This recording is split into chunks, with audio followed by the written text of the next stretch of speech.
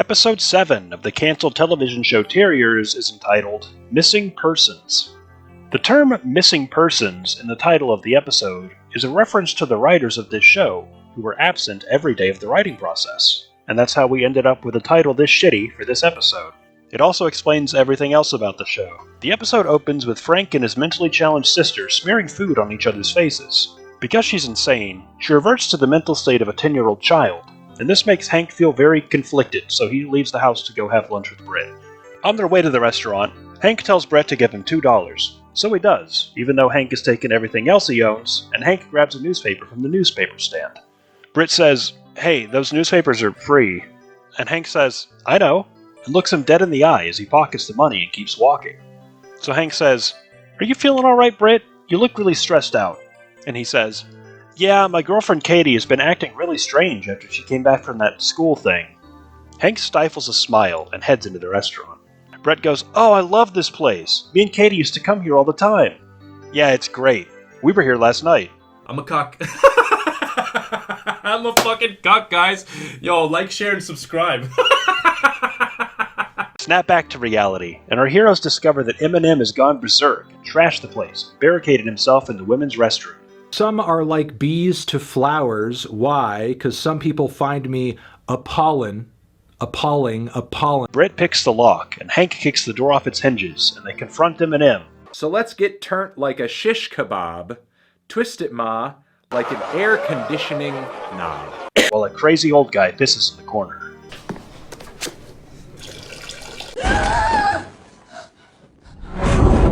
This moment, this is me at my most masochistic. Bill, it's your room.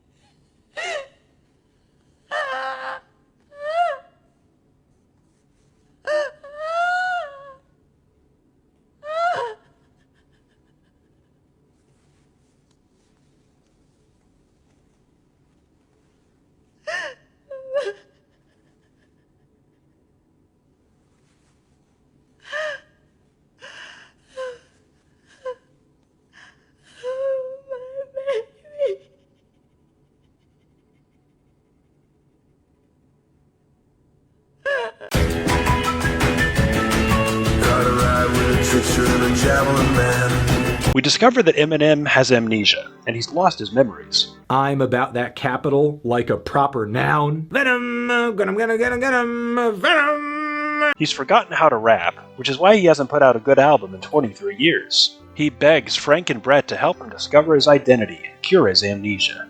Hank tells him to empty out his pockets so he can check his wallet for cash, but they don't find any because he hasn't put out a good album in 23 years. Every line's obscene, the pervertedest mind got the dirtiest rhymes stocked. That's why there's parental advising every time I drop. Britt says this subplot is gay and he doesn't want to do it, but unfortunately he didn't argue with the references, so Hank reminds him that he's not an expert and the average teenager wouldn't be able to determine that this gay subplot has no inciting incident.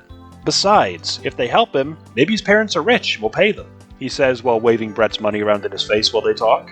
Wherever he's from, I'm sure his people would love to have him back. There might even be a big fat reward in it for us. But in reality, Hank actually feels sorry for this kid with amnesia, because he reminds him of his mentally challenged sister, who was also insane. They start asking questions to try to help Eminem. Girl, you're just gonna have to put them other chumps on the back burner. You got buns? I got Asperger's. Recover his memories. Where do you live? What's the last thing you remember? What's your social security number? Then the waitress comes by, and they ask her too. Right now it's time for our exclusive interview with Mr. Marshall Mathers, also known as Eminem, also known as The Real Slim Shady, also known as Missy Misdemeanor Elliott. We'll follow his startling transformation from hardcore ALF fan to hardcore rapper. this is indeed a pleasure. Marshall, welcome to Al TV. I'm sorry, should I call you Marshall or Missy? Marshall, you know what I'm saying? Well, Marshall it is then. Hope it wasn't out of line to ask. No, it wasn't. You know what I'm saying? I know what you're saying, because, you know, I wouldn't want you to be offended. And I'm not. You know what I'm saying? I know what you're saying. You know what I'm saying? I know what you're saying. You know what I'm saying? I know what you're saying. You know what I'm saying? Yes, I do. You know what I'm saying? Yes. You know what I'm saying? Yep. You know what I'm saying? I know what you're saying. You know what I'm saying? Yeah. You know what I'm saying? Yes. Yes. You know what I'm saying? Yes. You know what I'm saying? Yes. You know what I'm saying? Yes, I. You know what I'm saying? I told you. You know what I'm saying? Look, You know what I'm I saying? said You know that what I'm saying? You know what I'm saying? You know what I'm saying? I You said know what I'm saying? Shut up! Shut up! Shut up!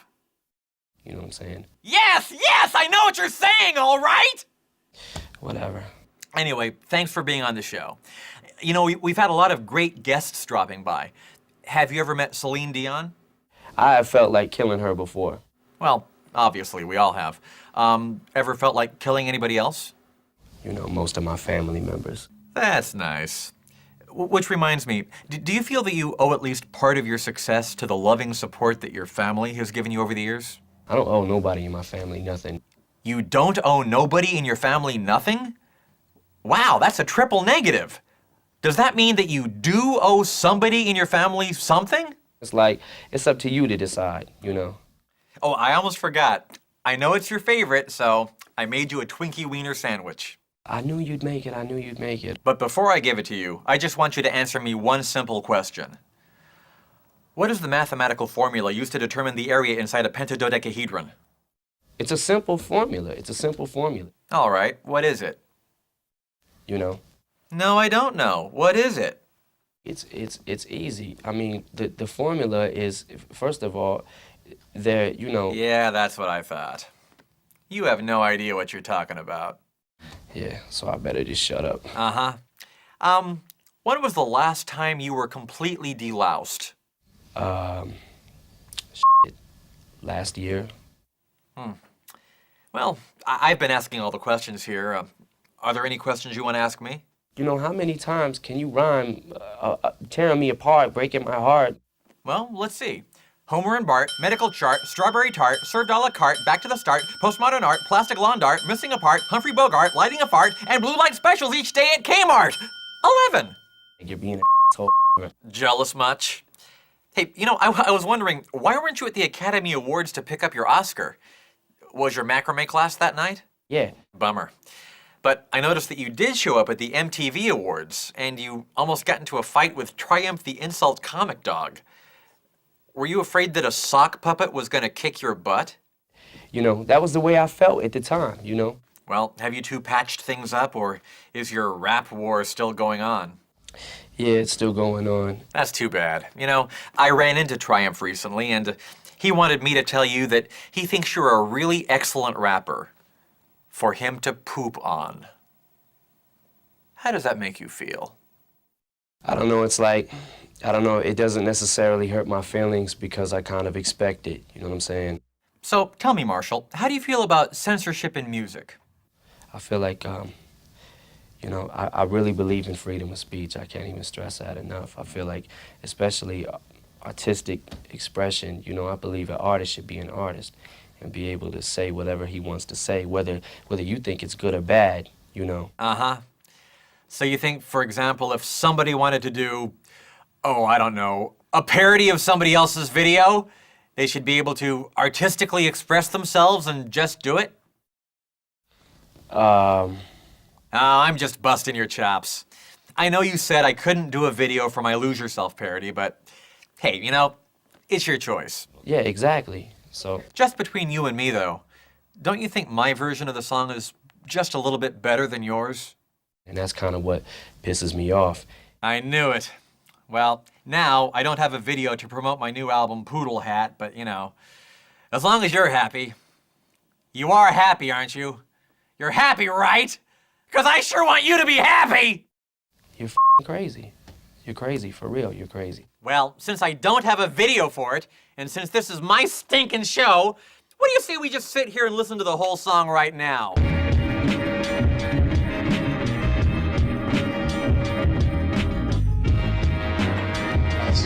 in here, okay? Check it. Yo, this your boy, Scooby-Doo Joint.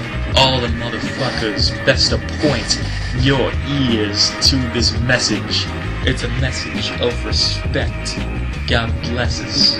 Yo, much motherfucking wicked clown love. Speak up. I can't hear you over the sound of the dick in your throat. You can't cross this moat. My castle is the Dark Carnival, hanging out with my family. Juggalos, you can't enter, you can't trespass, otherwise we're gonna beat your ass. Yo, you think you're so hot shit? Well, guess what? You're the lighter part, idiot. You're not anything that I can't beat. So get out of here, best move your feet. Oh, what's the matter? Don't you like it? No, it's ridiculous. It's repetitive, and it gets on my nerves. Give me a break. I could only change the words. I couldn't change the music, too. I just think that it's sissy music. Really? Well, then I imagine you'd really like it. No, you didn't just say that, you little bitch. Oh, come on, Marshall. You came out of the closet years ago. Don't be so coy. That was my personal business, you know what I'm saying? Marshall, it's okay. You can talk about it now. Do you remember what it was like when you first came out? Like when I first came out, I noticed the difference. Like when I first came out, when I came out, not many people really understood me or understood where I was coming from. That must have been tough. You know, I have to admit, I was a little bit nervous about doing this interview. Relax, guy. I like gay men, you know. That's great, but I'm not gay. I don't believe that. Well, I'm sorry, but I'm not. What, do you find me attractive or something? Maybe I do. Wait, are you hitting on me? Yeah. You don't have anything to say? Well, I'm flattered, I guess, but I'm just really not interested. Why don't you go hit on Brad Pitt or something? Yeah, he's cute, but isn't he married, though? Yeah, I guess so, but look, I'm sorry if you got the wrong impression. I just asked you here so I could interview you. That's all. What the this is, this is bullshit to me. Hey, calm down. I just wanted to talk to you about your music. You know, I happen to think you're very talented and you've got a lot of potential for growth. I see your talent as kind of a little acorn seed. And when that acorn seed is planted and watered and nurtured and allowed to grow, do you know what it eventually becomes? F***ing tree. Yeah. Do you think you might possibly have Tourette's syndrome? For this f***ing whatever, You've got a little potty mouth, don't you? I don't believe that nobody cannot swear. You don't believe that nobody cannot swear? Wow, another triple negative. Does that mean that you do believe that somebody... Oh, never mind. So, how do you feel about clean rappers like Will Smith? I used to respect Will Smith. And when he came out and started talking about, he dissed the whole gender of rap. The whole gender of rap? Are you sure you don't mean genre? I mean, I don't want to second guess you or anything. You are the Oscar-winning, critically acclaimed wordsmith and all. So, you're a big fan of the gender of rap then, are you? That is one of the most influential musics out there. Very well spoken. Well, speaking of rap, we're going to have to wrap up this little interview. I'm actually free after the show. Do you want to maybe go out and do something later? We'll get some decent looking dudes and we'll... No, Marshall, I told you I'm not into that. How about if we just go bowling instead? All right. Great. Well, thanks for coming on the show. And by the way, in case you didn't know, I'm just playing, Marshall. You know I love you. Right. We'll be right back. So they take Eminem to the boardwalk. I'm unavoidable, I'm unavailable, I'm on a toilet bowl. And visit a local ice cream man, who also is a retired drug dealer, and ask him to identify a pill they found in Eminem's pocket. Sneak up with a lethal injection and put him down like they did to my dog. I'm talking euthanasia. like kids in Taiwan. Because he worked in a pharmacy once, the ice cream man is able to identify and name the exact contents of the capsule on site, and recite a long list of side effects like he's a commercial. Brand new Zombie Dentist Band-Aid strips from Zombie Dentist Industries. Side effects include, but are not limited to, itching, swelling, irritation of the eyes, sweating, narcolepsy, insomnia, projectile vomiting, spontaneous combustion, genetic mutation, lead poisoning, irritable bowel syndrome, gonorrhea, anthrax, not the band, bleeding gums, bleeding from all orifices, temporary insanity, cancer, vampire AIDS, hoof and mouth disease, scarlet fever, bubonic plague, explosive diarrhea, irritability, addiction or dependency, permanent blindness, limb loss, loss of feeling at extremities, hypothermia, hypoglycemia, mesothelioma, diabetes, male pregnancy, monomania, unnatural cravings, thirst for blood, zombie dentist syndrome, immortality, unrelenting itchiness on that one little spot on your back that you will never be able to reach, low sperm count, increase in testosterone, autism, baseball-sized kidney stones, infant mortality, detachable penis, anatatophobia, memory loss, dizziness, multiple personality disorders, and Hulk Hogan disorder, brother, and failed marriage. It turns out that it's an anti-malaria drug that prevents malaria, but also wipes the user's memory for 24 hours for some reason. Having met his kindness quota for the day, Hank gives $15 of Brett's money to Eminem and tells him to just live on the street and figure it out on his own. Even though in the last scene he was all in on helping this kid, he suddenly had a complete change of heart for some reason. And Britt, who didn't want to do this side quest because it was a pointless waste of time, big waste of time, that's all it is suddenly eager to help out and has to convince Frank not to abandon him. Hank and Britt exhibited one character motivation in one scene, and now both characters have the exact opposite motivation in the scene directly after it. This is what is known as a character arc. And just because a character does something that you wouldn't do if you were them, doesn't make it a plot hole. I think you're expecting hyper-competence on the part of the writers, when in reality, the writers were missing when this episode was being made. Is this what they mean by media illiteracy? Furthermore, where is your evidence that the writers can write a good story? Maybe they don't care to try.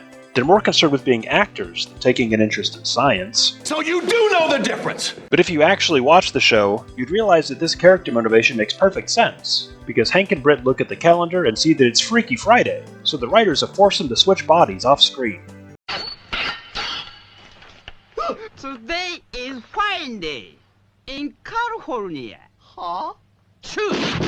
Suddenly, a wild legless skateboarder rides up on a surfboard with wheels, so Britt punts him into the ocean where he's eaten by a Shrek. Over at the police station, they book Eminem for the crime of being cringe. He compares himself with a liar's pants, saying he's on fire. While Hank explains that he's upset that Britt wanted to do this dumb side quest with this random amnesia kid. All those in favor of dumping the kid say aye. Aye. All those in favor of not dumping him say nay. Nay, hey, what are you doing? Even though it was him who made puppy dog eyes and convinced him to keep helping him, so now their characters have switched again. Here, $15, a little walking around money. Give me a call if you want.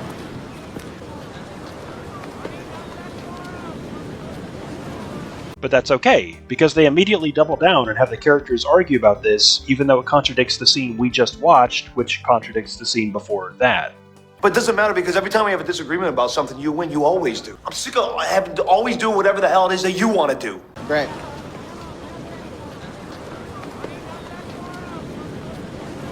Okay, and about this kid, what's his name? I don't give a shit. We can drop him off at any halfway house you want. Detective Mustardson says that Eminem might be a rapist. I'm a candle, I'll go out if you're blowing me. Because the pill he had on him is a common date rape drug.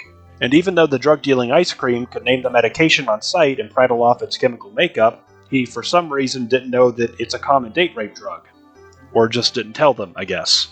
Hank gets a phone call from Britt's girlfriend, and he's really upset that she's been acting strange. He cries on Brett's shoulder about how their relationship is going through a rough patch.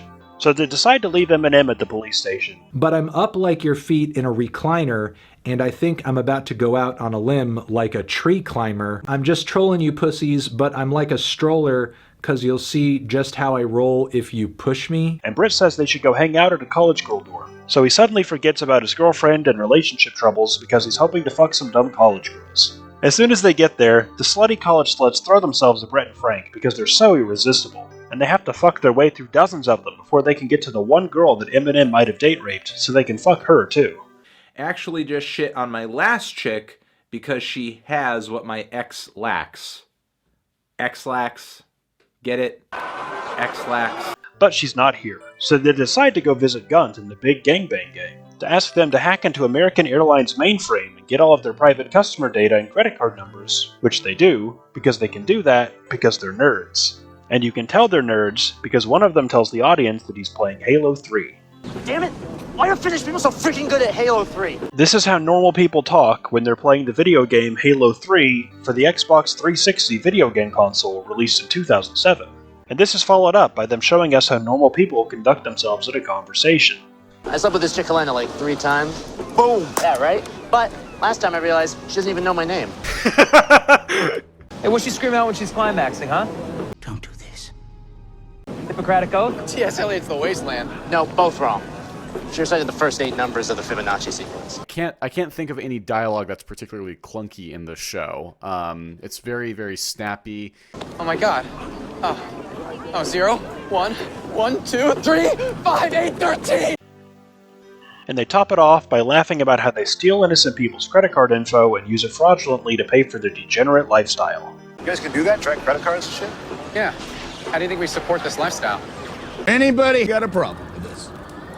Brent and Frank are totally okay with this because they do the same thing. He thinks whoever used his credit cards got the numbers off the internet. He used his cards? Hey man, you put his wallet back, remember? I mean, I used his numbers. On what? Forget it. It's fine. In fact, he asked me to look into it for him. And now that they have Eminem's name, home address, credit card number, birth certificate, social security number, license and registration, spare house key, his pet dog, and Neopet's login info, they head to his house to threaten him and extort him for money. I hate my stepdad. But he's not here, so they just trash the place. Because this type of pickle we're in's hard to deal, as in like deal, like dill, like a dill pickle. Also on this track, he rhymes Nazi with not see and General Lee with generally. But then they discover that the missing college girl is tied up in Eminem's basement. She cheats and I catch her like the common cold. It turns out that they went to college together and met at the biannual Chlorofest karaoke and date rape extravaganza, where Eminem slipped her the date rape drug and dragged her ass back home to listen to his new album. Oh my god, my whole iPod's filled with your songs, I mow my lawn. Now it turns out that Eminem escaped from jail and is on the run. Venom, adrenaline, get him, ain't gonna know what hit him, Venom. And he calls Britt on Hank's phone to tell him about his master plan to take over the college girl dormitory and turn it into his personal pepperoni factory so that he can finally compete with Little Yachty's Pizza Company. Pizza, man. It's my favorite food. I eat it every single day, and I've been eating it every single day for at least the last 18 years. I eat it all. Frozen pizza, New York pizza, brick oven, thin crust, 4 cheeses, pepperoni sausage, supreme meat lovers. I do vegan pizzas. I love all of them. I love the Kroger brand. Shouts out to Kroger. We're going into Walmart because we got to try Yachty's new pizza. It's available in all Walmarts. Yeah, we are moving. There's so many people. Imagine they're out. No. Either we sold out or... We'll say sold out. Yeah, it's sold out. They didn't have any pizza at Walmart, so we went to Yachty's house. Now we're just going to fucking make it. I mean, he owns it, right? How's it feel having your face on a pizza? Awesome. Mike's over here, man. Go to your local Walmart distributors and get you some Yachty's Pizzeria. Before they're sold out, like the one we went to today. Exactly. Because they're going. Yeah. Nigga. Can't say that, but you heard him. You heard him. What flavor is this?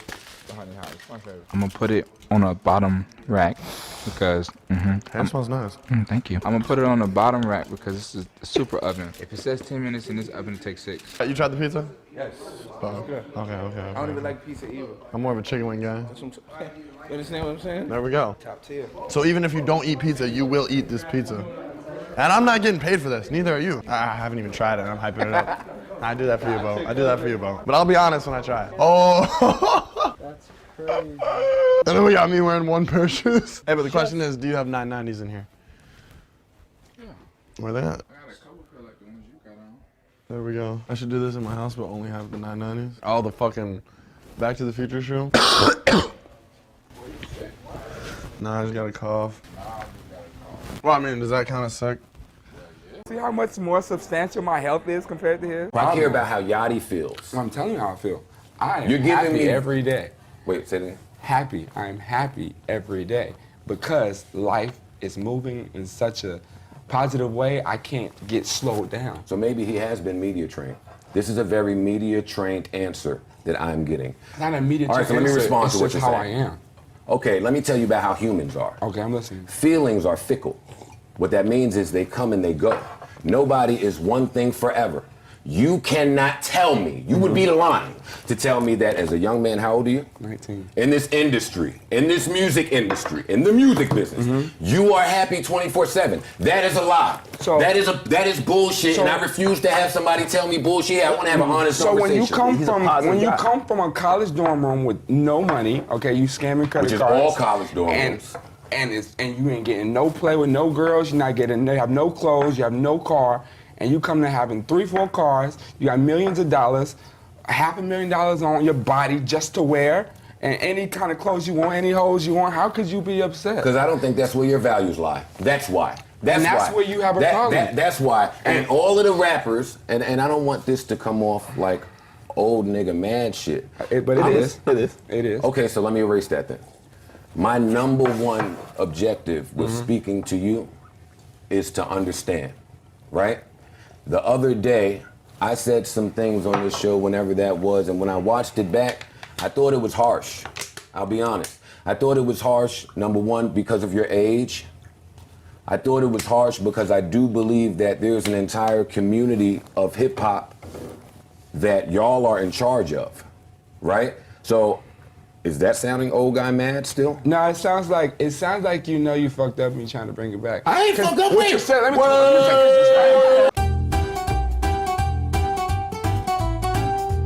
Tap into that motherfucker. I'm not sick, bro. This man is so. What?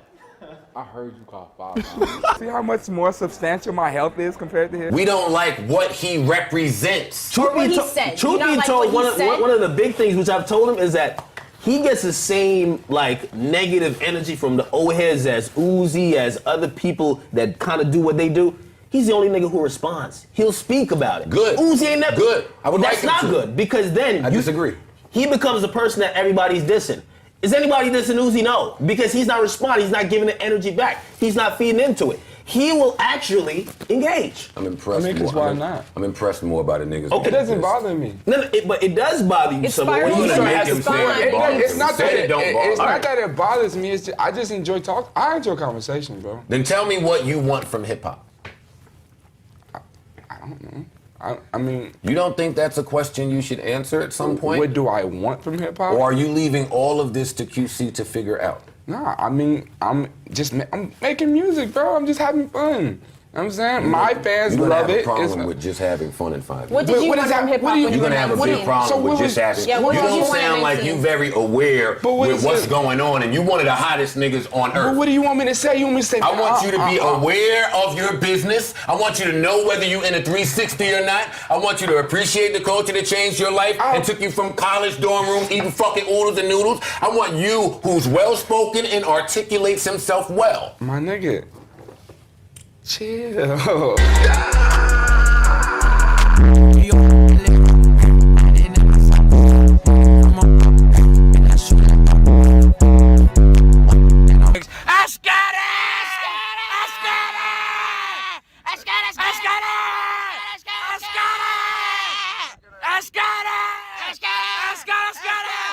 I met you at the awful show.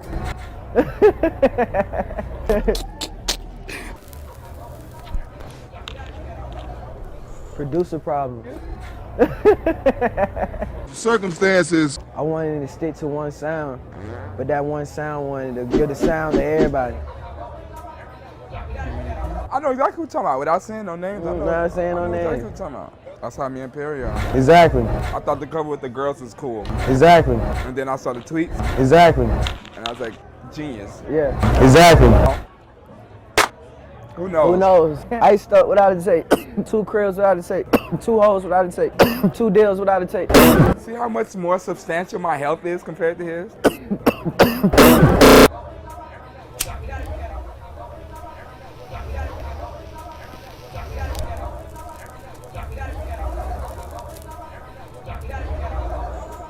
Ever since I was a little kid, my mama would tell you I always been the type to just show instead of tell you about it.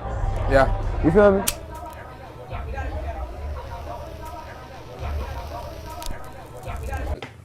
So we have a lot of questions about the Met Gala. None of us are important enough to get invited. What goes on inside? We feel like that's an Illuminati type invite. That shit is What amazing. you do? What do you do there? Just talk. I know y'all familiar with Lil Boat, but when you get your money up, you turn into Lil Monopoly, dude. Monopoly, the finest nigga of all niggas, baby. Now that we got that out of the way. All right, so your album Teenage Emotions coming out soon. Why are you getting involved? Like, this ain't got nothing to do with you. This is snitching, number one. Do you say that? Do you say that you are breaking street protocol? Every fucking thing that happens, you know that. Yeah. And this is my point. Hey, man, listen, I'm just saying, he told me, he said, yo, you can tell the world, I'm here telling y'all can tell if y'all believe it or not. And this is my point.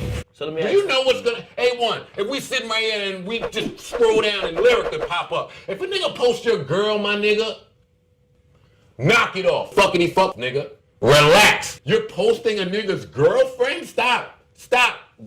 I did speak to him last night. Stop. He told me the whole story. It sounded like Safari 2.0. Stop. What I mean, Safari 2.0. Stop.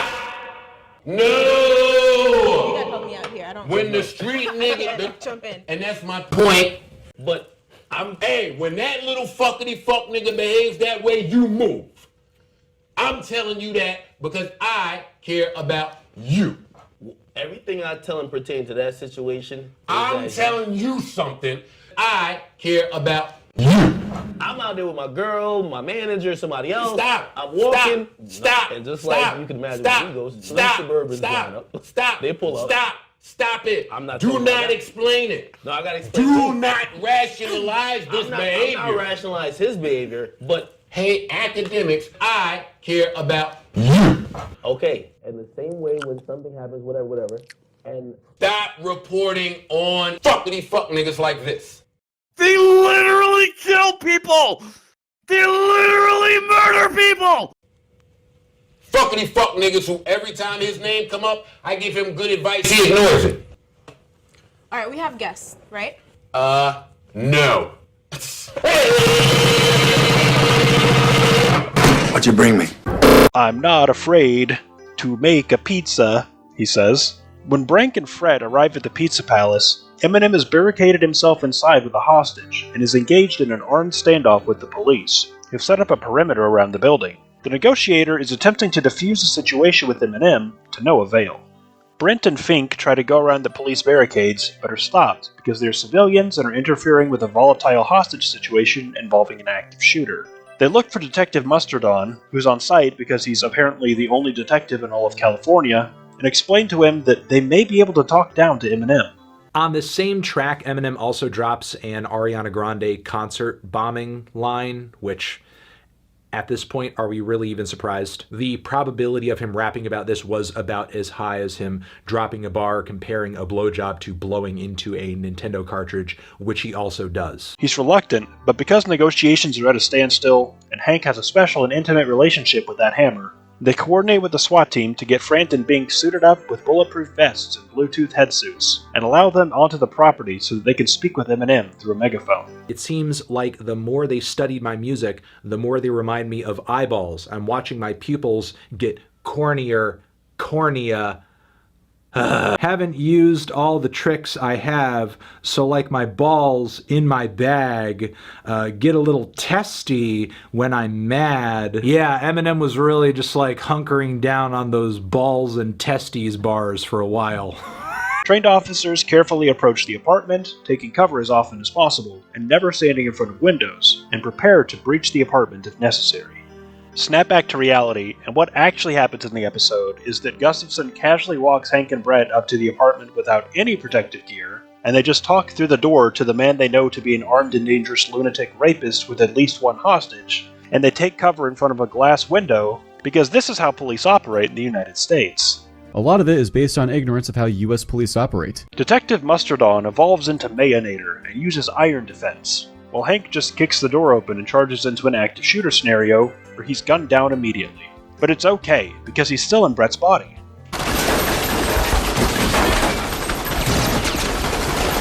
But it turns out that Eminem didn't even have a real gun, because he can't do anything right.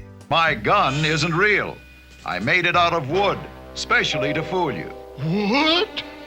A wooden gun? That's why your power didn't work.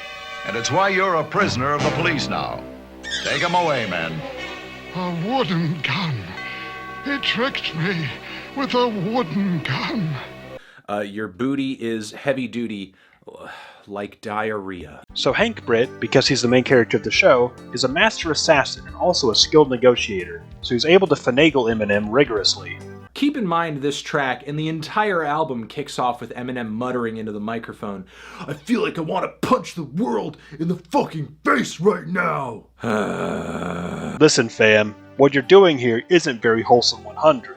If you kill yourself, it's gonna be a common white boy L. We need to turn this situation into a big W. Trust me, I've got prime. You're gonna be the chattest, rizzed up virgin on this campus, literally ever. No cap. You don't know that? Cope harder, King. This shit's gonna be bussin'. It's gonna be heat. It's gonna be peak fire. We are so back. Better call peak. They're gonna put me down, Hank. The cop outside is gonna have to come in here and shoot me. Let him cook. Why should we care? Bro thinks he's skibbity. Brother man's on some fuck shit. He's a paid actor. Ratio. But I got a hostage. I took this random girl hostage. They're gonna shoot me. Big if true. But look, nobody's gonna check the car at the border. You've got a very unbased take on terriers, let's just say. You're throwing shade. Down bad. Got me fucked up. Shots fired. Now, I get to my phone. Yo, it's a new M joint. Let's talk about it. I don't know what album y'all heard. I heard a nigga that's fully aware that he has not shit for about a decade now. Insecure man. Nigga. Y'all laughing at me. Huh? M. A whole fucking decade. You ain't shit. You don't know shit about shit, M. Let's let the cat out the bag. I sniffed around the same way I sniffed ass. Newsflash, megastar, man. I am gonna sniff your fucking ass. Pause. M, you got the fucking audacity on that album to say you don't believe in ghosts. Hear me loud and clear. Ghosts. Huh? I'm not mesmerized here. So trust me, M, it's gonna be lit. Based even.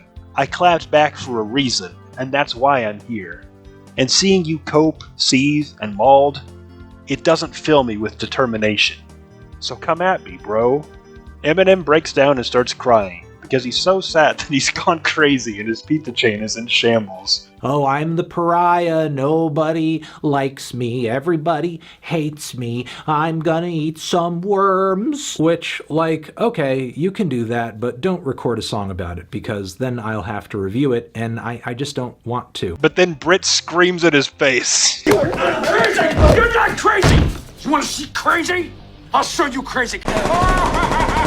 Joker motivational quotes, best motivation ever, bad boy quotes, fuck the fucking fuckers. I mean, with a title like that, it was putting hair on my chest. I was like, shit, I gotta go out and fuck the fucking fuckers. So, of course, I dove into this one to get motivated. I've had to mute the audio, unfortunately, because for some reason the trend with these Joker motivational, badass, slap your mother edgy quotes is they use this copyrighted trap music, which I don't really understand, but I've muted it and replaced it with the 2019 Guy instrumental. But I really do wish they'd narrate the quotes themselves. I think that'd be a lot better. Fuck the fucking fuckers before the fucking fucker fuck you. It's almost like a children's nursery rhyme, to be honest. It's pretty powerful, it's a bit thought-provoking, and it's pretty goddamn deep. Just reading that motivational quote makes me want to run into the bathroom and throw some lipstick over my eyes, then run away crying, slam the door to my room, and turn off the lights. Sometimes you just have to play the role of a fool to fool the fool who thinks they're fooling you. If that doesn't have you pumping your fist in the air shouting, "Fuck you, society," then I just don't know what will. Don't worry about peoples. They all will die. I mean, what more can really be said? Are you motivated yet?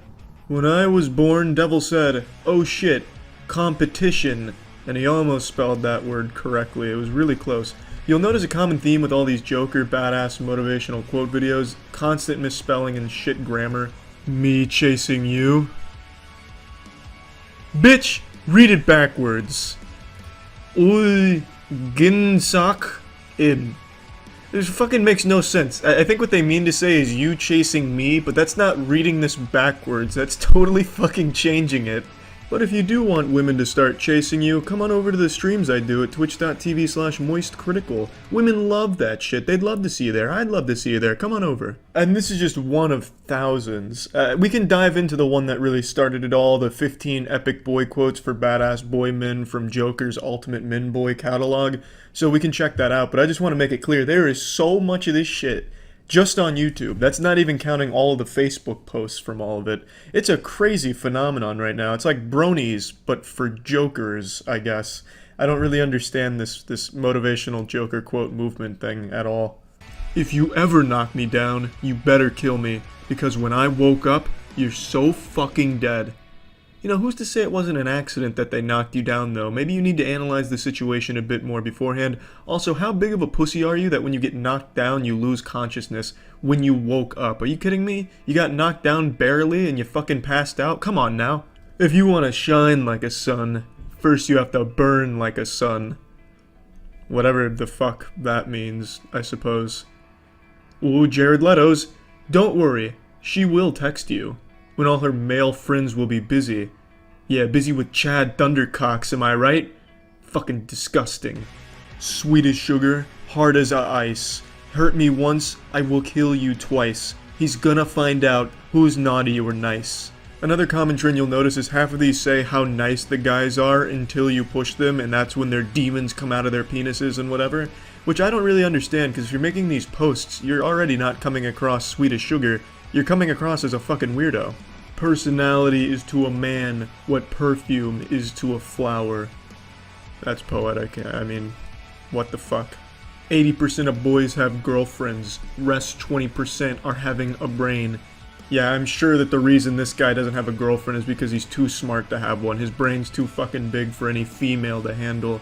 Also, I'd like to fact check these statistics here. 80% of boys having girlfriends, that seems remarkably high. I'm not sure if that's accurate, but I'd have to dig into the literature. Every problem comes with a solution. If it doesn't have any solution, it's a girl. Yeah, I don't really understand what's with the all this like girl bad stuff here with the Joker memes, but it's very common. Do I really look like a guy who gives a fuck about what people think? Well, yes, the fact that you're posting this kind of shit on Facebook, it absolutely makes me think you care what they think about you, for sure. 100%. This is not the actions of a man who doesn't care. Stop showing your attitude. If I show you mine, you will forget yours. Well, I mean, yeah, that about covers it. Detective Mayonnator bursts into the room and uses takedown, but misses and knocks over a bottle of Faygo, which spills onto the floor. Eminem looks upon the puddle of soda in horror. I just bodied the beat, so that hole must have been dug, 'cause it just died, like food coloring does. As his mortal enemies, the insane clown posse, claw their way back into this world, and reach out their elastic arms to ensnare him, dragging him by the ankles, screaming down into the sugary depths from whence they came, leaving nothing behind but a roiling puddle of red pop. Philadelphia! Back home, Katie has sex with Brett for the first time in months, because it's actually Hank inside of Brett's body. Suddenly, the clock strikes midnight, and Brett returns to his native vessel as Freaky Friday comes to a close, and it's now Satanaka Saturday.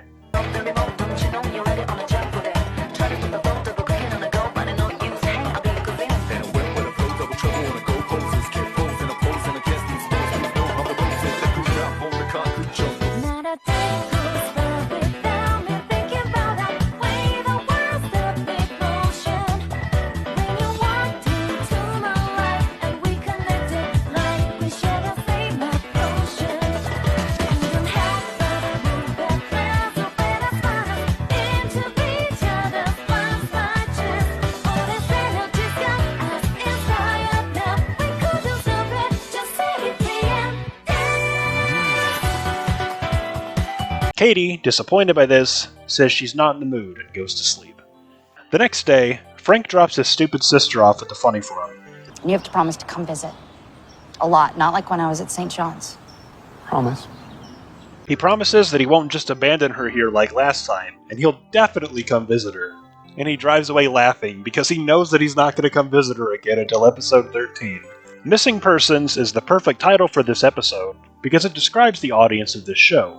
If you skip this episode, you would lose nothing because nothing significant happens. Characters like Eminem. It's too deep for you to get. If you don't get my music, you're retarded. I bet you guys would have liked my last album if it was auto-tuned. There's even a bar on the track where he says that media journalists can get a mouthful of flesh, and yes, I mean eating a penis. And his date rape victim play no role outside of this episode, and Hank's sister is such an insignificant character that they couldn't even figure out what to do with her in episodes 8 through 12, so this was a good time to just write her out of the story. They weren't even smart enough to title the episode The Eminem Show. PCP, meth, mad anti-depression pills. Everything spills into one pot. On top of that I smoke rock. I hear that shit, but I won't stop. Last time on the spot joked a cop. Stopped and had a Fago soda pop. In the back of my truck. Chuck the chainsaw. Usually chop wood, but that ain't all. It's a bit strange all up in your mid-range. Cut a hole in your head till I hit brains.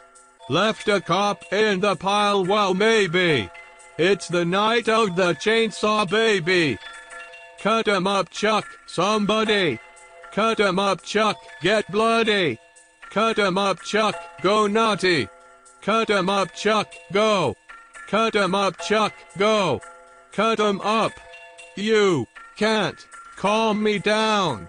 You can't calm me down. You can't calm me down. You can't calm me down. Petroleum, inhale it, and take a swig. Heat my brains up. Bake my wig. Killing time with no shirt, homie. I love it when the blood squirt on me. Walked up to a house, jabbed the door, and kicked it in my victim head. Stuck Chuck in the closet, and I can tell by the deposit. I got my target. French poodle, stomp it limp noodle. Rev Chuck up and stir the strudel. Gouts on the lawn, fuck's going on. Chainsaw Chuck till the break of dawn. Cut 'em up, Chuck, somebody. Cut 'em up, Chuck, get bloody. Cut 'em up, Chuck, go naughty. Cut 'em up, Chuck, go. Cut 'em up, Chuck, go. Cut 'em up. You can't calm me down. You can't calm me down. You can't calm me down. You can't calm me down. Bloody feet, no shoes, into a party. I wasn't invited, but that bitch ignited. I screamed and laughed, chopping fools in half. I stab and hack, a mad lumberjack. Smell that fuel, hear the machine. Chuck's a demon, I must be dreaming. Bloody showers, feel the power. We devour you fucking cowards. A loony loose, Chuck full of juice. Bacon's no use, I knows no truce. It's your news about to see your own produce. Night of the Chainsaw written by Joe Bruce. Cut 'em up, Chuck, somebody. Cut 'em up, Chuck, get bloody. Cut 'em up, Chuck, go naughty. Cut 'em up, Chuck, go. Cut 'em up, Chuck, go. Cut 'em up. You can't calm me down. You can't calm me down. You can't calm me down. You can't calm me down.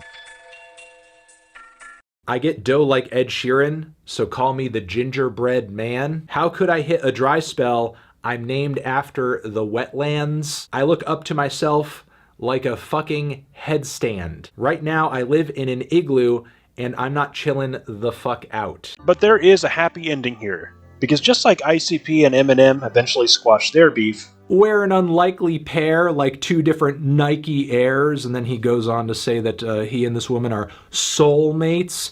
Get it? Soul of a shoe? There's so many poo-poo and pee-pee bars all over this thing. Like that one bar where he's talking about peeing on someone's head like a Philly hat. A pee on the head. Southpaw and SK managed to squash their beef with Mauler. This is what I've been most excited for. What I couldn't wait for. I can't wait to see people's reaction to this confrontation. This is some of the greatest cringe I've seen, possibly all year. I couldn't help but be a little bit wary about covering this because it is a private call that has been leaked by a third party. That's at least what I thought at first. And you don't know this. But would you believe that Southpaw and SK actually intended to leak this themselves? I think that SK is probably going to provide the link to the watch party in the description, as well as as well as a recording of the that one call. That one call with Wolf where he was being a fucking dense piece of shit degenerate and had completely misrepresented what was being said. Yeah, I remember that. That's gonna be fun to analyze. Yeah, because it's like it's good to just not just clip these things and just to put in the videos. Like, well, give people a chance to look at the full context for themselves too. I don't think it's going to I'd even suggest this if you want like the full, I guess, effect. It won't be necessary because I'll provide everything, but. If you want the full effect, I would recommend, I'll even make it an order of things to watch/read before you even start. I could even explain that at the beginning, so. Why you would ever leak this in full is beyond me. And also just the fact, I know we've mentioned this, but it bears repeating, that this is a confrontation between Southpaw and Wolf. For the first time in, since March 2021, he's back again. He makes his proud return to the internet. Once again because of Southpaw, before we start with the recording. Do you see this fucking message from Southpaw that he's left? This giant diatribe? I have been a major mess of emotions about this for months, Wolf. Oh, Jesus Christ. Hey, have you noticed like a pattern with Southpaw? He makes everything so personal. It's because I genuinely think he feels these emotions. Yeah.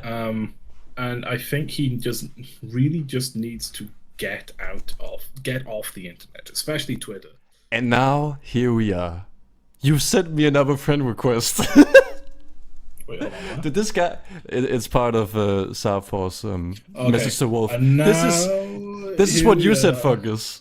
This is so Shakespearean. This is so theatrical. This could be performed on stage. This is the Southpaw tragedy. So like some opera music. Probably nothing I've just outlined here matters all that much, or does anything to make you less angry at what I've been saying. Oh, boo-hoo. So if you really got to get this off your chest, then go ahead. Do you know my favorite thing is that? Do you know really? It's in italics. Obviously, you and I have been on Discord. We both know that he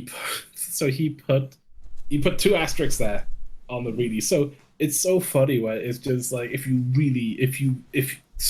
you asterisk really asterisk got to get this off your chest, then go right ahead.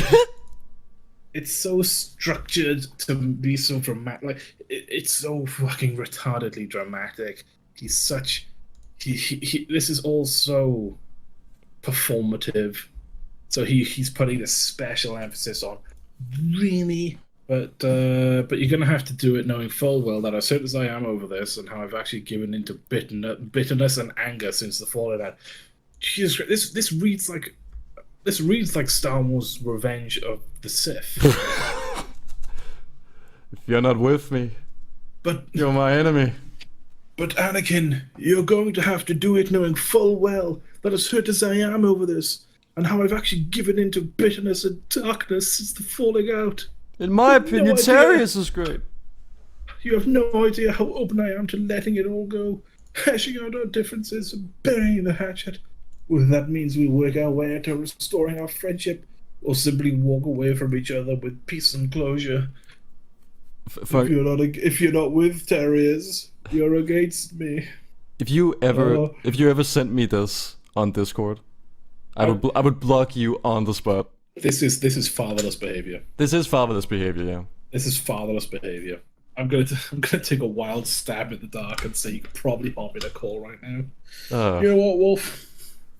We've had our differences. Yeah, you might be a pedo, allegedly, but you're alright. But if you are a pedo, I'm gonna hunt you down and kill you. But if you're not, you're okay. I'm gonna have a beer with you. Alright, so Southpaw's audio is muted for the first 4 minutes. I want to cut off your opening and say that I'm recording this.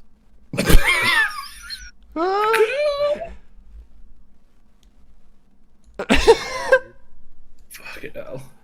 I want to cut off your opening. I mean, if you're at that point where you're both recording, like, clearly you don't trust each other. Why even speak to each other at all?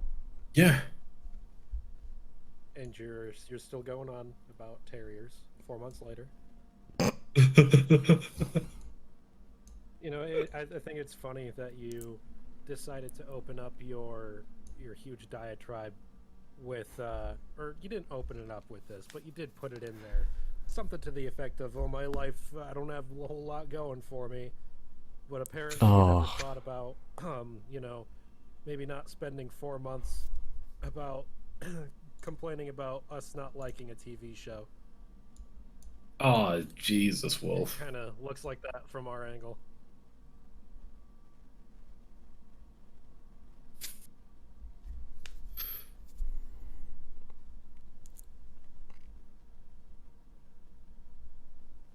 What I like about this is that, one, I can't hear what Southpaw's saying.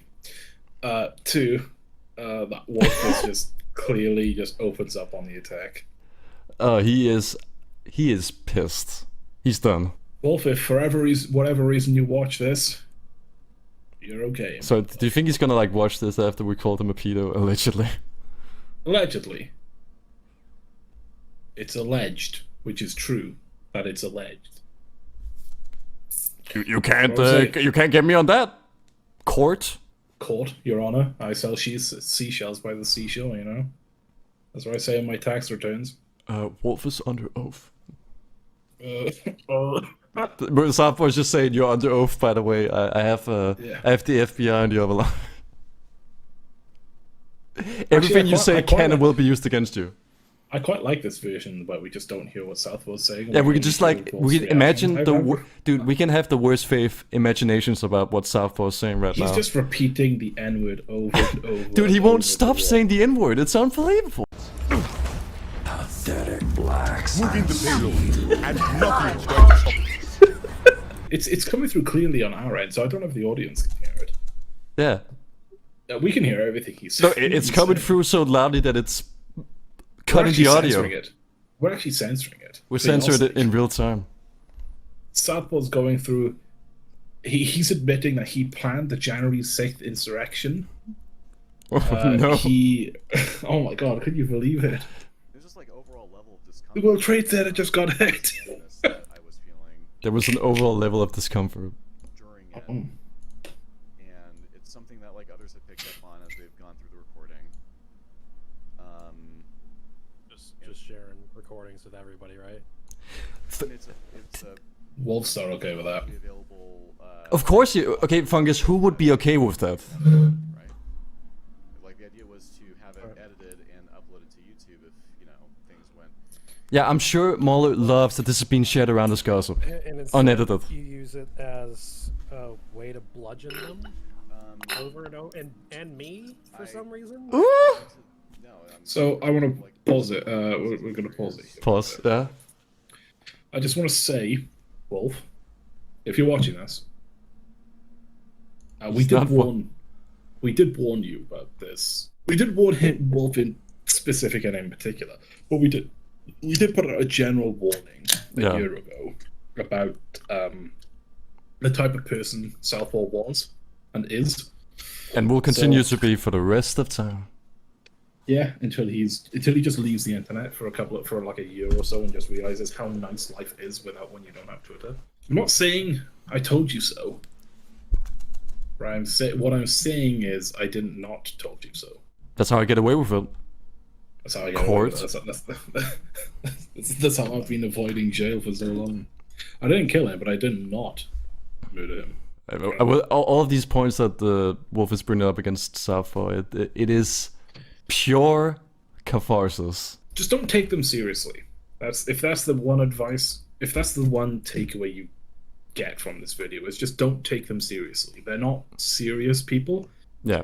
And they want to be taken seriously because they want to act, because this is the only thing they have going in their life, as Wolf just said that Southpaw admitted.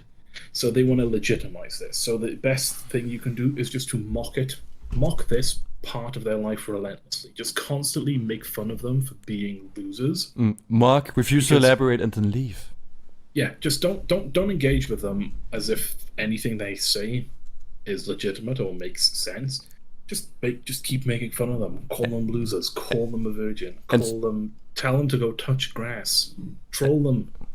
And to be fair, Fungus, that's what the majority of the EFAP community, at least on Reddit, are doing. That's they just what they don't. should do. But nobody cares to look into this drama. I'm probably like the only person who's looked this extensively into it, and I haven't even given you the full picture. We're kind of not following even our own advice. where we're like commentating on the whole thing. We're reporters, okay? The revenge arc. I'm coming for you. Oh my god. Is this our heel turn? Does it not strike you as That's a wrestling bit term. odd that you're willing to snipe at them for literal months on end for a third of a fucking year over a TV show, but you weren't willing to watch more than 2 episodes with them? Does point. That not strike you as just a little bit? Ooh, Wolf. I don't know. Nice one. Pussy-ish. I found it like difficult to even reason with them, especially given there are certain things. You turned them against me. Like what? Okay. Name one unreasonable thing they've said. Okay. So Okay. when it comes to the real estate thing, I actually there's a guy that that I was talking to who works in real estate. I talked to an expert realtor. And he says that while My dad works in Nintendo. 100% accurate in terms of the check being not directly from Hank. It's from Lindis. It's written to Hank. But in terms of it being put down as a bid, that's an earnest money deposit, which they can't actually do. So Wolf asked him to name one unreasonable thing. During the recording, I'm pretty sure Southpaw conceded the real estate point. So Southpaw at the time thought that their argument was reasonable. It sounded reasonable, and it sounds reasonable to a layperson. Yeah. However, that doesn't. Something may sound reasonable, and it could be wrong. But then now Southpaw, which you should not take anything Southpaw says with good faith. He has not established that he operates in good faith. So he's probably lying. But okay, Fungus. Even if he wasn't lying, who's this real estate guy? Do you think if we bully Southpaw enough, he's just gonna dox him? Like, here's his address and his phone number, so you can confirm, so you can validate that this guy, in fact, worked in real estate during the 2008 financial crisis, and that's why he knows stuff about that relates to Terrier's criticism. Yeah. Also, wait a minute. How the hell did he get a hold of this guy? Why is this guy on the Southpaw server like this 40-year-old real estate man? Just so, if Mola is wrong about the minutia of selling something in the real estate, that doesn't mean his point is unreasonable. No, because it just means it's wrong, and it's not validated by an expert's opinion. But having said that, I still think Southpaw is lying. I still think that the point that Mola brought up is correct. I just don't trust a single word that this motherfucker has to say. Southpaw, if you're not lying, dox him. I dare you. And I simply didn't have information on that being a thing as we're watching it. Or like when they're talking So how is about that? How is that unreasonable? apparently Mickey didn't have Eleanor's phone number. I went over this with Mahler after the episode. It's made clear in the episode that she apparently was contacting her father through a payphone. Apparently. Well, Apparently. Do you hear how confused Wolf is? Yeah, but so in Southwell's, like, in his defense, like, well, actually, it turns out that apparently, so apparently just means I think. That's all apparently means. Apparently, Southpaw bombed a children's hospital in Ukraine while he was working for the Russian Air Force. Apparently. Roll it back a bit. What was Is that- unreasonable about the position with the real estate thing? Good catch, Wolf. Hank goes into the open house and he has a $20,000 check, right? He presents it to the realtor or real estate agent, whatever the fuck. And then he says, if I give you this, how fast can we get these yokels out of here? The scene cuts away. We don't see what happens between that exact line and them just cutting away to the next scene. That was presented as an issue because Hank doesn't have pre-approval for a mortgage loan. Now, there's a guy who is privy to what's been going on with the show, and he's going through the show. He's about halfway through, and he works in real estate in California. And he says, no, that's actually something that would happen, especially in 2010, when you have, I believe it was a buyer's market, even if the person that's giving it doesn't have pre-approval for a loan. And You still haven't answered my question. What's the unreasonable part that they've said? so they said that that was a completely unrealistic thing that wouldn't happen. It's not an unrealistic, because Mauler talks us through his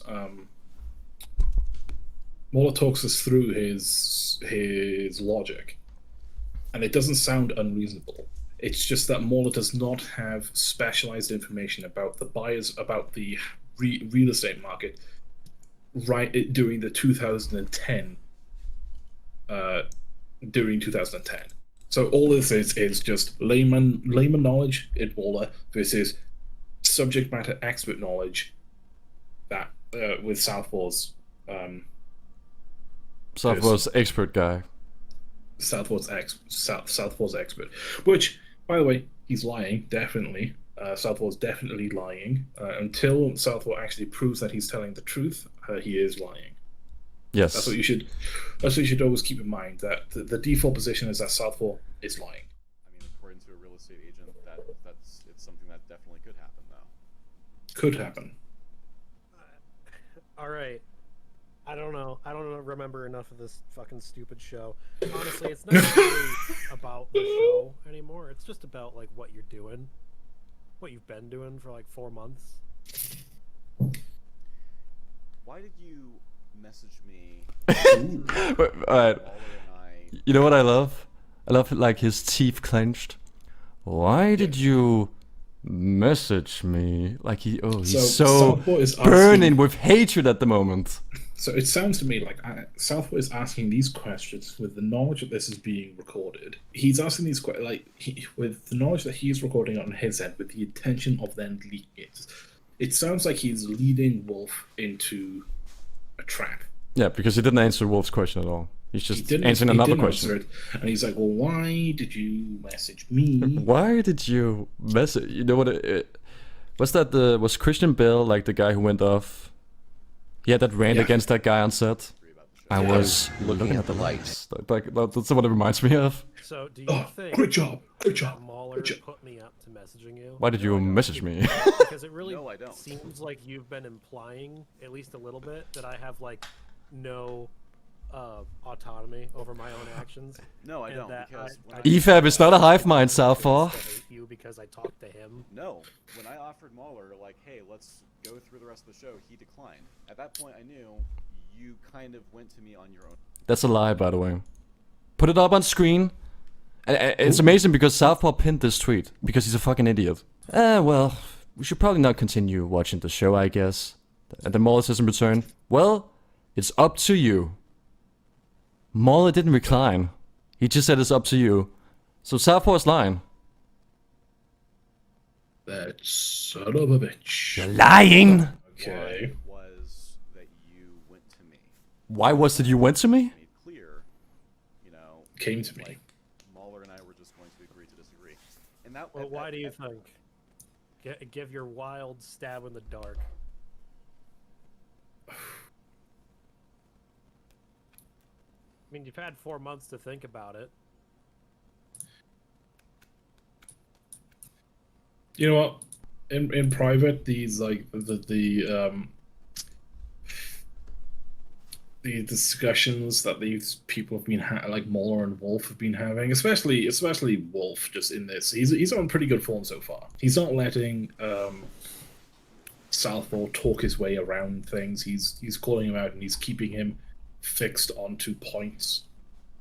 He's not letting him talk around issues. It's actually quite refreshing. For a change. I wish this type of EFAP still existed. What, just private calls leaked? That should be what No, EFAP is. Yeah, I just wish like that EFAP maintained their balls. They didn't they didn't all shrivel up because of the Jenny Nichols thing. But that's a different point. That's a separate point.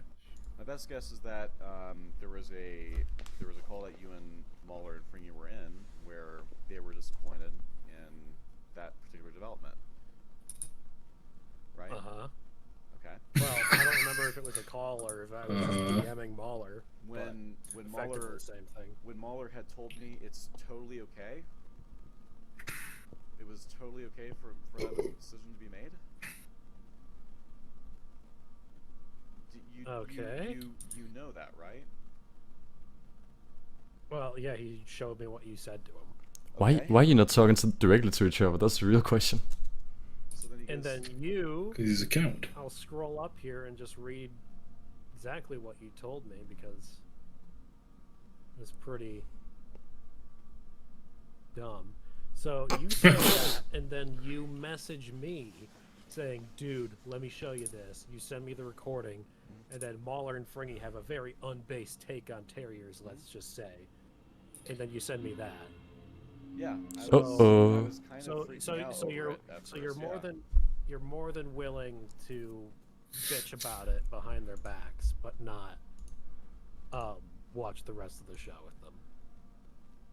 Ooh.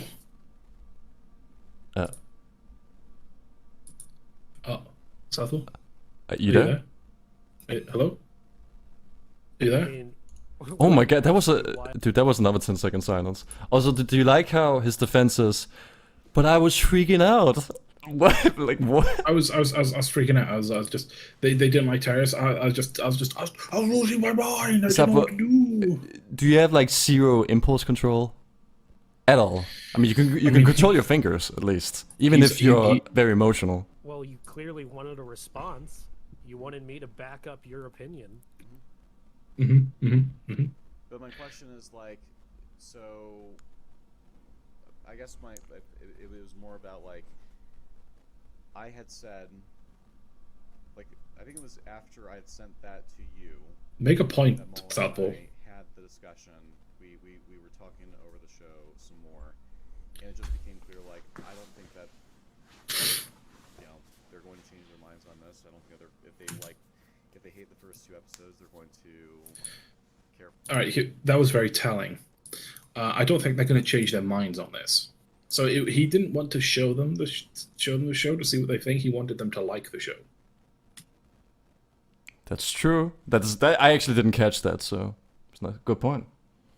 So it doesn't matter if they're going to change their mind or not, because if you were a critical and a real critic of media, you would actually value the input that Mauler and Fringy can give, because it will build up your own ability to critically analyze shows, and it would actually be a lot more useful if they critically analyze the show that you like, so you can then analyze your weaknesses and you can see where your weaknesses lay in your own analytical skills. But he doesn't. He just says, "Oh well, I wasn't going to change their mind. I just gave up. Like I wasn't going to change their mind. So what's the point in continuing the conversation?" Now that's something a weak person does. Yeah, the point isn't to change their minds. The point isn't, or at least the point shouldn't be to change their minds. The point should be to make yourself better, to improve yourself, to make yourself a more whole person. Like that's why these sort of these online debates or these political debates that people have, like the presidential debates. It's not really to change, like. I don't think Hillary Clinton and Donald Trump had their debates to change each other's minds. It was more. Of course not.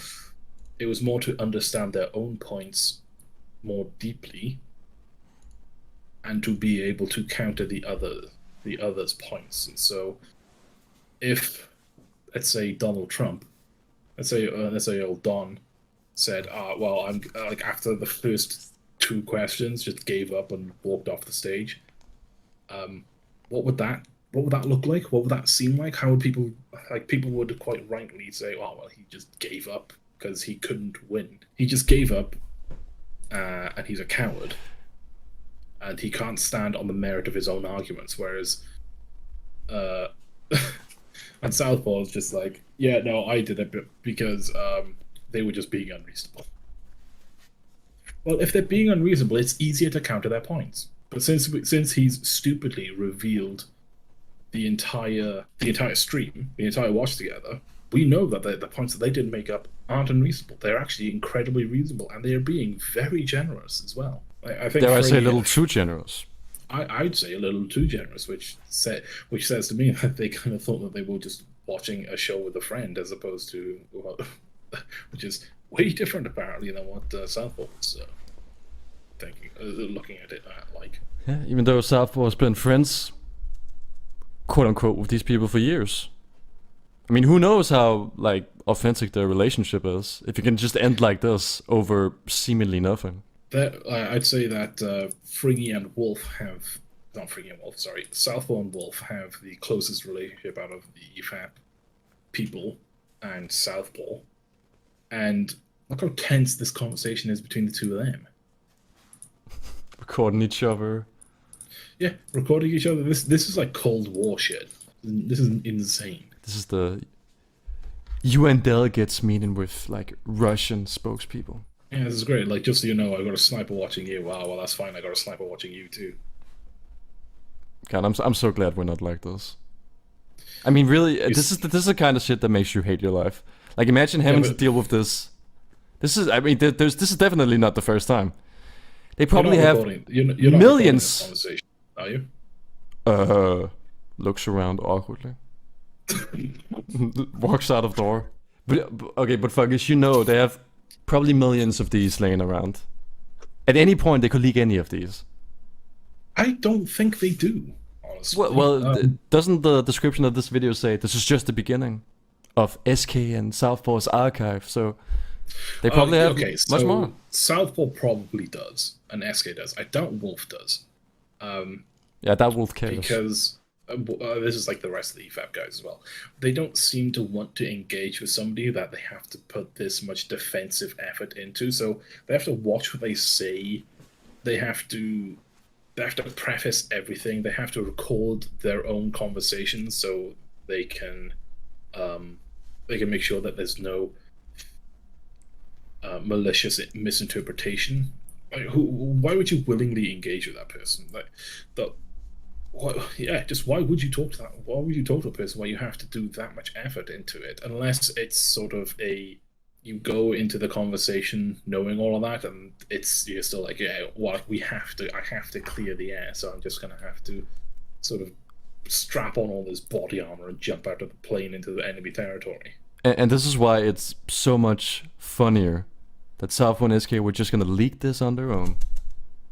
They're gonna show the whole world that this is what they're like. It really doesn't paint them in a good light. It makes them seem like unlikable twats. I guess that's really what they seem like. Is just totally unlikable people. I mean, me and Fungus might be assholes, but at least we're funny assholes, right? Yeah, exactly. I mean, I'm funny. I don't know about you. Okay, well, if you're gonna be like that, I'm just gonna, you know. What? You're gonna what? You're gonna do nothing. Ah, You'll do nothing. sigh. I think I'm just gonna leave. Is that a Chris Chan reference? No, that's I was like doing Southpaw. Oh, you know that close enough, I guess. I mean, they are. Wait a minute. They're I've never almost. seen Southpaw and Southpaw and Chris Chan in the same room. The parallels are uncanny between Southpaw and Christian. Oh my god. The guy who fucked his mother. Oh. Ooh. I don't know, Southpaw. What are you doing with your mom? Southpaw and Southpaw, Chris Chan, same person. They both have a dead dad. Yeah, that's true. They both went from being two separate people on Earth, so that's like 7 billion people, to now they both have dead dads. That's close that by a significant margin. They both live in America. Even smaller. All right, let's continue before we go down this rabbit hole too deep. Yeah. I simply don't That's agree grammar. with their criticisms here, and it feels a little bad Sorry. against the show, and Against the show. You have offended the show, sir. These characters aren't real, Southpaw. I must defend my show. So you think it? So you respond to what you perceive as bad faith against a TV show, and then turn right around and imply that Mahler and Fringy are rape apologists. And you're really gonna sit here and talk about bad faith? yeah, I shouldn't have said that they were rape apologists. That was All right, so let's pause here. Is this the infamous false memory implantation? Yes. So Did we again, did we just witness Wolf unleashing his psionic abilities? Remember, Wolf's- Southpaw Wolf's says Southpaw. he doesn't dispute that he said, like, at this time he's not disputing that I said they were rape apologists. But then later on, and this is like in the last few days, he's come up with the defense like, oh, I didn't say they were rape apologists. I said they were victim blaming. It's like, those are basically synonymous. Like, rape Also- apologists is just a more harsh way of saying victim blaming. It doesn't change That's- anything. There is not even a moment of hesitation in Southpaw's response. He doesn't say, "Did I?" He doesn't say, "I don't remember doing that. If I did, I apologize unreservedly." Wolf says, "Yeah, what you said is tantamount to accusing them of being rape apologists," and he just says, "Yeah, I shouldn't have done that." He just immediately apologizes and says, "I shouldn't have done it." He apologizes. He accepts blame. He accepts responsibility. He does not ever even imply that he doesn't know what Wolf is talking about. From the very moment that Wolf says you accuse them of being rape apologists, he just apologizes. Yeah. So, but his memory was foggy at the time, Fungus. It's dude, I have no control over my own actions. It's everyone. It's Wolf's fault. Yeah, my memory is foggy at the time. Fries, if you accused me of murdering somebody, so go ahead, accuse me of murdering somebody. So you murdered somebody? Really? Yeah, sorry, I shouldn't have done that. Sorry, I shouldn't have done that. And now later on, I'll turn around and say, yeah, but I was confused. Sorry, I was like psychically manipulated by Psycho Mantis, and that's why like I can't remember anything. What a reference! Yeah, he corrupted my memory card, and he corrupted my memory card. He made my controller rumble. It was so scary. It's so very clearly. Southpaw knows exactly what he's talking about. He immediately apologizes. He accepts that he knows what Wolf is talking about. There's not a moment of hesitation. He just like, yeah, no, sorry, shouldn't have done that. That was not a good thing for me to do. And then he turns around. Well, I was confused. I didn't know what he was talking about. Then why would you apologize for something that you didn't know somebody was talking about? This is an example why you don't take anything Southpaw says under good faith. He should not be trusted. He's a schemer, I tell you. Well, considering what happened in the build-up before that, I mean, Fringy literally strawmanned me, and Oh. Yeah, he strawmanned you. That's why it's okay to call him a rape apologist. No, he didn't strawman me. He literally strawmanned me. What's the literally? Because remember, there's a distinction without a difference, by the way. So remember, literally just means he did this, but even worse. Yeah, literally has a non-meaning these days. Even I fall into the trap sometimes. So when did Frinny strawman him? I don't know. He didn't? It's a good question. Well, Wolf interrupted him, so we won't know, but... Yeah, exactly. He didn't. That's the answer. Because, as we said before, Southpaw lies. there was a lot of escalations that led to me getting pretty upset and not thinking clearly when I said that yes. And I'm not. I'm I was freaking out. I'm not thinking clearly. So he doesn't have responsibility over his own actions. Is he a cat? That's what I said. Is he a cat? Is he a cat when you like set off like a vacuum cleaner near it and it just freaks out and starts clawing at you? Is that what Southpaw is? Does he just have this natural and predictive reaction to criticism of terriers that when you criticize it, he just starts clawing at your ankles? You dumb motherfucker! Oh, I was freaking out, so you can't criticize me. Is that why it's called Southpaw? That's my joke for the evening. Good night. Oh, that was your joke. You wasted your joke on that. For the fact that I said that and I shouldn't have said that, but this didn't come out of a fucking vacuum. Wolf. Wait, so once again, so Southpaw has, for the second time now, apologized for calling Fringy a rape apologist. So clearly not him misremembering an event if it was brought up twice and he immediately and unreservedly apologizes without hesitation in both the times it is brought The up. memory card is still corrupted at this time. I don't think someone said your show sucks. That I said, well, you're okay with rape. Well, I should have understood that. That's what something you happens in the tweeted, show- or no, you didn't tweet that publicly. But that's something you said about them. You also said on Twitter that they are incapable of bad faith. I still don't know if you actually deleted those because Twitter just doesn't allow me to scroll down far enough to find it. I know you left it up for quite a long time, so it wouldn't. Surprise. What's the word? It Yeah. wouldn't surprise me if. Hey. you hadn't deleted them. I'm still here. Uh-huh. I think that they. You think they're incapable of good faith? I think that they didn't make any good faith inferences. Ooh, you can hear how nervous he is. You tweeted. Incapable of good faith? Okay. Now that is an extreme accusation. He made. Capable of good faith. Wow. Okay, so this is how.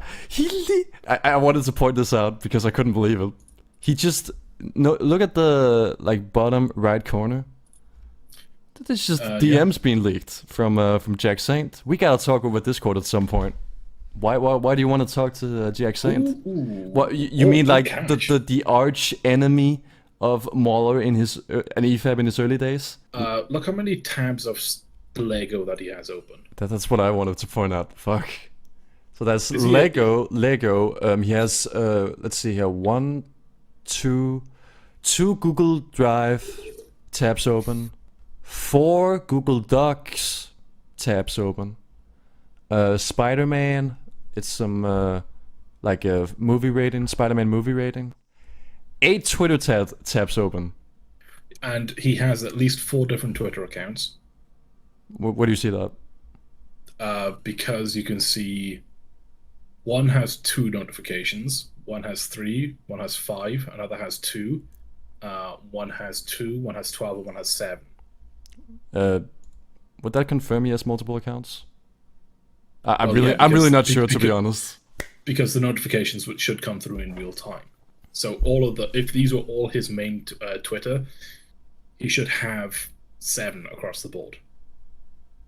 I mean, yeah. I mean, it's not like a wild accusation to say he has alts. I'm willing to go public with it now. It's also based on ignorance of how U.S. police operate, a failure to infer the most basic good faith. So he's accusing these 3 of not understanding how the police operate. How would Southwell know what the fucking police operate as? He spoke to a real estate expert. I mean, okay, so a failure. Wait, to hold on. Hold up. What? Did you spot something? I just a lot of it's based on ignorance of how the U.S. police operate, a failure to infer the most basic good faith assumptions, i.e., immunity deals, an ability to recognize the noble qualities of the 2 protagonists, along with the selfish, impulsive qualities they share, and a complete misinterpretation of how the show frames its morally grey characters. The vast majority of their criticisms are based on ignorance of how U.S. police operate. That's referring to the blue wall of silence. A failure to infer the most basic good faith assumptions, such as like. What is the blue wall of silence? The reason why they don't get arrested. It's probably something to do with Trump. An inability to make Oh, Dan Crenshaw is trending. Whatever the fuck, however you fucking phrase that, I don't know. Does that not read to you a lot like you're saying that they just can't argue in bad faith? No, I didn't say inability. I said a. Stop saying bad faith, Wolf.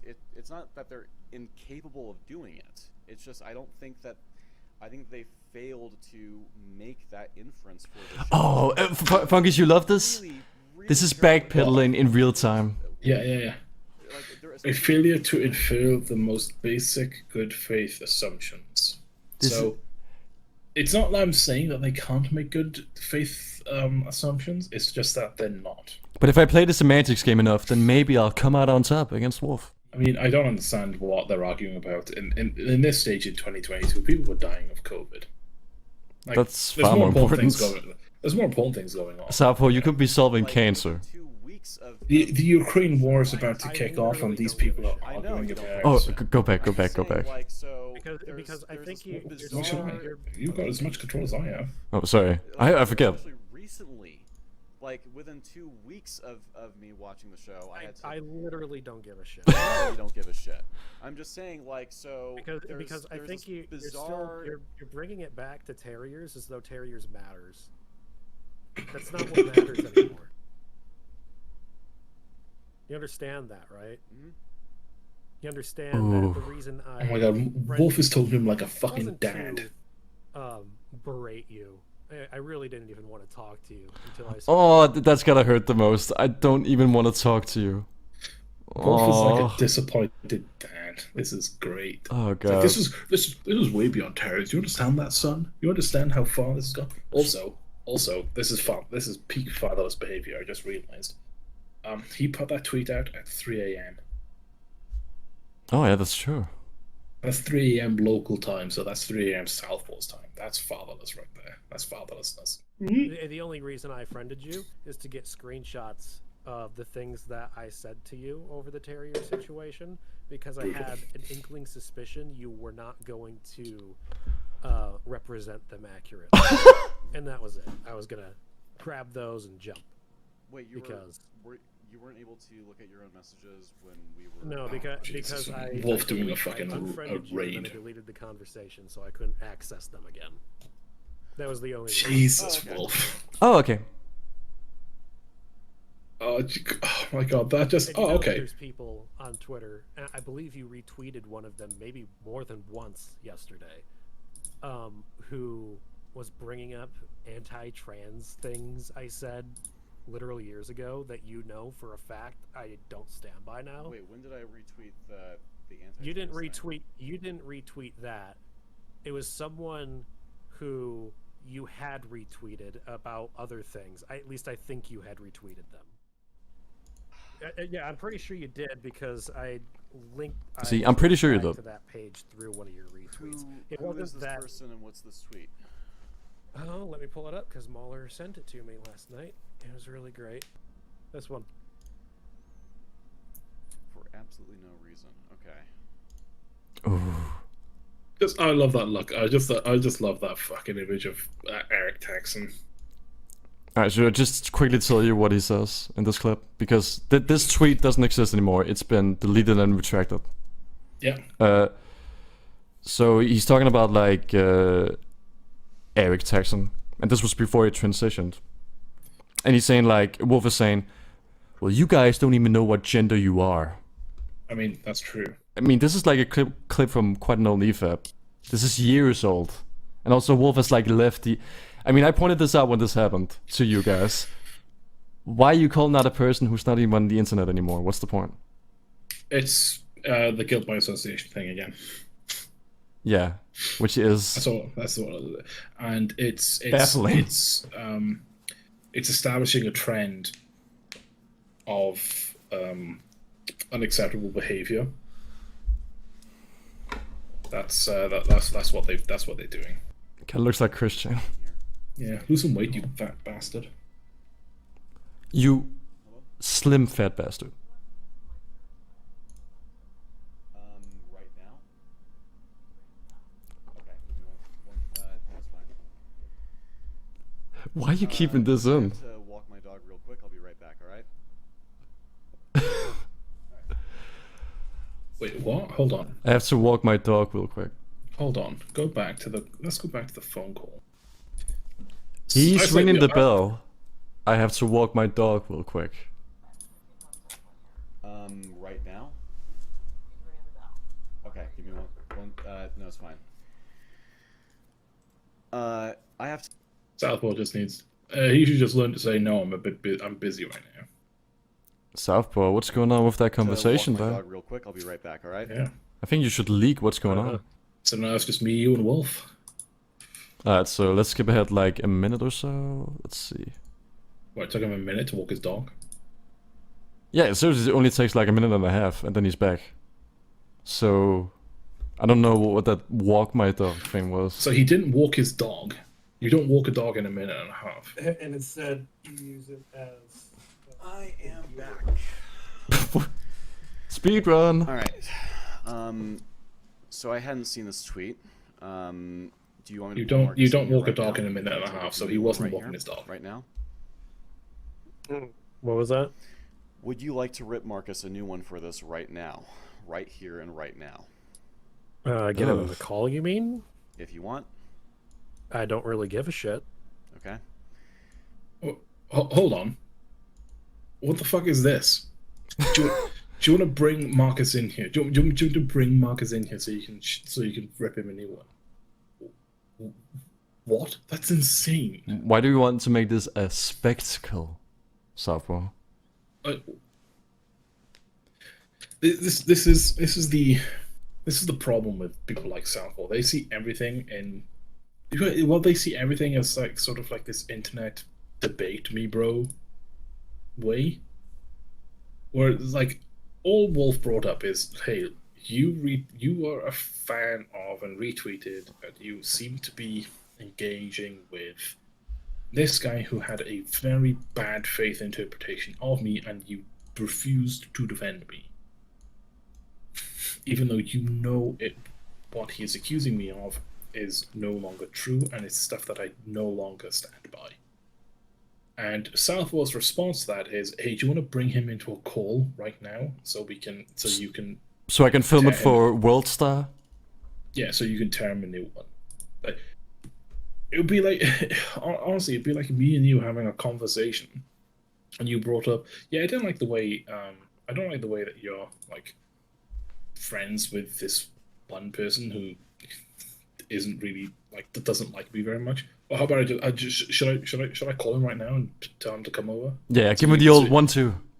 Yeah, should I tell him to come over right now so you can like scream in his face? Should I just scream in this person's face while I'm here? I think it's like shitty to bring up something that you'd said in the past that you don't stand by anymore. I think it's shitty for people to do that in general. I hadn't seen this tweet. I had seen other tweets. I hadn't seen this one.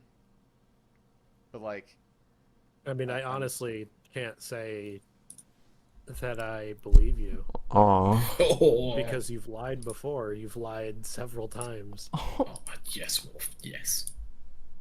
And I know that you're like the most terminally online person that I've ever met.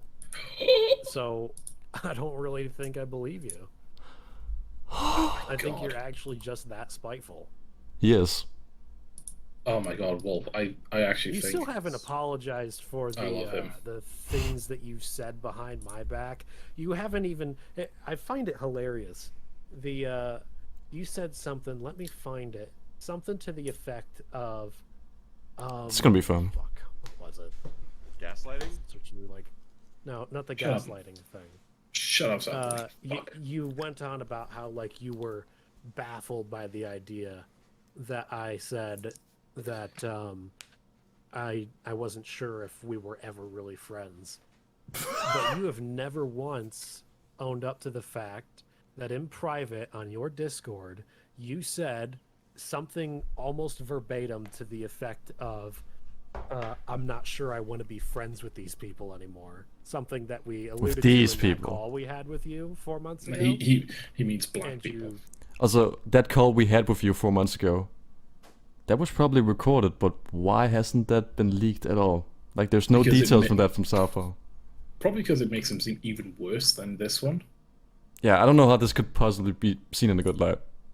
I imagine it's probably to do with the fact. Well, we know that that Southpaw didn't leak this. No, Southpaw and SK intended to leak it.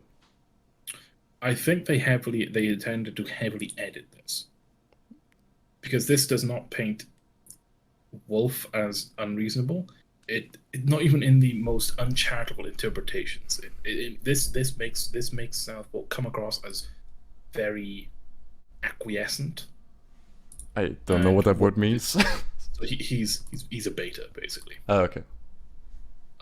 Wolf is very much controlling the conversation. He's ignoring almost every point that Southpaw brings up. When Southpaw tries to avoid a topic by bringing up a new one, Wolf just brings up another one again. He's not engaging Southpaw on his own terms, or at least if he is, he's doing it rarely. So this conversation doesn't paint Southpaw in a good light, and I can only imagine that if Southpaw does even worse when he is against multiple people. And when Wolf talks about the point that we all had, that implies that there are more people. So it's more than likely it's Fringy, Rags, Wolf, Southpaw, because these are maybe not Rags. If we're just talking about the people that Southpaw has directly affected. Either way, there's at least 4 people in the call. 3 people against Southpaw. And I can imagine that the entire time Southpaw is being apologetic, pathetically so, because... Yeah, he did seem rather apologetic in some of the DMs to Mahler. Well, yeah, because he's dishonest and cowardly to people's faces. And you can see how apologetic he's being and how unconfrontationless he is being in this in this one-on-one conversation with Wolf. Can you imagine him against 2 other people? Be a nightmare.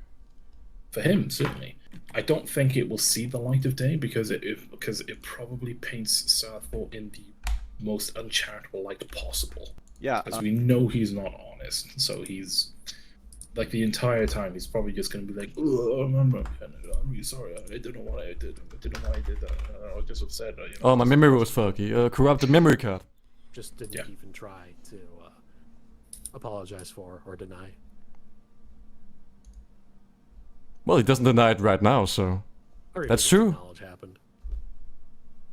Are you gonna I say? think that's what Southpaw was going to do. He was just going to not acknowledge it ever happened. He's not even doing it now. He's not saying anything. Yeah. He's doing. He does What this am I supposed to all the think time. when you got mad because we didn't like your show. Wasn't about just not liking the show. I mean, there's more to it than that, but You say that, but that really is what it comes down to. okay, you can let yourself believe that as much as you like. Oh, you've given up, Southpaw. And again, I don't want to be friends with these guys anymore. Serious. You're right where he's just totally defeated. But Well, if it was... when if you it say, was- I guess you can have that kind of opinion, that's when you've given up on the conversation.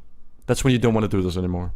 So, if it was about more than just they didn't like terriers, he should be able to come up with evidence. Like, actually, no, like, this is, like, I said this, or this is why I left, this is the conversation that we had, this is what I brought up to you. This is the narrative. This goes back to the narrative. This goes back to when we started to talk about the narrative and the fact that Southpaw didn't come up with a narrative.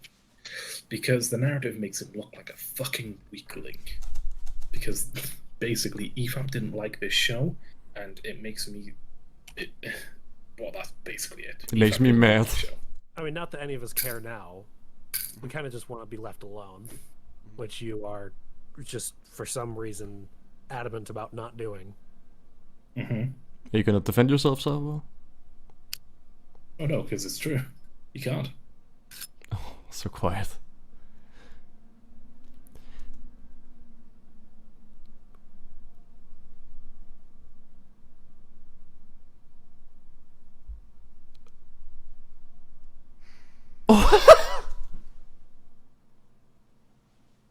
Nothing? I mean, I've got nothing. Ladies and gentlemen, he's given up. That is unbelievable. Like, what was that? Like a 15-second silence? Huh? Sigh. Do you have anything? I've got nothing. Yeah, I mean, This is the man you want to back. This is the strong, sacred cow slayer. This is the guy who's like an internet warrior. Like, just beating people into the pulp like that. Just beating people left and right. That silence there said a lot. Where Southpaw effectively admits that he isn't going to leave them alone. That he is going to continue this retarded jihad. This against- crusade. And you could tell, because this happened all on the 3rd, and it's happened in March, and it's now October, and it's still going on. Southpaw is just, like Will said, terminally online. He can't let anything go, and he's just a gigantic fucking list. So he's this spiteful, vindictive little shit who's also a coward. I'm pretty sure the EFAP people would agree in saying that they should never, ever, ever have contacted him in the first place. No, they should just ignore him. Oh no, not just ignore him, but just mock him. Just keep mocking him. Just keep making fun of him. Like, just honestly, they should just keep posting clips of this conversation between Wolf and Southpaw, because Wolf murders him. Wolf just tears his intestines out. This is the man who. This is the sacred cow slaughterer. He's the butcher of your sacred cows. This man, yeah, that man is the sacred cow slaughterer. How loud do you have to sigh for it to be picked up on the mic like that?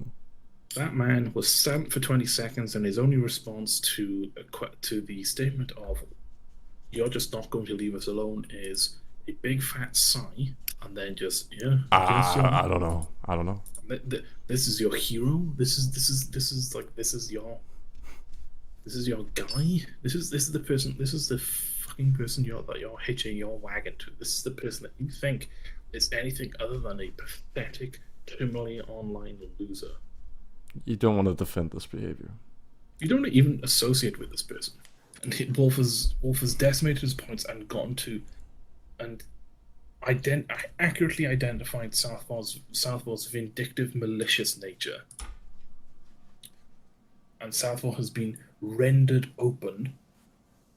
He is totally and utterly vulnerable and on his back like a fucking turtle in front of Wolf. And what's his response? I got nothing. Unbelievable. That's the best that this man can come up with. Is just, oh, I got nothing.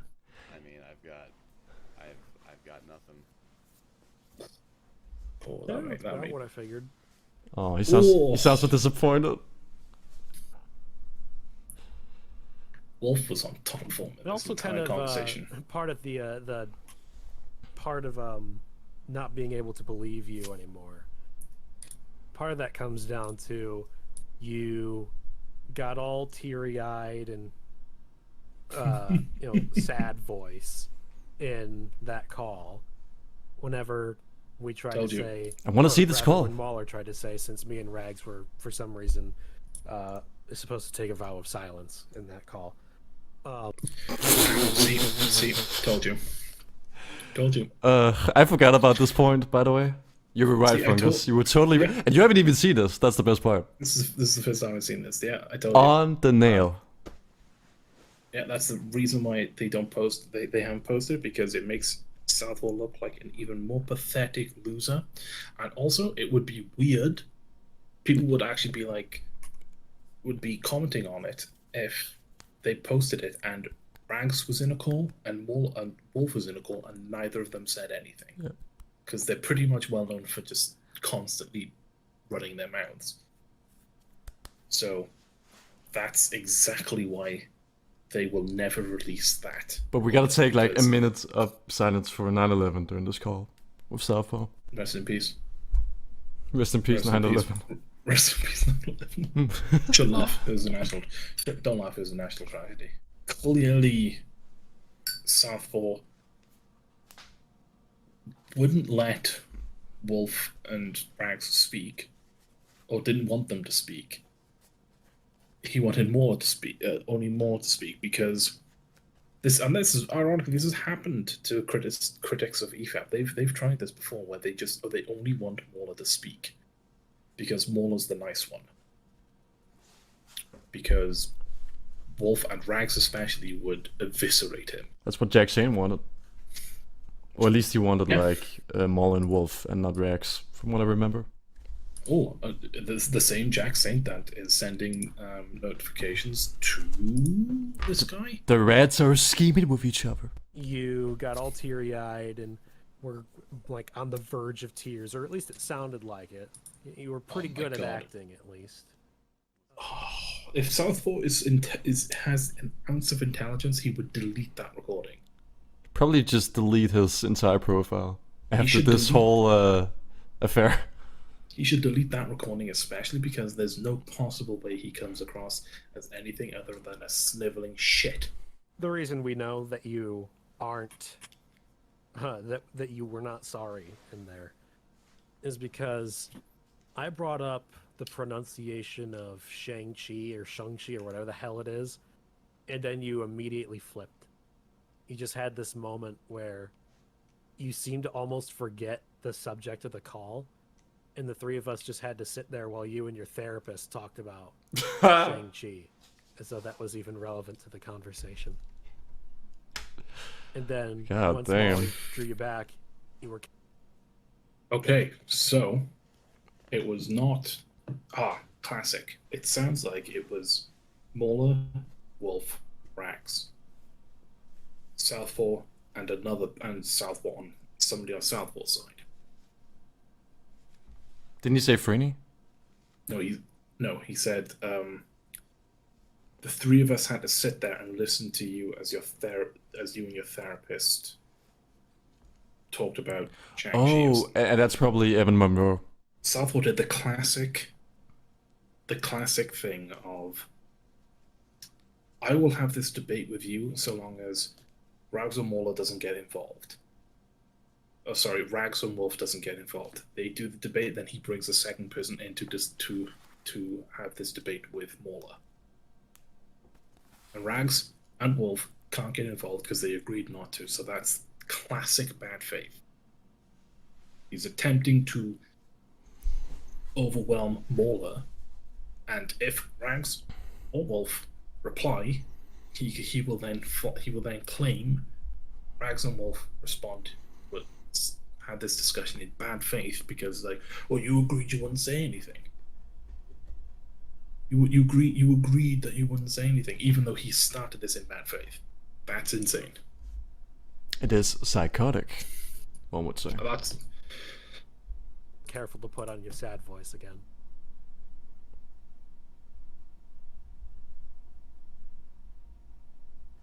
You gonna deny it? Yeah, look, listen to the silence. He can't come back. He can't respond to any of this because Does it occur to you why we don't really believe you when you say you're sorry, when you don't take down the tweets that were pretty not kind to them? When you drag this out for 4 months after all the rest of us are doing everything to just not engage. We had a 2-hour almost conversation over whether or not Mahler should actually get into a call with you from those messages you sent him the other day. Jesus. Debating whether it was a good idea or not. Why did it take you that long? Seriously. 2 hours? To debate whether or not talking to Southpaw? Yeah, it should be a 3-second conversation. 2 minutes. Where you say, no, fuck off. Because we know what happened the last time, and you just seem to ignore all of it.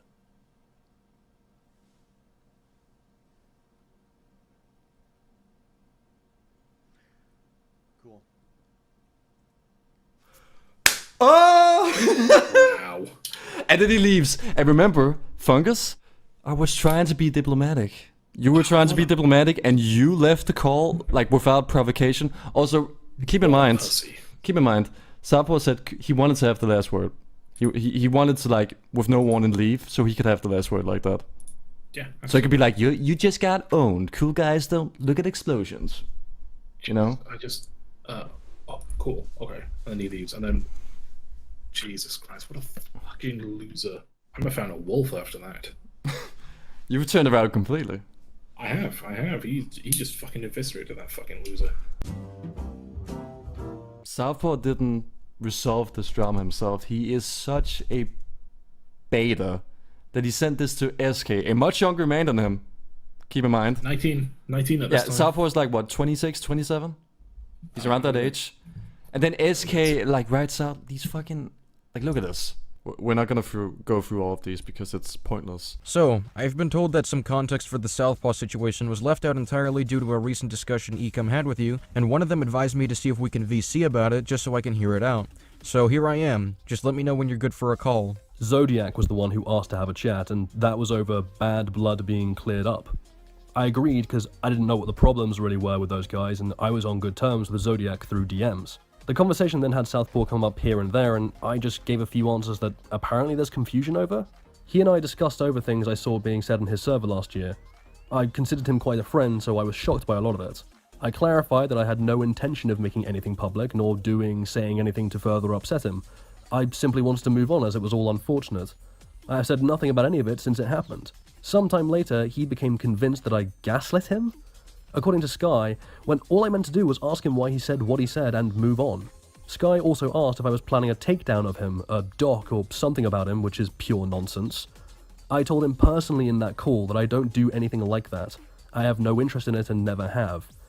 Don't know who started that rumor, but I can understand why it might motivate a person. You can let him know that whoever told him that either lied or is gravely mistaken. It seems there's a huge amount of anger still brewing, and I've heard a couple of strange things about all this when I really thought it was over, and that we could simply go our separate ways. I consider this quite personal, and still do. I don't have any intention of talking any more about it, as I never did in the first place, and I genuinely hope he has a good, fun life filled with satisfaction over whatever his passions may be. I certainly don't wish him any harm, and I never did.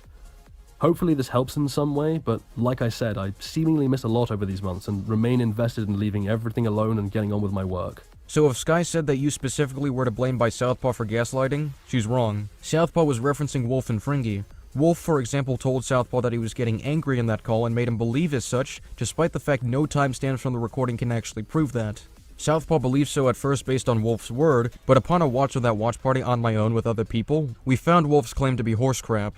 Southpaw rewatched it with some friends and I, and realized that Wolf spawned that out of thin air, on top of one of Fringy's claims towards Southpaw being that he asked them to stop criticizing the show, as a means of comparing Southpaw to overly hostile people he deals with in his mentions. I'm just going by memory here. I'm betting there's more instances of Wolf and Fringy doing this if I looked further into it, but the point is, this was not directed at you, and it comes to no surprise to me that Sky fucked this up, given their recent tendency to act completely dishonest. I don't know if they told you, but it was Chaseface who started the rumor that you were going to make a doc. He told Southpaw this in a call after you guys had your fallout. I understand if you don't want to talk about this too much. I just asked about it because Jeb is saying context was left out on Southpaw's end, and basically accused him of manipulating everyone into believing his case. I demanded Jeb to provide the context that was left out and wouldn't budge, and said, just go talk to Mueller, to gain the missing context. I'm not seeing what was left out, but that's not on you, that's on him for making the claim and not backing it up. Anyway, I hope I didn't take too much of your time. Have a good night. Oh, I think Sky might have said it wasn't just me who did the gaslighting. My bad if I messed up what she said. I'm really not sure of what happened between Southpaw and Wolf, but I thought they had a strong relationship, and obviously stuff happened between them during stuff between me and him. I can't really help there. As far as I know with Fringy, he was under the impression that the show wasn't to continue because of how Southpaw felt. I know Fringy pretty well. He would never intentionally gaslight someone. Seriously, he's similar to me in that he has little context for what went so hideously wrong, but also would prefer to carry on with his work and such. Chase started it? Well, Chase very much passionately hates myself and by extension EFAP right now. We didn't exactly say things he wanted to hear regarding recent events. From what you're saying, I can tell you he lied to Southpaw in order to infuriate him and cause some major strife because he knew it would. This actually makes some sense because all he ever knew from me was that I explicitly didn't want any drama, and that I didn't want to say anything about any of you publicly that relates to drama stuff. I don't think I've even made a Google Doc before, I'm not even sure how. Chase was explicit in the conversation with myself and Wolf that his primary concern was loss of revenue, when we asked that we not associate with him anymore. He didn't care about our friendship. He was furious that he was no longer going to receive additional views on his videos and alluded to having been wronged. It doesn't surprise me that he found a way to manipulate the situation and cause damage. I feel that my investment in not coming for Southpaw's reputation is supported by the many months since these conversations and my lack of saying anything disparaging publicly, despite whatever developments pop up. I don't know what else could prove anything to you. I don't think it's unreasonable that you've asked about it, dude. I'm really just not built for this sort of thing. I'm incredibly nerdy at the core, and interpersonal drama can make me feel ill and tired when I want it all over with. Did she mention what I said about what Wolf and Fringy said? Like, did she provide examples like I did, or just say that Southpaw thinks they gaslit him? If no examples were even given, I still have serious issues with their approach, but obviously that's not on you. If they were, I have no idea how they can conclude that those two are in the clear. You're not sure of what happened between Southpaw and Wolf? From what I was told, upon you being messaged by Southpaw to hash things out one-on-one, you spoke with Wolf in a call about whether or not you should respond to his DM, then ultimately decided not to. While I'm at it, I should reference back to Wolf's call with Southpaw 4 months after the Terriers debacle started. I bring this up because Wolf tries to represent you in that call, which drags you in some very insipid stances. My judgment, however, remains directed at Wolf here, since he's the one saying this stuff, not you. Southpaw also extends this benefit of the doubt despite previously being under the impression that you were fully aware of everything due to your closeness to those two. And if the things Wolf is saying about your side as a whole is untrue, then he misrepresented you and needlessly gave Southpaw a more negative impression of anyone misrepresented. Also, each of the details from the Wolf and Southpaw situation that I give you that Sky and the others didn't, it's an issue tallied with how they approached this, especially knowing they had accessed, watched the recording, and discussed it. So here's the list of things Wolf himself has said or stuff he claims your position to be. I will be citing this recording often, so you can check it out for context if you haven't already heard it. Southpaw made a mistake, so his audio is out for the first 4 minutes, but you can still hear Wolf. So right here, I quote a part of that voice call that I just went over, and a lot of this is stuff that I already broke down, so let me just sum it up. I talked about how Wolf and Fringy misrepresented Southpaw in DMs, and I talked about how there's no awareness of their wrongdoings, and that there hasn't been any kind of apology given. If you really want to read the whole thing, you can pause the video and just read through it all. Otherwise, I'm going to be moving forward. These next few screenshots are also going to be breaking down things that I've already broken down in this video. So once again, if you want to pause to read it all, you can do that. Wolf claims he knows for a fact that Southpaw was pretending to be sad in his final call with you because there was a brief moment where Southpaw lightened up with Pendulum about how Shang-Chi is pronounced or whatever. Then Wolf said, once Mahler drew you back, you were careful to put on your sad voice again. He cites this as the reason as to why you guys don't believe Southpaw's apology, as well as him not taking down the tweets despite the tweets in nature being a public disagreement. Not sure if Wolf understands this, but if a serious discussion is being had, and there is a brief moment of levity that distracts from the situation, it makes sense to lighten up temporarily until they go back on topic. That strikes me as severe social ineptitude. This isn't unusual for Southpaw either. This was tweeted hours after Southpaw put his puppy down. He was pretty broken by it, but took an opportunity to get a brief moment of levity for the sake of not being endlessly upset the entire day. My dog died. I've mentioned it to you before, but my favorite part of this, of SK's counters. Wolf claims he knows for a fact that Southpaw was pretending to be sad in his final call with you because there was a brief moment where Southpaw lightened up about how Shang-Chi is pronounced. Not sure if Wolf understands this, but if a serious discussion is being had and there's a brief moment of levity that distracts from the situation, it makes sense to lighten up temporarily until they go back on topic. Here is an example in the form of a tweet about how Southpaw was joking about the DCEU right after his dog died. That's just autistic. That is the fucking gayest argument I've ever heard in my life. Seriously. It's also anecdotal as fuck. I mean, it's laughable that it's just he's like SK is literally arguing. No, there I was using the incorrect definition of literal. It just rolls off the tongue. That's the problem. It does. There is SK using the figurative same justification as to why people love the Marvel wave, the Marvel humor, the Marvel quipping humor during serious scenes. It's actually meant to create a moment of levity and improve everybody's mood. It's a conversation about how Southpaw accused Fringy and Mauler of being rape apologists. There's no need for levity. That's an inappropriate time for levity, you dumb bastard. Southpaw is like the MCU. Can you imagine Southpaw during his father's funeral? And the fucking priest is just like, you know, ashes to ashes, dust to dust. And then Southpaw's just like, it's pronounced Shang-Chi. But then everybody starts laughing. And then everybody starts laughing because that's just peak Marvel humor. And then the priest is just like, yeah, that's classic Marvel humor. I understand the levity that you brought up in that situation. But just the fact that it's SK, just like, here's an example of how this humor that you heard, that you, Mauler, heard, you listened to Southpaw act in this way. This is how you were there, you were present during Southpaw's quote-unquote humor. And I shall now present you with a tweet about how what you heard was wrong. And again, this is a second-hand account about a cult that we'll never hear. So yeah, so this is just another example of how terminally on SK is and Southpaw are, where they think that tweets are evidence of real life. See, Southpaw posted this tweet the day his dog died.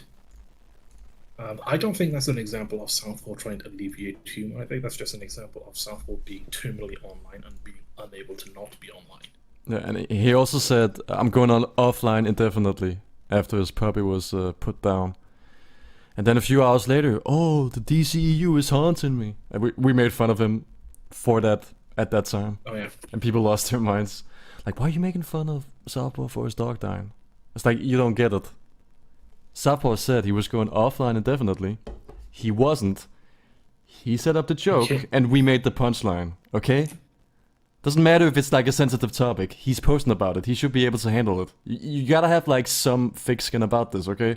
If you're sharing details about your private life, you're just gonna have to like expect people to make jokes about it. That's part of being that's part of having an online status. I then said it makes sense that Chase is an unreliable narrator in the situation. I kind of suspected that there'd be some half-truths thrown in. Sorry to hear he ended up just using you in the end. To end this off, if what I presented here wasn't presented by Sky and everyone else there, then their approach was awful. And the idea that they didn't even bring these up and just went, well, I guess they're in the clear, is baffling. As for how Wolf misrepresented you, I'm not gonna go, well, Mahler must agree because Wolf said so. I just wanted to make sure that you're aware of the downright shitty behavior involving Wolf and Fringy, since you seemed pretty unaware or unsure of what was said and done. Southpaw wants me to make sure you understand that he really had a great time when he was part of EFAP, and genuinely enjoyed your company. He meant it when he said you were like a surrogate brother to him. His behavior was not optimal with a squeaky clean record, but I think this is very important to understand why he did what he did. His perception of events was pretty badly fucked by the way Wolf and Fringy framed his actions. Yeah, I shouldn't have said that they were rape apologists. Despite the mental and emotional toll this has had on him for months, forgiveness is not beyond him. And to give my own input, you guys could have solved this if you accepted his offer to talk one more time back in December. Anyway, I hate to hit you with such a tall message, but I felt it was necessary to get all of this out and really hammer in these points. The convo with Sky was very casual. I wasn't given citations or anything, just explained how little I knew. I know that Southpaw and Wolf had a falling out, but I don't know the nature of it or what they have said to each other, to be honest. I didn't accept any conversation specifically because I had the major one with him. It was over on my end with closure. I intended to say and do nothing else. It's how I always handle personal stuff. I had no idea all of these claims were being made. Some of what ended up being said in Southpaw's Discord that I showed him in our call was directly a result of what Fringy and myself said about the show in the EFAP mini. I hadn't done anything to him at that point, and so those comments were attributed to his anger related to what we said on the show. As far as I know in relation to him not continuing the show, the assumption was that it meant too much to him as media to listen to people be critical of it, and this was baffling in relation to the Sacred Cow stuff, but understandable, as I have had a friend make that request to me before, and Southpaw made references to it affecting his health. If that's entirely not the case, then so be it, and I can pass that over to them. I can't really speak to Wolf because things clearly got more vitriolic and personal there, but Fringy never intended to demonize, only to highlight what he believed was hypocrisy. Obviously, if it's as simple as Southpaw wasn't having fun, I can pass that on. Is it gaslighting when someone genuinely holds the view? I doubt either would find out the situation is X and then choose to say Y to make people feel crazy. I imagine this is a simple assumption being made. Like the Twitch streamers we're covering all agree that Jay is doing what he's doing for clout, when Jay talks forever about his motives in the videos. I don't think I would say they're gaslighting, they're just incorrect. I was sent that tweet in the Discord and it was sad as hell to see. I sent it over to Wolf and told him that he may get some form of bombardment at some point, just to be aware. I think I would have said it comes from someone that you were all on good terms with at most, but I never would have said a definite retweet was made by Southpaw. As for what Wolf said, I think he was furious that his position on trans issues was becoming a spectacle for Twitter, when he's changed his view much further since then and assumed the worst. It's not that I didn't care to resolve, it's that I had no interest in rehashing what was covered. I had no idea there were theories of a doc I was making or attempts to make Southpaw feel crazy, etc. I even tried to quell other people saying that in the community. I asked Southpaw if he could do something about that thread in the call I had with him. It's entirely up to him if he wanted to keep it up, but I went through how I did indeed approach the show in good faith. I may be wrong about everything I said about it, but I certainly didn't go in looking to hate it. I hoped he would remove it or send out a clarification. Again, it was not fun to read as someone who considered him quite a friend. Southpaw talking briefly about Shang-Chi pronunciations is not evidence to me that he wasn't sincere, but I was certainly under the impression that everything discussed in that call was no longer agreed upon, and I have enough trouble doing the first one, so I opted to simply go on my way. Wolf and myself definitely don't approach this the same way or think the same things about it. If Fringy's mistaken on the motive, I can let him know, and presumably it ends there? Especially since he said nothing as far as I know for months. Chase went full nuke mode from what I've gathered. The Ecom lads seemingly wanted to talk to me about broader subjects. They seemed very invested in finding out more of the situation and whether the gaslighting was intentional. All I can say is that it absolutely wasn't, from myself or Fringy, and I would seriously doubt Wolf would want to do that. They seemed like they were doing it out of an honest intention of calming this all down. At least, to me it seemed that way. I sincerely apologize if anyone felt gaslit by my comments or if I passed on false information at certain points. I absolutely did not intend to, if so, and I'm trying to prevent any more damage from erupting. The past few days have been wild in terms of finding out how much has happened and how hurt people are. I can speak to Wolf and Fringy to pass on misunderstandings, and from now on it can be as simple as wishing Southpaw well on my part. I'm very happy to hear he looks back with some positivity in his time with me and EFAP. I do as well. It's why I had such a hard time reading what was said. I had people asking me about rape apologies, victim blaming, lying to discredit, etc. When I read that he called his server in action of finding any and all clips of EFAP to bring us down for hypocrisy over what we said on Terriers, I figured it had gone way too far. I confronted him about it and he apologized. We hashed out the situation in a civil and private way as I could muster, and that was it for me. I was out. Apparently all this has now happened, and some of it is not intentional at all by multiple parties, at least from what I can see. I assumed the request for discussion related to the first call, and like I said, I was absolutely done with it. Hopefully this clears things up, because it seems that there are an incredible breadth of POVs in this story that have so many grievances. As far as I'm concerned, he's a good lad. He disagrees with me and EFAP on many different topics, and he's carrying on making things he's passionate about, and that's great. I wish him all the best. I've spoken to Fringy, Rags, and Wolf, and we're all pretty pissed at Chase. He obviously lied on purpose, and all because of the absolutely abhorrent things he's done in his life being condemned. He's an absolute cunt, and he knew exactly what to say to make all of this much more toxic. As for gaslighting, they didn't intend to lie or misrepresent. It was a position they held honestly, and they didn't make anything public to avoid any damage, but they also want nothing to do with any of this at this point. Again, hopefully this clears stuff up.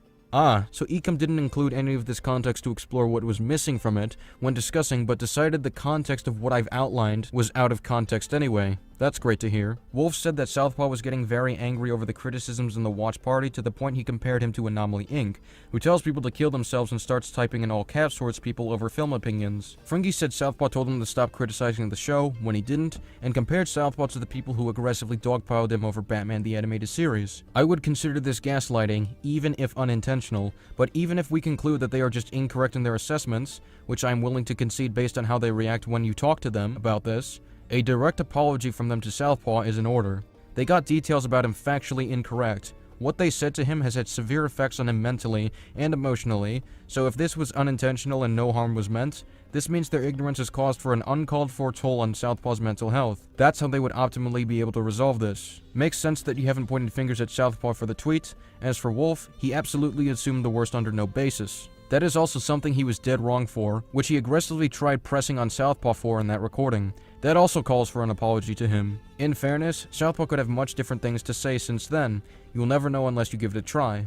So I made sure to check his thread with what you said in mind. I'm not really seeing how it suggests you guys went into the show hoping to hate it. One can attempt to go into a show with good faith, but end up being unsuccessful. I've done this with stuff before, which Southpaw has made sure to correct me on. And here I provide a screenshot explaining how gaslighting can still be done unintentionally. To even appeal to what you guys do, I saw you guys publicly state that my homecoming video was bad. Some claims were made about it that I skipped a bunch of context or that I didn't care to talk about what's good about it. I allowed no room to interpret any actions as being properly motivated unless it is the most optimal, and that I didn't look into why actions were made and focused on if they were the best at the time.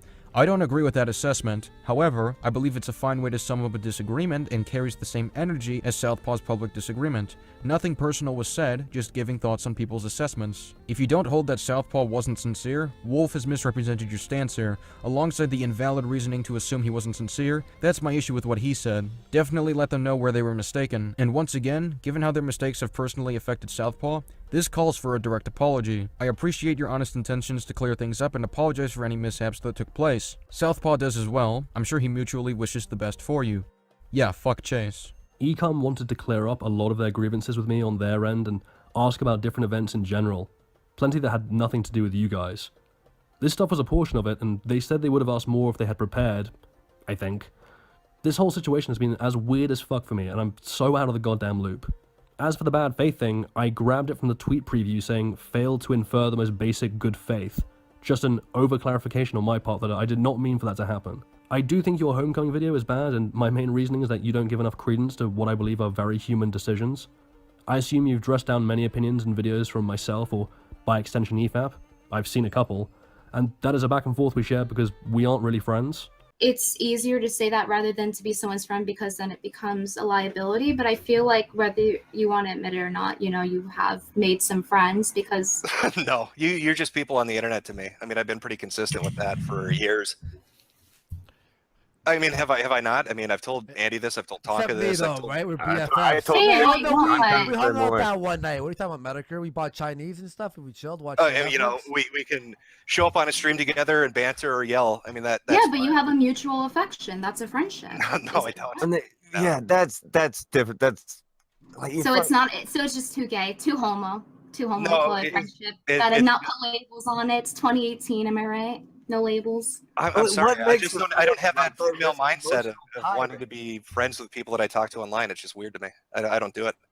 I like to fuck We around. may not call it that, but it's like a girl fucking a guy and then being like, yeah, I don't want to be called your girlfriend. I think it's similar to that, but that's all I have to say. Well, if I just wanted to mention that. Okay, that's fine. Yeah, no, I'm not friends with any of you. So, is that clear? Is everybody clear? You're such a tsundere. You're such a fucking tsundere. Is everybody clear on that? Is there any confusion? What about me, Jim? No. No. Oh. I enjoy popping on the streams. You guys got an entertaining show. That's what I like. Wait, what about Aaron? Are you friends with Aaron, at least? I don't fucking know the girl. No. Did I don't know your any. opinion of Aaron change at all today? No.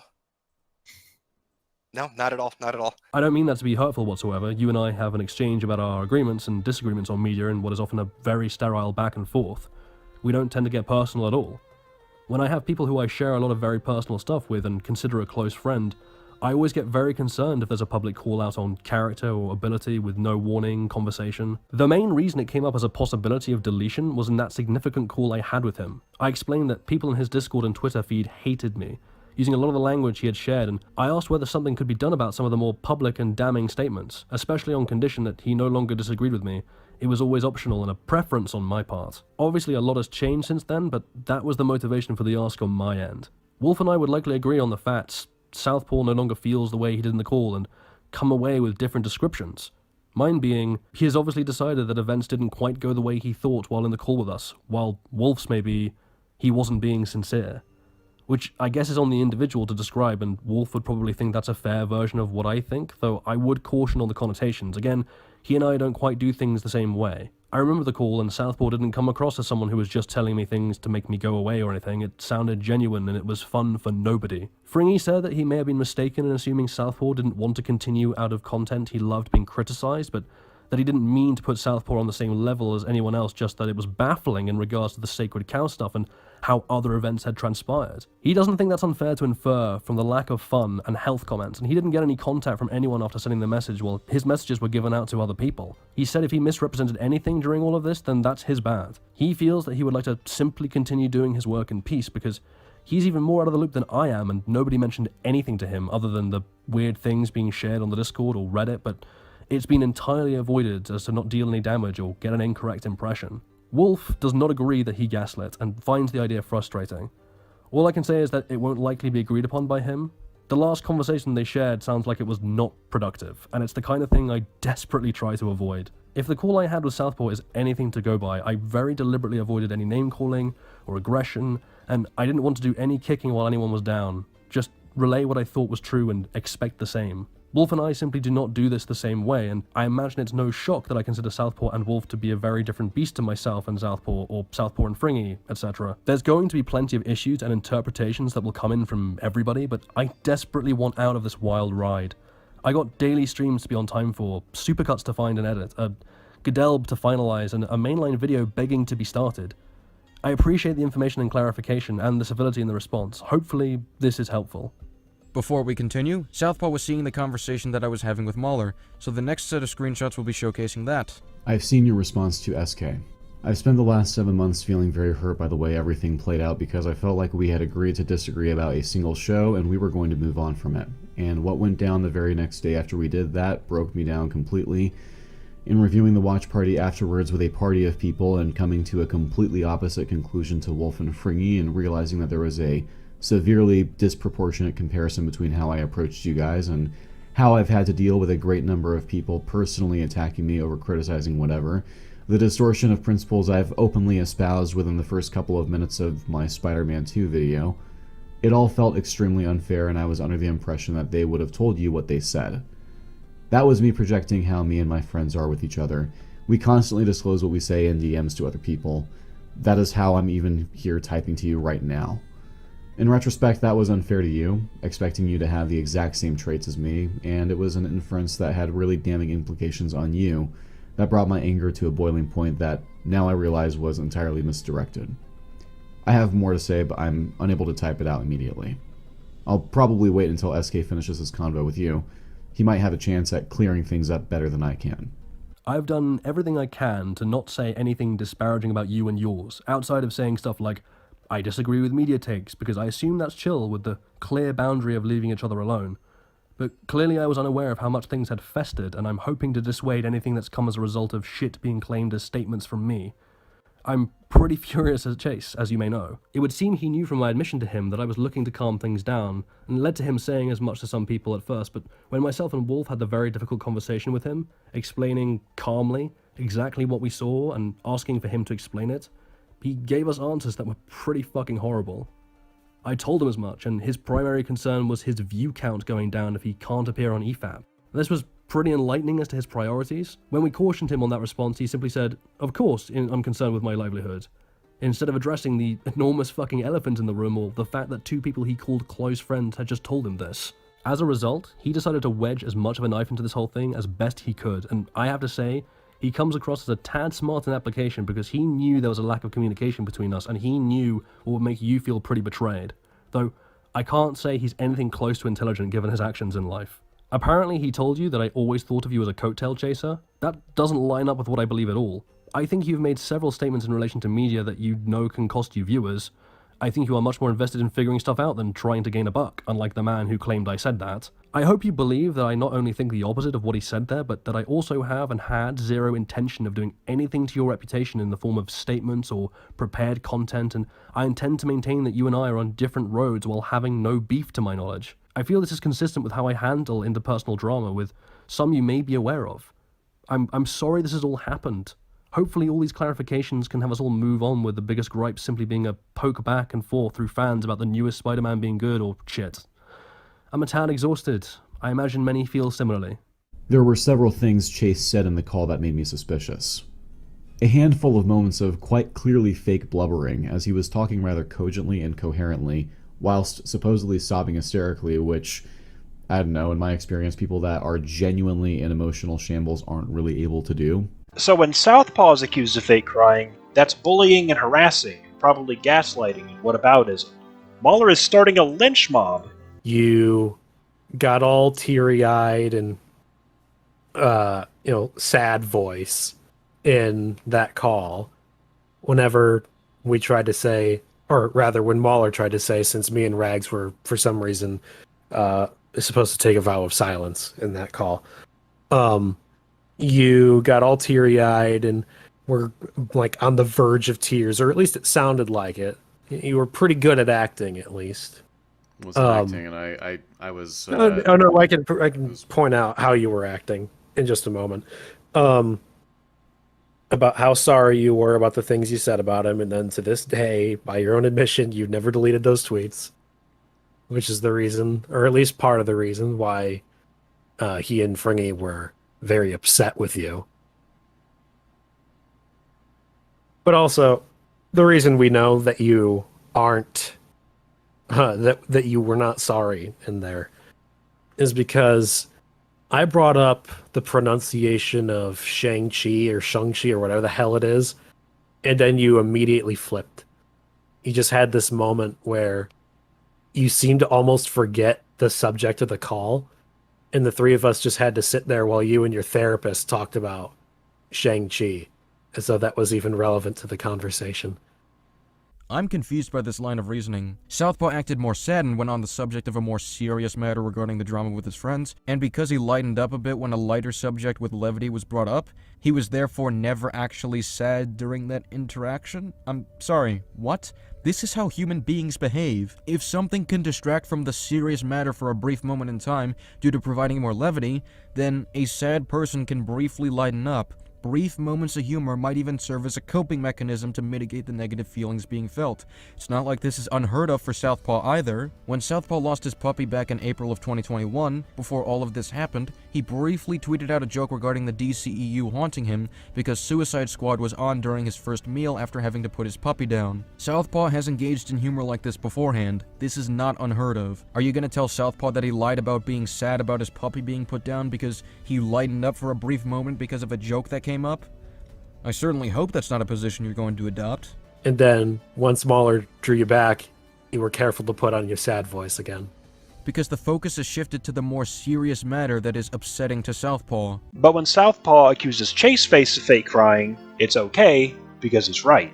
As for Chaseface, he's a liar, a narcissist, an animal abuser, and a groomer who deliberately seeks out minors to seduce. There's publicly available evidence to sift through. Quite clearly fake blubbering, as he was talking rather cogently and coherently, whilst supposedly sobbing hysterically, which, I don't know, in my experience, people that are genuinely in emotional shambles aren't really able to do.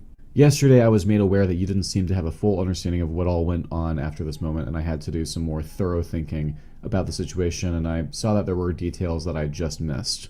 Like, your response here should have clearly been a dead giveaway, that you didn't prompt Wolf to try to convince me to go back into carrying on through the rest of the show with you guys, and that should have then made it far more plausible to me that you wouldn't have known about the real source behind my grievances and frustrations, and somehow I just missed it. There were things that Chase said that I thought were at least somewhat lining up with what I knew factually occurred, or at least was strongly implied by the evidence that was available. There was still stuff that I was taking with a heavy grain of salt, and I spent 2 to 3 hours feeling very uncomfortable and unsure of what to say, with myself, SK, and a fair bunch of his friends noticing all sorts of really blatant manipulative tactics that he was using on me. I'm okay with doing this in a call or text, it doesn't matter to me, whatever it is you prefer. I've said and done a ton of shit under what appears to be a horribly mistaken pretense, and because I couldn't find it in me to just open up to you guys about what was on my mind. And for 7 months now, it has been eating away at my mind and my soul every day, to the point where I barely recognize the person I am anymore. And there's so much of it that I know I cannot undo, but want nothing more but to retract it all. I've given my perspective to a fair number of people in private when they've asked for it, although very selectively. Most recently I've had to give my perspective to people because of Shandy's pot-stirring, drumming up a completely false version of events that omitted everything that SK has informed you about, which Shandy was aware of from the beginning. Ironically, Chase was acting as if he was representing your side back in January, and Shandy was acting like he was the ambassador for my side. Now both of them seem to be the worst actors in all this. Things reached a boiling point of absurdity when SK posted some screenshots of some stuff Shandy had said about Arcane on some server, and I just made this comment on it. If these are the sorts of criticisms I am to expect for Arcane, I'm not really worried about it being an I am suicide tweet anytime soon. With this addendum. Maybe there's stronger arguments to be made and he's filtering out the weaker ones he has. Maybe he's doing what I've done sometimes in the past and making us just think he's got nothing when really he has a mountain of evidence to blindside us with. Which I felt was a very tepid, I disagree and think these aren't great criticisms. You're pretty good overall at what you do, though, so maybe there's better ones you'll be able to come up with later, and he threw a fit at me for this. I just sort of felt that he brought criticisms of a pretty great show to the public square. He wasn't bringing his A game, and he was working on a video about Arcane. Surely he could handle this sort of feedback. Suddenly, within a week, I'm in a Batman screening, and halfway through, my phone was being lit up informing me of some doc he was drafting up while he knew I was in a theater for a 3-hour movie, and I guess trying to rile up the subreddit about me, which he explicitly stated was prompted by what I said about his Arcane criticisms, and then tried to compare that to my Twitter thread about what you guys said about Terriers, which then Shandy was like, oh, but by the way, I don't think EFAP's arguments against Terriers were good either. And by the time I'd driven home, I had to unpack like a dozen different layers of irony / what the fuck was his plan. Have a hot take about Arcane, a show that, assuming I've got this down right, you and the rest of EFAP adore, along with basically everyone else who's watched it, have a couple of his substantiating arguments lightly criticized by me, and then have a robot head style meltdown about how he's owed some sort of special treatment that none of us offer anyone else, and completely distort what he saw went down in real time, claim the only reason I was upset was because you didn't like Terriers. Then he explicitly says that even he disagreed with your arguments about the show, which you'd think would be a counterproductive way to rally this audience on his side, but he went and did it anyway. And all the while I'm seeing an entire community of people getting mad at me for being a contrarian, even though a lot of this BS was spawned by the 2 pieces of media that I have the most frigid, mainstream, basic bitch takes on possible, at the word of a guy who got mad because I disagreed with him saying that Arcane was bad because, I don't know, he can't understand why Powder would go with Silco after the events of episode 3. This has been the stupidest fucking drama saga I've ever witnessed or partaken in, bar none. It has been just non-stop sequences of one misunderstanding after the other that then gets misread in the worst possible light by each side. It's clearly been absolutely horrible for all parties involved, and I'm personally ashamed that I allowed it to consume me for so long and that I just couldn't talk to you sooner. After making this comment, Southpaw would spend 18 months making a 6.5-hour long video calling them rapists. Because now, Seeing that you're actually hearing me out, I'm understanding that all of this could have been avoided if I just reached out to you to clarify some things within days or a week after our last call. My personal feelings have ebbed and flowed. Obviously, I've had a wealth of episodes where I was rip-roaring pissed at all of you and wanted nothing to do with you anymore, but no amount of trying to just ignore it and move on with my life worked.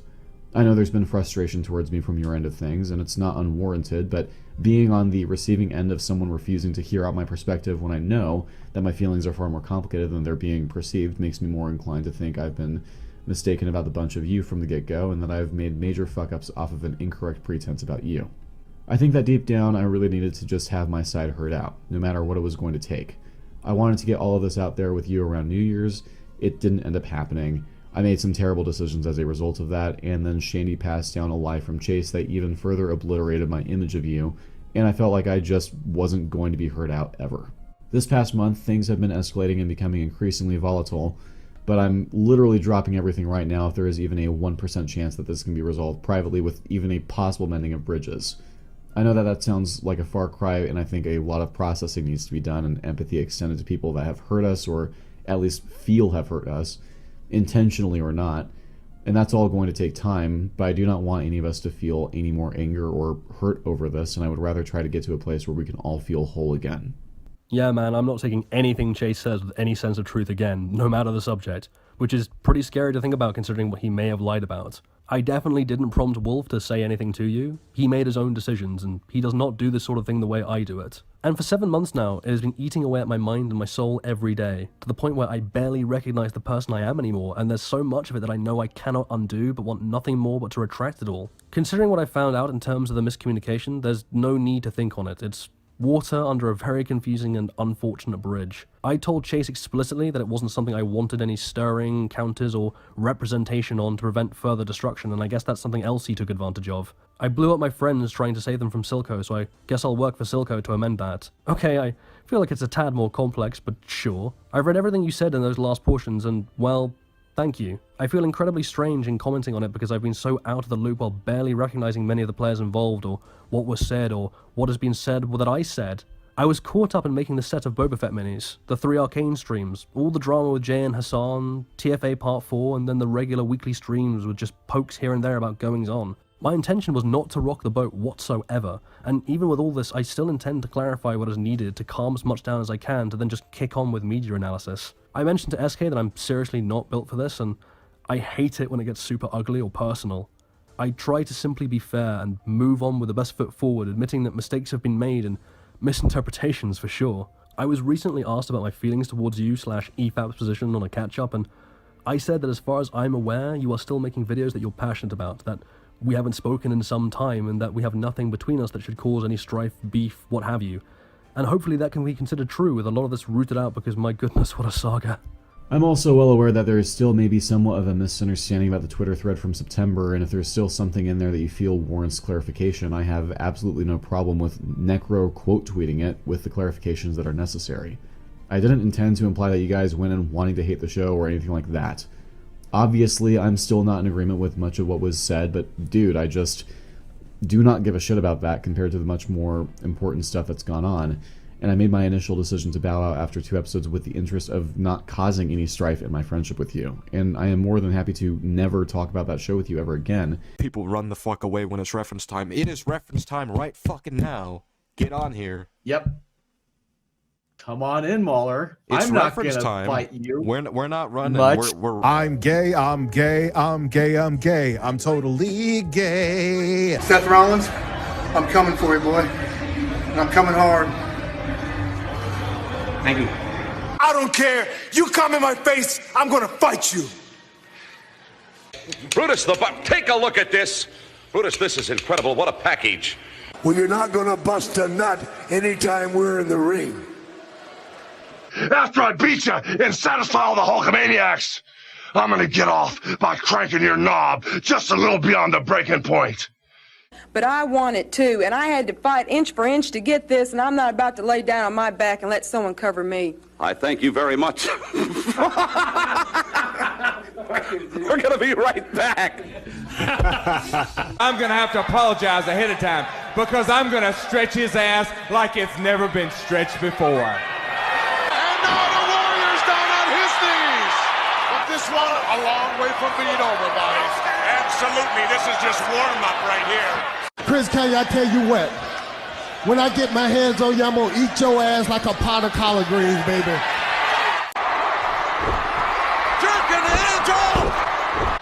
Shawn Michaels, you can hide behind that commissioner's stuff just so long until I jerk a knot in your ass. And Sting, always coming from behind. And as far as Bischoff goes, I'm gonna eat his ass. And Mark Henry is handling the Big Johnson. I started out fighting in this barn when I was a little boy, and I don't care if my last fight is in this barn. Jimmy Garvin, you touched me in a personal way you never touched me before. Oh! No, that's interesting. Then you step up. And if you don't think I'm big enough, brother, then you grab a hold of me. And you'll know that I'm growing, my man. Within your hands, I will get as big as I need to be to do the job on you. Now, it doesn't take a very big snake to do the job.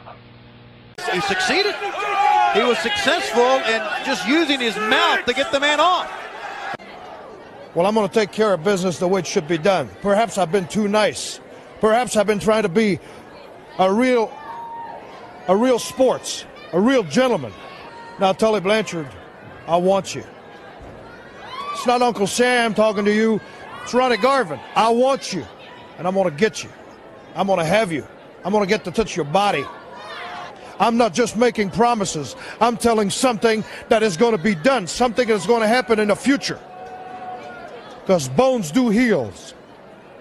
But I've got a memory like an elephant.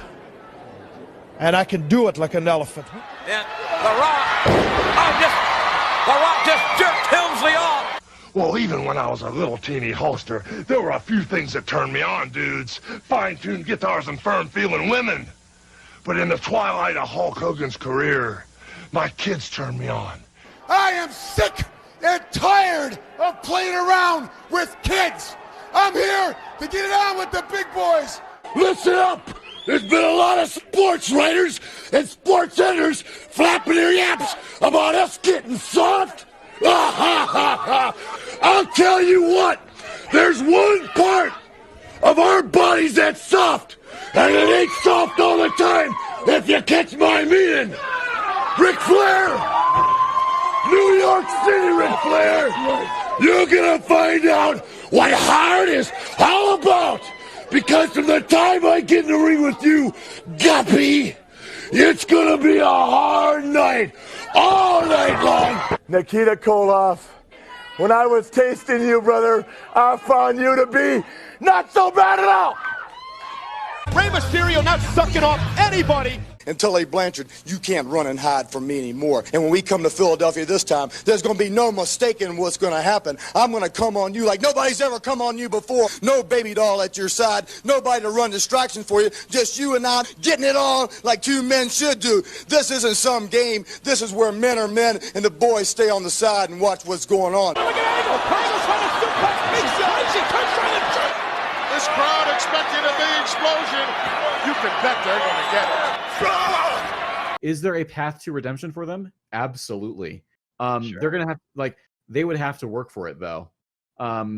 First and foremost, a retraction of the criticisms is in order, and that's a start. It wasn't about just not liking the show. Obviously, I will make a video on the show itself in the future. I have no interest in name dropping you or Fringy.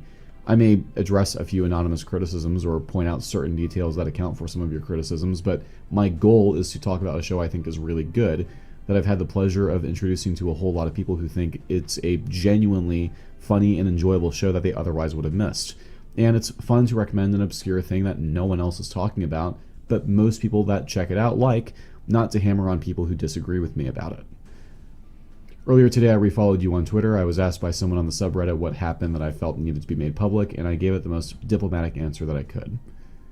Because there's a lot of people who are aware of shit that's gone down in the last 7 months to a limited degree, and are under the impression that we are not on good terms, at least from my perspective, I would like to be able to make a public amendment of that so this can finally start getting put to bed, the hatchet can be fully buried, and we can perhaps go back to being on speaking terms, because the truth is I quite like you as a person, and talking to you has been something I've gravely missed during this whole thing.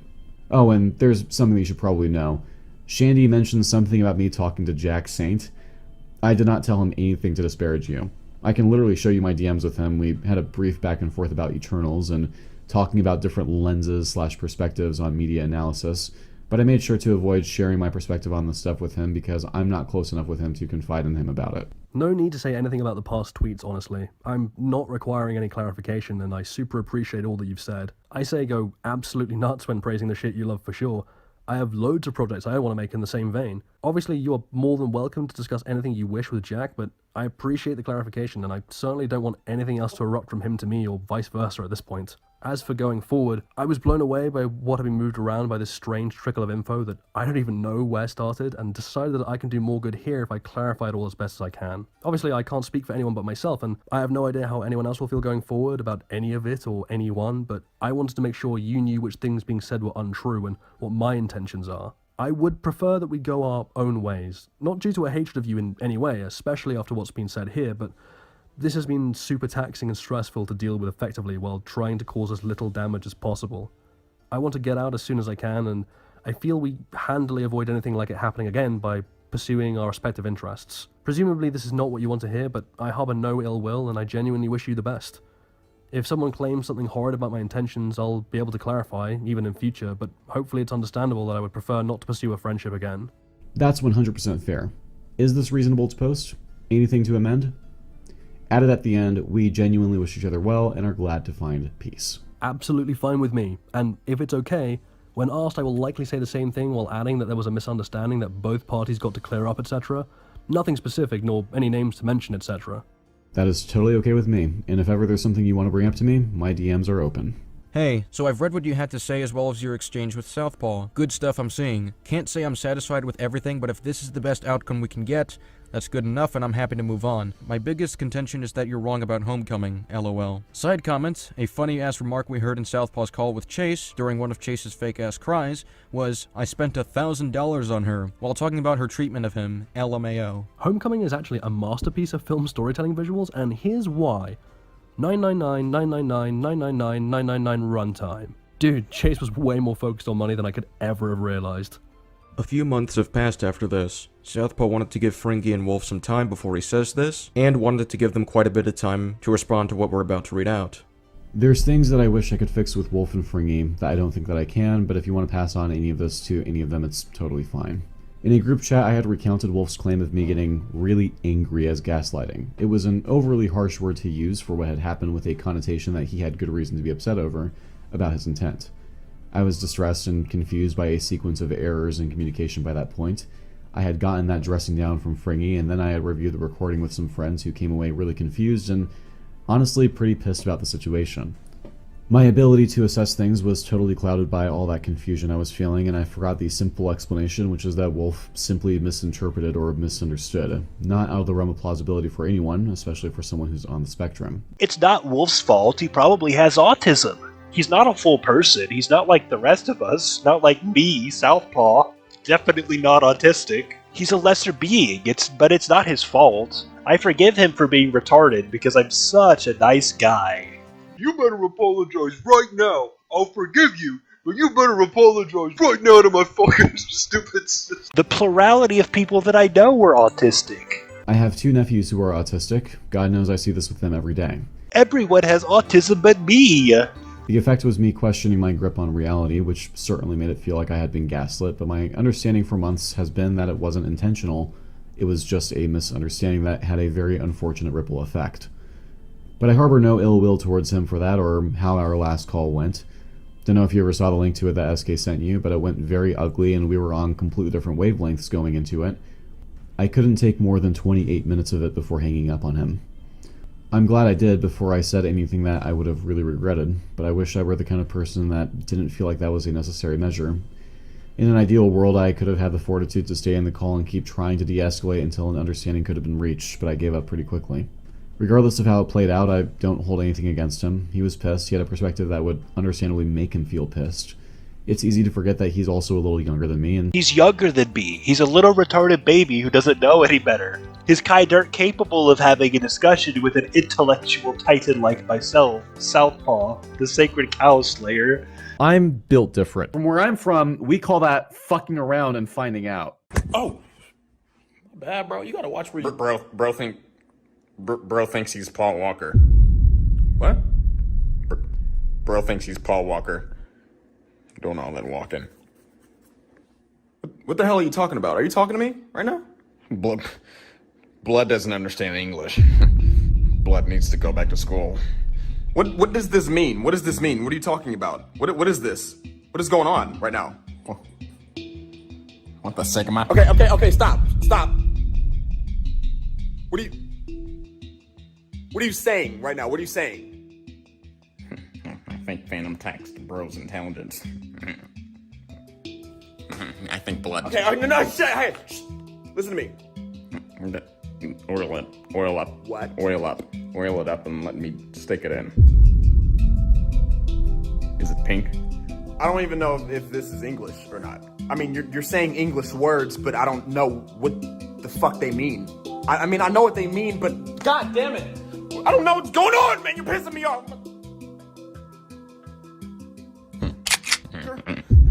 Now what?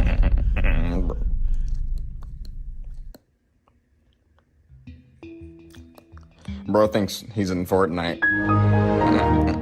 Bro thinks he's the John Wick skin from Fortnite.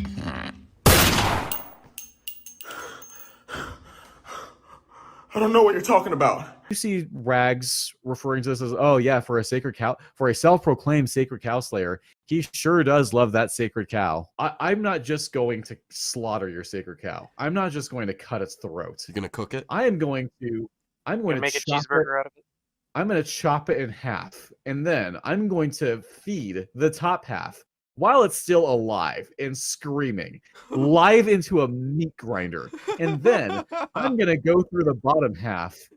I'm going to rip it to shreds. I'm going to find where the steak is, though, all right? I'm going to get a nice fucking ribeye steak out of the sacred cow. And then I'm going to fuck it. I'm going to just hump it, okay? I'm going to do it right in front of you. That's what I'm going to do to your, and then I'm gonna find the calf that it had, and I'm gonna boil it alive in its mother's milk. That's what I'm doing. I'm gonna fuck a dead cow. That's what I'm gonna do. I'm gonna have sex with a dead animal. I'm gonna have sex with a dead animal. That'll show him. I cannot believe that these people took my words about having sex with dead animals literally. They're incapable of even understanding metaphor. These are bad faith interpretations of what I said about dead animals. To this day, I still struggle with setting aside my pride and try to understand someone who I feel I have good reason to be really pissed with. Can't really chalk it up to him just being a bad person or whatever without feeling like that would have some serious implications for myself as well. Perhaps it's beneficial for both of us if I just chalk it up to human error. It happens. The last message I had received from Fringy, he had made it clear he was unhappy that I had shared some things he had said to me in DMs with others, and I never responded to him. Did not want to. Think it's clear as to why I didn't at this point. Now, this is really complicated because there is a lot that came of that decision that I think made it the right call to make, as frustrating as that may be for him. I thought I was going crazy. I needed people who were willing to listen to be able to just see what everyone had said in their own words, rather than just rely on hearsay or a recap of what had happened. Now, that said, I don't like that I felt compelled to do that, and I understand why he would have expected privacy in those instances, even if there's been a lot of precedent I've set in the past where I'm willing to cross that line if I find something he said in private to me particularly questionable or even heinous. At the peak of my emotions riding very high, what I had read out came across as pretty awful, and rereading it over and over again as I was trying to fully comprehend it was not a good decision for my mental health. I was really hurt and I didn't feel like I had done anything to warrant what was said. Evan has told me that in his calls with Hugh since the falling out that Fringy seemed the most regretful of how things went and that he really didn't mean to hurt me when he sent that message. I believe that now and I hold nothing against him. Obviously I can ask them if they want to even receive the messages and such, but I can't promise anything, and I would prefer that you and I have our stuff, and the stuff that's with them in any way is there and your stuff, if you know what I mean. All of us are different people, and we all have completely different ways of dealing with all of this. That one fucker involved in this mess has absolutely taught me to be very careful about how I approach a lot of conversation from now on, in terms of what to believe and where to think certain things come from, etc. And he apologizes for, like, I'm sorry I might have gaslit unintentionally. Like, seriously, Mulder? You gave these guys an inch, and then they took a mile. Yeah, and remember, even after all of this, even after this apology, even after this drama was quote-unquote resolved, it's all being leaked again. Just so Southpaw can own his 5 haters on Reddit. On the 31st of March, 2022, out of nowhere, he posted this on the Mauler subreddit for some reason. 7. Exactly, because he wants attention. As much as he says he doesn't, he desperately wants attention. Yeah. 7 absolutely horrible months of absurd misunderstandings and confusion have been brought to a swift end today. There's a handful of individuals who are aware of certain... a handful? More like half the server. He sounds like Chancellor Palpatine in the fucking Star Wars prequels. Yeah, just 7 absolutely horrible months. Like, Jesus. Like, how horrible were these months, honestly? Like, how bad was it? How could it really be so terrible when nobody really cares about you in the first place? He's not even being abused. He's not even like having threatening messages sent to him. He's not being doxxed. He's not being swatted. All he needs to do is just... He doesn't even need to leave the internet. He can just stop going on Twitter, stop going to the EFAP Discord, and stop going on to the EFAP subreddit. Attention, everybody. Attention. I have resolved a personal and private matter which I will not be discussing with any of you. Thank you for your attention. Goodbye. This is all water under the bridge. It's all resolved. At least we know that. Resolved. At least we know that whatever this is, it's resolved. So thank God. That is the end. I'm so happy this problem, I have no idea what is resolved. I'm so happy. This is the end of the episode. I want to thank everyone who supported me during this difficult time. Oh my God. I'm surprised, given Southpaw's history, that he is actually friends with somebody who is biracial. Yeah, that's a good point. I can only assume that Southpaw doesn't actually know about SK's, as Southpaw would put it, impurity. I wouldn't put it that way, but Southpaw, I can imagine, would. Yeah, Southpaw would say something like, we need to do a little ethnic cleansing, if you ever found out about SK's background. This cleansing has been resolved. It is resolved. We have purified SK. Yeah, just so you know, Thumbcast has been cancelled. SK's podcast. All of the replies on Reddit to this post, like, a third of them are saying, what the fuck happened? Like, they have no idea. Like, seriously, they have no idea. If you scroll down to the comments. I see it. That's the top comment is what happened. What exactly happened? 51 upvotes. Southpaw is a spurg is what happened. Sorry, God, the absolute... Like, he titles it Peace. The absolute fucking dweeb. He titles it Peace. Peace in the Middle East? I have achieved peace. And, like, this man is standing there like Donald Trump achieving a diplomatic resolution to the fucking Korean conflict. After 7 terrible months. Dude, this is Southpaw like stepping over to the North Korean border. This is this moment. It was like there's a picture of Southpaw and Boulder shaking hands as they cross the Discord barrier. Sums up 90% of Southpaw related news. Don't waste your time. 48 upvotes. It seems like people are really getting tired of Southpaw shit at this point. Yeah, he uses the community to spitball his hot takes and runs with whatever gets people going the most. He's a teenage girl. Don't workshop his Drama Factory content for him. Last Dragoon, I applaud you. Alright, so I guess that was the end of it. So that was a good podcast. Thank you very much. And we'll see you next time. Or... Oh, I actually thought it was the end then. I was... You really thought it was the end? Yeah, I'm not gonna lie, I'm kind of dumb. Fungus, you've had a little too much to drink. This is the ultimate coverage. God. This is what's gonna destroy Southpaw's mood for the rest of the week. his mood. Yeah. He's not going to be happy. He's going to be a bit upset. And that's gonna be great for me. Fries, are you saying you have a negative motive? Are you saying you have a motive for that? Yes. I want to see him frown. This wasn't the end, Fungus, okay?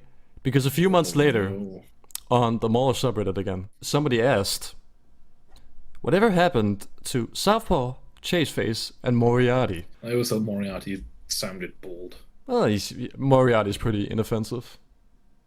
Yeah. So Yeah, that's a good point. I don't really have anything against that guy. He's off the hook. Whatever happened to Southpaw, Chaseface, and Moriarty? And then Southpaw comes in with this fucking chunker of a response. This one that it covers, like in this document that I've created for Fungus, it covers like pages. Seriously, it covers like shit. it covers Yeah, 3 this is pages. This is 3 pages. This is 3 entire pages. Yeah, we're not gonna go for the entire thing because that would be insanity. We don't have the fucking time. Yeah, I've got time. I'm still around, frequently tweeting because it's piss easy to do compared to what it takes to draft up a full-blown analysis and edit it together. Cooking up a video on Civil War that's been in the works for like 15 months. Mauler and I still keep in touch on jovial terms. But I prefer to distance myself from this community and pretty much everyone else in his circle. About a year ago, there was a series of ugly misunderstandings that piled up over the course of a week. Most of them happened in private and I spent half of a year confused, angry, and more than anything else, very hurt by what had transpired. There's a number of people I privately confided in over it during that time. I disclosed basically everything that had happened behind closed doors, gave receipts for everything that everyone said. But no amount of people telling me the same thing and affirming what I was seeing brought me peace. SK, the guy from EFAP 139, was in the know from day one and towards the end of March. Was prompted to talk to Mauler about it by people who had just gotten his side of the story, after knowing mine for months. Prior to this, I got into a call with SK to screen share all the DMs I had shared with him via screenshots to confirm that nothing had been cropped out, that everything relevant to the falling out was shown. When we did this, we were under the impression that those who had told SK to talk to Mauler had maybe already given Mauler my side of the story, although we had reason to think if they had done this, it would have been a half-baked attempt. Turns out, they didn't even do that, they just got his verbal recount of what happened and left it at that. Once SK realized this, he sent multiple lengthy messages to Mauler, complete with the messages I had shared with him, and very clearly pointing out critical ways in which my words were misinterpreted, and by misinterpreted, I mean they were literally paraphrased into sentences with a totally different meaning. And a much more malicious one than was intended. It went beyond just stuff that I had said that was misinterpreted, though.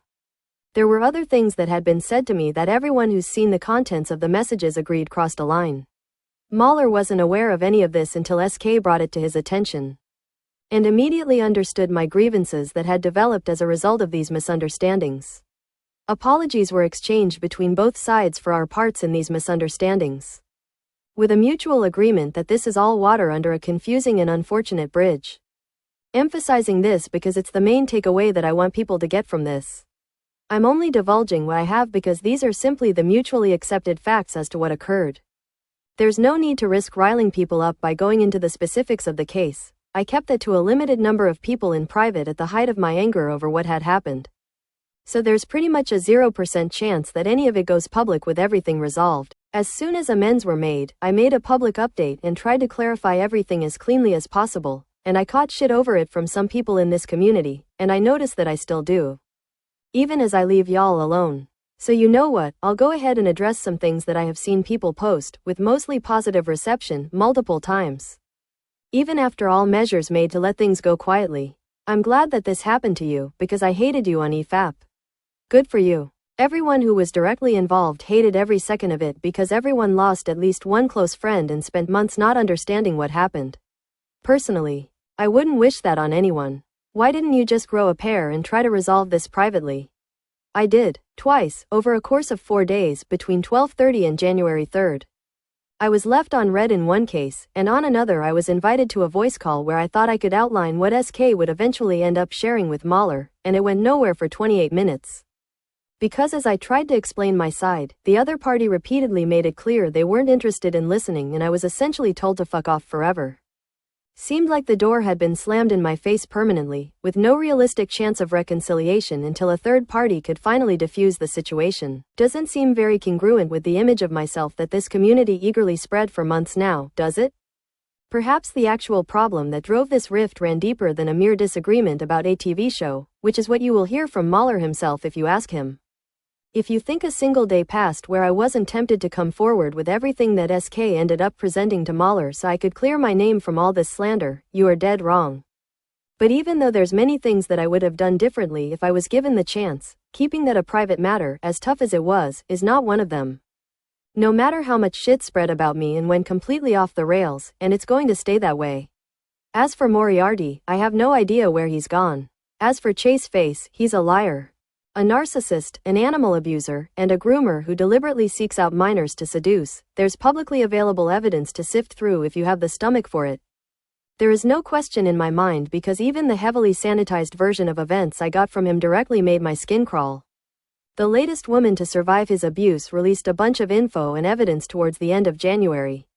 I came into contact with her a few weeks ago and we've been keeping in touch since. Thankfully she is on a path to healing from everything that he even admitted he had put her through. Between the fakest sobs of self-pity I've ever heard and vile tirades about what a terrible person she was for leaving him. He is a complete monster who will never own up to what he is. And everybody needs to steer clear of him for their own well-being.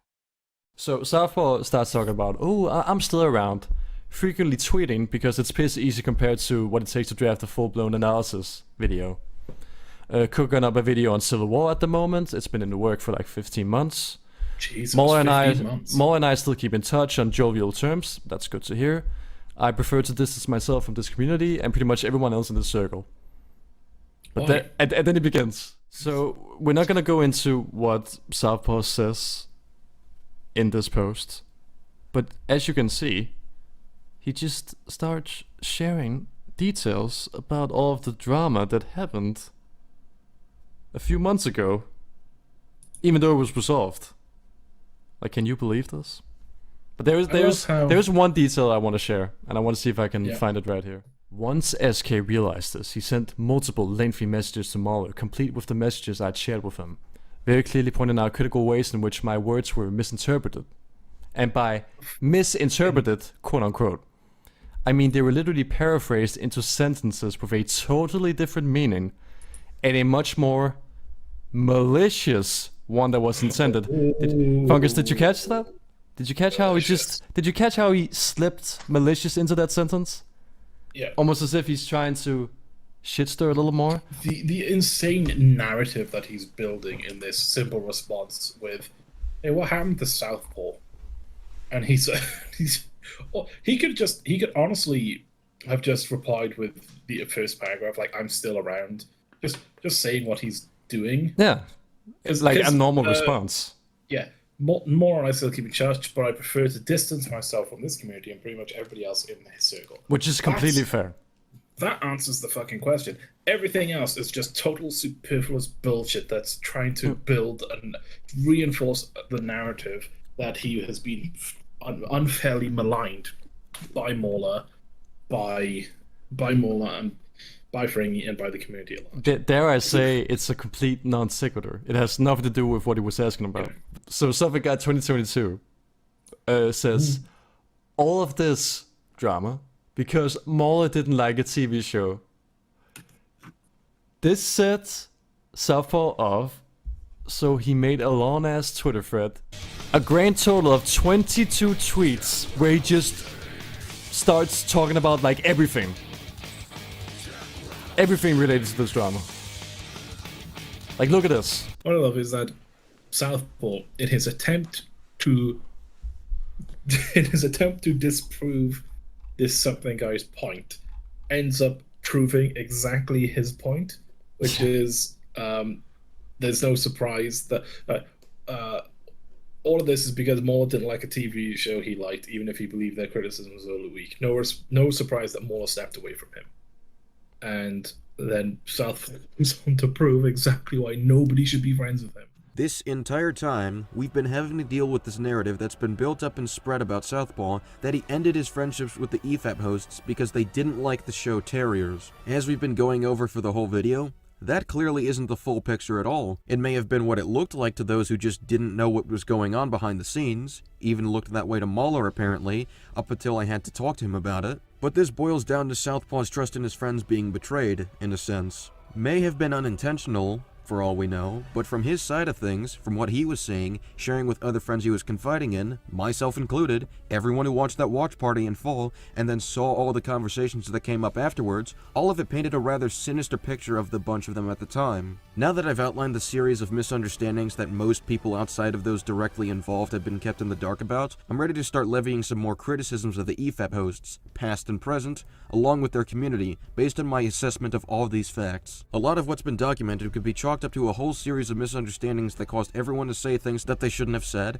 or discouraged them from talking to each other, only for the lack of context to also make things worse. That is the best faith reading possible of what has been understood to have happened. If, after being given some time to process it all, there could have been a proper mending of bridges, amends being made, perhaps a public clarification, these aren't really things that should be held against them. Everyone makes mistakes, but it's what we do afterwards that matters most. First and foremost, one thing I think we can all agree upon is that this video shouldn't exist. We may not all agree on why though. Some will probably say it shouldn't because of how many private conversations had to be publicized in order to make this video. Others might say that the clarification that was reached with Mauler back in March should have been enough to dissuade me from ever making it, but what I and Southpaw and everyone whom we've already explained this stuff to believe is that this video shouldn't have been necessary to debunk the narrative that the EFAP community has spread about him for months without anyone to contest it. In fact, it was even spread by Mauler and his friends, even while trying to tell their fans that he wasn't mentally unstable as this narrative has caused them to start saying. I mean, props for offering a less malignant interpretation of him, but once evidence comes to light that it wasn't just him getting tangled up in love for a show, that your friends had mischaracterized him as he was being civil and cordial with you during your griping about the show, then they continued to harp on him even as he tried to apologize for the things they falsely accused him of doing, and you had lashed out on him over his tepid criticisms of you, which, frankly, weren't any different from how you guys publicly expressed your disagreements with this Civil War take. War, again, heard a lot of the argument before. I'm not worried about Civil War. It's gonna be fine. Not at all. I've seen Civil War many times. Pretty confident in that one.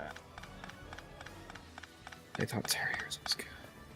Once it becomes clear that it was you who blew your lid over being disagreed with, you need to do a lot more to set the record straight with the people claiming the opposite of what really happened. At this point, you and your friend's actions have directly led to his reputation getting damaged on the basis of completely false information. It's the same spineless behavior that you and your pals accused Jack Saint and Patricia Taxon of, because they didn't want to come onto your podcast where they'd be outnumbered. Except this time, you wouldn't even be facing off against him outnumbered. You wouldn't even have to be in the call with him at all. Although I'm not sure why that would have ever been a bad thing, seeing as EFAP is not above offering the content creators they cover a platform to clear up disagreements or drama, considering one of the earliest EFAPs brought on The Right Opinion to clear up matters regarding his video, which got many things wrong about Rags, or how there's an entire discussion between Mauler and I Hate Everything that's available to watch on the same channel that uploads all the EFAP content. They could talk things out with those guys publicly, but not Southpaw, someone who was their friend, whose animosity towards them was informed by the frankly terrible treatment that he received from Mauler's closest friends, who was even ready to forgive and start trying to mend bridges once it became clear that this was all just a misunderstanding. Despite the enormous toll this ordeal has taken on him, why was this so different from those other times? Well, perhaps because unlike with The Right Opinion or I Hate Everything, there was absolutely no way to spin this and put them in a more positive light. They screwed up, and they did so horribly. And it didn't happen on just one occasion by this point. It's easier to publicly have a conversation with someone like The Right Opinion or I Hate Everything if you're the one who was being wronged, but once it's clear that the wrongdoing primarily falls on you, what is there to gain by doing the right thing? Those who proclaim to be part of the EFAP community, who have a shred of emotional intelligence or self-awareness or consistent moral principles, and we know that there are people in the community that would do that, should be appalled by all of this. The audacity of this community's hypocrisy is overwhelming to comprehend. They have no qualms in engaging in performative moral grandstanding about fictional characters and real people, about the importance of honesty and truth, about spreading misinformation about someone, about staying true to one's principles, but how they've handled this debacle is just one red flag after another about just how sincere their morals really are. As soon as their principles become inconvenient to them, they crumbled completely. My prediction is that they will continue to do what they've been doing this entire time with the controversy. Ignore it. Sidestep it. Pretend it isn't here. Dodge any questions relating to it.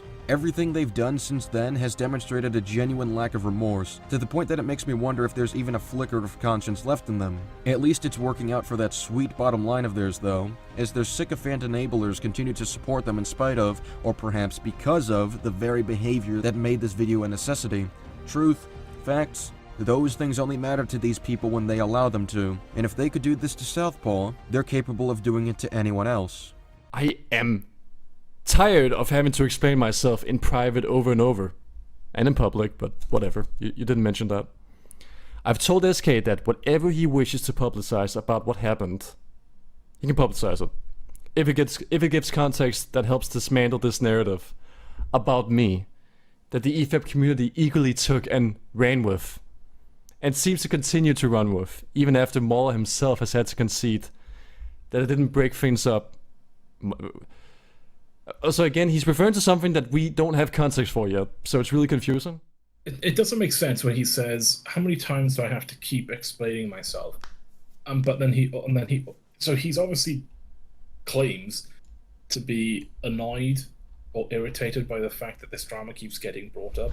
But then he also says that SK has my full permission to post whatever he wants. So Yeah. he's encouraged and given consent to SK to continue the drama. Well, EFAP hasn't made a public statement, people are still perpetuating the false narratives present prior to these exchanges, Wolf has not apologized for anything, Fringy has not apologized for anything, despite having information relayed to them indicating how their wrongdoings negatively impacted Southpaw's mental health. So I don't believe that these folks are being sincere. And if they were, I hope their response to this video is an admission that it's an accurate account of where they did go wrong and that the information I'm presenting is correct, despite the narrative being thrown around that Southpaw only got mad at EFAP because they didn't like a TV show. If they come out and publicly admit to all this, I'm more than happy to conclude that they did hold genuine regret for this happening and that they are willing to hold themselves accountable, but I'm not seeing any of that right now. Now, prior to me starting to make this video, I feel there's one last thing I should mention that motivated it, something that indicated to me that there's something incredibly off with EFAP's principles. They are more than willing to cut ties with Southpaw over how he pushed back against their take on a TV show, without being willing to respond to his messages trying to resolve things, and even after those later DMs in March gave off the illusion of a resolution, Mauler felt uncomfortable being friends with Southpaw after he tried to mend their friendship. In isolation, you could read this as him having harsher boundaries in terms of who he's willing to associate with, and in isolation, that's fine. Now let's look at the full picture. Mauler is more than happy to associate with folks in the fandom menace, including Gary and Az, who have been proven to spread transphobic rhetoric, often in ways in which are discriminatory. Some stuff has been going around lately, notably a few days back when I saw Jeb and Sky state that you had conversations with Nerderotic and Az about their questionable positions on LGBT stuff and race stuff. Also been told you don't condone those remarks. Not making an accusation here. This is just about what I'm hearing from them, so feel free to correct me on anything. So if what they're saying about private conversations being had is true, doesn't seem to me like either of them have bothered changing their positions despite said positions being blatantly bigoted. Any thoughts on this? We can definitely get into some more references if needed, in case the stuff you already know of isn't enough. There's been conversations here and there. I definitely hold different views to them, but I've never said they're bigoted as opposed to trying to parse out what some foundations are for their arguments, but what I told Sky and Jeb was that I mostly avoid trying to debate it because I'm ill-equipped to do so. But yeah, I don't line up with them on lots of stuff, including LGBT stuff. I think it's going to be pretty hard to argue they're not bigoted. There's a few references I can pull for Az and Gary right now, and I don't see how transphobic implications aren't present. A notable example is this clip right here that is strongly indicative of how both of them view trans people. To the point basic decency in regards to their identity is avoided as much as possible here, like they're intentionally going out of their way to justify misgendering and singling out this group of people as insane, simply for what they want to identify as. It's one thing to goof up and misgender someone because you didn't know what they want to identify as, but correct yourself afterwards. But these folks, in the most spiteful way, actively attack people for expecting such decency. I am not participating in your fantasies. That's my blanket answer for all of that TikTok shit and your fucking pronouns and your constantly changing genders. I am not participating in your delusional fantasies. Bye. Yep. Well, that's what it is. It changes so often. I mean, I just... What kind of gets me is the arrogance that every individual expects me, just as a regular person, and I'm probably talking for quite a few people, you expect me to treat you extra special and by certain ways and terminologies. And when all of you are vying for attention on the internet, all of you, and it's this and it's changing left, right, center. And the worst thing is you're demanding that I do it. Well, when somebody demands I do something, I go fuck yourself. That's how that's how I treat a demand of me. Go fuck yourself.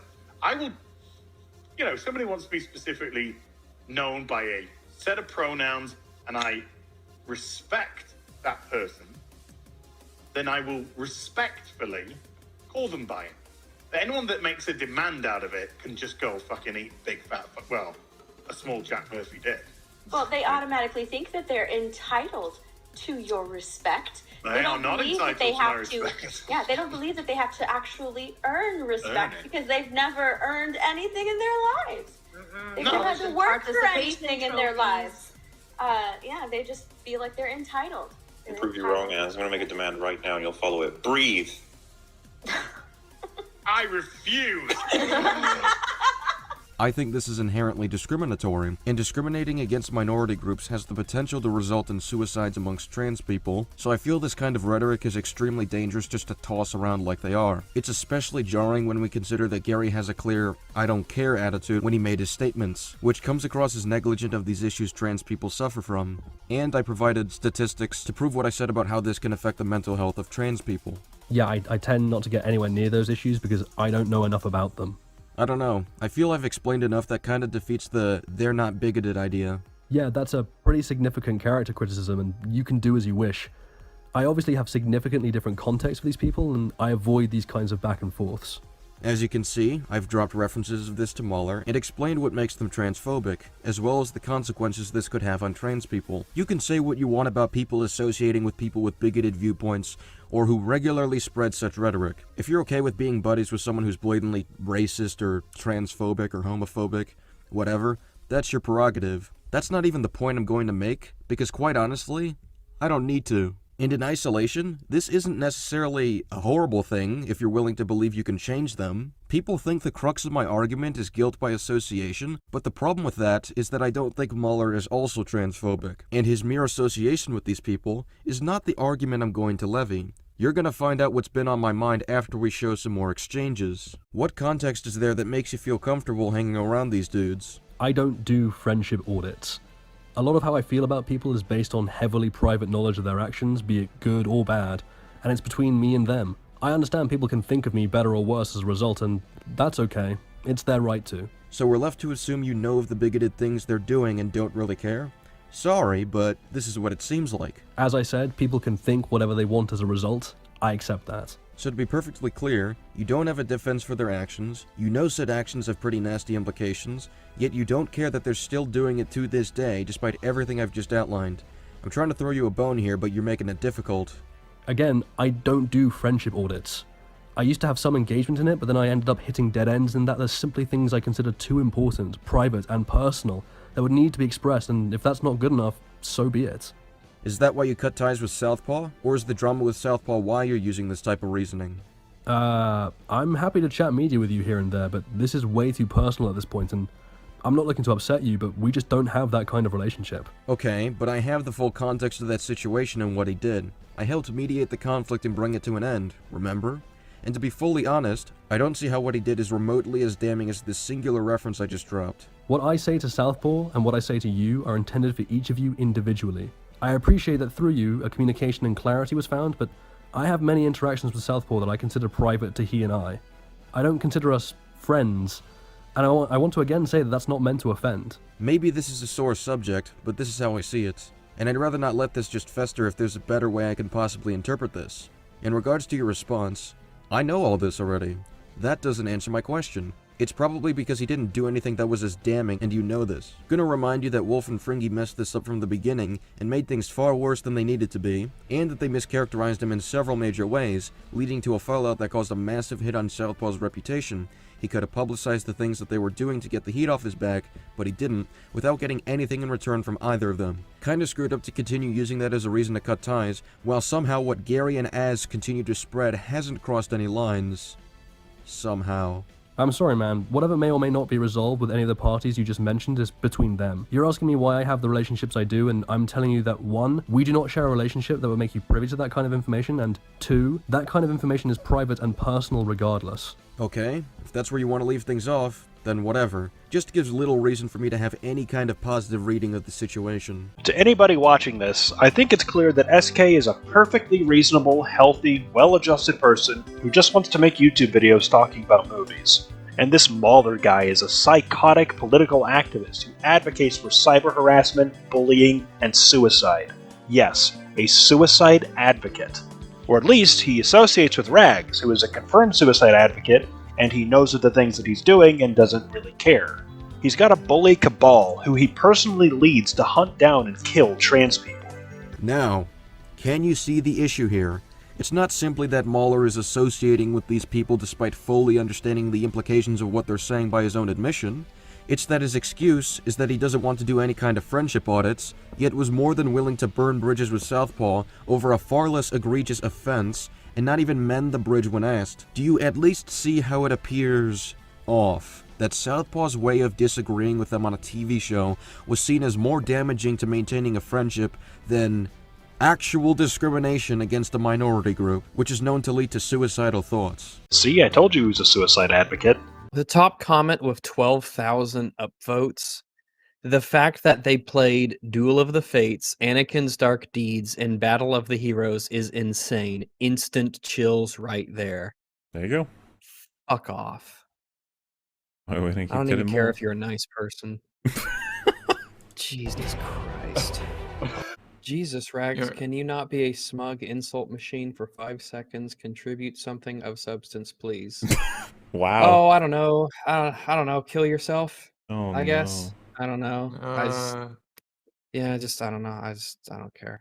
Southpaw's way of disagreeing with them on a TV show was seen as more damaging to maintaining a friendship than actual discrimination against a minority group, which is known to lead to suicidal thoughts. Implications which he was aware of and admitted is a significant character criticism, hence why he claims he doesn't agree with their views on the matter. You see, it goes far beyond mere association with the fandom menace. It's the fact that a thread expressing a TV show disagreement. So here's your next homework assignment, Terriers friends. Go out and watch actually amazing content, like verifiably good content, and do what they did with Terriers. Do what you can to call everything a contrivance, or completely morally condemn the characters and claim that the story isn't aware that they're not heroes. Victim blame rape victims if possible. Do not allow for the slightest bit of inference. Call totally realistic and plausible things unrealistic. If a character does anything while under the influence even slightly, criticize that too. It's the fact that a thread expressing a TV show disagreement was treated as a far worse offense than straight up transphobia. And this is where all the clues started to point me to a destination, being that Mauler is simply just not principled. And that's where I stop accepting any defense about him wanting to maintain his friendships or how you can be friends with someone you disagree with, because judging by their handlement of the Terrier situation... Yes, I'm sure handlement is the word you're looking for. They sure as hell can't.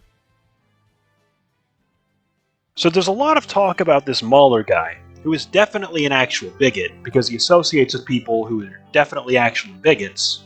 But who is Mauler? Mauler is a Welsh YouTuber who got his start uploading videos to the website youtube.com in December of 2014. At first, he uploaded exclusively video game critique videos, such as his series comparing Amnesia: The Dark Descent to Amnesia: A Machine for Pigs, or his series comparing the game Soma to Amnesia: The Dark Descent, or his 5-part series analyzing Resident Evil 7, or his 7-part series critiquing the genre-redefining horror game Yooka-Laylee. But things seemed to take a sharp turn for the worst on April 3rd, 2017, when Mauler uploaded a vicious response video to another innocent YouTuber's video, ripping into him mercilessly, showcasing for the first time the evils within. But it was on December 20th, 2017, that Mauler would devolve into the creature that he is now, uploading his first movie review, Star Wars: The Last Jedi and Unbridled Rage, a 30-minute long screed that would give way to his forthcoming 6-hour-long critique of The Last Jedi, released just a month later. After stepping into the world of alt-right film criticism, he soon met with prolific Nazi YouTuber Dishonored Wolf and self-hating Jewish homosexual Rags. Actually, does Twitter or does Hasbro have an official PR Twitter? Yeah, Twitter Hasbro PR, I think it's called. Or it's either Hasbro_PR or Hasbro PR. I'm just wondering if they got like thousands of people tweeting at them about the pedophile judges in their game thing. Yeah, Hasbro News. So it's at Hasbro. If you just type in Hasbro in the search of Twitter, it's the first fucking thing that pops up, and it's verified. Hasbro. There you go. There you go, folks. To anybody listening that wants to have a little fun tonight, just tweet Hasbro News and ask them when the next headline about kitty fucking at a Magic tournament's coming out.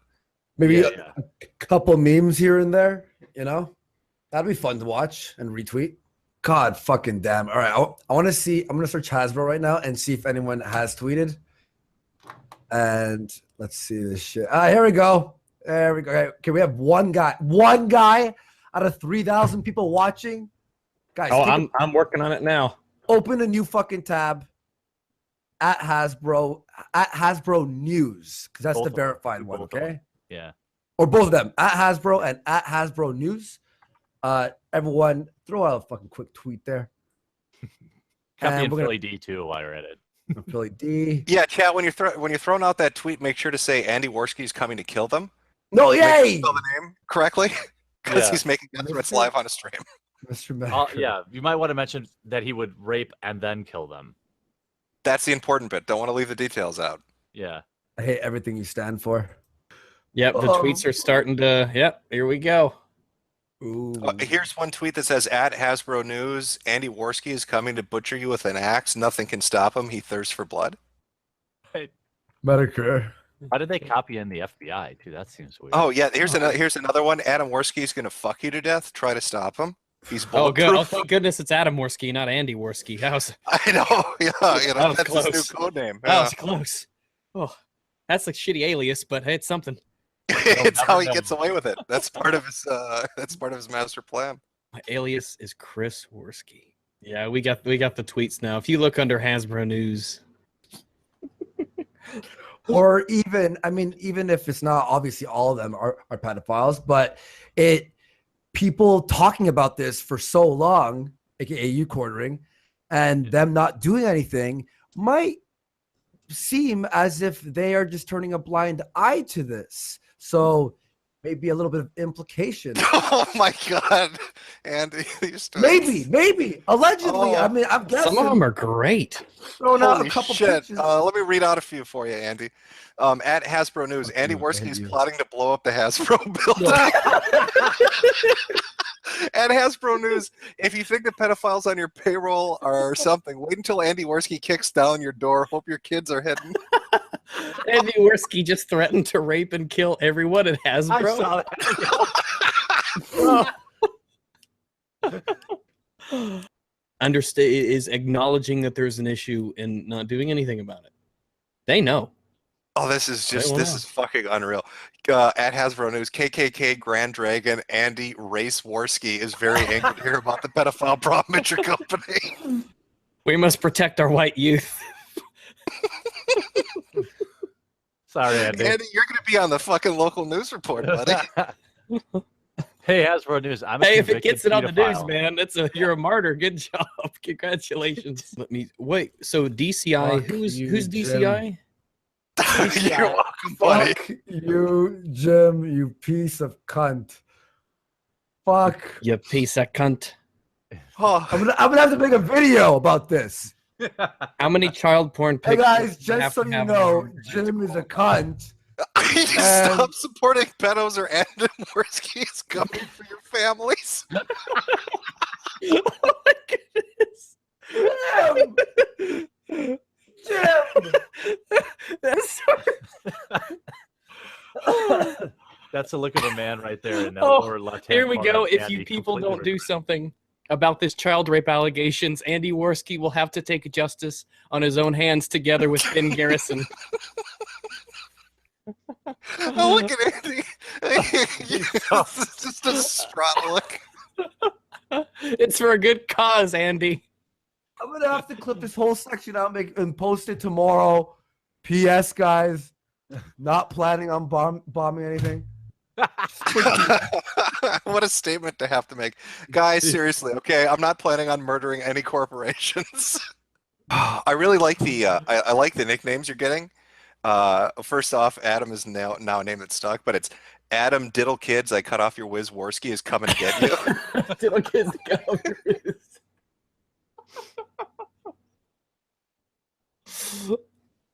We started a revolution, Andy. Oh, some of these are amazing. No. Oh no, they're fucking great, aren't they? Jim. Andy is speechless. He's so happy. Thank you, everybody. Jim, you. Okay, Grand Dragon, Andy Racehorse. That's magical. It's fucking magical. So good. Are there All any the of innocent the white Andy? children? Are there any of those Andy, and then in quotations they put a nickname Warski? Are there any of those yet? Oh no, yeah, there are a lot of those. Andy. Yeah. Just oh god, here we go. Notorious white supremacist Andy Adam Warski reveals plot to bomb Hasbro News headquarters. He will make Timothy McVeigh look like a handicapped child.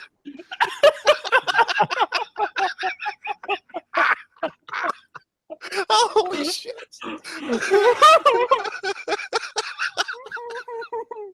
Hello, this is Dick Johnson with Channel 7 News. We have a few questions. Are we talking to notorious white supremacist Adam? Is this notorious KKK Grandmaster Adam Raceworski? Raceworski. Raceworski. There you go. Yeah, that's what I linked. Great. The pieces of garbage. You fucking. Oh, you know, I've been like doing a lot of cool streams lately. Making you know? lots of friends. And now there's a picture of me with an AK-47 at Hasbro News with hundreds of other tweets suggesting that if they don't stop the pedophile ring, I like that. Adam Adolf Warski. I'm going to punish them. Oh, my jaw's sore. Oh, this has been a great night. Thanks for the stream, guys. Whoa, what That's a turnaround. fantastic. What an Yeah. absolute turnaround, man. Check this one out. Pull this one up, Andy. You'll like it. It'll make you feel better. I promise.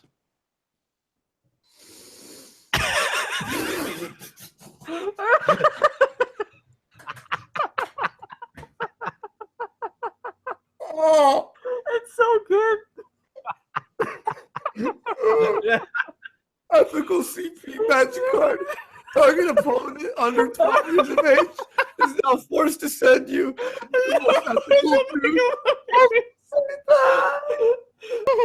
Oh no. V just sent me a DM and He's back on. he took a quote from what I said earlier and wrote I said this. He goes, it's just it ends tonight, 2017. Ah. Fucked. Fucked. Did you just say Kyle? No. See? Adam Adolf Warski. Yeah. Oh. What is Chris gonna think? I told you just to stick to the nice, secure news. What the fuck are you doing? Script, okay. Why did you threaten to blow up Hasbro? What are you doing, man? Delete the stream. I told you specifically not to threaten to blow up Hasbro. you explicitly You told me you wouldn't say those words. Before we went live, everyone agreed on this rule. Oh, well, to be fair, Newt Vogel said Magic the Gathering judges now Sharia compliant. Oh. So think of the outreach that Magic the Gathering will get now. I think word will spread with your brave threat to massacre everyone there, and people are going to start talking about what's going on with the judges. Hey, so Andy, why don't you pound through some of those super chats?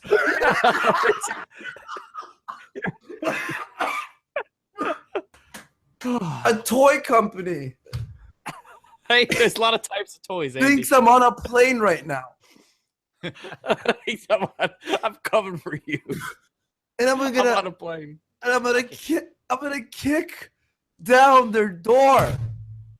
Andy, I don't know how effective that video is going to be with the new tweets that are going up saying Grand Dragon of the KKK, Adam Adolf Warski is lying when he apologizes. He's coming for you. You see this one? We might have.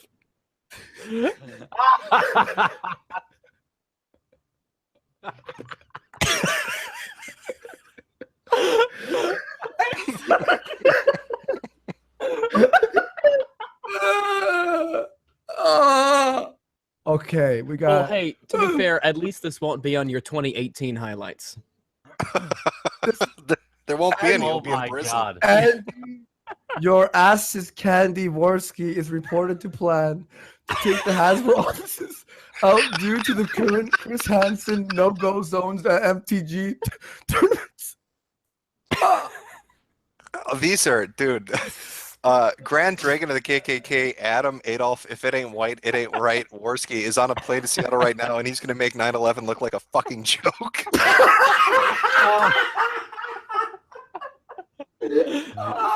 You'll forever remember the day 1/1/18. At Hasbro News, alt-right leader at Andy Worski. He's got me.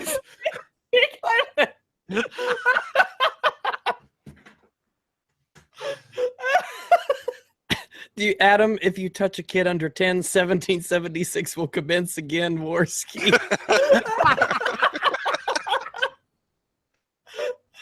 I don't know how I feel about these nicknames, you know?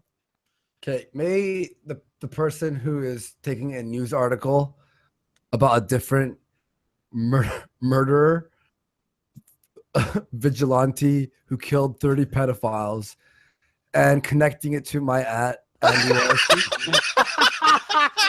Can you like not do that? Andy, I'm not afraid of prison, Worski. Adam, God King Emperor of the empowered alt-right, Worski is on his way. 1-1 will never forget. This is Hasbro. Is a Magic the Gathering card called Adam Adolf Worski with me with a fucking machine gun, legendary creature, pedophile slayer. All pedophile cards are instantly destroyed. Any Hasbro offices are also destroyed. Adam, you bring kids in the bedroom, I'll ass fuck your whole boardroom, Worski. Adam, the pedo pulverizer, Worski. There's this white nationalist KKK guy called Adam Worski, and two things he really hates, other than black people, are card games and pedophiles. Nobody's starving when I'm lighting my oven. This is a great Adam. Sandy Hook won't get a second look, Worski. Adam, if she's old enough to pee, she's old enough for me. Worski is sick of the overwhelming competition.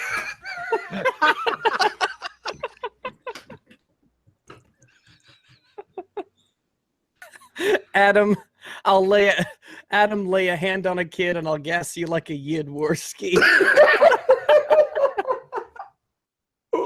Adam, smash the goys, save the boys, Worski. Someone's Googling Andy Worski. Did you mean ye who violently axe murdered Hasbro?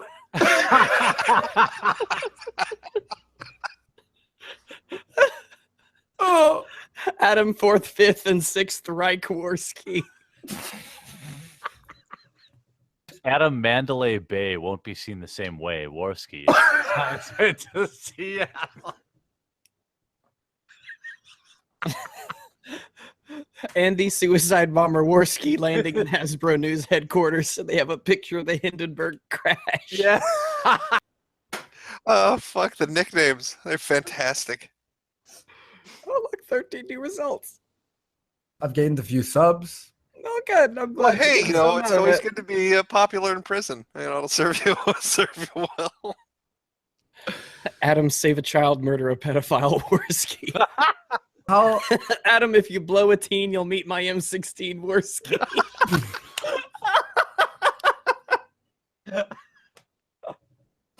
Adam, the alt-right is too light, Worski. They're good. These are good ones. Andy, ignite the sodomite, Worski. Adam, touch my niece, you'll meet my truck of peace, Warski.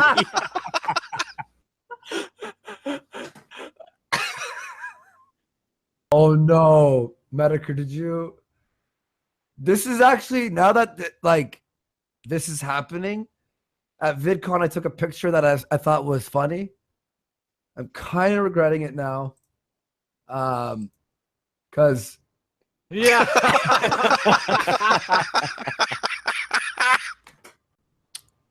Adam purged the pedals with the Holy Flame Warski will destroy pedals. Like, destroy the internet. World Warski 3. Calm down, Andy. Touch my son, you'll get my gun, Warski. Andy, if they touch the phallus, they get my malice, Warski. I guess we could probably wrap up the stream a little bit. That's a nice bridge on your shirt. Would be a shame if somebody blew it up. Oh, no. With their powers combined, they would create the dreaded EFAP podcast on September 3rd, 2018. Their first victim being the modest YouTuber Jared Genesis. What demon This are you was trying to summon? This was a great video to pick, by the way, because we got a whole other dimension to his room. Like, that's rare. I know. I want to complete it in my head. That's I like wanna be able to season fill it. finale Jared Genesis stuff. That is. Yeah, it's We like every need to season watch. we get a new angle of the apartment. Imagine we got the right side. We've only got the left so far, or at least from our perspective, anyway. So we've got the back wall, which is mostly window. We got the closet in the corner. We got the dresser and Half his some stuff desk. to the left, basically the door. We got a bit of his And we desk. haven't really but- seen what else is on the wall here. Just the desk with the Q-tips and the crayon. We just need the wall. We need the wall that his bed is on. That's the one part of the room we haven't We seen. need, That and we this need the rest of we need the rest of this wall and the right wall. I want to see what's under his desk. Oh. Oh no. Jesus.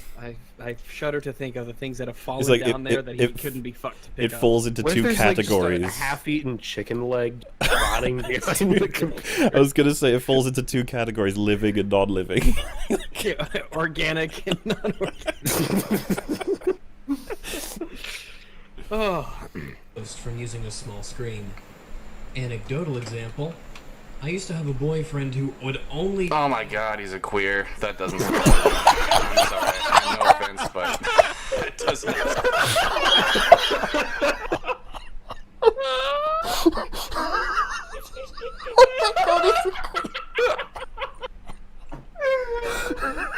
Oh my god!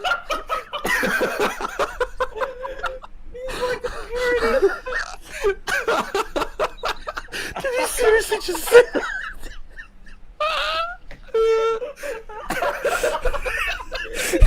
Bigotry is so pure. He's a queen. Oh my god! That's amazing.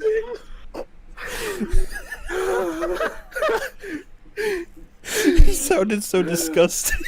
They would go on to make over 300 episodes of their deplorable show, bullying and harassing innocent YouTubers and film directors by reviewing their content on the internet. But it was on episode 77 of EFAP that our hero Southpaw joined this awful, evil, racist podcast.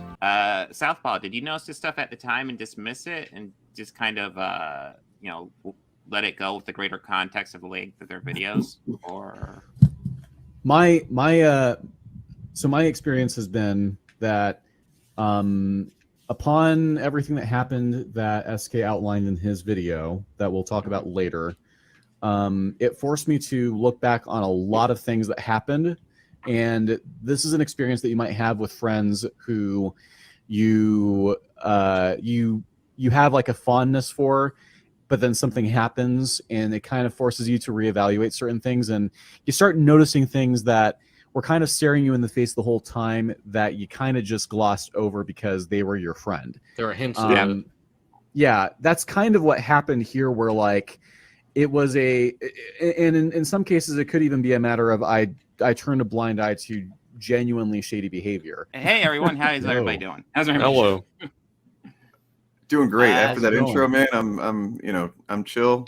I'm ready for the night. You know. I think we need a always- 10-minute intro next time. Well, yeah. I'm always stoked when I see the Hoff, bro. I think We you, need you more really need to Hoff. like bore the tears out of like all the chuds that are going to be like watching this because they know that SK and I are here, and you need to like Oh really yeah, make guilt them, by association time. they need to Oh, really nice. they really need to work to be able to comment on this.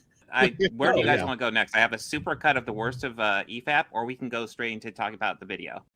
What is the issue is that throughout his video reaction, he engages in mild racism himself, calling Reva a clown person. Something I'd be shocked if he said if Reva was being played by a white man.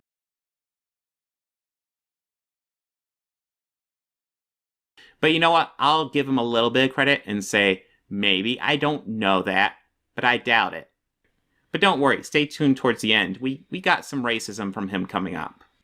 Here we go. Or I was reading through a list of genders and stuff like that, and I was like, oh wait, these are just moods people have. I do think that gender and sex are inextricably linked. I do think that both of the genders, while there are two, there is in a vast spectrum, but I don't really care about it all that much, honestly. If you want to be whatever, that's fine with me. If you want to be whatever gender you want, that is totally fine with me. You do your thing. You go out there and be the best, whatever you want to be. That is totally okay with me. Just don't tell me that I have to call you certain things or I have to label you as something. Or Okay. The top comment Can with we stop? Can we stop there? Can we stop there? I want to just say exactly what he said, but replace a few words. You can be whoever you are, whatever skin color, whatever nationality, whatever. Just don't tell me I have to not call you certain things like Negro or stuff like that. Just don't tell me I have to respect, like let you sit at the same lunch table as people of other skin colors, or the same water fountain, whatever. That's what you sound like. Oh, I don't know. I don't know. Kill yourself. Oh, I guess. I don't know. I don't know. I don't care. Also, I want to point out that misgendering trans people should 100% be considered inciting hatred against them on the basis of their gender. The only purpose in misgendering trans people is that it hurts them and incites hatred against them. Riley, a lot of people are going to look at you and say, hey, it's a guy because you look like a guy. You have the body of a guy. You have the voice of a guy. The DNA in every single cell of your body is male. You can call yourself whatever you want, I don't care. But once you start telling other people that they have to call you certain things, that is obviously where they draw the line. Okay, pause I again. just gotta say one asshole. One. Right? What a piece of shit. What a fucking prick. So from now on, I'm just gonna Rags is just gonna be called shitmouth to me, and nothing, is ever gonna change. It's just like No, just find out what his real name is. Find out what his real name is, and then just refer to him as his real name and never call him Rags. Wow. I'm kind of, I don't know. I'm kind of with the turfs, not gonna lie. That's a joke. Dang it. That's a joke. So that's trans exclusive radical feminists. Yeah, like that. Yeah, I could sympathize with that. I'm typically no friend of feminists, but I can sympathize with the turf. The couple just so happens to walk into a room with a bed or a couch. Oh yeah. That's how this is with black characters. Like every room they fucking walk in just happens to be a racist cop. Ready to put a knee on their neck or some shit. It's like they're So treating they can die of a heart attack? Yeah. Oh yeah. Room crashing scene is one of the most fun scenes in the MCU. Fuck me, you will clap at anything. The Rags is so big. There's so many explosions. I like that scene in the second episode where the pig. Well, here's the thing. I never felt like it was a tragic story. Wait, did he call them pigs? Did he? What? Wait, hold on. Can we? Thing with can we say Isaiah that? Bradley and how tragic his story is. I like that scene in the second episode where the pigs harass Sam. Pigs. He called them pigs. He called the cops pigs. Oh, that's great. Wow. Okay. I'm sure. Wow. All right.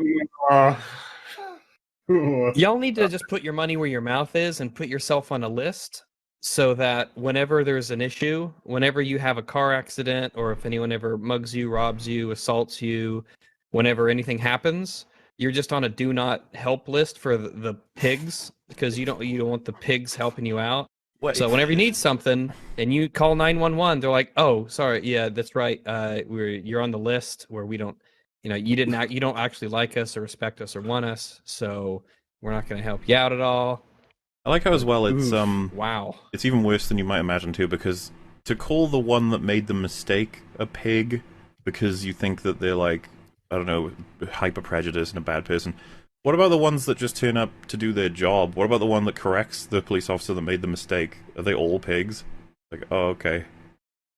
Yeah, it's a great attitude. Wow.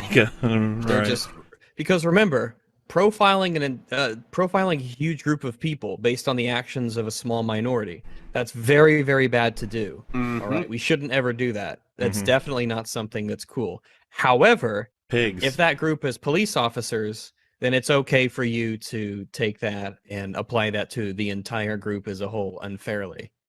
But these are very principled people who are very intelligent. And yeah, just to back up what you said, it's just like, believe me, like, I hope you never get into a situation where you really need the cops then. Like, because you'll just be like, ugh, look at them helping me, those pigs. Oh, I can't believe it. Ugh. So are the black cops, are they pigs too? That is a good point. Was more of an afterthought. But I guess I should probably talk about that setup a bit more. So even though he wasn't technically playing Kang here, Jonathan Majors' performance in this episode got me more excited to see him than anything they ever did with Thanos. He's what? Fuck! Wow. That goofy loser they pulled off the street was better than Thanos? Jesus Christ. Actually fuck off. Retard. I almost, like, I did want you guys to see it, because, like, these people are out there. They just praise the show for no reason at all. He hasn't even done that, really. He's just he said nothing for 10 minutes, and then gone, ooh, nice, okay. Stick that one in the bank. Yeah, that's a good one. It's a good show. Make everything feel like it doesn't have any stakes at all. I didn't really feel that was the case here. The MCU needed... Because you're stupid. That's the thing. You're actually stupid.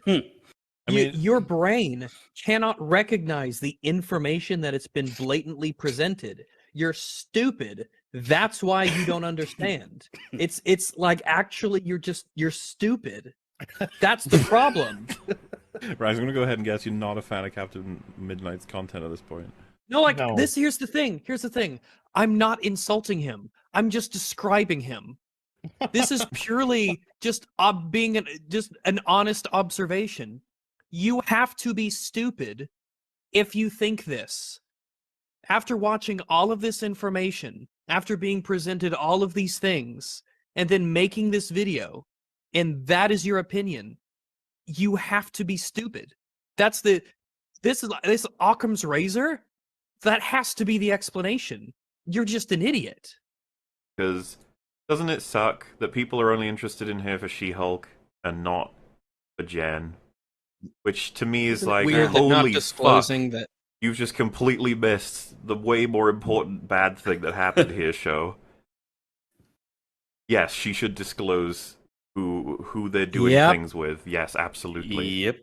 Turns out that you might want to. It's kind of dishonest, sort of, to tell people that to present yourself as a thing when you have an entirely different form. And I think when it's people fair to discover call you this have a catfish. Oh yeah, absolutely. He certainly feels that way, and if you remember, we flagged this for a reason. He felt the need to say that she was She-Hulk as a shock to the guy she was on a date with before. So she knows this is a surprise to people, and yet she decided to not tell this guy when she knows that Jen is less appealing to people. Yep. Do not try and make me feel bad for her, that he's like, nope. Whoa. I didn't know this was the case. You didn't tell me this. And that she's like, yeah, but who cares, right? Not a good look. So if I was already having trouble liking this lady, was not fucking impressed with this move.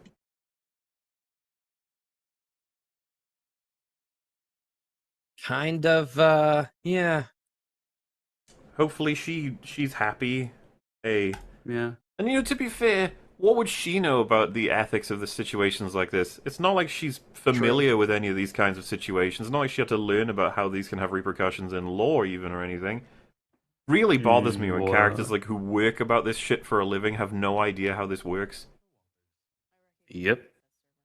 Very bad, not good. Wonder Woman 84 vibes. I hate Wakanda, right? Because Wakanda's full of horrible, terrible, awful people.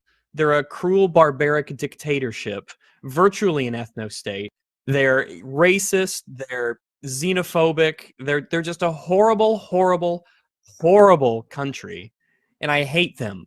So getting me to really want to see Wakanda do well is a big ask that I don't think that this movie is able to accomplish. I was glad when it was over, and some of the ads were funny, but that's a different story. But I, of course, will remain skeptical, especially because you fucking won't. You're gonna eat this shit up like the good consumer you are, like the good boy you are. You're gonna eat this shit up for breakfast, and you're gonna love it, and you're gonna say it's a 10 out of 10 because you clearly don't actually give a shit about its quality. This is probably the Had her past. as a great character. We had that thing, and this film you're clapping at like a fucking retard ruined that. I know her, and they know her, and now we You both do know not her. know her. We're still talking about Nerdrotic and not me. I thought this video was about me. Here's a recent tweet from him where he's replying to Chris Evans simply saying Sam Wilson is Captain America. Okay. Rags then proceeds to do what men... Wait, what's the... Chris Evans said Sam Wilson is Captain America, which he isn't. Rogers is Captain America. Yeah, Steve Rogers is Captain America. Yeah. I think that, yeah. Sam Wilson, yeah. I do not agree with Chris Evans. Okay.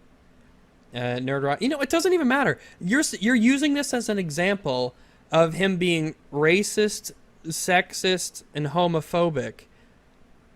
But where is it?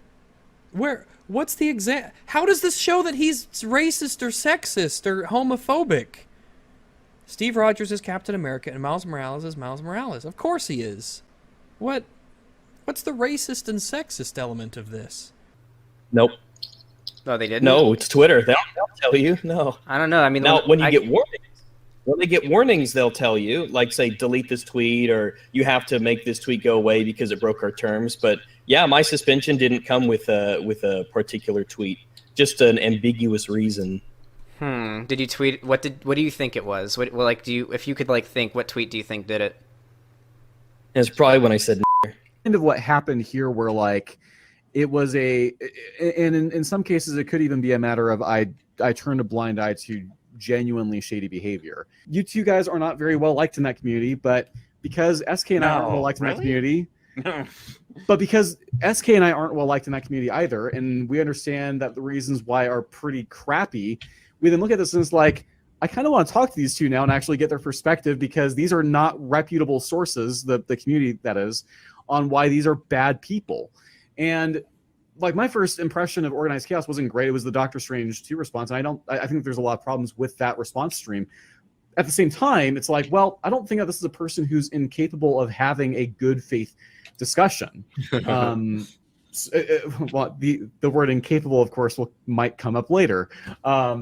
Depends on how long we go for. We could honestly go on for 12 hours. I could go on for 12 hours at least. I cannot, but I think I got another hour in me. But yeah, I will respect your boundaries, and I'm willing to do a follow-up if we have to. But don't pay attention to any of that. What's important is that Mahler is an evil bigot. He drew first blood. I'm so sorry, but they drew first blood. So that's Mahler's YouTube channel. That's how Mahler presents himself to the world. But who is Mahler really? Who's the coward behind the mask? His real name is Beef Wellington III, Esquire, Duke of Clam Chowder, is what I would tell you if this wasn't a serious video. His name is Bartholomew Bevan Davies, and he resides at 119 Kimberley Road in St. Florence, Wales. He was born on October 19, 1993, and his social security number is 780-62-91224. His home phone number is 739-878-4409. He graduated from St. Mary's National School in 2011, after attending Lamphey Primary School and the Glendale Community Middle School. His father, Jack, passed away in 2013 due to a heart condition. If you think that it's inappropriate to disclose this info, I just want to remind you that Mahler drew first blood, and he associates with conservatives. He's a bigot and a racist and a draft dodger. Where was Mahler during the Vietnam War? Not in Vietnam, I can tell you that much. I've seen the paperwork. I have the receipts. Mahler did not serve his country when we needed him. So I'm proud to bring his crimes to light, to put a face to his vile deeds. And I will retract this info if he apologizes to Southpaw. That's all he needs to do. I'm giving him a chance. I'm trying to throw him a bone here. Just come out and apologize for what you did during the Vietnam War. I'm giving them a chance. No one ever gave me a chance. And that goes for you too, Rags. Or should I say, Daniel Dayton, Ohio Lowry at 1301 Sylvia Street, Arkadelphia, Arkansas, 71923. And you too, Fringy, phone number 617-327-913-11111111. How's that degree from Murdoch University treating you? Fuck you too, Wolf. You guys drew first blood. You'd better go unplug this list. And get this. Nobody react to what I'm about to tell you. I have discovered, through certifiable means, that Demon Dice is secretly Callie. They're the same person. And they're white. You better watch out. You better watch out. You better watch out. I'm telling you what he knows. He knows. He knows.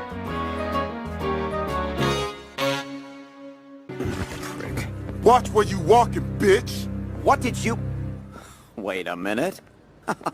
I'm white. All of these people are bigots and transphobes, and they need to be stopped before they kill more trans people by talking about Star Wars. And just like Mahler was afraid to fight for his country, he's afraid to debate Southpaw. He's afraid to argue with the references. People run the fuck away when it's reference time. It is reference time right fucking now. Get on here. Yep. Come on in, Mahler. It's I'm not reference gonna time. fight you. We're not running. Much. We're right here. We're right here. We are. Come And fucking here- hit me. Like, and like really. You've run this whole time. You've run for a third of a fucking year. You've been running from when it was reference time. Year and a half. Year and a half. Year and a half. Year and a half. You can tell Mahler's scared because of this stream that SK and Southpaw did, where they sat alone talking to themselves in front of an audience of up to 3 people, daring Mahler to join a stream that he knew nothing about. It was a very appropriate choice of backdrop, using an image of an empty theater with nobody watching. If Mahler was watching this and offered to get in the call right now to debate Civil War, I'd have it with him. I'm tired, but I would do it. I would do it. Yeah. Why not? Why not? Yeah. Come on in, buddy. You can get us at our I won't- weakest. I won't. come I to won't even bargain. talk about what it.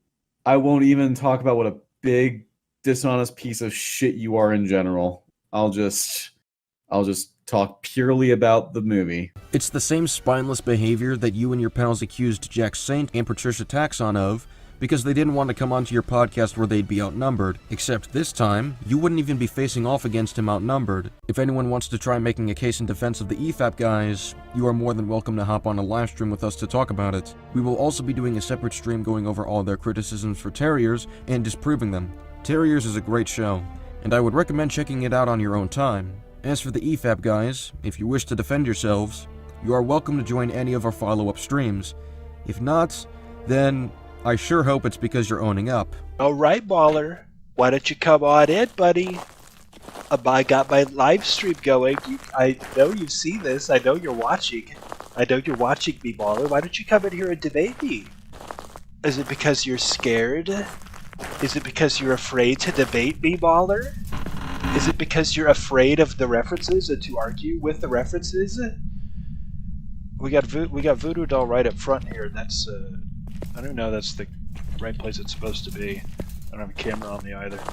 So I'm gonna go get a camera, and if we see a picture of Wolf, I'm gonna take a picture of it because he's got to show his face. Wolf needs to show his face and apologize to me right fucking now. He's gotta apologize to his stupid fucking sister. Right fucking now.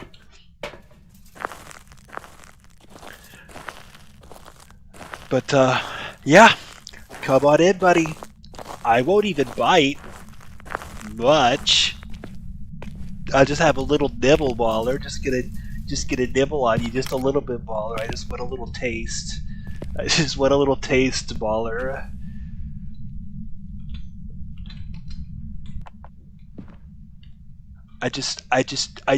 you've just been running away from this for a year and a half. A year and a half, Waller. The things you said about terriers, the things you said about me, the things you said about Captain America, they're abhorrent. But if you just... I'm just sitting here playing Phasmophobia, Waller.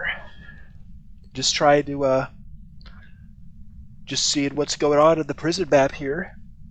We're not getting any activity yet. So, yeah, why don't you come on in? You're not even facing me at my full power level, Waller. I have lowered myself to your level because you can't live up to my standards.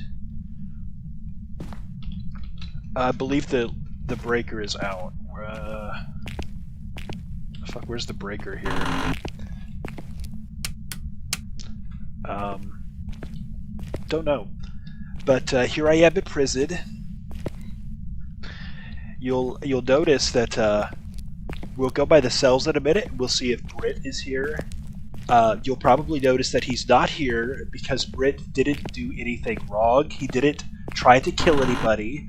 That is a lie. That is an insult to me personally. When I heard Mahler say that on his live stream, I immediately went and threatened to do things that would get this stream demonetized that I will not repeat here. Not that it's about the money. It's not about the money, Mahler. But here I am in Britt's cell. Oh wait, Britt's not even here. You know whose cell this really is? This is Mahler's cell. Because he has committed crimes against terriers, and he needs to be held accountable for the things that he's done.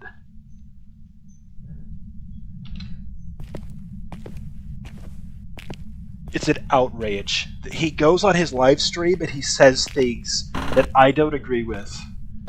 And he says that when I'm not there. He didn't even invite me to debate him, because the last time that I talked to him, I threatened to fucking kill myself because I'm a lunatic. But that's beside the point.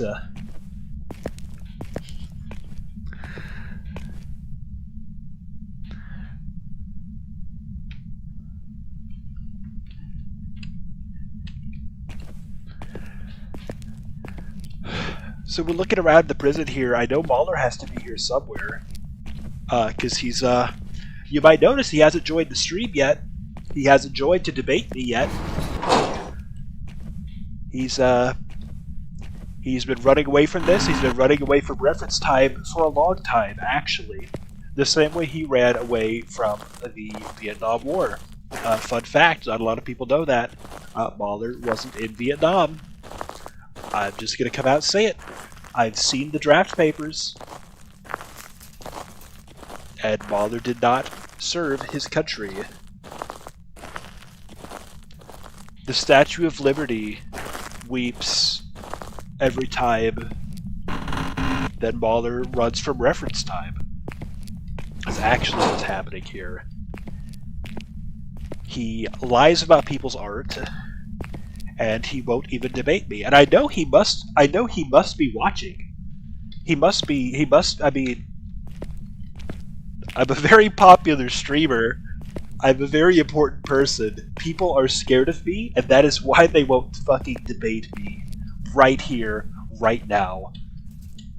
Come on in, Mahler. You want to rip me a new one right now? I'm giving you the opportunity. Nobody ever gave me a chance.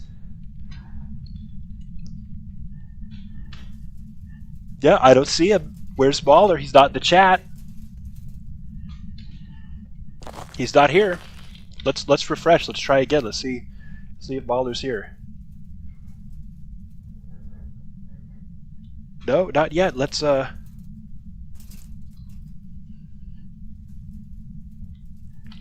don't see him. Where's Mahler? Let's get another tab open. He's got to be in one of these tabs.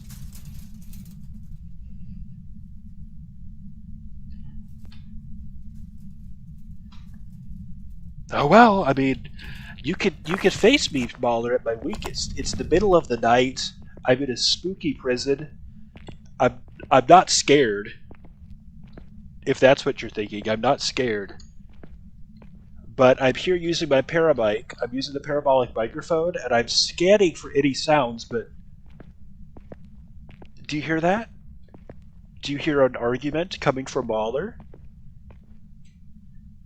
I don't hear anything. I don't hear anything. Not sure where Mauler's at. Not sure why he isn't here to face me. I don't know why I should have to go looking for him. He should come to me. Oh, fuck. Oh, God. Mauler's coming. Mauler's here with us. Oh, God.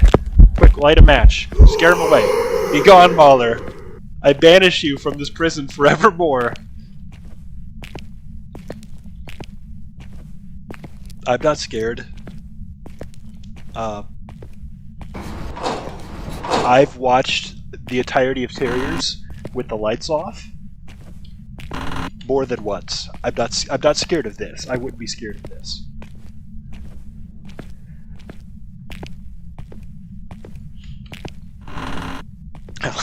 I like that the ghost model is just like kind of dark and slender. It is almost like the fucking Mauler avatar.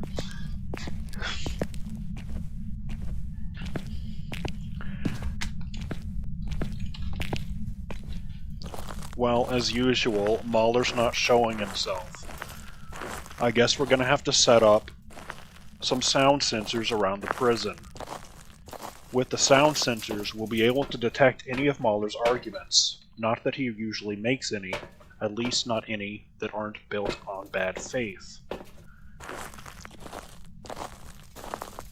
Let's see if we can hear any of Mauler's strawman arguments using the sound sensors.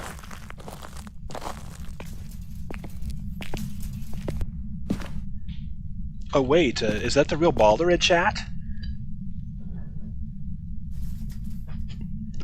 Mauler has AIDS, you heard it here first. Mauler has AIDS, he said so in my chat. He said it in my chat that he has AIDS. Well, if you want to hop on in and debate it with me, Mauler. Let's talk about your AIDS.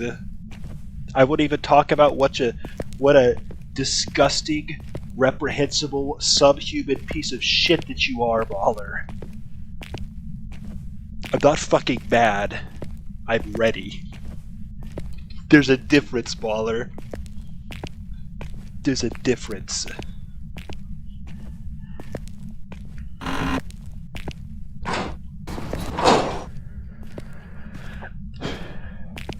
No signs of Mauler yet.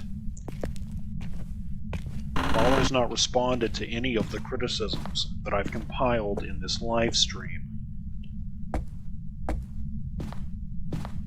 I reached out to him for comment, and he didn't respond. Southpaw also reached out to Mauler to ask him to ask Wolf to tell Fringy that he's sorry, and Mauler didn't respond. This is because he is a bigot and a transphobe. Mauler is not a human being and doesn't deserve human rights. He's a bigot, and he associates with conservatives.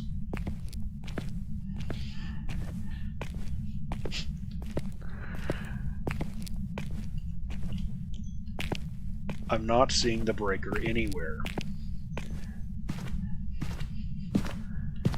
The breaker should be here, but similar to Mauler's arguments, they appear to be absent. Similar to Terriers' plot holes, it's not here, because Terriers is a great show.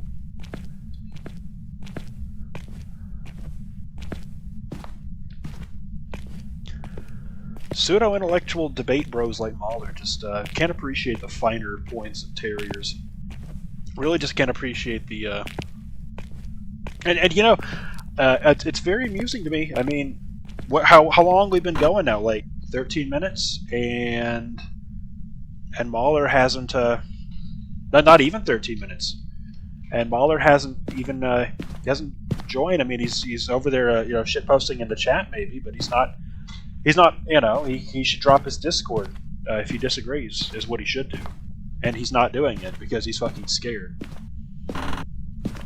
I've literally been live streaming for up to 10 minutes to an audience of over 1 person, and Mauler hasn't responded to my summons. Does Mauler not understand that when a big name YouTuber like me, Southpaw, the sacred cowfucker, that when I call you out, you better fucking respond.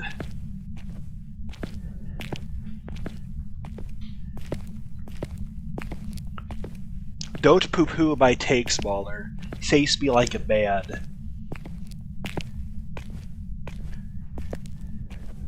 Face me like you faced the Viet Cong, Mauler. Oh wait, you did it!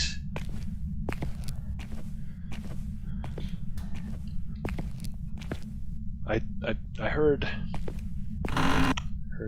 Ping was at a throw. I'm not sure if that was a creak that I heard, or if that was possibly a pen or a clipboard being thrown on the floor. Thrown on the floor in rage, but oh fuck, it's the bone. Do I have my camera with me? No, we're gonna come back for that. Fuck, we'll put the sound sensor right here, fine.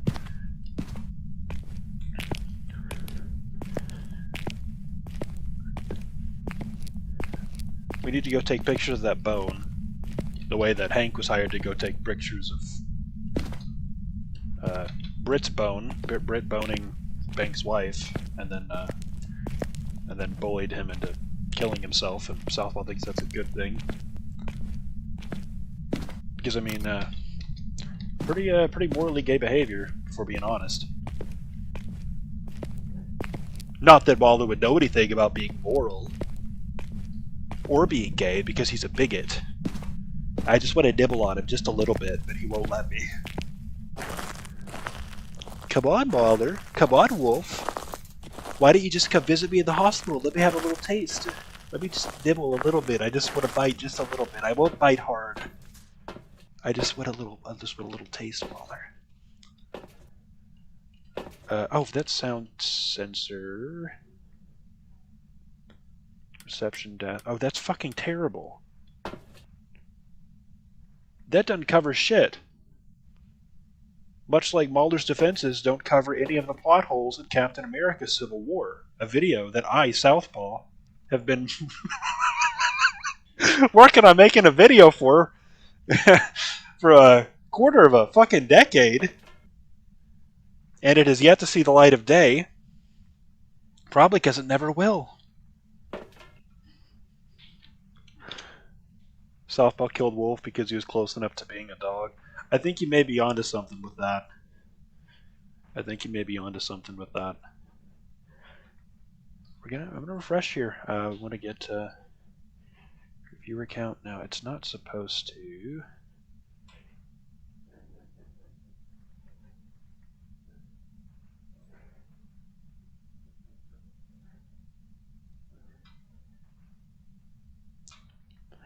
Yep. Still waiting on Mauler. Still waiting on Mauler, Mr. Debate Bro. He wants to debate Destiny, about Star Wars, but he can't even debate me about Terriers just because I threatened to hurt myself every time he says something negative about Terriers. And he uses that as an excuse to not debate me. That's not a valid excuse to not debate Southpaw. That is a cowardly tactic. That is a straw man. You're straw manning Southpaw's mental health by taking his words at face value. The same way that you bad faith interpreted Katie's words when you took them at literal face value. Don't you understand that you shouldn't believe all women when I say so?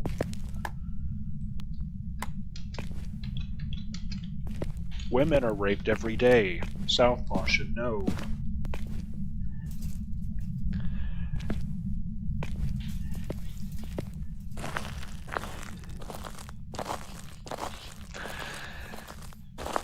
So we're still getting very minimal activity from Mauler, not just in this stream here, considering that he hasn't joined to debate me yet. He is yet to defend his criticisms, or retract his criticisms for that matter. That's the first thing he needs to do, is retract his criticisms of Terriers.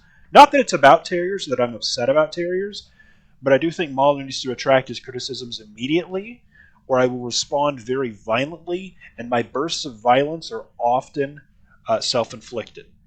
Just putting that out there. I'm not trying to influence anybody's take on Terriers.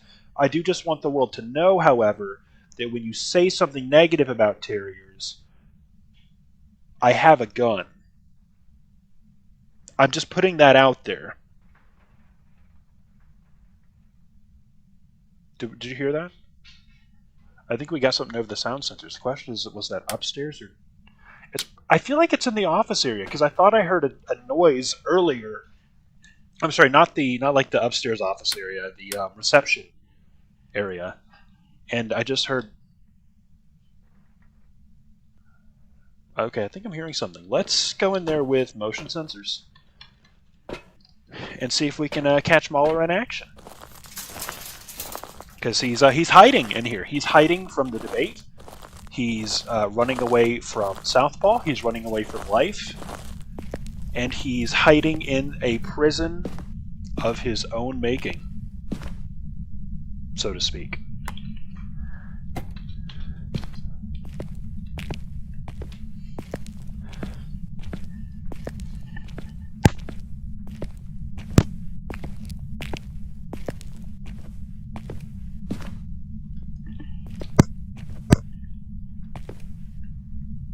Did you hear that? I definitely heard something. Okay, we're going to go ahead and set up these motion sensors. Just level 1 motion sensors, not great. I don't see any evidence of anything being thrown, similar to how I don't see any evidence that Katie was sexually assaulted in the TV show Terriers, but that's beside the point. Let's go ahead and grab the spirit box and see if we can communicate with Mauler directly. Because clearly he's having some sort of internet outage problem. He must not be able to access the internet right now, because he must see this stream. He must know that I'm streaming and that I'm demanding him to come debate me immediately. And he should really... Can somebody any of our amazing body of chatters there, somebody tell me what time it is in the UK right now.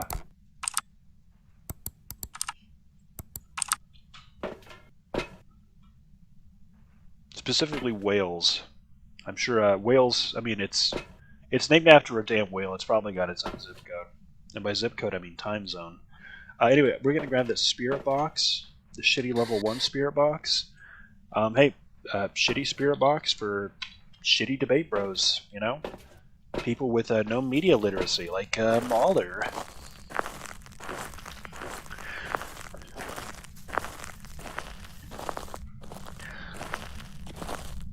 Mauler flew... Okay. Okay, so we got Mauler flew into the toilet, he's hiding in the plumbing. It's 2 a.m. in Wales. Okay, well... Southpaw, normally message Mauler at about 3 a.m. So he should be getting up around this time and having breakfast so that he can read my Discord messages. The world does revolve around me, after all. Check for any signs of Mauler here. I keep getting activity over here. Mauler, are you here? Mauler, can you hear me? Can you speak to me, Mauler? Where are you? Mauler, why did you lie about Terriers? Mauler, would you care to defend any of the horrible things you said about Katie? Mauler, why do you victim blame rape victims?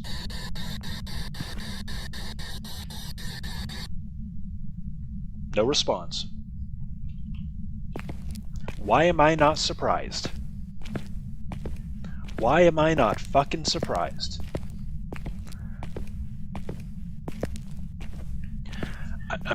what can you do? I mean, I've literally got a live stream going right now.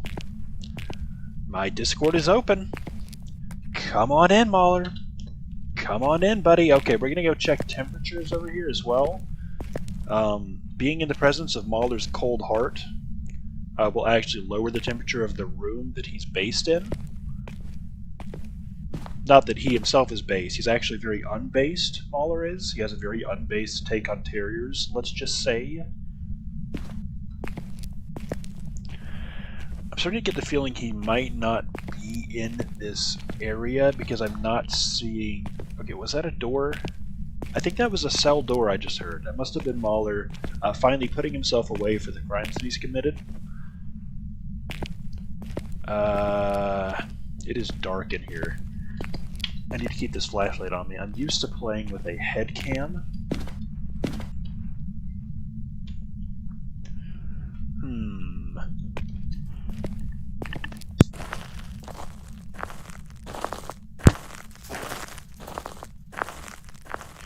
Definitely going to need to find some more equipment here, or use some more equipment to try to track Mauler down.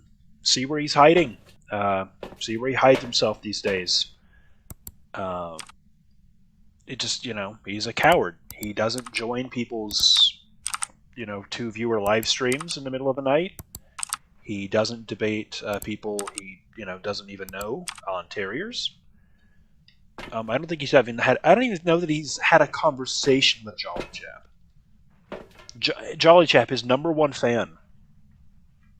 Jolly Chap, who's been in both the EFAP subreddit and the EFAP Discord, and that doesn't make him like a hardcore fan or anything. He just follows EFAP on multiple social media networks and installs, you know, Discord on his computer specifically to try to interact with Mauler. He's not like a fan, though. He's not like a fan. I mean, it's not like that.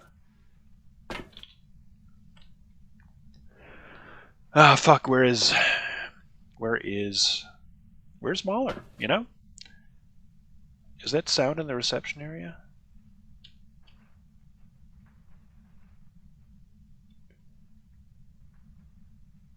Are you hearing that? Are you hearing the noise? Okay, I'm going to try something different here. This might be a bad idea. But you know what else is a bad idea? Lying about someone's art. Lying about terriers on a live stream and then refusing to debate me about it. Mauler. You left me no choice, Mauler. You drew first blood and you left me no choice. But to team up with SK and make a 3.5 hour long video calling you a bigot and a transphobe.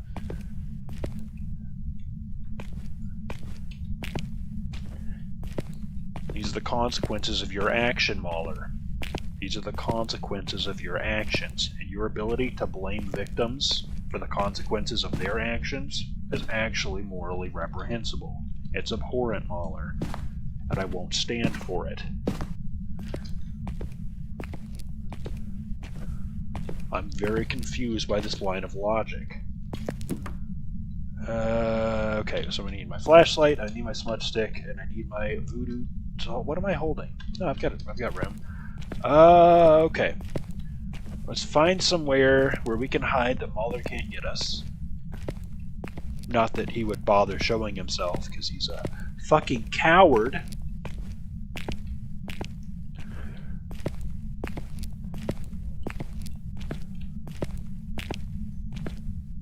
He's been running away just for a third of a fucking year. A year and a half. I've been in here, I've been live streaming for literal minutes, and he hasn't responded. He hasn't sought me out personally. Okay, here's what we're gonna do. I don't believe that Mauler's in the bathroom here with me.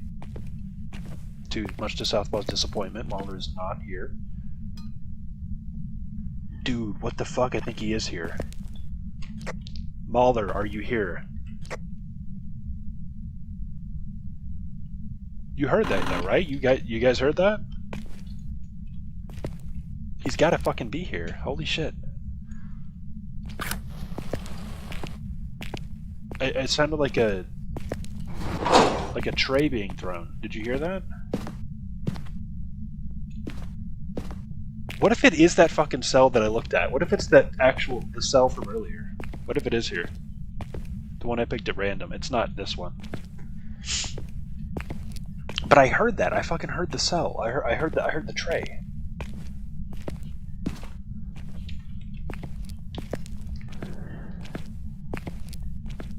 Come on out, Mauler.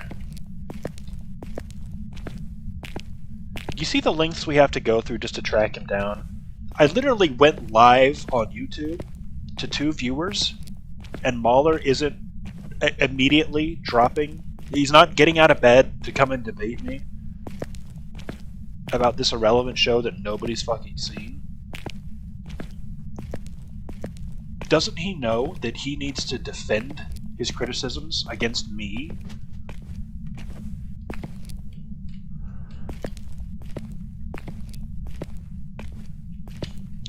I'm going to come in with a couple more sound sensors and put them over in that area, because I'm definitely hearing noise coming from over there.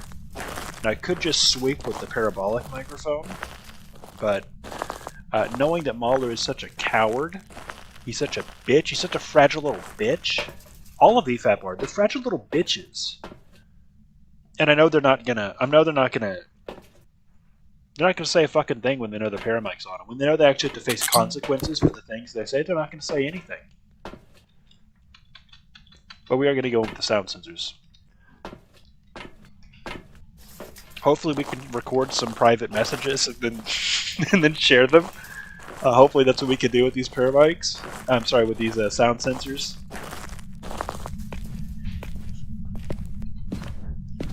Alright, do I have room to pick up my flashlight? No, I'm going to drop the smudge stick. We're not in any danger. Mauler's a bitch. He wouldn't bother fucking attacking us. He can't even join a fucking live stream to debate me. And I think he's gonna, like, what? Pop up and try to kill me? It's not gonna happen.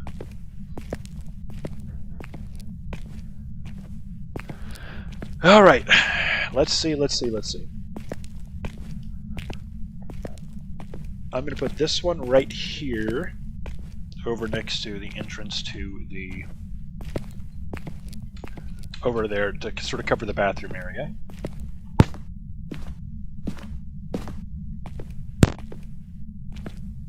Then I'm going to come put this one in the commons area here out in this cell block. Not that I think I'm going to have good enough coverage to really cover anything. But we're going to make one more attempt here to try to track Mauler down, because he doesn't want to join and debate me. He's not willing to argue with the references.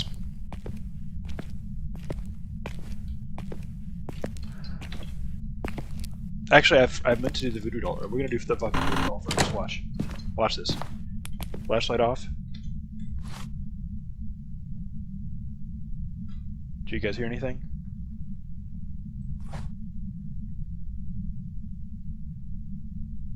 I'm not hearing anything. So I guess Mauler might not be over in this area. I'm probably at about 80% sanity right now. I mean, of course, Mauler wouldn't even debate me when I was at my weakest, so I don't think he's going to attack it. I'm at 80% sanity. And I don't know, because I was hearing that noise in the bathroom, so I don't really want to be in there if I start poking the voodoo doll here. Not that I'm, like, afraid of Mauler, because I'm not. I'm not scared to debate him. But I might die if I do, just so we're clear. This is a great spot. This is a great spot. Try again.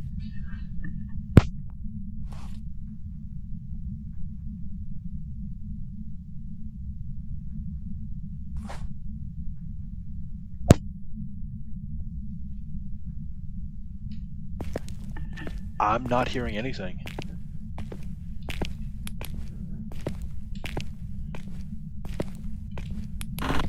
We're gonna take a crazy stab in the dark.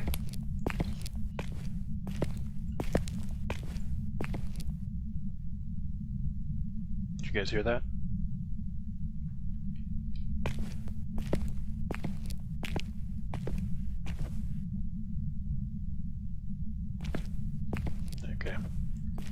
Must have been the wind. Let's see, I'm gonna get to... because I don't... Episode 8 of the canceled television show Terriers is entitled Hot Water. The use of the term hot water in the titlement is a reference to the main ingredient in ramen noodles, which are very tasty, and also very hot. Which is appropriate, because the episode focuses on our hero's misadventures in Mexico, which infamously has warmer water than any other country on the planet. You can tell because they use the Spanish spelling of the title Hot Water on Hulu, which is a reference to the fact that the country of Mexico was first established as a colony by the Spanish Empire in 1519, when Herman Cortez founded the city of Veracruz. The 1521 capture of Tenochtitlan and immediate founding of the Spanish capital Mexico City on its ruins was the beginning of a 300-year-long colonial era during which Mexico was known as New Spain. Two factors made Mexico a jewel in the Spanish Empire: the existence of large, hierarchically organized Mesoamerican populations that rendered tribute and performed obligatory labor, and the discovery of vast silver deposits in northern Mexico. And by obligatory labor, I mean slaves. Slaves built the pyramids. Slaves built the Parthenon. Slaves. The racist kingdom of New Spain was created from the remnants of the Aztec Empire. The two pillars of Spanish rule were the Roman Catholic Church and slaves, both under the authority of the Spanish crown. In 1493, the Pope granted sweeping powers to the Spanish monarchy for its overseas empire, with the demand that the crown spread Christianity in its new realms. On September 16, 1810, secular priest Miguel Hidalgo spoke out against, quote, bad government in the small town of Dolores, Mexico. This event, known as the Cry of Dolores, is commemorated each year on September 16th as Mexico's Independence Day. Hidalgo was eventually captured and executed by firing squad off-screen at night. The first 35 years after Mexico's independence were marked by political instability and the changing of the Mexican state from a transient monarchy into a fragile federated republic. Mexico's ability to maintain its independence and establish a viable government was in question. Spain attempted to reconquer its former colony during the 1820s, but eventually recognized its independence. France attempted to seize control of Mexico during the unrest, and blockaded the Gulf of Mexico during the Pastry War of 1838. General Santa Anna emerged as a national hero because of his role in both of these conflicts, defending their pastries from the French invaders. Mexico also contended with Comanche Indian hostilities on their northern border, so the Mexican government, led by Santa Anna, encouraged Anglo-American immigration into present-day Texas to help defend pastries in the province. It turned out that importing millions of immigrants from another country was somehow a bad idea, and they eventually declared independence because they had no loyalty to the Mexican government. The rebellion against Santa Anna was led in part by William B. Travis, Lieutenant Colonel of the Legion of Cavalry. Travis's grandfather, Berwick Travis, came to the British colonies of North America at the age of 12, where he was placed in indentured servitude for more than a decade.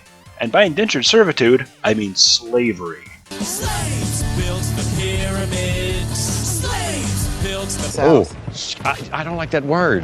Which mainframe? No. Why would I not like mainframe? No, the yes word, yes word. Sorry, the prisoners with jobs have armed themselves. Okay, that's better. Berwick had a life that hardly resembled his ancestors' glory and wealth. After working his period of servitude, he traveled south to the colony of South Carolina, where he received a small loan of over 100 acres of land in what is now Saluda County, South Carolina. A year later, he married Anne Smallwood, and they lived out their lives there. They had 4 daughters and 3 sons, including Mark Travis. Mark Travis married Aunt Jemima on June 1, 1808, and she gave birth to William Barrett Travis on August 1, 1809. Records differ as to whether his date of birth was the 1st or the 9th of August, but his youngest brother, James C. Travis, who was in possession of the Travis family Bible at the time of his statement, indicated that William was born on the 1st. Mark and Aunt Jemima had 9 other children over the next 20 years. William B. Travis died in the Alamo when he was killed on Alamo Day in 1836 after a particularly lousy Alamo Day celebration. They weren't quite sure what they were celebrating at that point, but it became clear to them once their bodies were hacked apart and set on fire by Santa Anna.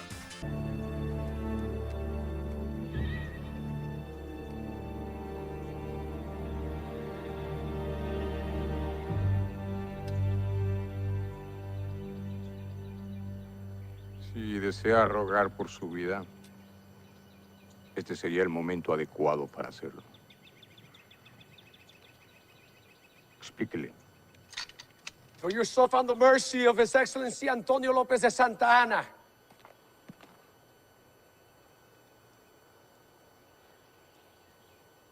You Santana?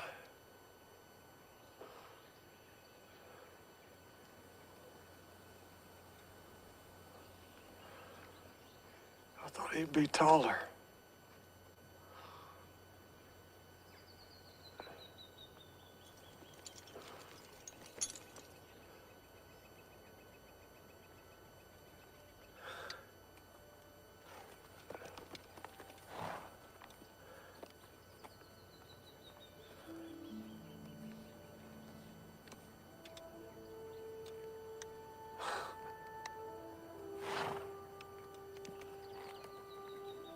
Crockett.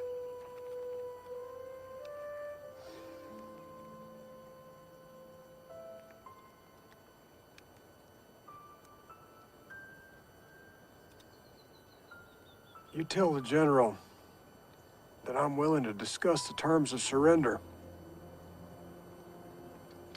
You tell him if he'll tell his men to lay their weapons down and assemble peacefully, I promise to take you all to General Houston, and I'll try my best to save most of your lives. That said, sounds a mite prickly. So no promises.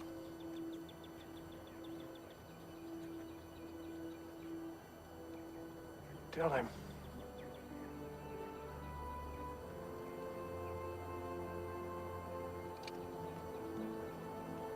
Tell him! Excelencia, propone que nos rindamos. ¡Excelencia! Le suplico que le perdone la vida.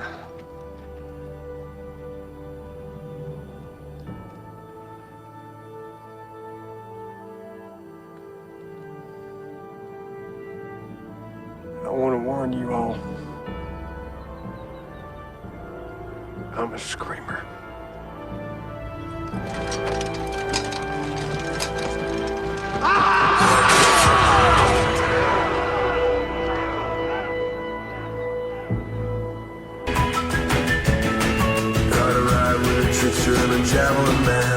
William B. Travis, American hero, died at the meager age of 26, fighting for his country in another country that was trying to secede and become a different country. Just like Vietnam. Mahler, who was also not at the Battle of the Alamo, has managed to outlive William Travis because rather than fight and die for what he believes in, he'd rather make YouTube videos about ukulele instead. There is a consistent pattern emerging. On all of these places that Mahler doesn't go to, people end up getting massacred. Almost like he's a spy and he's delivering pastries to our enemies. The episode begins with Hank and Brett fucking around at the golf course for some reason. Britt sets down his flamethrower and heads off to the parking lot for a smoke. He, of course, realizes that he now has nothing to light his cigarette with, but that's okay, because the Mexican drug cartel drive up and beat him and kidnap him. Or do they? Let's go now to our expert on the subject, Southpaw. I'm here to talk about a show that no one has seen, nor are any of these guys' fans apparently willing to actually watch before deciding to die on the hill that EFAP made a bunch of absolutely airtight points about it. Look, they wanted someone willing to mount an argument that has nothing to do with their length, or the one stream they did about Jenny Nicholson, or the goofy politics of those they've chosen to associate with, and here I am. So, circling back to Gish Gallops, people are usually discouraged from responding to these things because of the sheer amount of time it would take to appropriately break them down. I'm built different, however. I revel in dissecting bad arguments, and a Gish Gallop just gives me more to break down. And considering I got on YouTube because I wanted to break down bad arguments about movies and TV shows and whatnot, I hit the mother load with this one. On top of that, I think that Terriers did not deserve to be denigrated by these guys in the manner it was, as someone who is both a fan of the show and also cares a good bit about when people misrepresent something to criticize it in bad faith. So I've spent a fair amount of time analyzing these arguments, cross-referencing them with the show, and in the case of some of these points, looking into how accurate they are with the law. That's just the unfortunate nature of Gish Gallops. It takes no time to make an enormous mess, and it can take 100 times the amount of time to clean it up. But now that I've gone through that way too extensive research process, I'd like to share my findings in the most entertaining way that I can, because these guys do not understand anything they are talking about, especially the law. And their arguments centered on the show are so bad faith it's comical, and I don't want to just poo-poo their take without elaboration. It's a standard social contract we agree to when we enter a conversation. Let the other person make their case, and they should let you make yours. Either way, if you enjoy watching a bad take just get ripped to shreds, then this video is for you. Name one unreasonable thing they've said. If it's a whooping, you're a wantin'. The main set of arguments I'll be breaking down are from a live stream that EFAP did right after having watched the full show, where they proceeded to rant about how bad they thought the show was. In fairness to anyone in the EFAP fanbase who's tuning in with no prior knowledge of any of the arguments I'm about to go into, this is from a live stream that only has 13,000 views as of this writing. It's their first EFAP mini dedicated to catching up on super chats that were sent to them during their 3rd anniversary stream if you want to find it. It's the one with a runtime of 8 hours and 6 minutes. Anyways, no point beating around the bush, let's begin. One of the main characters is called Britt, and he has a friend who's like used to do crimes and stuff, and they decide they get abducted and get taken across the border at San Diego. So they go to Tijuana, and they are tasked with helping this guy's old criminal buddies basically steal some evidence from lockup. So all the crimes that are committed in this episode. So first of all, they get themselves sent to prisons. They got that crime to deal with. But then they assault a police officer, break out of prison, steal evidence from lockup to give to like a cartel, and then he illegally flees back into America. It's like, okay, so they've got all his details. They know he did all these things. They've got all of his details. They know who he is. They know where he lives. It's over. So first of all, you can't just get into the boot of somebody's car and just get into America from Mexico. Like, they're going to check the boot of the car. It doesn't matter that there's a cop with you, they're going to check the car. And even if we assume that being with a detective is going to help you get back into America, even though police and border patrol are like totally different entities, as soon as you get back to America, you're just going to be extradited to Mexico for all the crimes you committed there. Yeah, if you've It's actually over. It's impeded done. the case against a cartel, they're going to be fucking pissed at you. They're going to fucking assault a police officer. And assaulting a police officer, yeah, breaking out of their prison. Friends. Breaking out. The amount of crime. And there is a clear evidence trail for all of this, by the way. So, everything that guy just says, bullshit. Thank you. There is a lot to unpack about this entire section of criticisms, and to a layman, this might even sound convincing, especially if you've been told that Fringy went to college for the subject at one point, and doubly so if this is being dropped on you in real time by someone who just sounds confident that they know what they are talking about. The prospect of going up against him on something like this seems like a daunting task, but instead of making knee-jerk reactions, let's take a breath and just think about what has been said.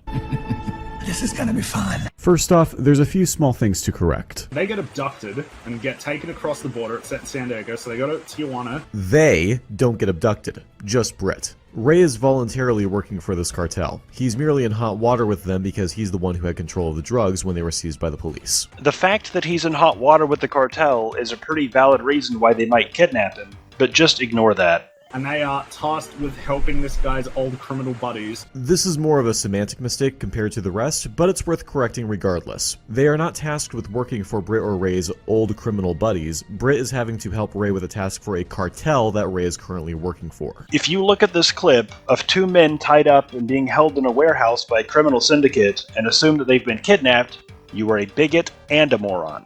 Clearly, only one of them has been kidnapped, and the other one just voluntarily came to this place and tied himself up. If after watching this episode, you wanted to recount it from memory to a friend and describe these characters as victims of kidnapping, you are a liar. A dirty, dirty smear merchant. You are lying about terriers and you need to apologize to me. But Southpaw? He's built different.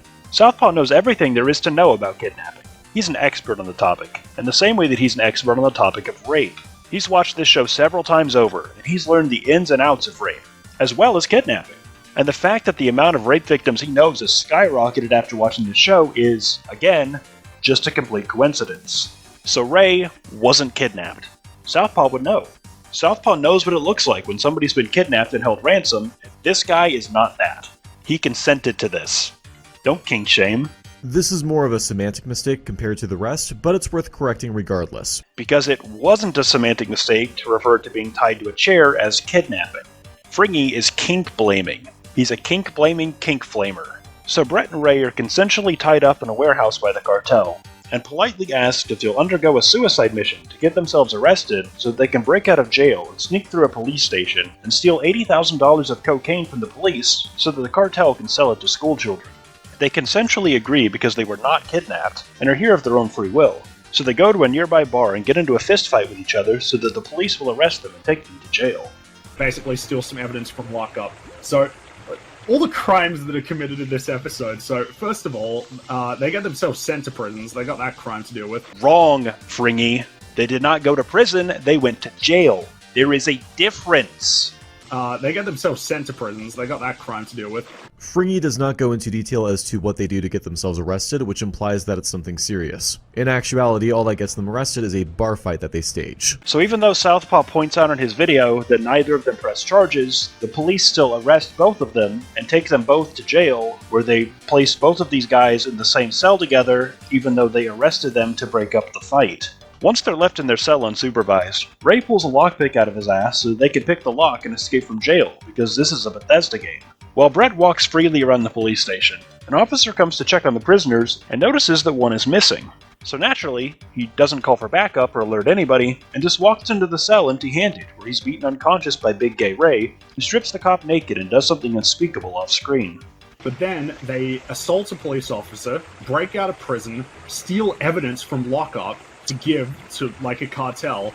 When Fringy says they assault a police officer, he implies that Britt helps Ray do this. In actuality, Britt is not in the jail cell when this happens. He leaves Ray behind in the cell to go fetch the seized drugs from lockup, and while he is gone, a cop checks in on the cell and enters it when he sees Britt is missing. This could actually be considered a convenience, a valid criticism which you may notice these guys do not bring up. Ray puts him in a sleeper hold, and when Britt comes back to the cell with the drugs in tow, you can clearly see he is not happy with Ray and shows concern that the cop may have been killed, which Ray assures him he hasn't. He's not dead.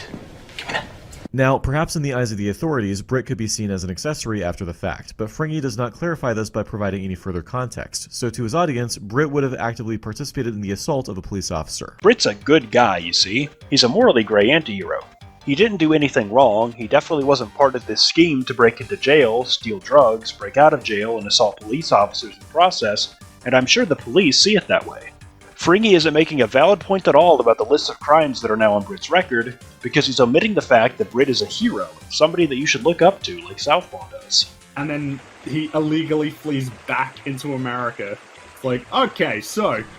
They've got all his details, they know he did all these things. They've got all of his details, they know who he is, they know where he lives.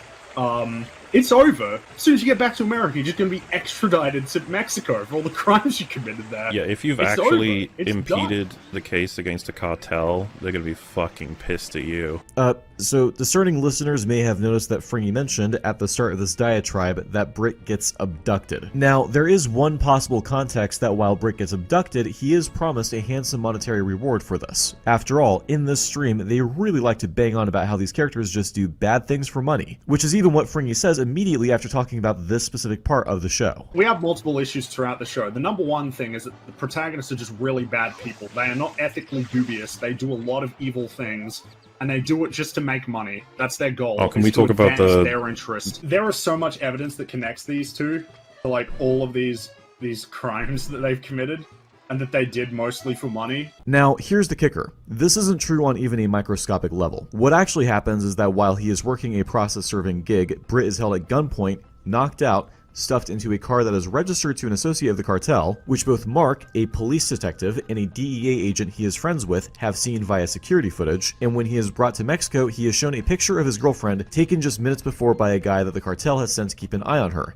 and is then told, "Nothing is going to happen to her, so long as this property is returned to me by 6 o'clock. I call my cousin, he come back here, she never know he there. But if he no hear from me, it could be a problem, comprende?" Yes, the cartel needed a thief to get their drugs out of a lightly guarded police station, and there was not a single thief in all of Mexico who could do the job, so they orchestrated an elaborate international kidnapping scheme and have sleeper agents in place in San Diego to assassinate Brett's girlfriend if he doesn't get the drugs, because he's the only thief on the planet who can pull off a job like this because he's one of the main characters. And this same cartel have the knowledge and resources to pull off this excessively elaborate scheme, and are just smart enough to commit their crimes in front of a security camera, and while driving a car that is registered under their name so that the police will recognize them.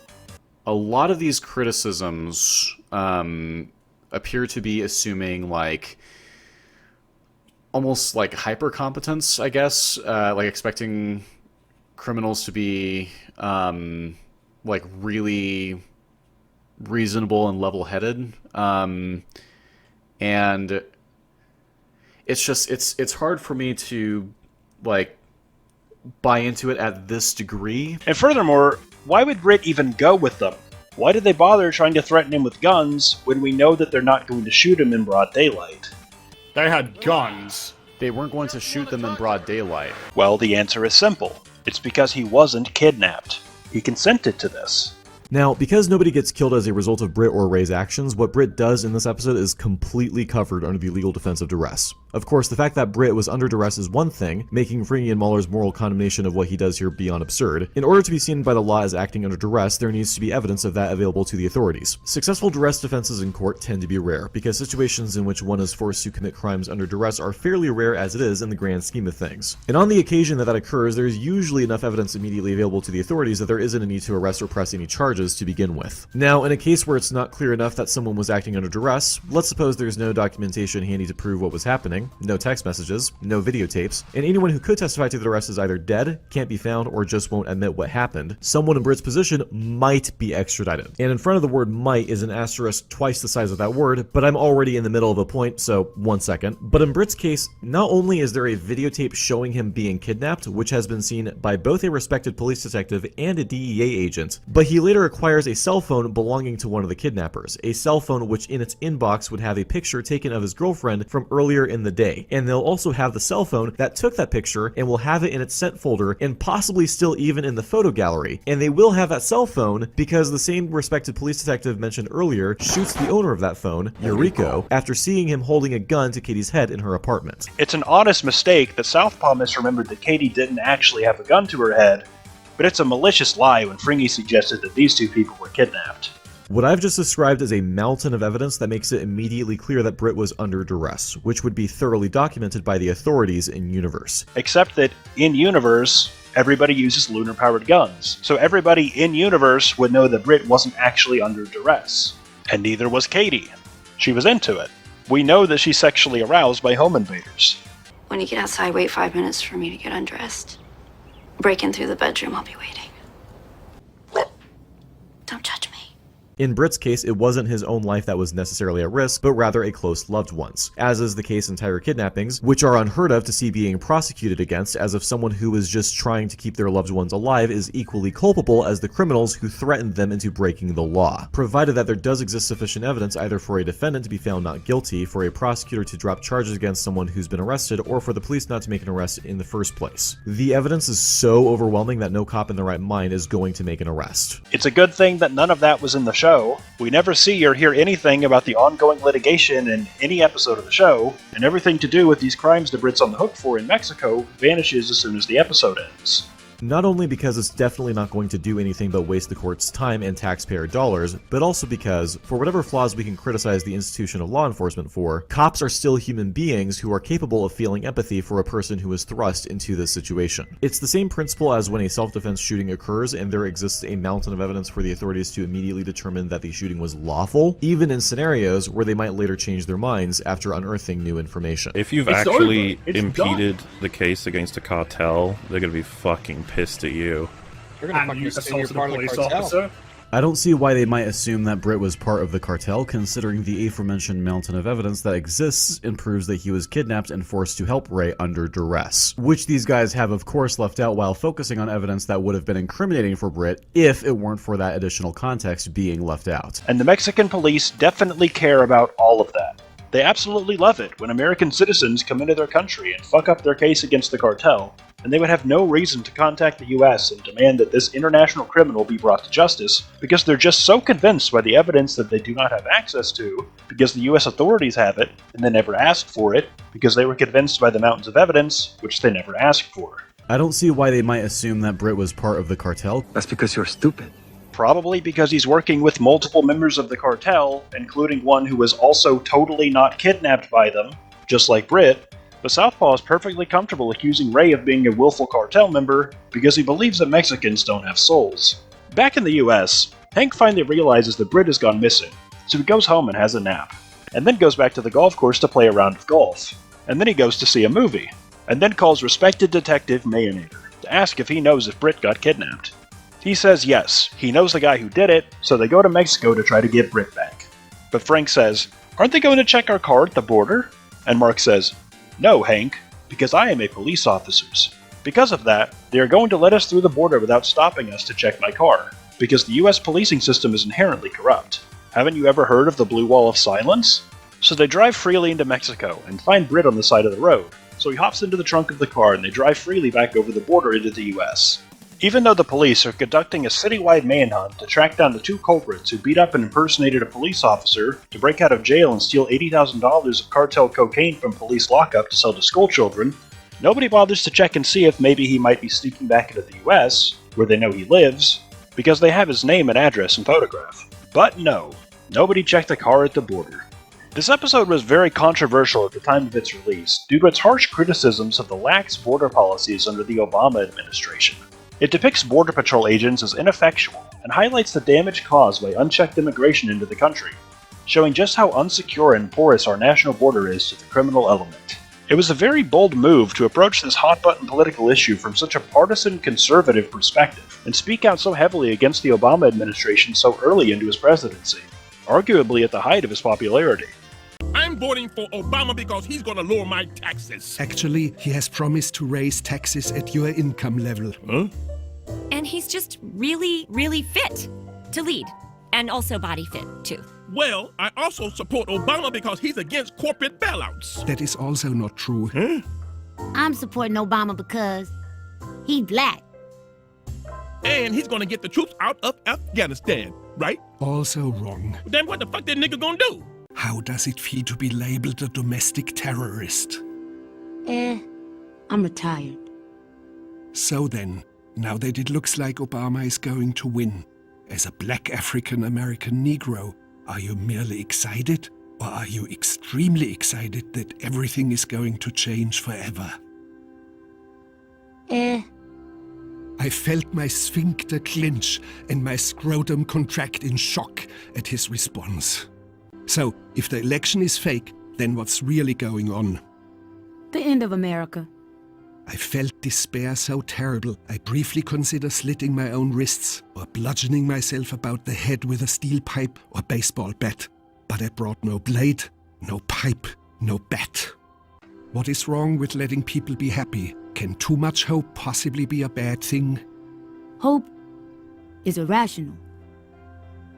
In Bavaria we have a saying, der Junge ist ja total bedient. It means, this is the most depressing fucking kid I've ever met in my life. All of this is trivial, however, compared to the next point, which is that nobody checked the car at the border. And then he illegally flees back into America. It's like, okay, so... They've got all his details. They know he did all these things. They've got all of his details. They know who he is. They know where he lives. It's over. So first of all, you can't just get into the boot of somebody's car and just get into America from Mexico. Like, they're gonna check the boot of the car. It doesn't matter that there's a cop with you, they're gonna check the car. Wanna bet, Froggy Nelson? And even if we assume that being with a detective is gonna help you get back into America, even though police and border patrol are like totally different entities, as soon as you get back to America, you're just gonna be extradited to Mexico for all the crimes you committed there. I'm gonna fuck you up. So starting off, there are a couple of kernels of truth to what Fringy says here. The first of which is that every car would technically be checked at the border, assuming your definition of checking is drivers being stopped and made to present ID and asked a couple of questions. But the way Fringy uses it here implies more than just that. He seems to be saying the car would be searched, like it would have had its trunk popped open or maybe a canine unit would sniff it. And I'll explain in a minute why that isn't as much of a guarantee as Fringy suggests. The other kernel of truth is that Border Patrol is in a different jurisdiction from Mark. Of course, I don't see why that's relevant because Border Patrol is the name for the folks who drive along the border where crossings are attempted away from ports of entry. Ports of entry aren't managed by Border Patrol itself, but by the agency in charge of them, which is officially named Customs and Border Protection. Pedantry aside, Fringy technically using the incorrect terminology is irrelevant relevant to the fact that CBP would indeed be above whatever branch Mark would be a part of. And while Mark would need probable cause in order to search a citizen's car without a warrant, CBP does not. Their website will even tell you that every car is subject to be searched. Additionally, a cursory glance at what security is like at the border will mention X-ray scanners. These things are called Z-portals, and they're like the X-ray scanning machines you might see at an airport. And the first one of these was introduced at the San Ysidro Port of Entry in 2008. Now, I bet that the folks watching this in the hopes of validating their bias for EFAP are salivating at this, as though I've just proven this point right. Every car is subject to be searched, and they have X-ray scanners at the border. Now, that's a nice argument. Just two small problems. Every car being subject to be searched does not mean they are guaranteed to be searched. And unlike what you might initially assume, the Z-portal is not a standard part of every lane. It's only used on cars selected for secondary inspections. Now, what is the exact likelihood that your car will be chosen to go through one? Well, according to what the CBP themselves say, they only send 16% of commercial vehicles through it and a whopping 2% of private vehicles, like the one Mark's driving here. You see, that's where Mahler and Fringy went wrong. After hearing that every car would be subject to a search at the border, they foolishly thought that this meant that every car would be searched. They mistakenly believed that we have a secure border, and that law enforcement personnel and Border Patrol were enforcing existing laws to keep our country safe from criminal invasions, but they were sorely mistaken. Every single agent knows deep in his heart what's going on is wrong. Children get trafficked every day. We don't take their biographical info. We're very busy up here. We're overran with children we can't keep track of. Where are those children going? We don't know. We can have plausible deniability. If you can sleep at night with plausible deniability, sickens me to my core. When a girl like Lincoln Riley's jogging down in Georgia, yeah. When a girl like Lincoln Riley's, no, okay, just keep going. When a girl like Lincoln Riley is jogging, she's top of her class at nursing, and we sign those fucking files, man. That's blood on our hands. That's blood on your hands. And that's a joke, maybe. You just keep collecting that check. But let me ask you this: if it was your mother, or your sister, or your aunt, how would you feel? This is from the border. It's a video of the border? Yeah, it's me talking to that Brandon Judd at the border. Okay, here we go. Will it play?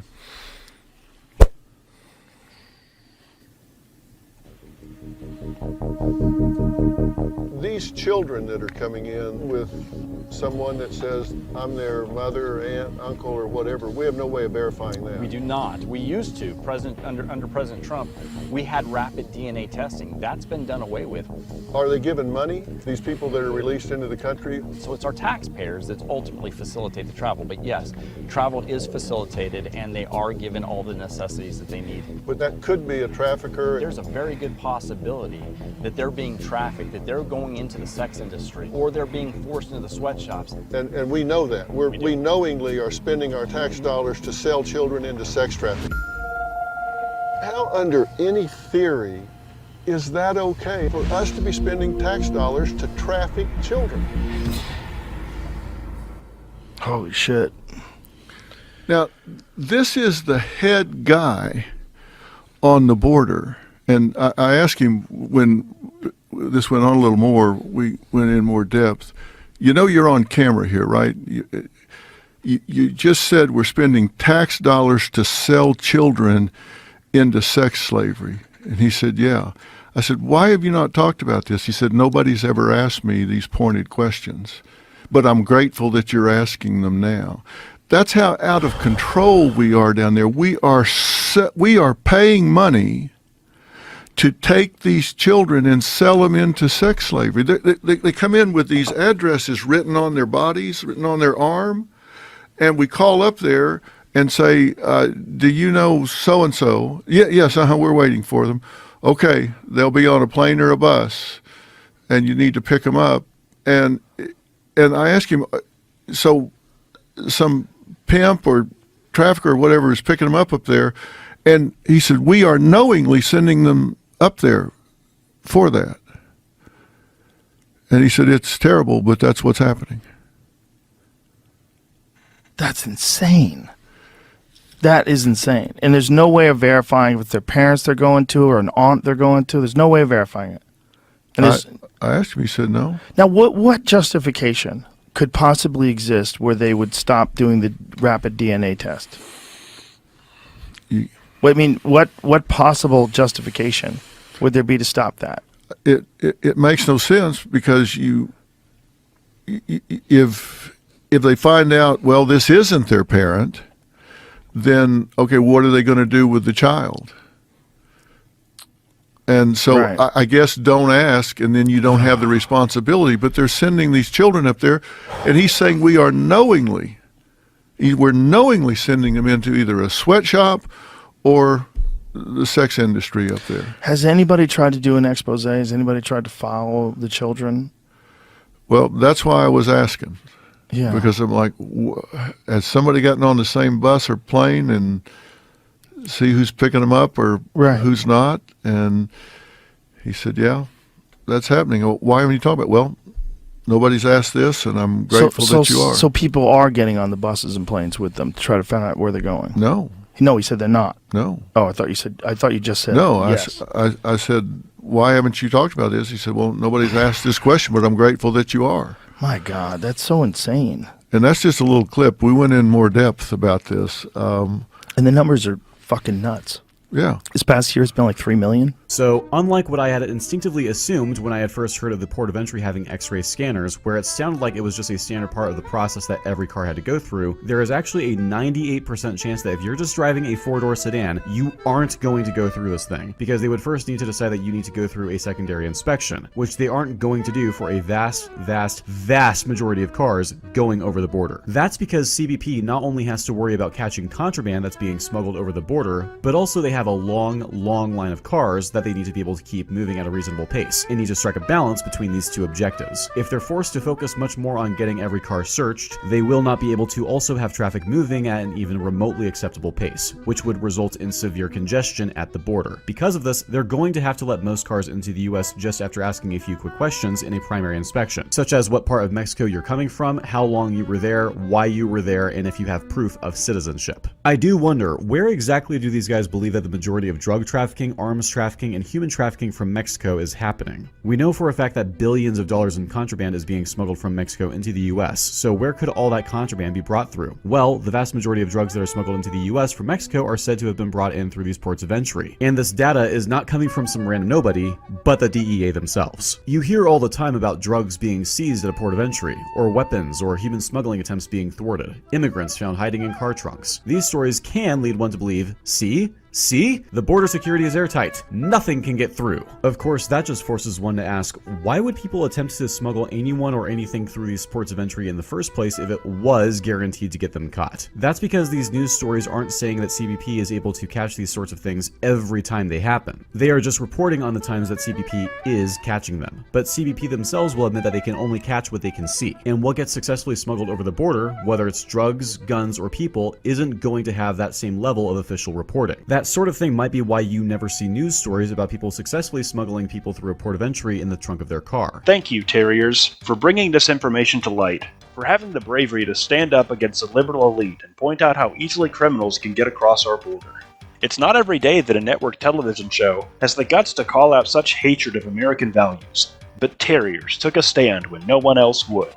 Because that requires them to be willing to talk about it, which usually is only going to happen after they're later arrested, if they make a confession for a potentially lightened sentence. Those guys don't really make headlines, but you know who did? This woman in San Diego, who went through the San Ysidro port of entry while coming from Tijuana, who was surprised to find that 2 Mexicans had snuck into the country by getting into her car's trunk without her knowledge until she was 40 miles away from the border, at which point they ran off and were never found by the authorities. This didn't happen in the 70s, the 80s, or the 90s either. It happened at the beginning of this year. Hey Friggy, looks to me like nobody checked the car at the border. So if you are wondering how this sort of thing can happen, we should now look at what the process of going through a port of entry actually looks like. Now, because I live on the other side of the country away from the Mexican border, I can't just go through it myself. So I'm having to go off of what other people have told me about their experiences of crossing the border. Now, despite how much this benefits my case, I'm not one to settle for hearsay when there's other things I can do to really test this out, such as perhaps videos of the process, like this one. All right, he's waving me up.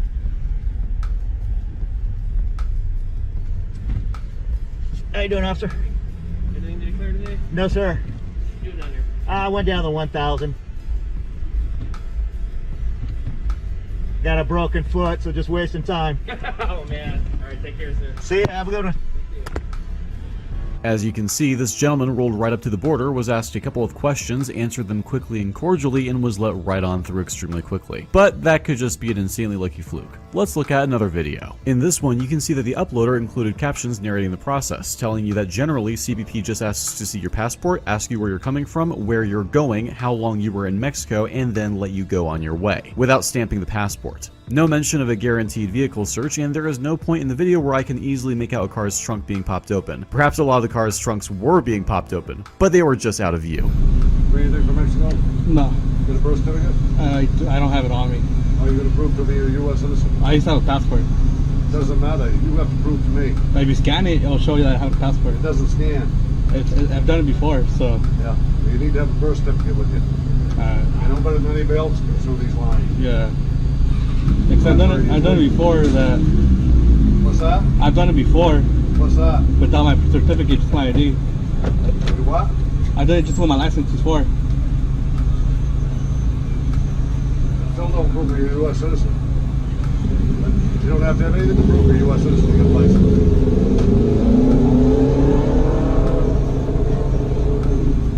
Where do you live? In Oxnard. Where? Oxnard.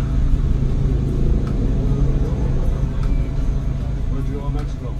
Now here's a very interesting one. This guy rolled up to the port of entry without a passport or a birth certificate, just a driver's license, has a brief exchange with a CBP officer in which he's primarily arguing with him. He answers a few questions, treats the guy cordially, and the officer lets him go on his way, telling him to bring a valid passport or a birth certificate next time. As you may have noticed, his trunk does not get popped open, nor do you even see a flashlight shown through his window, as CBP officers might do at this hour, as seen in this video. In that same video, by the way, you do get a look at them popping a car's trunk open briefly. You'll see that right here too. Now interestingly, they do it with that car, but they don't do it with this car. And of course you'll notice, none of these cars are going through a Z portal. What's the matter, bro? Nobody checked the car at the border. So as you can see, these quick little searches are indeed a thing that they can do at the border, but clearly from these videos, which are the only videos I've been able to find of people entering into the US from Mexico in a car, this isn't something they always do. And in fact, avoiding such a search is actually quite probable to do, which corroborates with what I've been told in people's personal testimonies, which is that while CBP legally has the right to search anyone they want, regardless of whether there's probable cause, they still tend to go by probable cause. And sometimes they'll do random searches as well, but otherwise it is inevitable that drugs, guns, and people will slip through the cracks, as evidenced by clear success stories such as this one, which is why people make those risks in the first place. But wait, I hear you say. Okay, so Fringy is incorrect here. Not every car is inspected at the border, and in fact there's a reasonable chance that yours won't be when you roll up to the customs agent. But is this at least a thing that they could plausibly do? No. I could easily just move on to the next point, but I find that I would be doing you a disservice by not spending a little more time to explain not just why this argument is wrong, it's wrong to a point that any illusion that Fringy has even the foggiest clue that he knows anything about the law shouldn't be possible to recover. Yeah, fuck you, Fringy. Fuck you for not knowing and understanding intricate US immigration policy, or knowing the difference between US Border Patrol, US Customs and Border Protection, and US Immigration and Customs Enforcement as an Australian citizen. I'm sorry. Did nobody teach US immigration law in Australia? Now, on January 5th, 2021, the same day that an infamous typo was born, a bill had been signed into law mandating that every car at the border had to be scanned in some capacity. As we can see, after this change was made, the average wait time for the front of the line extended from 34 minutes to almost 5 times that amount, 2 hours and 30 minutes. Setting aside the whole thing about inconveniencing tens of thousands of motorists, the worsened congestion caused by this type of policy turns out to lead to major revenue losses. As an example of this, after attempting to follow this policy, the state of Texas is said to have lost $477 million in revenue per day. Because as it turns out, this type of policy resulting in a 90% decrease in border crossings is a very bad thing for businesses dependent on international trade, which very well may begin gouging prices for their products in order to minimize the bleeding of their profits. Hence, it's probably unreasonable for every car to get checked at the border. Now, I'm going to give Fringy the benefit of the doubt and assume that he didn't take an economics course in university as well. Allow me to give you a crash course using my knowledge as a humble high school educated grocery store clerk. Suppose you like avocados very much. You get them from a particular grocery store because that store gets their avocados from a better supplier than any other store in your area. These avocados have a premier quality and have ruined other avocados for you. And on top of that, they're more affordable than the average avocado. Never going over 80 cents a pop, usually they're running a lot cheaper. Well, the supplier of those avocados is in Mexico. And because of these new policies requiring heavier security at the border, they are now only able to move avocados across the border at 10% of the rate that they used to be able to. The supplier now has to pay truck drivers much more money by the hour to deliver much fewer avocados than before. In order to keep their company afloat and prevent from having to lay off their employees, the supplier now has to charge much more money from their clients, which includes the grocery store where you buy your avocados. Now, the grocery store is getting fewer avocados and might be running out of them much more quickly, while having to pay the supplier more for what they can get. They might only get 2 cases of them per day and run out of them before noon, when previously they could count on getting a minimum of 8 cases and be able to keep the avocados display filled all the way up until closing time. The avocados might have been so good that they even drew people to the store in the first place. The loss of revenue in these avocados is going to quickly translate to a noticeable dip in what the produce department and possibly the rest of the store rakes in every week. The grocery store is now left with only one choice to account for the change in supply and demand: raise the prices of these avocados up to a minimum of over $2 each. That's more than double the previous maximum price, but these avocados are good enough that people will still be willing to buy them. They just might not be willing to buy as much as they used to. The biggest loser now isn't the avocado supplier or the grocery store, which are still making about what they used to make before security at the border tightened up. It is now you, the customer. All because some dingleberry voted into office by a bunch of other dingleberries got the idea that every car should get checked at the border. All of this is to say, based on the caliber of argumentation he has given, I highly doubt that Fringy is going to be an avocado at law anytime soon. You see, if we just opened up the borders and checked 0 of the cars and checked the immigration status of 0 of the people, avocados would be much cheaper. And EFAP are dumb for thinking the US federal government care about protecting their citizens. On one hand, they have to balance stopping the dangerous drug trade, but on the other hand, they have to... It's such a stupid fucking sentence. On one hand, they have to balance stopping the dangerous drug trade, and on the other hand, they have to balance people waiting in line. And that balance is checking only 2% of the cars and letting everybody else in. I think it's safe to assume that Southpaw doesn't care that children get trafficked as long as he gets his avocado toast. We both know how you care so much about victims of sexual abuse, right? Should look into avocado. Dude, that's what they're saying. They're telling me that the avocados are killing everybody.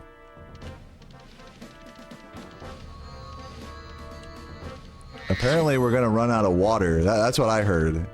We're running out of water because of avocados. That's just what I've heard.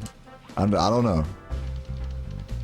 But either way, it's all fucked. That's all I can say. Dude, avocados are delicious. That's the thing. Like, I refuse to, like, be, like, you know, take, like, a moral thing with, like, the food I'm buying, you know? It's like, I feel like no matter what I buy, there's gonna be some fucking inhumane aspect of how it was farmed or raised or whatever. Like, you're never gonna be morally clear. Even in, like, the best case scenario, you know, they're still chopping a chicken's head off, you know, at the end of the day, like... Or like fucking overgrowing like fucking 1 billion of the same fruit in one environment and destroying the ecosystem. Like that's in a best case scenario, right? Like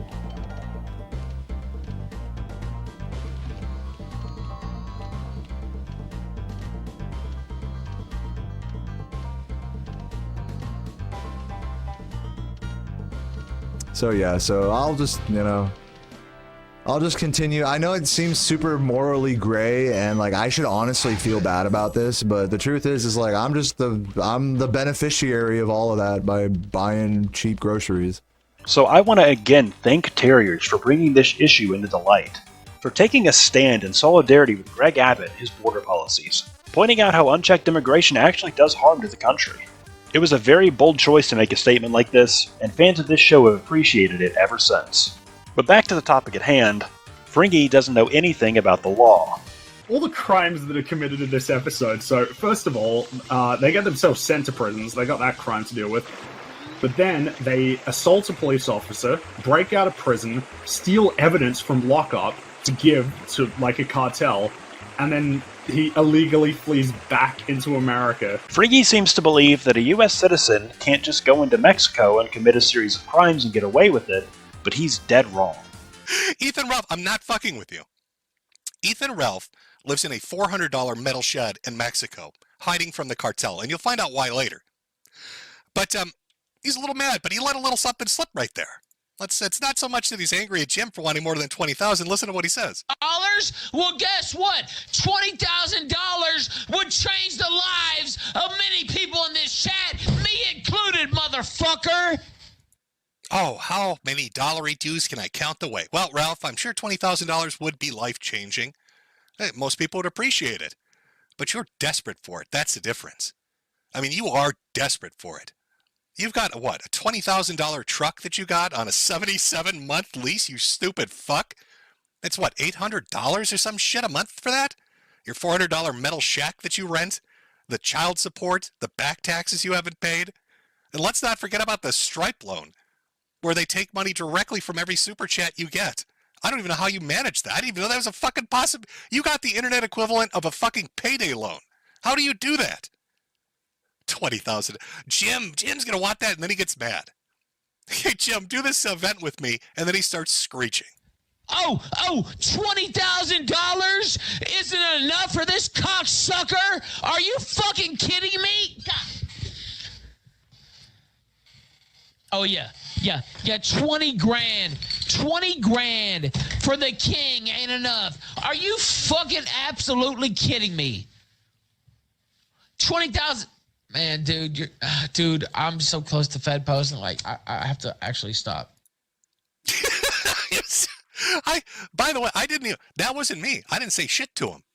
I hadn't even seen this clip till well after it was, done and dusted. And he's that infuriated at the thought of me telling him no, that he's got to have a cigarette. I made this motherfucker smoke. The thought of me telling him no was so much he picked up smoking. That's powerful. I have power over pigs. Instead of St. Patrick and the snakes, I've got St. Augustine and the piglets. So poor Ralph, literally and figuratively, poor Ralph, having a tough week. Gets a relationship broken, shattered heart. Finds out his blood enemy, Joshua Connor Moon, is making the buku bucks. Coming around, begging me for dollars, sniffing in my ass like they're fucking truffles up there. Then, of course, he accidentally lets it slip, because he's drunk and high like usual, that he's going to IFS therapy, something I never heard of before, but internal family systems, which is a really way of, interesting way of fancying up an old Tumblrisms term. He has headmates. Ethan Ralph, I'm not even fucking joking, is going to therapy because he has headmates, not multiple personality disorder, not schizophrenia. He has invented headmates. Inside Ralph's head right now, screaming at him in Piglish, are at least 10 other Ethan Ralphs, all with different opinions, different personalities. Imagine this broke, fat motherfucker sweating to death in a metal shed in Mexico. And all he hears in his head are little Ethan Ralphs oinking at him, incessantly never-ending oinking. Ooh, that's a tough week. Now, I know you're thinking, Jesus, man, that's kind of fucking brutal, right? Dumped by your girlfriend, begging for money, people you hate are getting rich, you've gone psychotic and are now going to Tumblrisms therapy for some reason because you're a little girl. I mean, how could it get worse? Well, how about masturbating on air? How about jacking off in front of an audience accidentally? You might think I'm joking. The full clip is up. This is a little bit of a playful one. I had to edit it down to make it appropriate for, the viewing audience. I don't want to give you fucking nightmares. But I'll play it for you. It's a little, a little inspired by another incident. I hope you enjoy it. Sound good?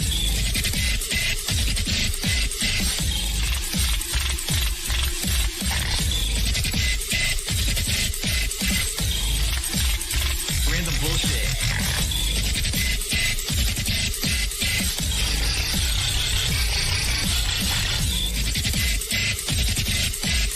I did nothing wrong. I did everything correct. Thanks for the money, dummies.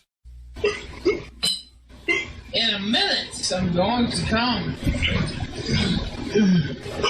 Yeah. Oh, the camera's on. The camera's been on the whole time, huh? I don't even know. Hello. Oops. Oopsie daisy. Uh-oh, Ethan Ralph's touching himself on stream again. Oh, God.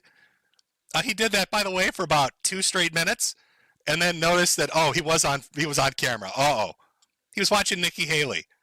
He's cranking one out to Nikki Haley in front of his audience, and he's so Zanny-looped, he doesn't even notice, and I don't blame him. His audience is like 2 people, one of which is a furry that probably enjoyed it. How you doing, Ada Wolf? Why don't you send in one of your cherished $1 donations and tell me your stupid fucking political takes? But I won't masturbate for you like Ethan will. I'm sorry, I've got some pride. So there you are, broke, sweating in a Mexican shack with your headmates, people making money who you hate, getting dumped, caught masturbating. So what better thing to do than to jump on air and tell people that you're going to, of course, not just come in front of your audience, but literally ejaculate on corpses. Yes, Ethan Ralph is a confirmed necrophile. This man is aroused by the dead, and he seeks to pleasure himself in graveyards. And they talk about me jacking off to Nikki Haley. I'm gonna jack off on your fucking casket, you cocksucking son of a bitch. And you ain't gonna be able to do shit about it. You understand?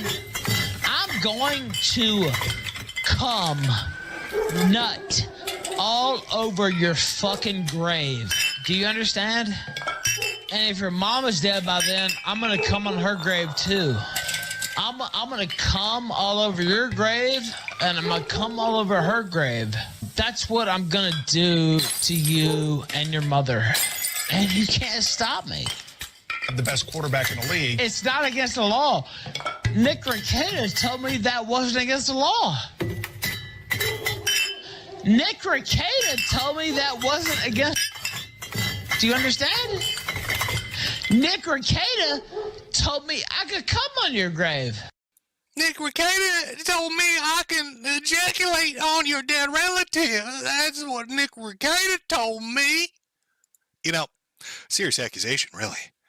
I reached out to Nick Rekieta before this stream. I asked him, to watch the clip, and then I seriously asked him, did you actually give Ralph legal advice? Did you tell him he could masturbate on people's graves, that it was legal in the state of New York? And Nick was a little fucked up over this. So he made a clip he wanted me to play for you, a response to Ralph's claim that he had given him legal advice that you could masturbate on graves. And I told him, okay, I'll play it for everybody, Nick.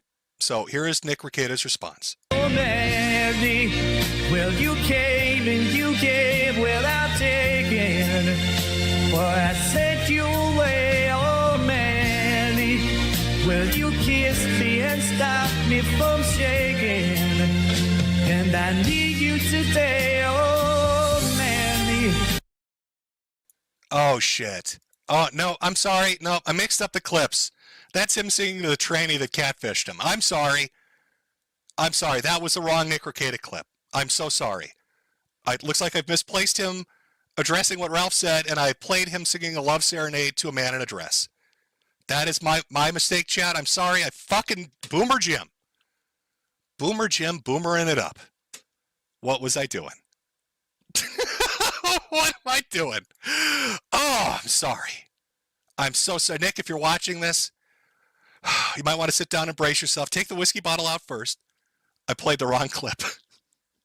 I played the wrong clip. I'm so sorry. Oh, God. Oh, God. But enough of the fun times. Okay, so Ralph has had a bad week. We've all had a giggle. Mersh had some strokes. Nick's out there singing for men. But let's get down to the brass tacks, folks. Let's learn how to be a ladies' man from Ethan Ralph. I mean, you've watched him. We've watched some clips. Who doesn't want to emulate this guy? Getting drunk, masturbating on stream, Zanny looping, bottles smashing everywhere. Let's go for it.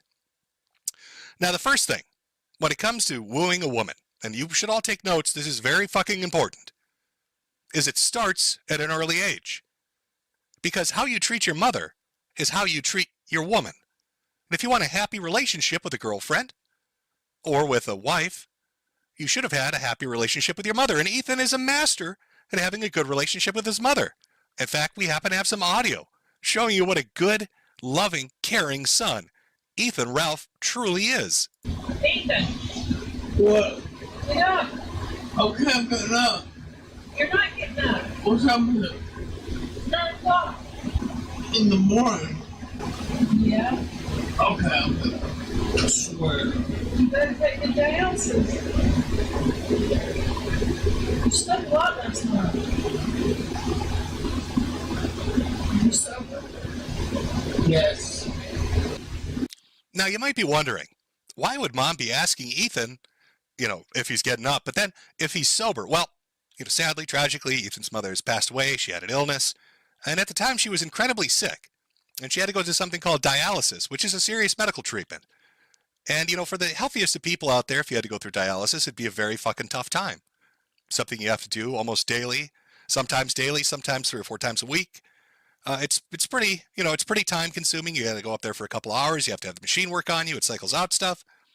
And of course, you need support. You need support from friends and family to help you get down there to do that.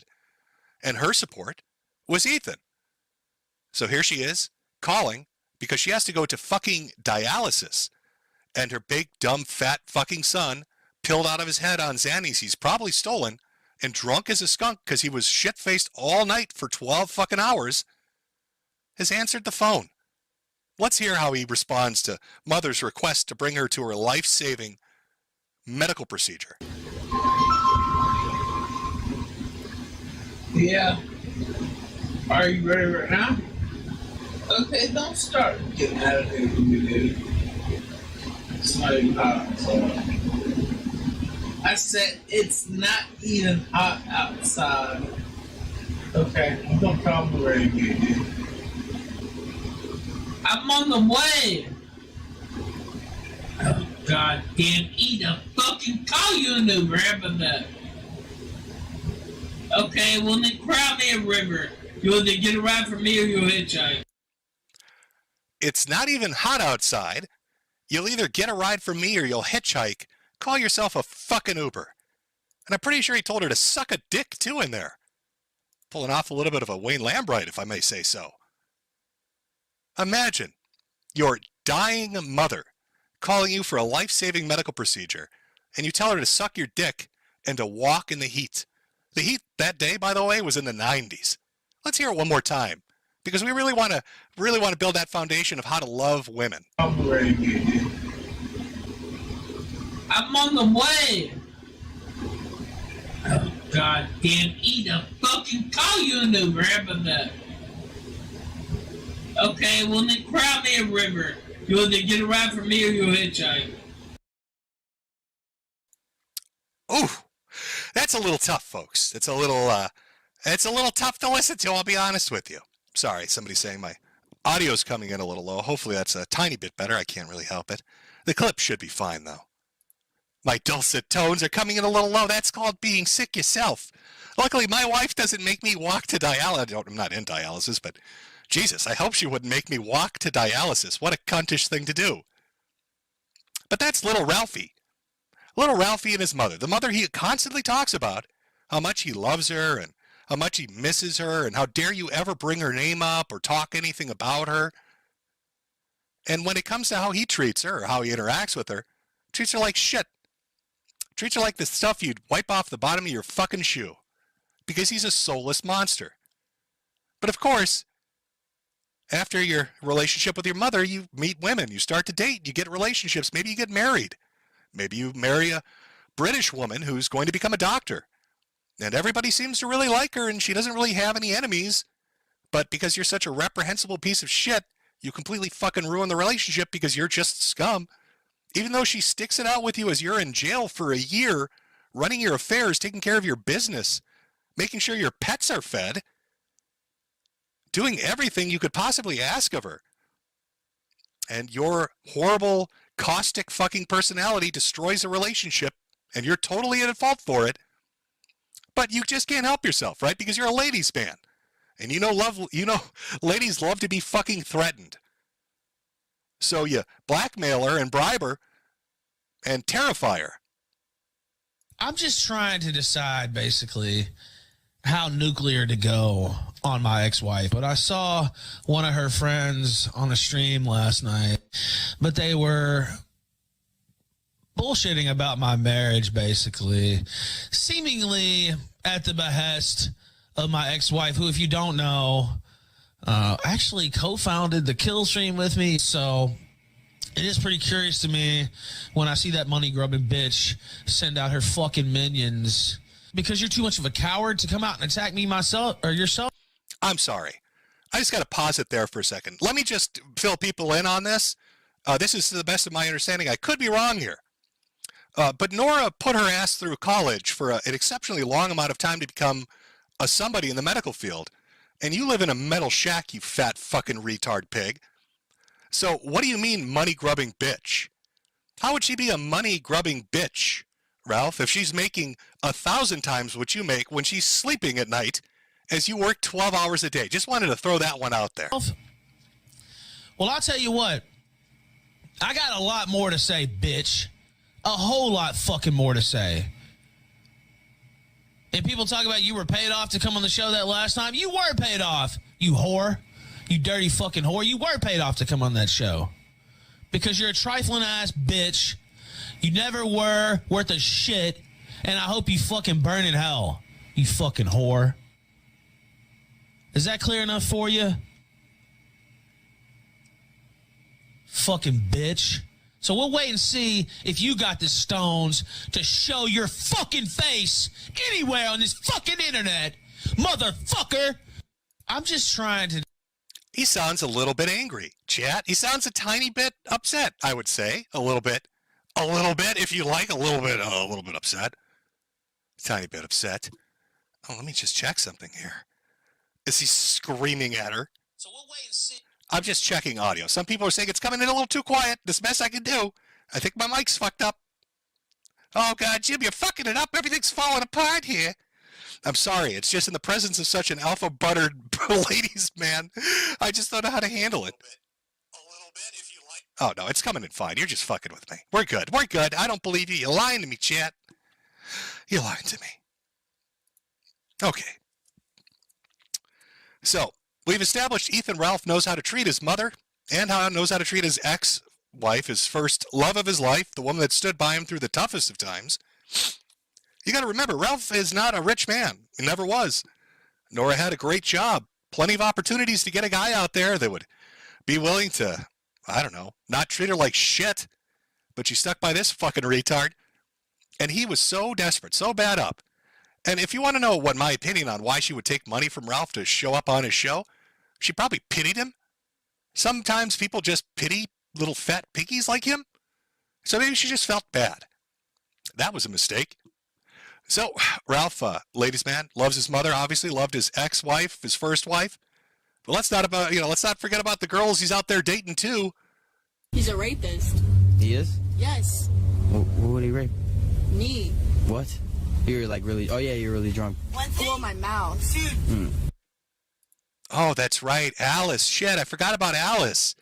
So what do we have so far here? We have Ethan Ralph on tape screaming at his mother that she's, should suck a bag of dicks and walk to dialysis because he's, a reprehensible piece of shit. We have him screaming about Nora and, threatening her and talking all this tough guy shit when she's not doing anything to him. Then we got this chick named Alice who he claims is making it all up, bunch of Me Too bullshit, saying that he got her, roofied and basically mouth raped her at a party. And there are multiple clips of Alice saying this and breaking down. But of course he denies it. It's just more Me Too lib shit stuff that Ralph is out there saying is bullshit. Clearly, there wouldn't be a pattern of behavior here for our ladies' man.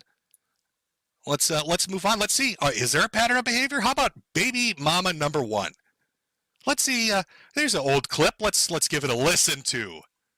The first Jenga block. By the way, you mentioned Medicare, and I'm literally reading his timeline, and I swear to God, I guess Gator's on with Rand. He said this never happened. Like, I don't even know where he got this from at all. He said he grabbed his pregnant girlfriend by her throat while he was drunk and high and dragged her out of the house. Is the claim that Medicare is making on Twitter. Well, that wasn't the claim that I was making on Twitter. That was the claim that your ex was making on Twitter. When Augusto Kinochet asked, did Ralph grab you by the throat and harm you the night when Pantsu accused him of rape? To which she responds, he grabbed my arm. I think there was a misconception with Gator on that aspect. He did take me out of the house, however. Riley tried to stop me because he was scared of what Ralph would do to me next, based on what he had said. Ralph may use my pregnancy to get back, to get him off, to get him to back off. Follow up to that was, he did grab you by the throat another time, though, right? That's when you did leave? Yes. When I left, he grabbed me by the throat, which is why I think T got confused of the nights. November would have been the time I left, and he grabbed my throat. So now we've got the next woman that Ralph was with. After the last woman, okay, well, let's back up first. First, he screams at his mother. Then he threatens his ex-wife. Then he gets accused of raping a woman in her mouth. And here's the baby mama number one saying that he not only, physically dragged her around, but grabbed her by her fucking throat. Now watch his reaction to this, because he's going to go off on Gator, because of course this is all Gator's fault. Goddamn Gator. Which I don't even know, like, that's just complete fantasy. Like, I don't even know where that came from in the slightest. I mean, like, literally, they're just making up complete fan fiction. And Gator did this. The whole reason I put his information out there, now I didn't dox him myself, but I put out that he was in Carolina and that his name's Brian and all this stuff. And then Zoom doxed him the next day. The reason I did that was because he was on Kino Casino. And he's like, yeah, I know for a fact that Ralph runs Pantsu's accounts and this and that. Like, literally just making up stuff wholesale. And I was like, okay, well, if you want to just make up shit wholesale and try to fucking like torpedo me with just absolute lies. By the way, there's a lot of real shit that I've done that you can talk about. You're just gonna go out there and just make shit up? Okay, fuck you. Your information is not private with me. I don't give a fuck. You want to try to lie about me and fucking libel me, bitch? Fuck you. Fuck your information, and I'll be goddamn, because if you actually did fucking say that, you're looking at a fucking lawsuit, goddamn it, and I'm not fucking kidding at all. You see how he misplaces his anger? He gets angry at Gator, accusing Gator of it. Gator's not even in this screen cap. The Gator's not a part of this fucking screen cap. There's a conversation going on other people. Gator's making shit up. It's pretty clear what's being said there. But of course, all women are liars. Ralph's mom's a liar. Nora's a liar. Alice is a liar. Faith is a liar. Harry Morris is a liar when he put this out. Now this is this is something. I could read you the tweet, but I'm just going to let you listen to the audio. Baby mama number one had some, allegations against him. Wife number one, apparently very, not treated very well. So what about baby mama number two, wife number two? Well, let's listen to some secretly recorded audio tape, because Ralph said he doesn't threaten people, he doesn't hurt women, he doesn't do any of that. Clearly, a ladies' man, this Lothario, knows how to treat him. Got to wind up that wrist and hit him real good. Get that inappropriate, and I don't give a fuck whether you're approving or not. Clean that shit up.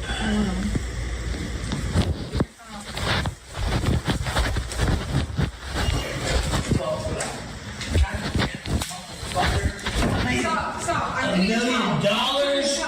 Get them. I'm gonna put your stop.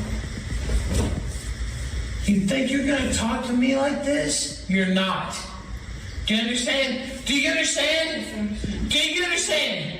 You won't talk to me like this. I understand. Do you understand? I understand. Oh, what a loving man. Clean that shit up. You're not gonna $1 million. You're not gonna talk to me like this. Oh, it gets better. Go ahead. Getting a towel. You're what? Getting a towel. You're what? Getting a towel. Oh, hey, fun fact. You might be wondering, what is he cleaning up? Or, well, what is he asking her to clean up? His piss bottles. I'm not even joking. Some of the clips I'll edit in bottle clinking sounds or laughs, but he actually urinates in piss bottles. This disgusting pig you're seeing on screen pisses in Medela bottles and lets them collect at his hoofs. And then he knocks them over in little piggy rage fits and makes the women around him clean them up. That's what he's angry about. He's demanding she clean up his piss, his literal piss. Clean up your desk. You're getting what? Towel.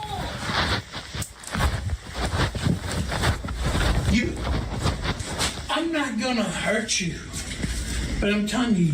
Oh, see, it's always a good sign in a relationship when you start it with, I'm not gonna hurt you. I'm not gonna hurt you, but I'm telling you, you won't talk to me like this. Do you understand? I understand. Please Do you understand? Please please don't put you. Did you hear that? He said, I'm not going to hurt you. This is hard to pick up. I tried to boost the audio of this.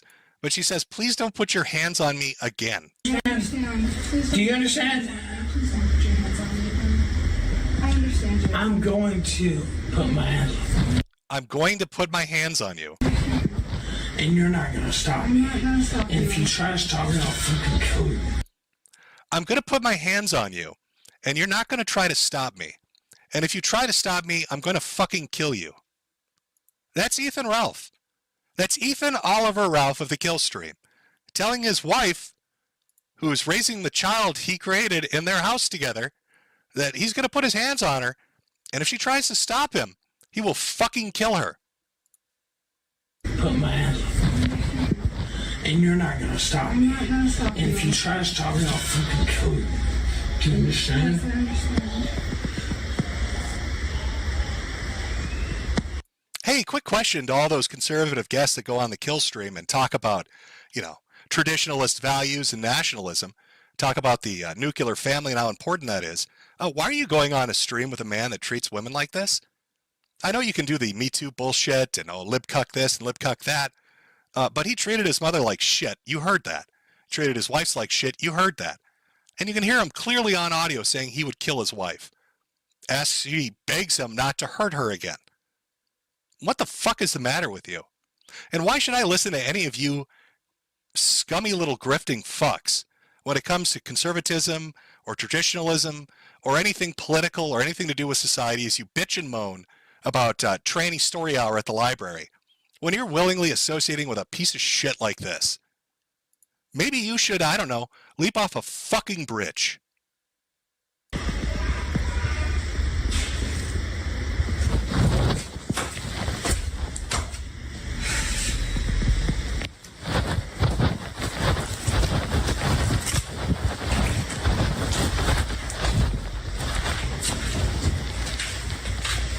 I couldn't tell you what this audio is. We just hear a lot of fabric moving around, and she's probably running for her life, which is a good strategy. This fat pig probably can't catch her. But I think it's pretty clear what the fuck is going on here. And it's important, and I know we're going through some older stuff, but it's important you understand the history of it before we get into some more of the recent allegations.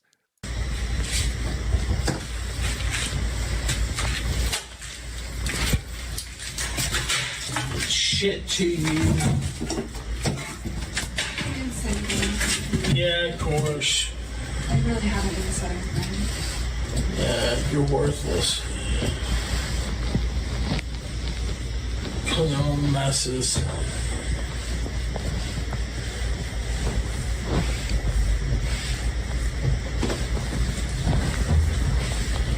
Nice sex, but I mean, you're really kind of a worthless wife, to be honest with you. So here's Ethan Ralph, high on pills, drunk off his ass, physically threatening his wife. She's scared. You can hear it in her voice. He's already admitted, you can hear it in the audio, that this has happened before, and he doesn't give a shit. He's going to do it again. Demanding she clean up his piss because he's a giant fucking baby. He can't do it himself, can't use a toilet like a human male that's above the age of 3. Here he is, telling her she's a worthless piece of shit as his child screams in the background. You know, the majority of the time I like to make jokes, and we do. We like to make jokes over here, have a good chuckle over here. But this is really who Ethan is. There's no excuse for this. This isn't having a bad day.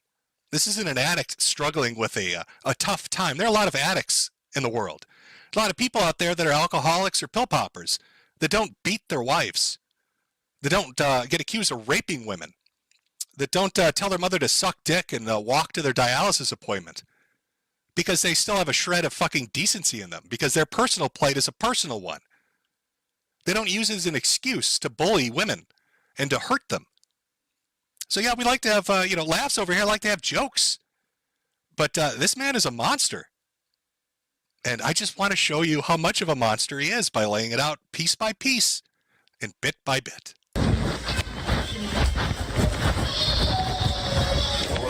What do you have to say about it? Nothing. I mean, it's true.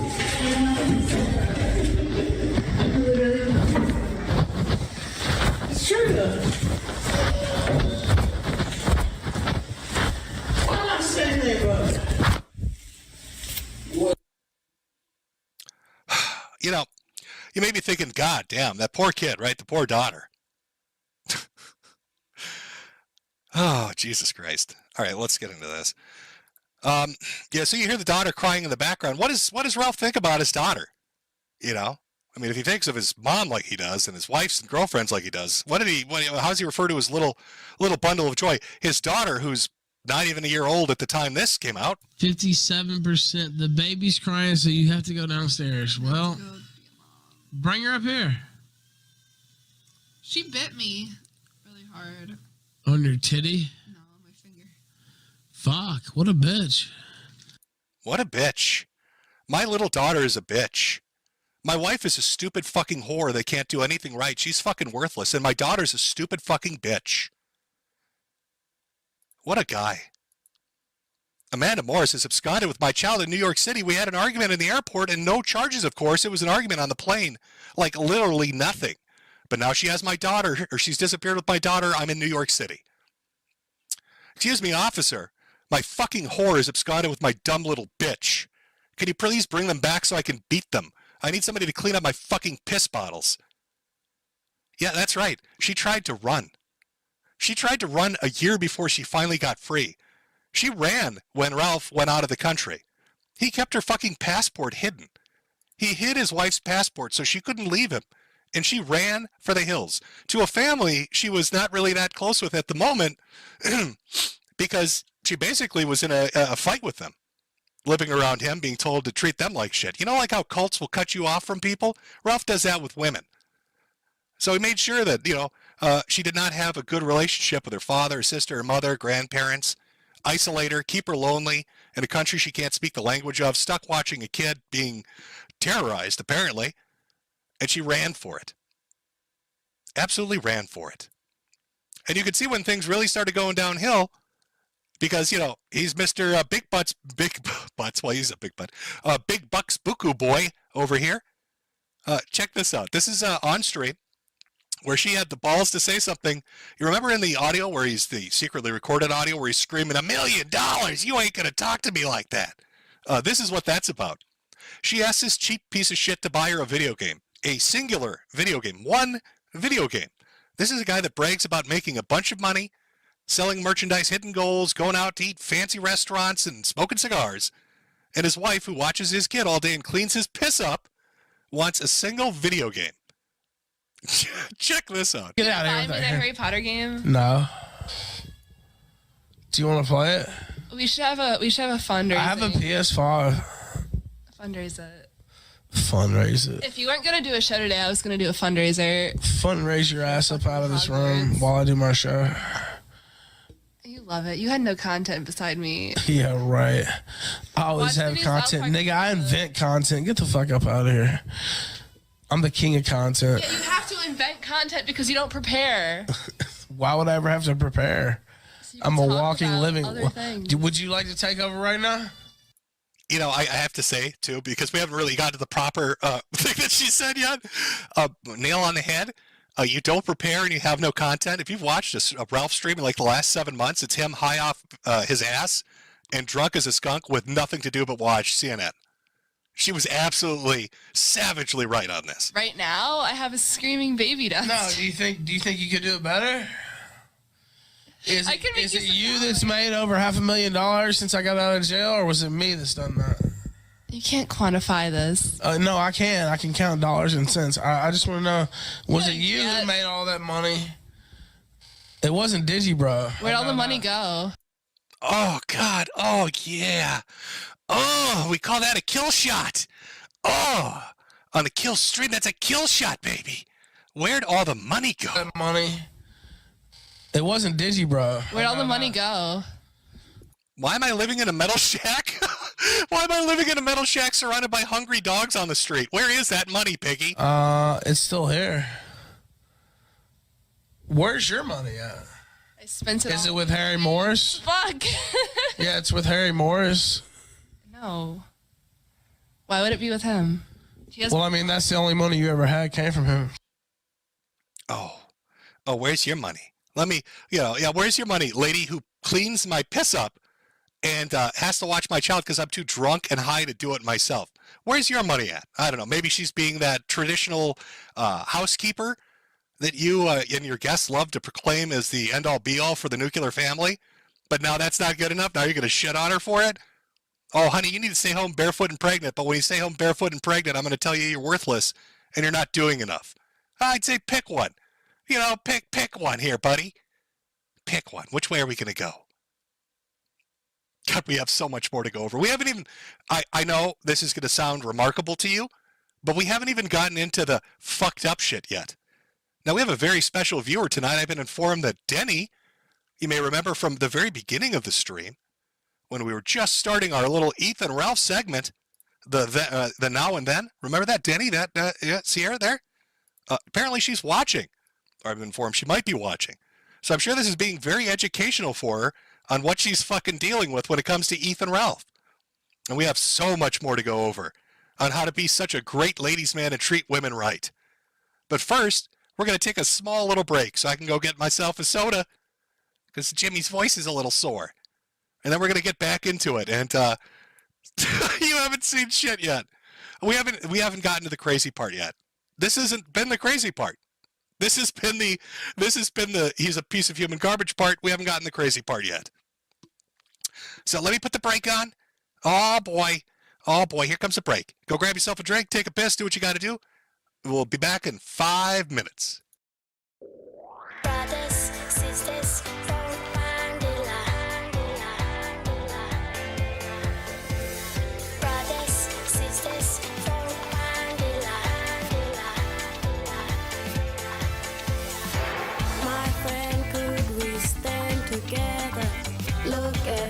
we can stay forever.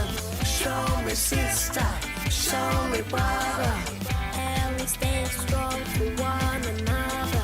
Come on, come on, come on, come on, yeah! Come on, come on. We gonna lead us over the islands. You don't sniff petrol from a can. You put the petrol in the hiding space. Don't be rama-rama, messing with your brain. You say you're deadly, do you understand? You don't sniff petrol from a can. You put the petrol in the car it goes. Don't be rama-rama, sniffing up your nose. Don't be rama, don't be rama, don't be rama, don't be rama, don't be rama, don't be rama, don't be rama. Love your friends, protect your family. With you when you are lonely. Don't bandera, don't bandera. When you stop, your brains will be clear. Come on, come on, come on, come on, yeah! Come on, come on. We gonna lead us over the islands. You don't sniff petrol from a can. You put the petrol in the hiding space. Don't be rama-rama, messing with your brain. You say you're deadly, do you understand? You don't sniff petrol from a can. You put the petrol in the car it goes. Don't be rama-rama, sniffing up your nose.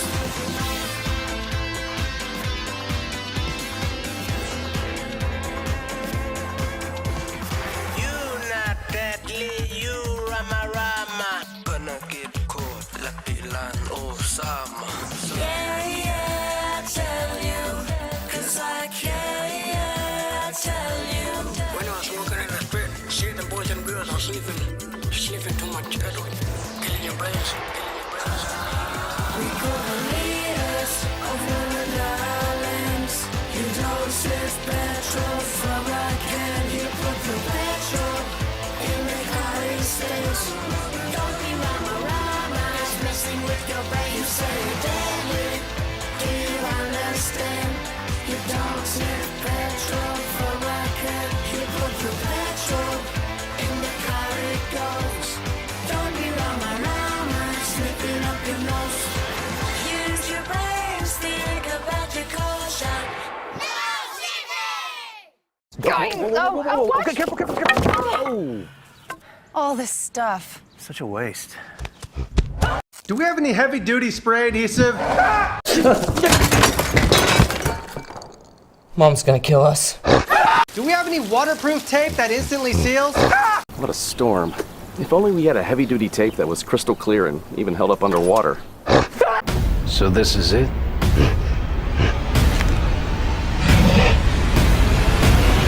Just the one sealant for window, door, and kitchen and bath? Check the retaining wall, back deck, and vinyl siding. Got a lot of work to do. You're not holding it by the legs, are you? No, I'm not.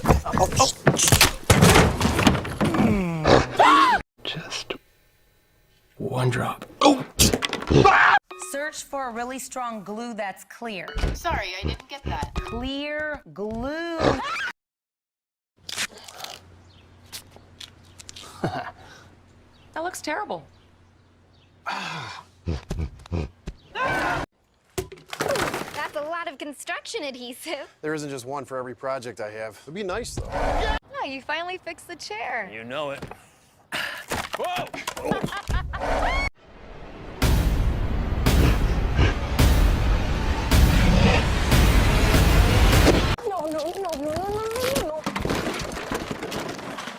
No! I was thinking super glue brush. I like the nozzle. Brush. Nozzle. So nozzle? brush. Right, these should be good. Oh! Well, that didn't work. Henry? You gorilla tape that? No, why? That bumper's not going anywhere. We could just have more tape.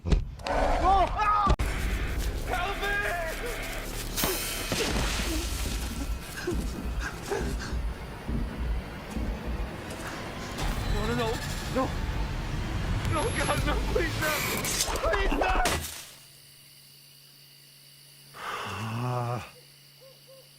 Not again. Make me look like an idiot. Welcome to part 2 of the stream. If you're just joining us, don't forget to swing by the Medicare merch store at medicare.myshopify.com to get all your in-celebration Valentine's Day needs met. Tell that lovely man or woman whom you love deeply, love enough to not take to dialysis, love enough to beat and scream at, love enough to piss in a bottle and make them clean it up. Tell them that they mean the world to you by buying them some overpriced merchandise from some YouTube guy who they have no idea who the fuck he is. Again, that's medicare.myshopify.com. So, when we last left off, Ralph the ladies' man was teaching us how to keep a woman happy.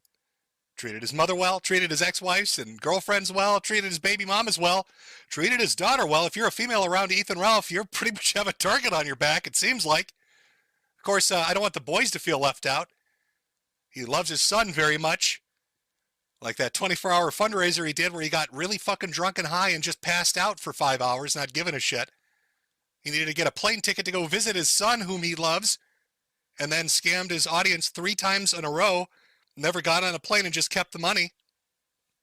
Really riveting content. Masterclass in how to be a good parent. Calls his daughter a bitch, doesn't give a shit about his son. A lovely guy. But why would she try to abscond? Ooh, such a fancy word. That's a big boy word. Why would she try to abscond with his daughter like that? I wonder why. I don't know. You know, Ralph's got a habit of picking his wife and kids up drunk and then driving down the wrong street or the wrong way on the road. You know, Dad of the Year here doesn't just call his little kid a bitch. Probably wants to kill her by going 80 miles an hour into a wall.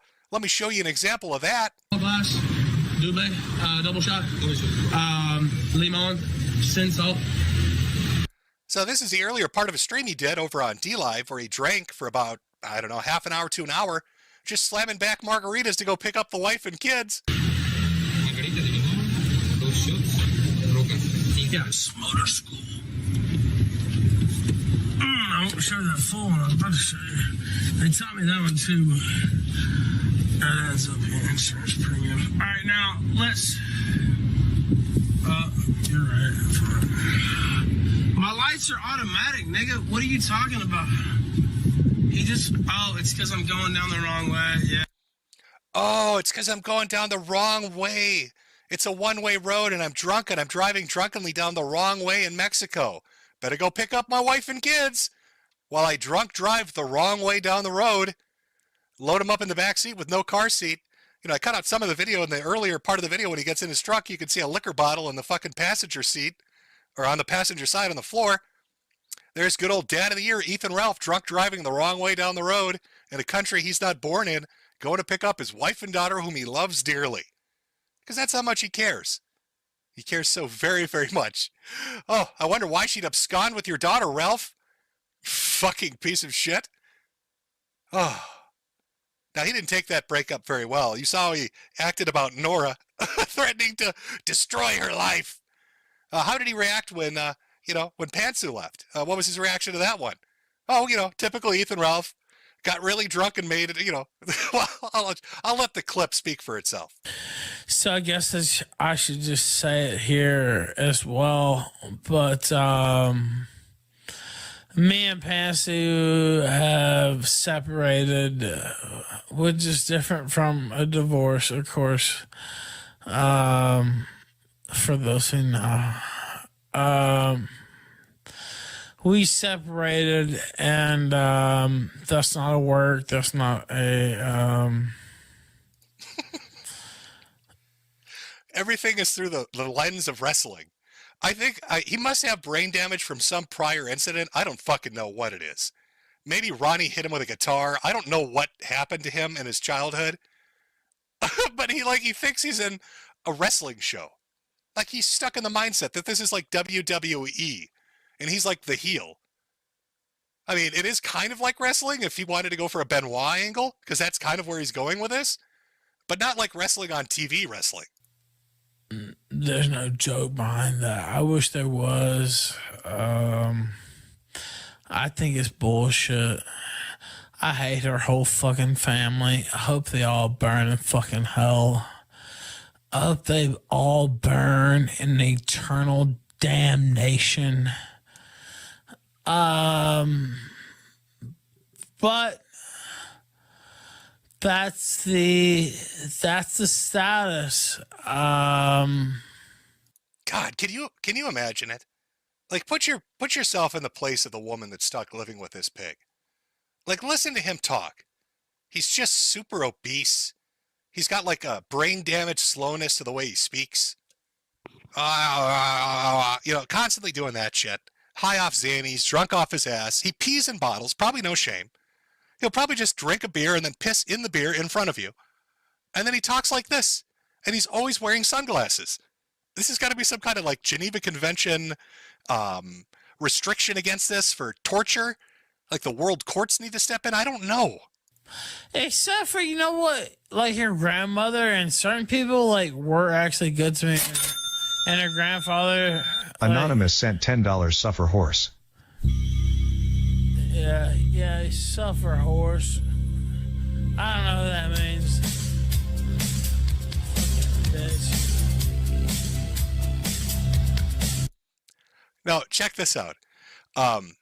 Watch how quickly his personality changes. It just turns on a dime.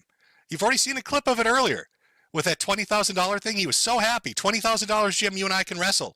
In seconds, he was fuming, seething angry. Now look at this. He's talking about, oh, we separated. It's not really a divorce. He seemed a little sad about it. And now he hears the phrase suffer horse, and watch how quickly, look at the sneer on his face. I guarantee you that's the look he has on his face when he's slapping a bitch.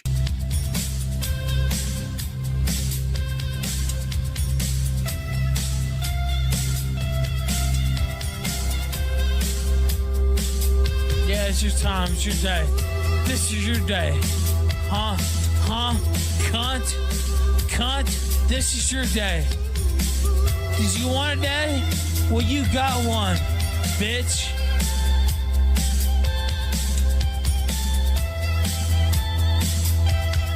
Did you want a fucking day?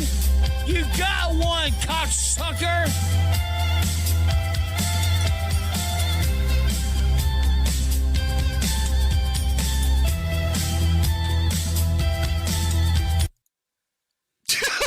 Did you want a day? This is your day. This is the day of the horse. The day of the horse has come. Are you ready, cocksucker? Instantly, on a dime. Just instantly. Just look at him. Look at the brain damage. Here's a couple clips of just brain damaged Ralph. I can easily let those go. Like,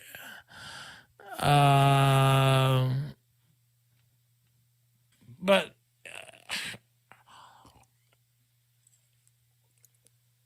for everybody that thought Rekieta did it first, no, I'm sorry. Nick, that was Ralph's gimmick first. All right, you want to talk about somebody two-fisted and glasses? Ralph was the one that came up with that first, the ladies' man himself.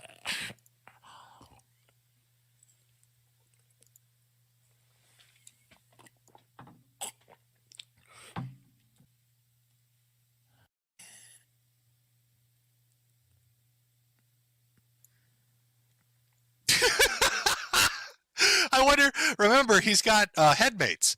So whenever you see Ralph silently sitting there not saying anything, it's not dead air.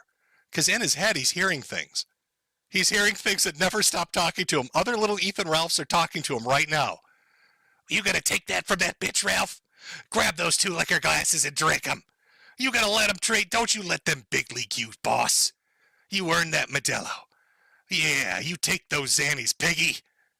It's your day, big boy. That's what he's hearing. Nonstop. Nonstop. It never ends. It never, ever ends.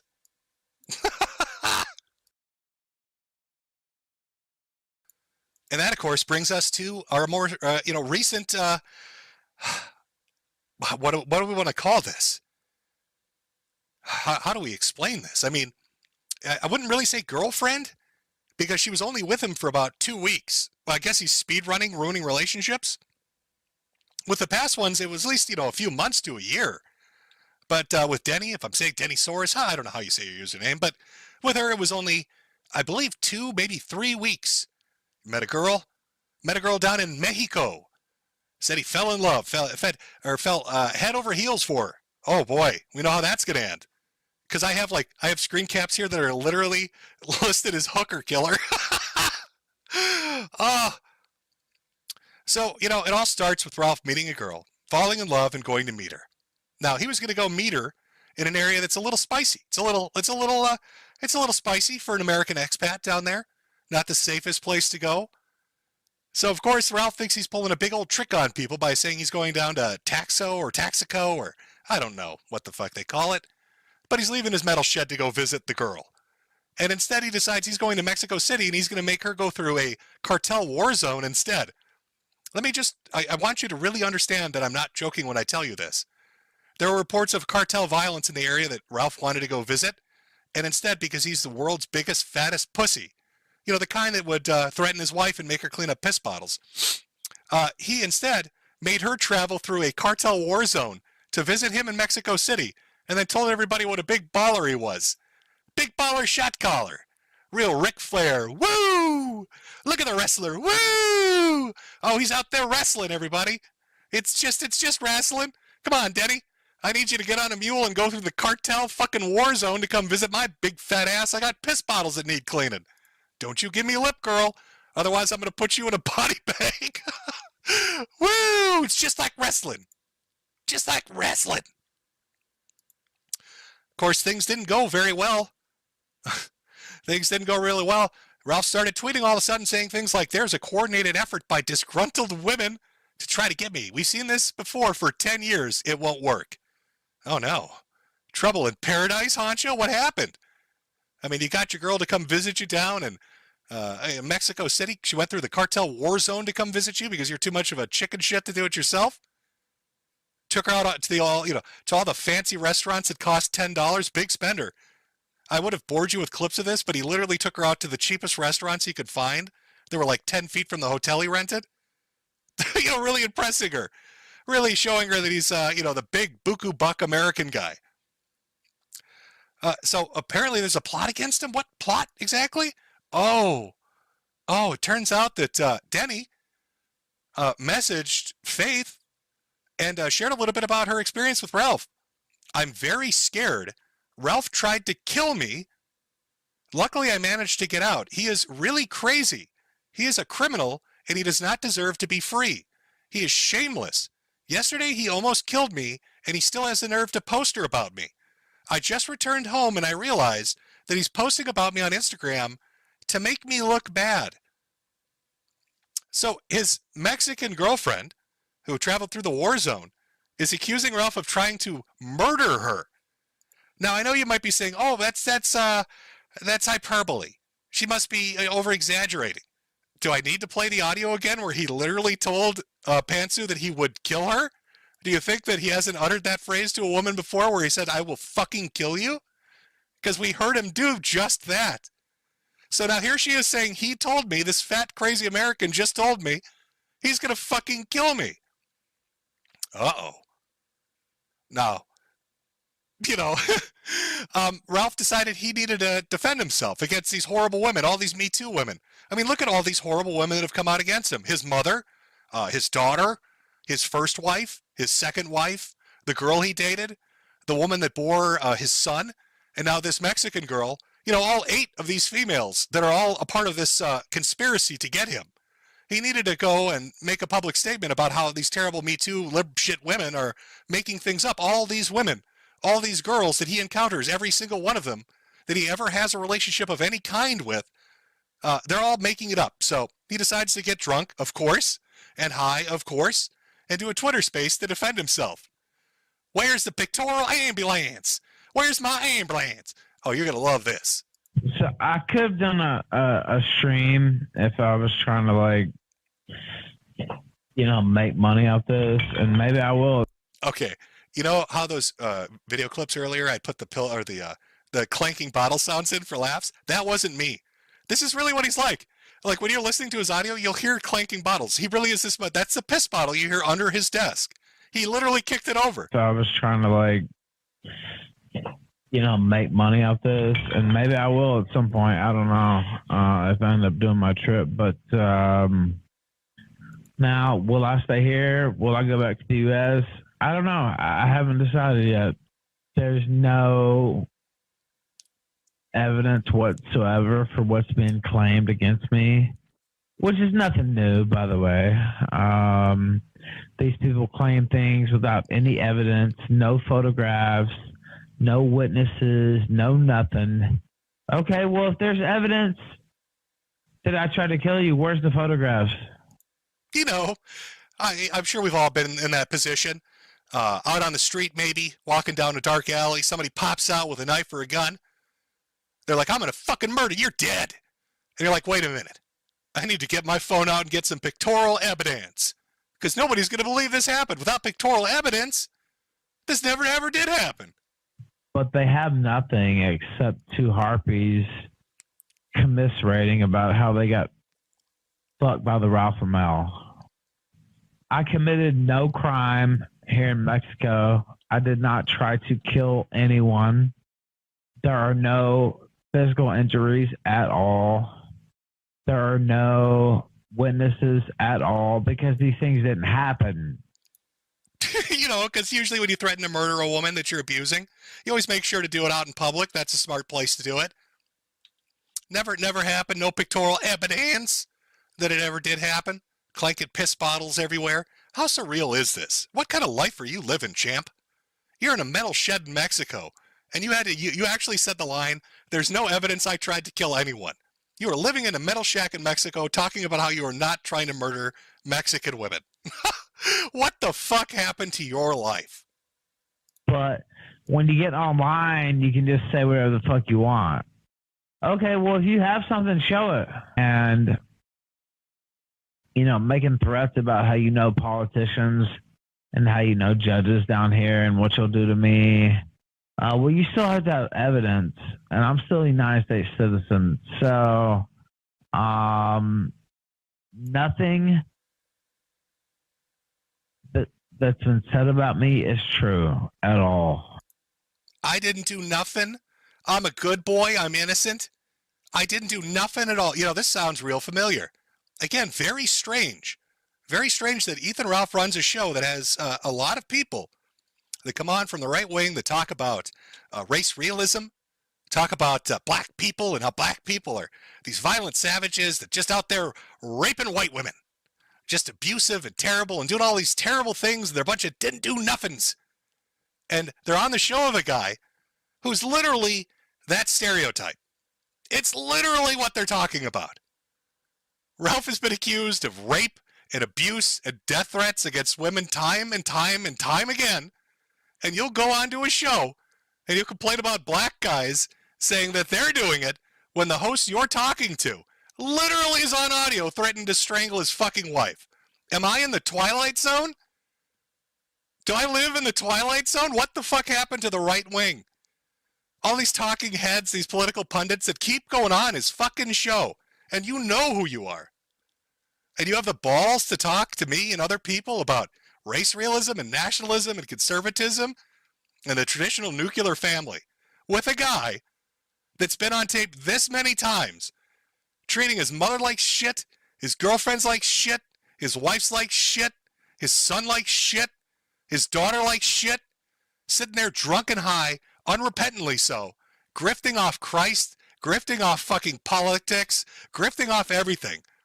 But you're such clout-chasing whores that you'll just close an eye to it. And I'm supposed to take you seriously? Slit your fucking throats. But what has been said is completely untrue. And the fact that you would team with Faith Vickers, I mean, says all it needs to be said, really. You know, I'm considering a few different things. I'm not gonna lie, because it's like, you know, now it's like a sitting target on my back or whatever. It's just two women. It's just two disgruntled women who I used to fuck, thinking they have me beat, or thinking that they're gonna scare me or whatever. Now, is it worth staying here in light of all that? I don't know. I don't know, maybe. Maybe I'll stick around. Maybe I'll stick around in the foreign country where I threatened a spicy Latina who told me she was going to fuck my shit up. I don't know if that's probably the smartest idea. He got very mad at Josh Boone for saying, run. Run for the hills, you stupid fucking idiot. He got very mad about that. Like, oh, Josh's trying to get me killed. No, nobody's trying to get you killed, idiot. You're literally in a foreign country. You're a guest in a foreign country. You're not even a resident there. You're not a citizen there. And you're going around doing the shit you did in America over there. Somebody's going to do something about it. I wouldn't be sticking around, you dumb fucking idiot. What a moron. Maybe not. And if they weren't liars, well, where's the pictorial evidence? If you try to kill somebody, where's the evidence? Do you understand what I'm saying? It's clear what they're trying to do here. I saw somebody in chat say Africa arc. Let me tell you what's going to happen if Ethan Ralph tries to go to Africa. He tries to find himself in South Africa or Sudan or Chad or just anywhere on the continent of Africa. They're not going to stick you in an oil barrel like the cartel would. They're going to put tires around you, Ralph, light them on fire and kick you down a hill. I've watched those videos of what they do to people like you in Africa. They will literally, it's a pig in a blanket. They're going to light you on fire inside of like 3 or 4 rubber tires and send your ass hurling down a hill at 100 miles an hour. And they're going to laugh. And I'm going to laugh. Everybody's going to laugh. It'll be on, well, Live Leaks doesn't exist anymore, but somewhere. I would not go to Africa. That's going to be even worse. And, you know, you have women bragging about their connections to Claudia Sheinbaum, the future Jewish president of Mexico. This is my favorite part. I love that he did this. Remember, Ralph is like a chameleon. It's just, there's no true Ralph. All his politics are bullshit. He tells you he's conservative, but he votes for Obama. You know, it's just, there's nothing he says is true. But he likes to go back because a lot of his guests are idiots. And he'll go back and he'll harp on the Jew thing. So here he is talking, just listen to this. Do you understand what I'm saying? It's clear what they're trying to do here. And, you know, you have women bragging about their connections to Claudia Sheinbaum, the future Jewish president of Mexico. Ah, Miss Sheinbaum. You know, those Mexican Jews, the lost 13th tribe, A lot of people don't really know about it. You're going to have to go ask Gabe Hoffman. He'll give you the down low on the 13th tribe of Israel, the Mexicans. Gloria Scheinbong. Oh, Miss Shecklestorm down there. The Mexican Jew, 13th tribe member, coming to get him. Oh, got to watch out for those Mexican Jews. They're popping out everywhere. Oy vey. The Hasidic Jews from New York tunneled their way all the way down to fucking the Yucatan, apparently. And they're all out to get Ethan Ralph. You had people bragging about their family being judges. You had people bragging about their family being businessmen. Oh, no. I saw somebody in chat say, oh, well, she is Jewish. That's not my point. This is a fat American man that pays $400 a month to rent a metal shed. And he thinks a powerful Jewish politician, the future president of Mexico, is personally coming for him. He's that psychotic. He's ingested so many Xanax that he thinks in his metal shed on his dirt street surrounded by stray dogs that a powerful cartel of Jews are coming to get him because he is the truth speaker. Ethan Ralph the Xaniatic is the truth speaker, and only the most powerful of the 13th tribe can stop him. This sounds like a TV show. I think I've written a new TV show. It's AI TV. I've outdone AI. I've made a crazier plot than it could do. Okay, well, I'm still a United States citizen. In no way did I attempt to kill anybody. I did not physically harm anyone. There is no pictorial evidence at all of that happening. A person accused me of trying to kill them. Where is the pictorial evidence? Where is any type of evidence? I love how he says it, evidence. There's a video of this black dude who gets his shit rocked on a bus where he keeps saying, call the ambulance. Call the ambulance. And here's Ralph asking for the evidence. Oh, where's that evidence? I need my evidence. With almost no issue. The only thing is, I have 2 cats here, and I care more about these cats than I do, anybody or anything. Oh, see, this is the part where I should have, had the clips ready to go where a childhood friend of his said that Ethan Ralph murdered puppies. That's how all serial killers start, right? It probably would have made sense in the flow of how things are going. But I can't confirm if that's not complete bullshit or not. But some dude made the claim that made Ralph go fucking retarded with rage. And it was somebody he knew from his childhood that claimed that Ethan Ralph used to hang puppies over chairs and that him and his dad cooked them in ovens. And then Ralph, I swear to God, there's a clip out there of Ralph saying, no, my dad and I only wanted to warm the dogs up in the oven. We weren't trying to cook them. Wow. Attempted murder has, pictorial evidence. It has witnesses. It has just anything besides 2 disgruntled women gossiping amongst each other.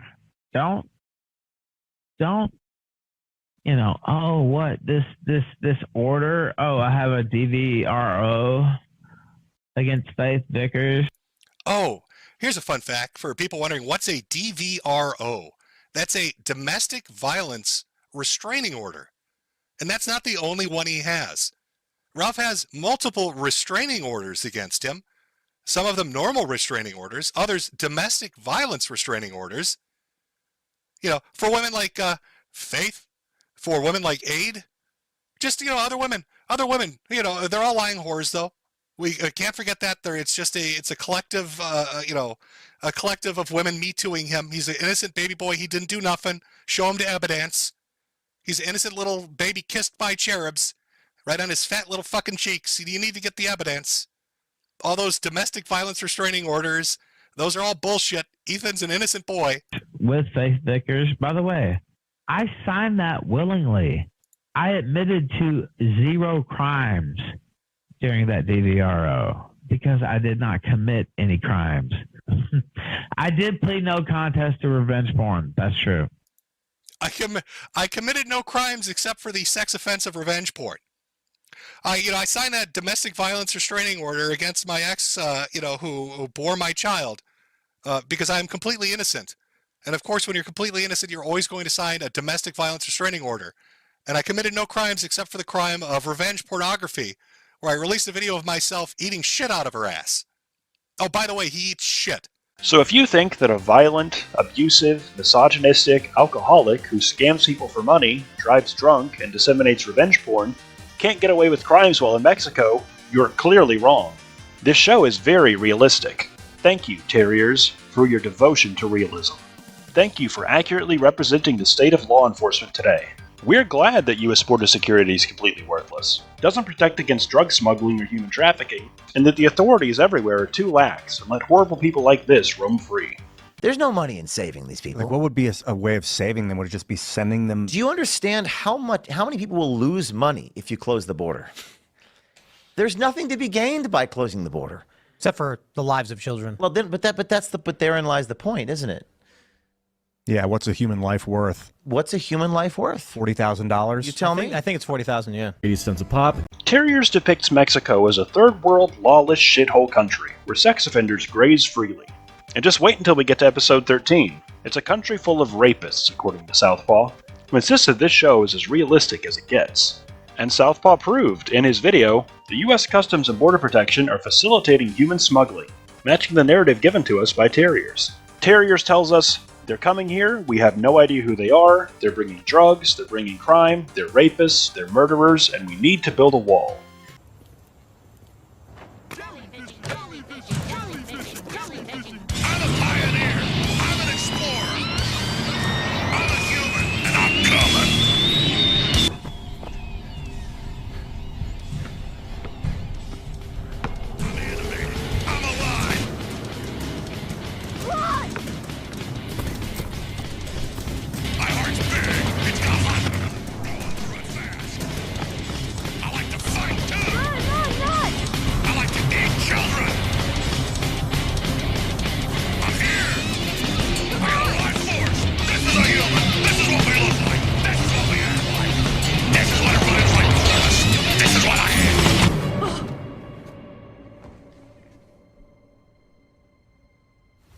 Is this what Donald Trump...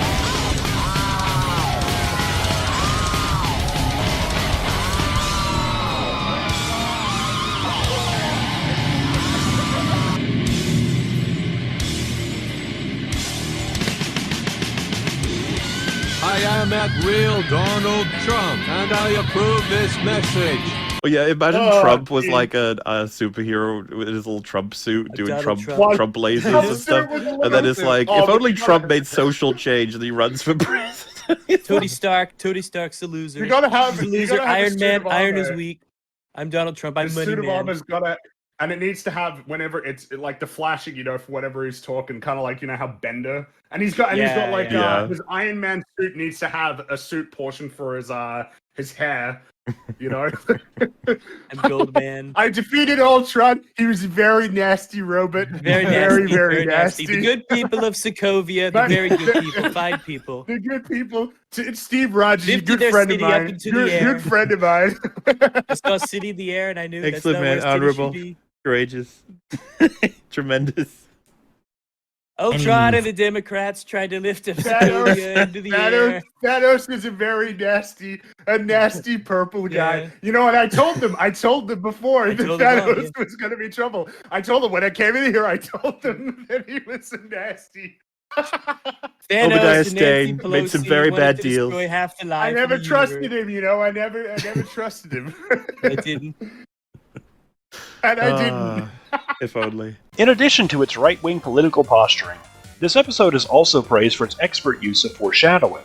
At the very end of the series, Hank and Brett have to choose whether or not they finally want to face consequences for their actions. It's natural for people to be reluctant to accept the consequences of their own actions and dodge being held accountable for it if they can, at least initially. In addition, Britt is never shown definitively choosing to try to go to Mexico instead of prison. That's the final scene of the show. The show ends on a cliffhanger. Now, that there isn't a canonical answer for what Britt decides allows for room for interpretation among the audience. Has Britt grown to a point where he's willing to face the music, or will he regress and choose to skip town and try to dodge his jail sentence? Neither answer is really wrong. It's okay to argue either one, but if you're trying to criticize it on the basis of what it is trying to communicate about its main characters, then it's worth factoring in what the author's intent was. While I think that this ending is fitting for the main themes about its main characters, and its ambiguity is fitting for the style of show that it's going for, it's worth remembering that this wasn't intended to be the very last we would see of these characters. This was intended to be a cliffhanger for a season finale that would be followed up with a second season. And sure enough, both the show's creator and Donald Logue later went on to reveal that had there been one, they would have revealed that Britt chose to go to prison and serve his sentence. Isn't that refreshing when someone is willing to fall on their sword when they see where they've done wrong? Anyways, this is a scene which would have been written with the intent of giving Britt a source of temptation to avoid responsibility for his actions once again, which he then would have been shown to reject in favor of showing his growth as a person. When trying to argue that Britt is this irredeemable monster that the writer has no idea is an irredeemable monster, it's probably best that you don't use a scene in which, as it was written, the purpose was for Britt to show maturity and integrity in spite of being offered a chance to avoid paying the consequences for his actions. Just because that isn't explicitly confirmed in the show itself does not mean that that context isn't there. If Mahler thinks that how Britt initially responds to his sentencing is a proper rebuttal to this point, that is tantamount to saying that someone who ultimately agrees they deserve to pay the consequences for their misdeeds must be a truly bad person because there's still a part of them that even considers avoiding punishment,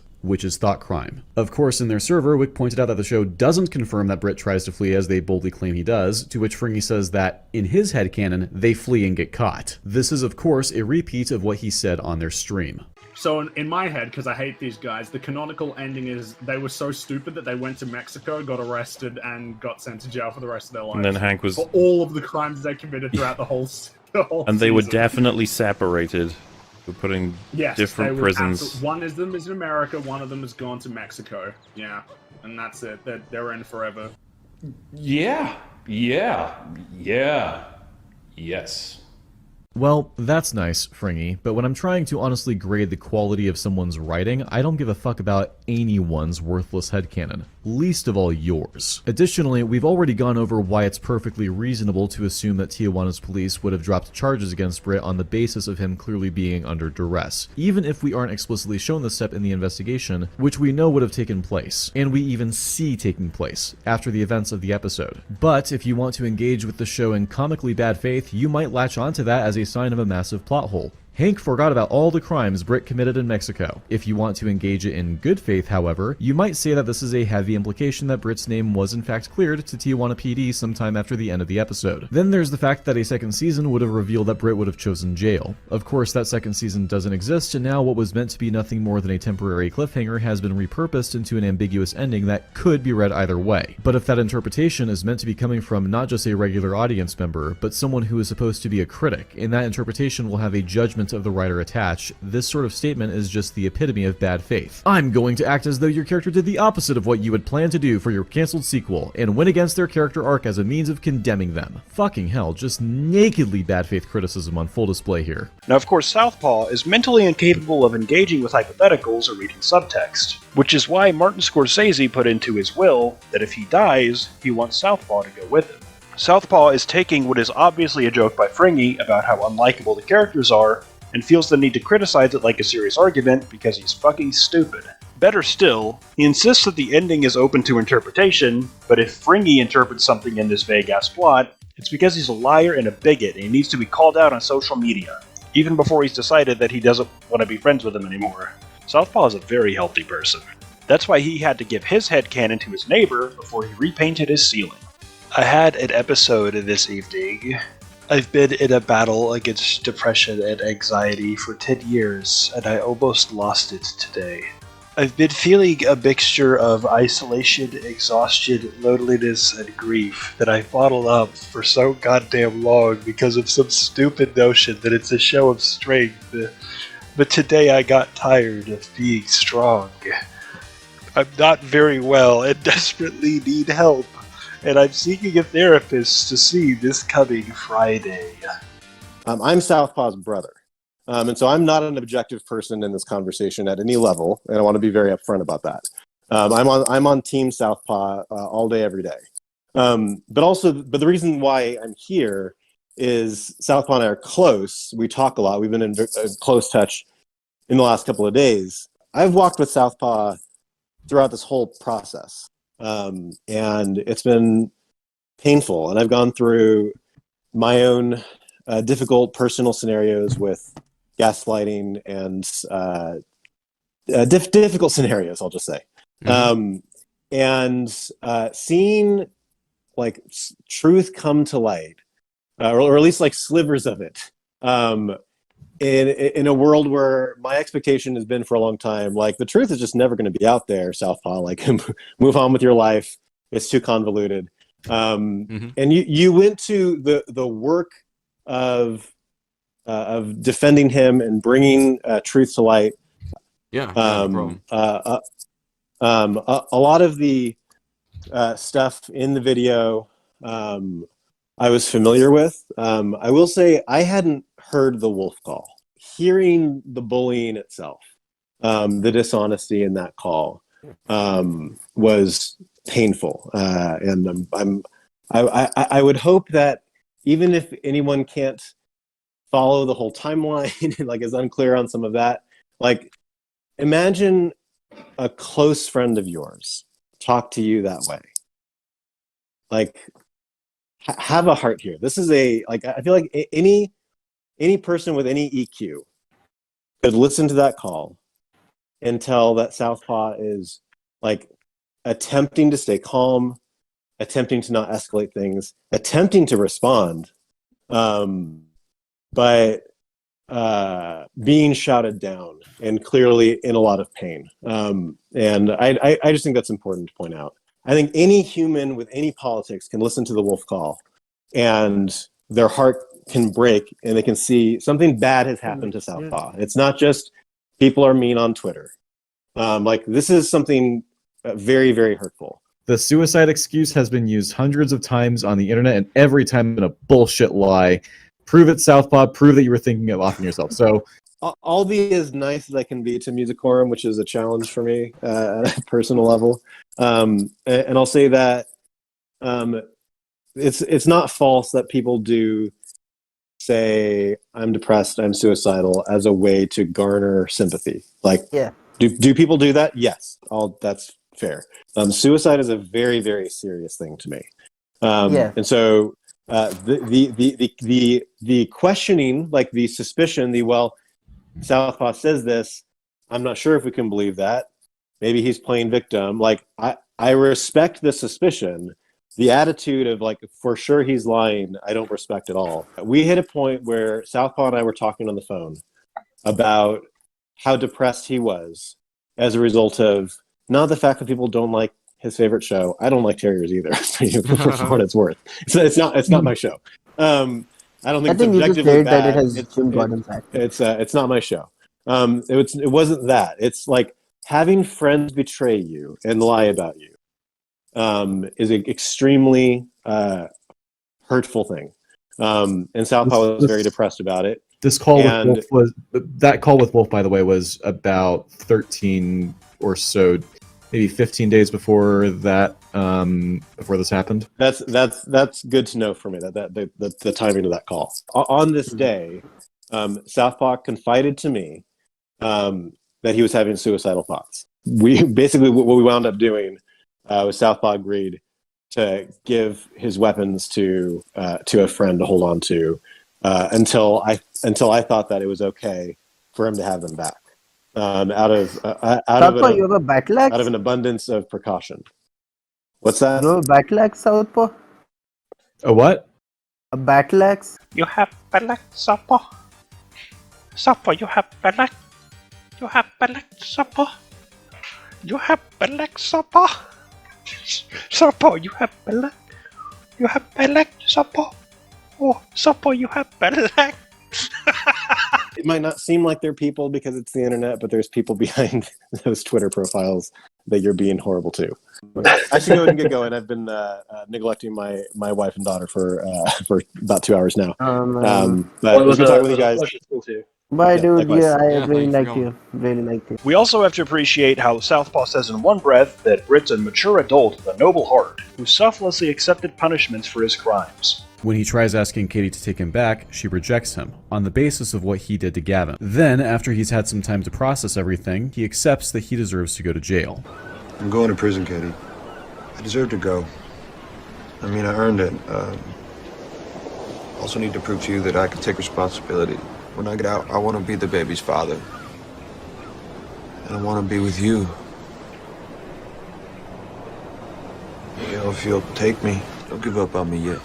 And also that he's complying with his order to surrender because he has no other choice. So the next point brings up the final scene of the show, in which Hank is driving Britt to prison in accordance with his order to surrender. So if you commit a crime and lose your court case because you are undeniably guilty, and you bravely choose to accept the punishment placed upon you, it's because you're a good person. Just like Jeffrey Epstein. Isn't that refreshing when someone is willing to fall on their sword when they see where they've done wrong? I mean, it sure is nice when somebody's willing to fall on their sword when they know they did something wrong, Fringy. You drew first blood. And then, finally, as for how good of an idea it would be for Britt to flee to Mexico if he wants to avoid punishment, Mexico would still be an easier place for an American wanted fugitive to live in hiding than in their own country, not least of which has to do with how there will be fewer records of them in Mexico, making it easier for them to get a fresh start and less likely that Mexico's law enforcement will be as efficient at tracking down Britt as San Diego's or most other police departments in the United States. And that's before even considering how notoriously corrupt, overworked, and underfunded Mexico's police force is going to be. Seriously, I wouldn't be surprised if Uvalde PD changed their motto to, "At least we aren't Tijuana PD." As for whether they would be stopped at the border, I can assure you, that is not a guarantee at all. They might look at their passports, but convicted criminals with orders to surrender and fugitives with warrants for their arrest are known to be able to cross the border all the time. As established earlier in this section, CBP is not nearly as thorough as Fringy thinks they are, which is why people try to smuggle contraband and other people across the border all the time. This is really important with regard to the trafficking. What I'm holding in my hand here today is America's new slave trade. The cartels can now go from the smuggling of people into the trafficking of people. So what are they doing to pay this off? This is where many of the women are going to go into commercial sex. This is where many of the men are going to become burglars, robbers, drug dealers. All of the things you and I have talked about, get ready. America's going to be stunned at what we've allowed here. Ethan Ralph, on a clandestine journey to visit his son, unable to be dissuaded. Where the fuck is the next one? He said that he was in... Oh, wait, here. Okay, so he was stuck in Tijuana, and he eventually did get to see his son, Xanda. But he arrived more than an hour late. He said he had a shortened visit with Xander. 65 minutes instead of 2 hours. I was late because I basically had to use Mexican coyotes to help me skip the longer line. Wonderful visit, though. And he actually called me daddy this time, which made me tear up. No confirmations. So he saw his son and cried. And he's alleging that he, as an American citizen, had to use illegal trafficking people to get across the border expeditiously, which is just preposterous. So I will read you my fanfic from the Fanfic Farmers. Ready?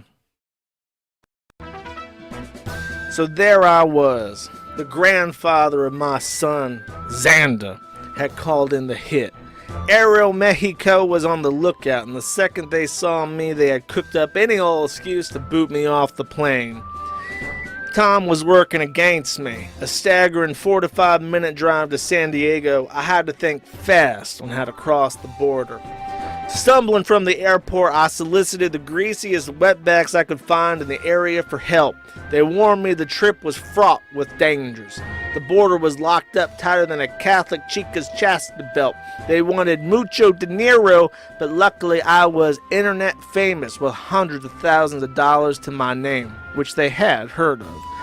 3 of the men died on the way, one to thirst, the other to moat gators, the third to a border guard sniper. The last didn't care. He was MS-13 and knew the fewer men meant a bigger share of my American dollarinos. Me and the hombre, I didn't have time to learn his name, being in such a hurry, parted ways. He told me he was a big fan of the Kill stream and he wished me luck fighting the American family court system. I nodded at him in the understanding way only 2 men can. I arrived there a mere 115 minutes late, caked in dirt and sweat. They were already getting to leave, and I told that bitch to shit the fuck down because I was getting my 5 minutes. There he was, Xanda. I hugged him and I told him, I love you, son. He looked at me and cried, tears of joy. Thankfully, the trip back was much less perilous. I had arrived with only the bare essentials. My man purse had my phone, wallet, cash and credit, and my American passport. I flew American the way back to the Yucatan.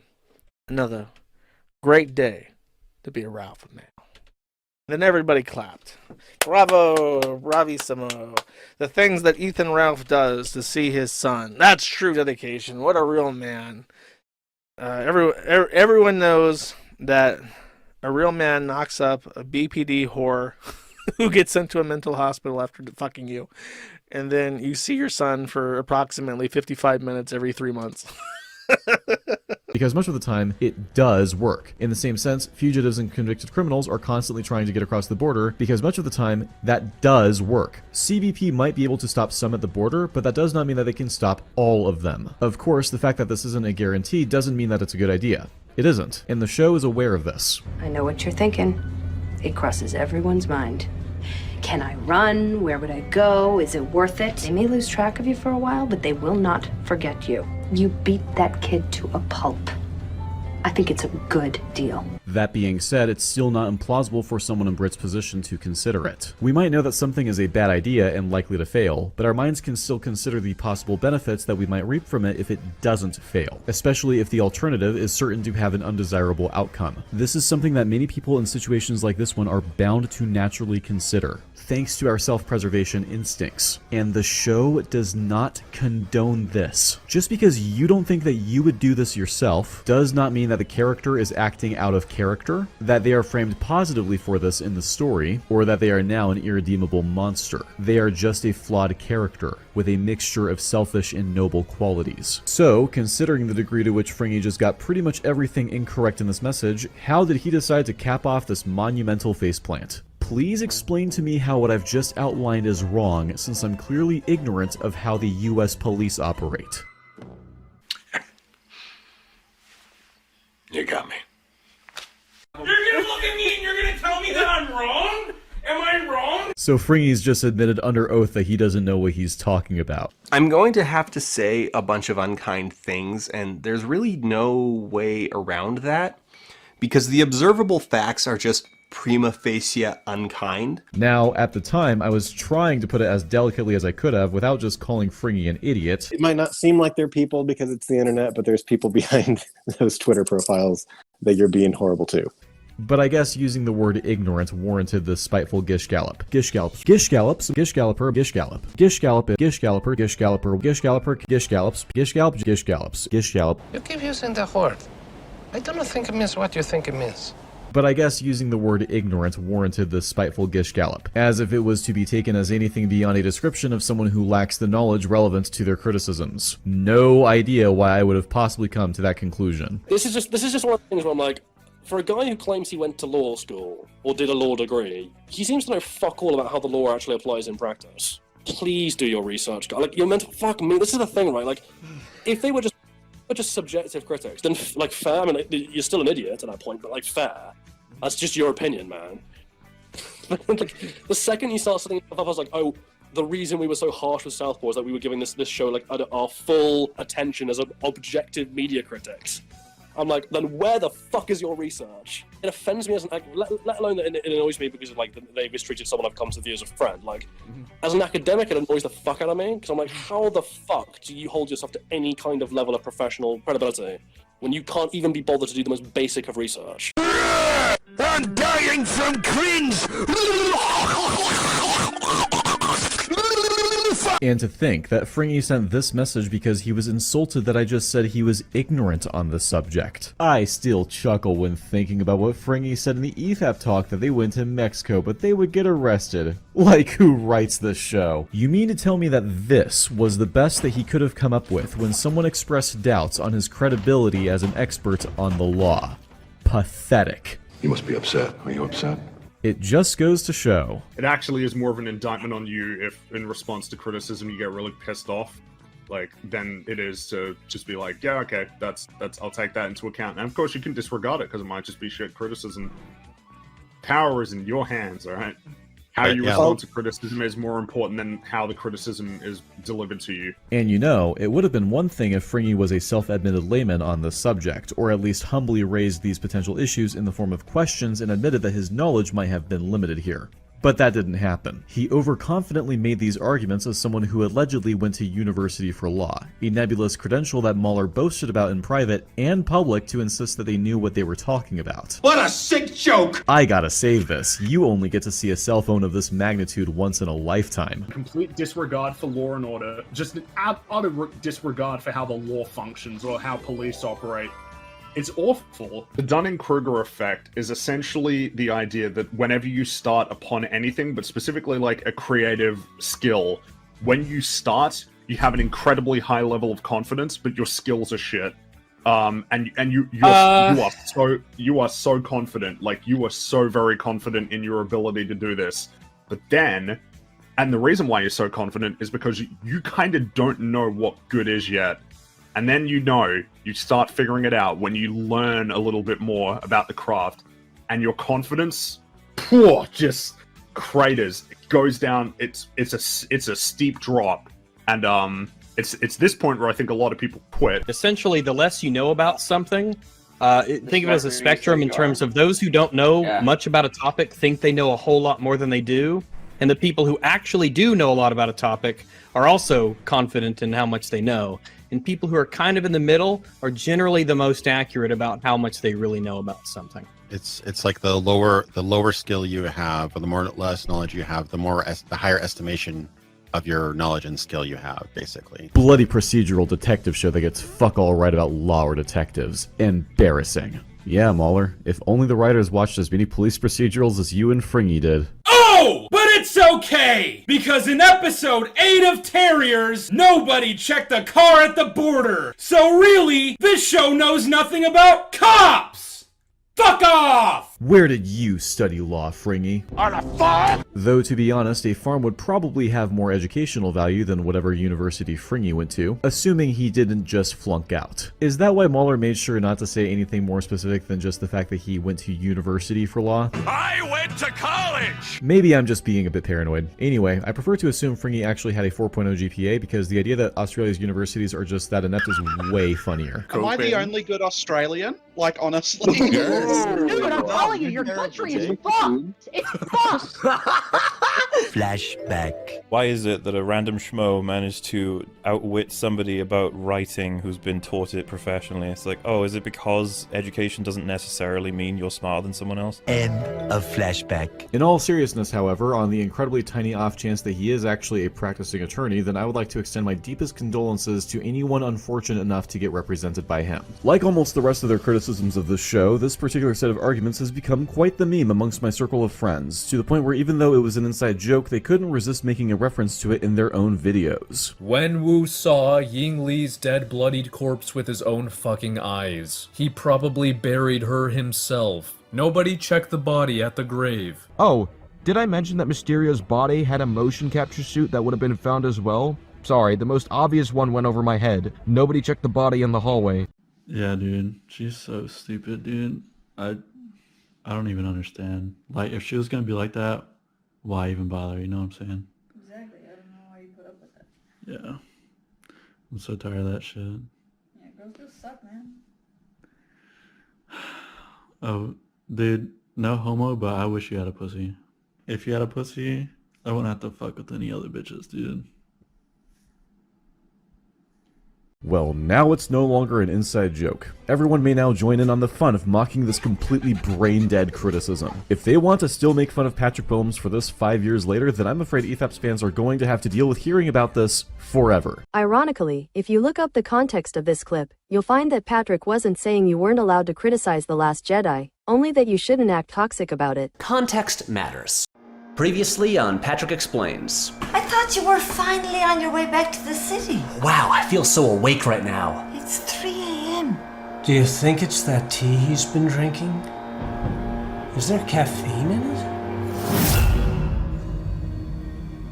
Patrick, what's going on? Nothing. I just wanted to come back, see you guys, and have a chat. What's with the camera? Oh, I'm recording this so I can put it on the internet, obviously.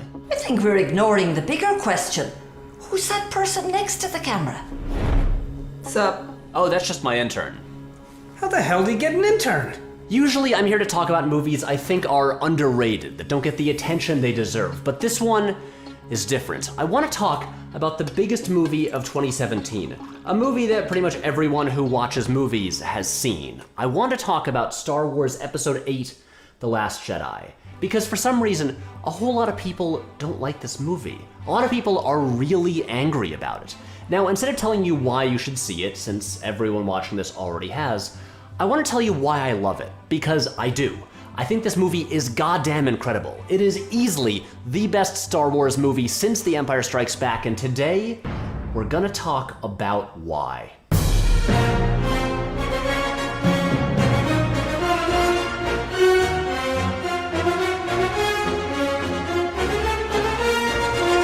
So I realize I already lost a lot of you right from the title of this video. Some of you are only here because this showed up in your recommendations and you wanted a new opportunity to tell a stranger about why you hate this movie, but I just want to say something right up front. If you are a person who thinks that SJWs or diversity or feminism ruined this movie, or if you're going to tell me that I'm a Disney shill, or if you're going to tell me that I should watch a 5-hour rant by some angry guy on YouTube, or if you think I should kill myself because I liked a movie, do people really care that much about Star Wars? Yeah, Mom, they really do. But everyone should just remember, this is a film about space wizards intended for children. I'm not saying you shouldn't take it seriously, just maybe don't get too angry about it. We're not talking about gun control here. We're talking about a movie about space wizards intended for children. Anyway, it sucks that I feel like I have to say that, and it's probably not even worth wading into this shitstorm anyway, but honestly, I just love this movie, and I want to talk about it. Before I start talking about The Last Jedi, I need to quickly run through my history with Star Wars because context matters. I mostly love the original trilogy. I think the prequels are generally not good, even if they contain some cool ideas. I think The Force Awakens is pretty good. Yeah, it plays things super safe and basically just hits all the beats from A New Hope, but the movie had to do 3 things. It had to feel like Star Wars again, it had to introduce new characters that we wanted to follow into future movies, and it had to bridge the 30-year gap in the story. It did ridiculously well at the first 2, and with the third, it did okay. It's a little frustrating that we don't really know what the political landscape of the galaxy is and how the Republic works and what the significance of the Hosnian system being destroyed actually is, but I also get that they wanted to return to a familiar dynamic. I don't need to see Snoke, a Star Wars story, to understand who that guy is and what his deal is. So now that The Force Awakens had brought Star Wars back to the thing that we loved and was no longer 2 hours of Hayden Christensen green screened into ugly CGI, where did we go from here? We've got all this set up, we've got a hell of a cliffhanger ending, so what comes next? A lot of people had a lot of demands for this movie, explanations and answers and confirmations of fan theories, and look, I made a whole video about that. But personally, those weren't really my top priorities. I just wanted something new. I didn't want another beat-for-beat repeat of the original trilogy. I wanted Star Wars to surprise me, to expand the scope of what a Star Wars movie could be. And also, of course, I wanted a rip-roaring good time. And that is exactly what I got. Right from the opening scene, I could tell something was unique about this movie. The movie begins with a space battle that is seriously one of the best space battles in the entire series, but near the end, it does something amazing. In Star Wars, we've seen a lot of battles, and in those battles, we've seen a lot of random rebel pilots die. But I've never really cared about them. No disrespect to Biggs and Porkins, but they were never really characters. But The Last Jedi shines a spotlight on Paige Tico, and for 2 minutes, she becomes the star of the movie. Paige's desperate attempt to drop the bombs is more suspenseful and more emotional than anything in a battle scene since Luke's trench run. And as the movie reached this shot, I thought, holy shit, I've never seen this in a Star Wars movie before. And I've noticed a lot of people don't want that. They don't want new things in their Star Wars, and I think that's kind of a bummer. One of the reasons I love The Empire Strikes Back is that it's constantly surprising. The characters grow and change, it shows us amazing new planets and creatures, it changes our conception of Star Wars. And the most disappointing thing about Return of the Jedi is how it doesn't really do that. It mostly gives us a lot of things we've seen before, like a Death Star or Tatooine. Its big new additions to the mythos are a forest and the revelation that Stormtrooper helmets can be played as drums. which is actually kind of cool. But The Last Jedi isn't content to recycle Star Wars' greatest hits and just revisit old planets and reveal that everyone is related to someone that we've met before. It has a story to tell and a mythology to expand. I love that this movie finally shows us how the 1% live in this galaxy. It finally has someone use the Force to switch on a lightsaber. It finally gives us an idea of what Obi-Wan meant when he said, "Strike me down, I shall become more powerful than you can possibly imagine." It gives us great new Force abilities that feel like natural extensions of what we've seen before. And speaking of the Force, no other movie explains it as well as Luke does here. To quote an email Jonah Hill once wrote describing a Jump Street Men in Black crossover, "It's clean and rad and powerful." I want to bring up something that doesn't get talked about enough. Star Wars has always been weird. Remember the cantina scene? Remember Figrin Dan and the modal nodes? Remember how there's a fucking devil in there just chilling at the bar? And a one-eyed tentacle creature in the trash compactor? Since the very beginning, Star Wars has been full of weird shit, and The Last Jedi lives up to that legacy. The giant alien cow thing that Luke milks is one of my favorite additions to this whole series, and if you don't like it, no offense, but you have boring taste and I don't want to be friends with you. But also, we've got the fish nuns and a hellmouth where the movie goes all David Lynch and those crazy things hanging out on Canto Bight. Oh yeah, Canto Bight, you know, that section of the movie that people hate, where they say nothing happens and it should just be entirely cut out of the movie. I could spend several minutes here talking about how it's important that we see the oppressed people in the galaxy and the hope that the Resistance symbol inspires. I could talk about how the failures here caused by Poe and Finn are essential teaching moments in both of their arcs, but what I really want to mention are three very important things. Number one, a drunk goblin puts coins in BB-8, and that rules. Number two, it is now canon that Maz Kanata has had sex with Justin Theroux. Number three, watching rich people get their shit destroyed is one of the purest pleasures in all of cinema, and if you can't appreciate that, I feel sorry for you.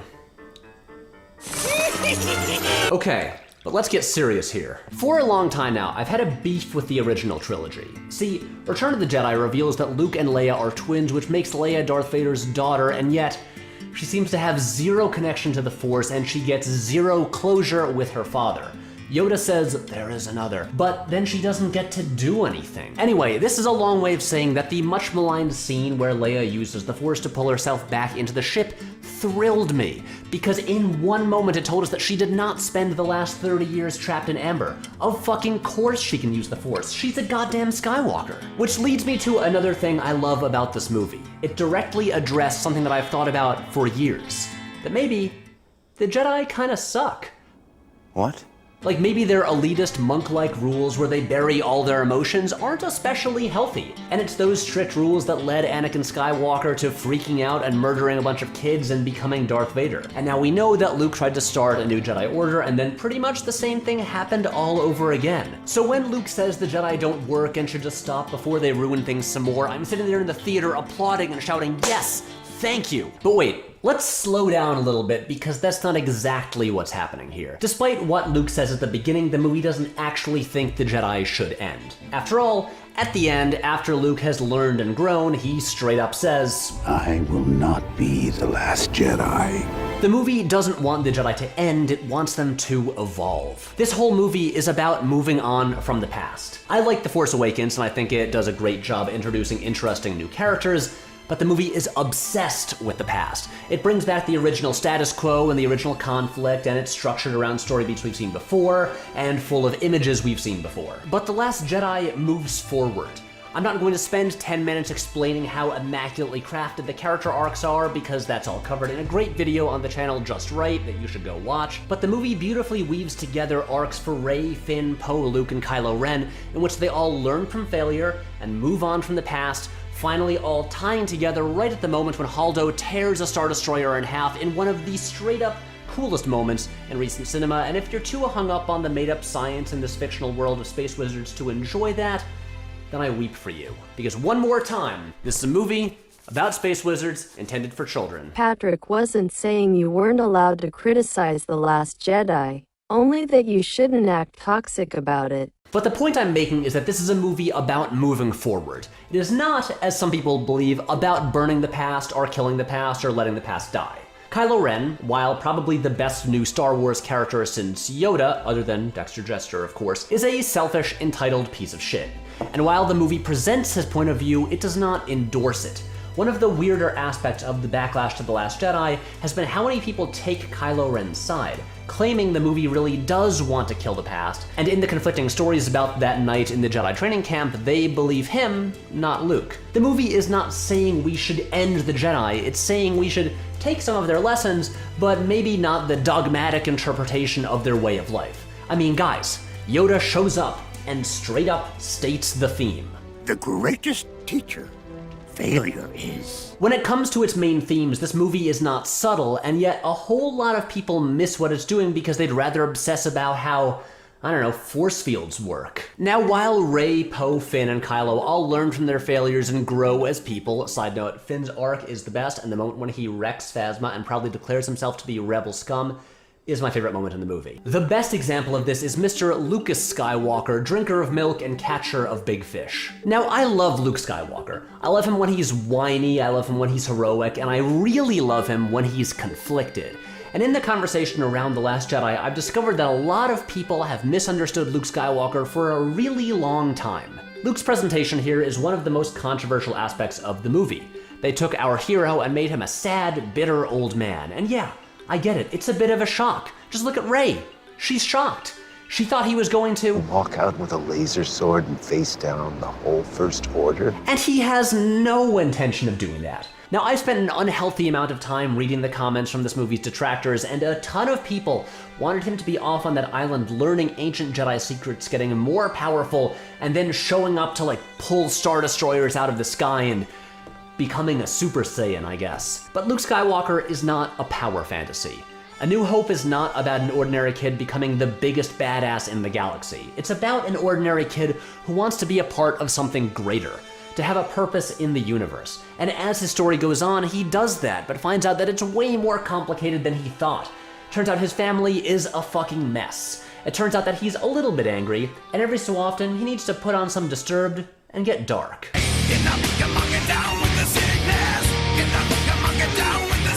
Luke's a complicated guy, and to return to him 30 years later and have him be an ultra-powerful paragon of goodness would be pretty boring. You know who else is complicated? Rey. It's weird that she gets accused of being a flawless character who never makes mistakes because, man, she has got problems. She has no idea what to do with herself and keeps running to different people, hoping they'll provide her with some sort of guidance. She plainly states it. I need someone to show me my place in all this. And this brings us to the incredible moment when Kylo Ren reaches out his hand and offers her a place she can belong. These movies have had a lot of moments where bad guys ask good guys to join them, but this was the first time that I thought there was a chance the good guy might actually accept. And that is the mark of good storytelling. So I've talked a lot about how I wanted this movie to push Star Wars forward and do new things, and it did all of that. But I also said I wanted a rip-roaring good time, and it is absolutely 100% that. The thing begins with a space battle and ends with a desperate last stand where the Resistance has nothing to use but MS-DOS computers and janky little fighters on a salt planet, and porgs are popping up everywhere, and Phasma has a sweet spear, and every single thing in this scene rules so hard, and also this is the funniest goddamn thing. I feel something. You feel it? Yes, I feel it. That's the Force. Really? Wow, it must be really strong Oh, with I've you. never felt any... Ow! And yeah, guys, this movie is funny. I know you love old sourpuss Christopher Nolan and the stoic, dour tone he brings to everything, but lighten up. You ever see Goodfellas? That movie is funny. It's also scary and tense and emotionally devastating. A movie can make you feel different things. Humor is good. Why am I even explaining this? And unrelated, but I just want to mention how much I love Adam Driver's delivery of Blow that piece of junk out of the sky! This is a movie about moving on. Moving on from failures and selfishness and self-loathing and empty heroics. Moving on from only certain families being special and everything being like it was 30 years ago. Moving on from the same old story beats and the same old status quo. I love Star Wars. I love the world and the characters and the feeling I get every time that the title hits the screen as the fanfare explodes out of the speakers. And watching The Last Jedi, I was hit by a thought. For the first time, I could see this story continuing for decades to come. It was the moment in the Battle of Crait when the Millennium Falcon arrives with Chewie in the pilot's seat and Rey operating the gun turret. My mind flashed forward years from now, and I thought about how we'll talk about Star Wars in terms of eras. There will be constants through the series. The Millennium Falcon will remain, but we'll talk about the era when Han Solo owned it, or the era when Rey did. And this was all because of things The Last Jedi did. This was no longer a story about special people from a few select bloodlines. This was a story about a whole galaxy, and the people who shape its future could come from anywhere. They could be anyone. From here, Star Wars could go anywhere. And each time I watch it, I found that idea more and more moving. I don't care who that kid with the broom is. It doesn't matter. What I do care about is the hope and determination I see in his eyes. Ever since George Lucas made that first film, Star Wars has been about how an ordinary person can escape their circumstances and become a part of something greater.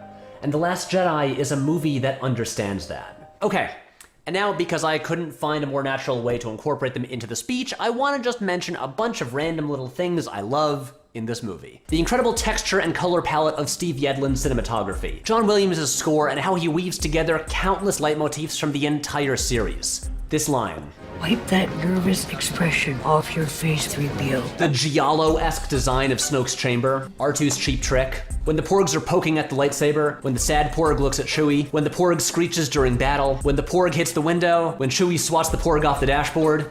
Porgs are great. Puppet Yoda, the way DJ wears his boots around his neck, the moment when Hux thinks he can kill Kylo, when Poe rubs BB-8's belly, the whole design of Crate so that as warfare breaks out on the planet, it actually looks like it's bleeding. Luke's wink at C-3PO, the way Luke first saw Leia via a projection and the last time she sees him is a projection. See? It rhymes, like Lucas loves. This is a weird movie to talk about. This video ended up being longer than it should need to be because it's not enough to say why I think the movie is good. I also have to preemptively respond to all the people who are going to say, but why didn't you talk about this thing that's bad? Months ago, I said there was no way I would make this video, but the truth is that since December, I haven't stopped thinking about The Last Jedi. And to all the people who hate it, I wish that you could see what I see, because it's pretty great. And we're done. Guys, thank you so much. You were fantastic as always. Now I am going to take this footage and put it online. I'll see you later. You don't think anyone is actually going to watch that, do you? I don't know. I would.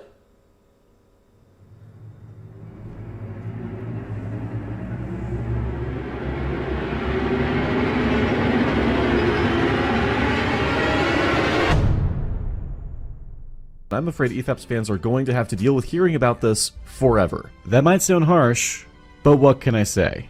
Nobody checked himself before he wrecked himself. What are you, gay? You're gay! You're gay! Episode 9 of the canceled television show Terriers is entitled Pimp Daddy. The use of the term Pimp Daddy in the title is completely irrelevant to the episode, as it contains 0 pimps and minimal daddies. It's more about harassing the victims of child molestation.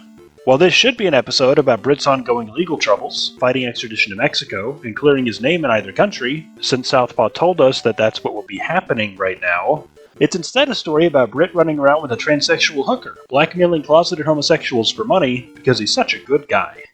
Man, what a great, fantastic character. Hank, meanwhile, is digging up dirt on his husband's wife's new boyfriend. The episode opens with a sex scene between Fink and his sister, but he wakes up and discovers that it was all just a dream. He puts on his skin suit and gets ready to head up to the assisted living center to visit his sister, before he remembers that she's an adult. He gets a call from his lawyer, who tells him that she's been using Jason's stolen documents that Hank stole from Jason to run a background check on him, and has discovered that he's a child rapist. Jealous, Hank rushes out to confront him.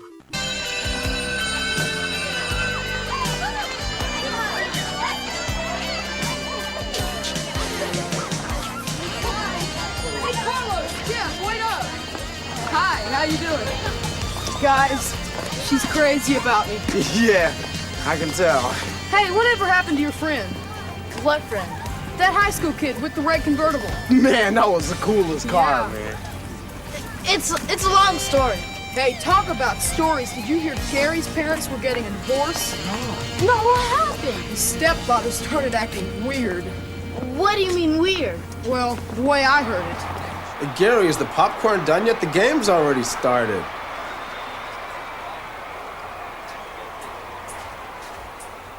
Here you go. Oh, thanks.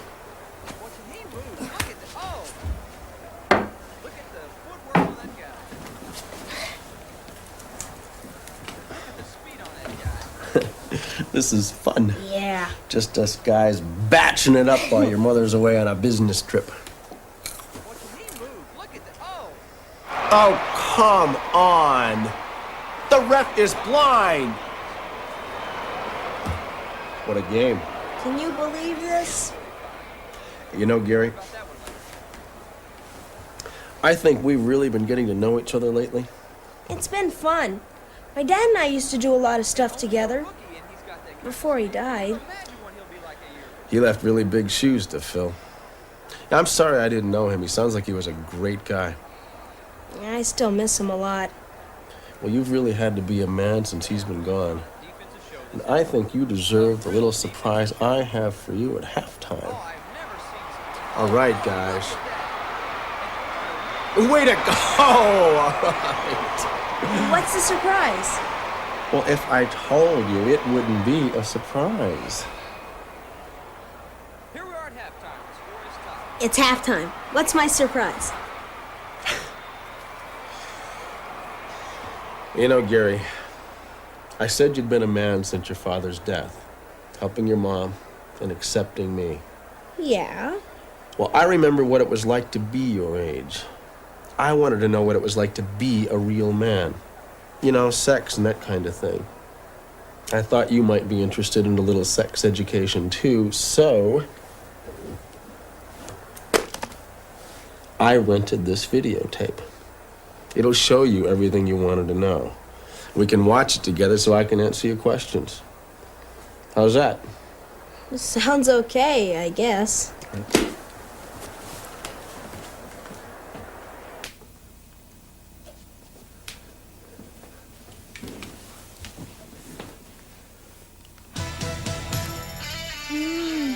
Gosh, look at that. Looks like fun, doesn't it? With your mom gone, I know how it makes me feel.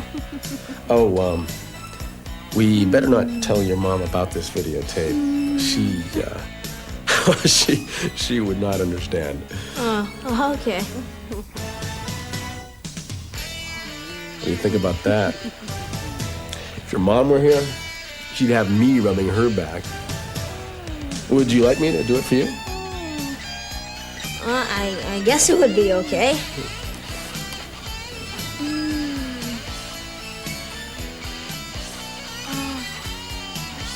Doesn't that feel good? It feels good, but... Hey! Stop! No! Why are you doing this? Gary, I'm sorry. I just thought you wanted to feel really good. That's sick!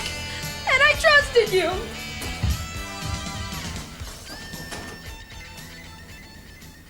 None of us suspected it.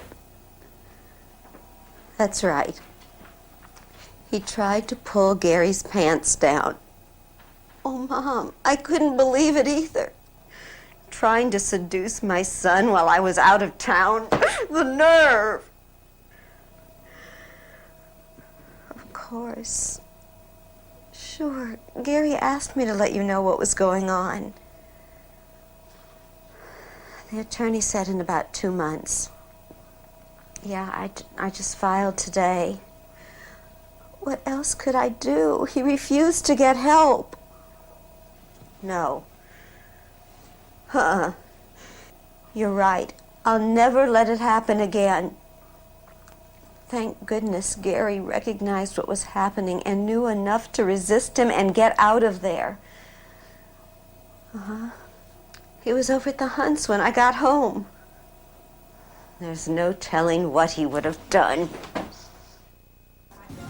Well, anyway, a lady from social services came out to talk to him. To make sure Gary didn't blame himself, and to make sure he knew it was his stepfather's fault. Yeah, that's exactly what Gary said. He feels better now. That's the strangest story. Not really. It happens in families a lot, especially if, say, an uncle or a stepfather doesn't think the kid knows anything about how my parents would say it, the birds and the bees. It's so much easier to say sex. Yeah. Who told you?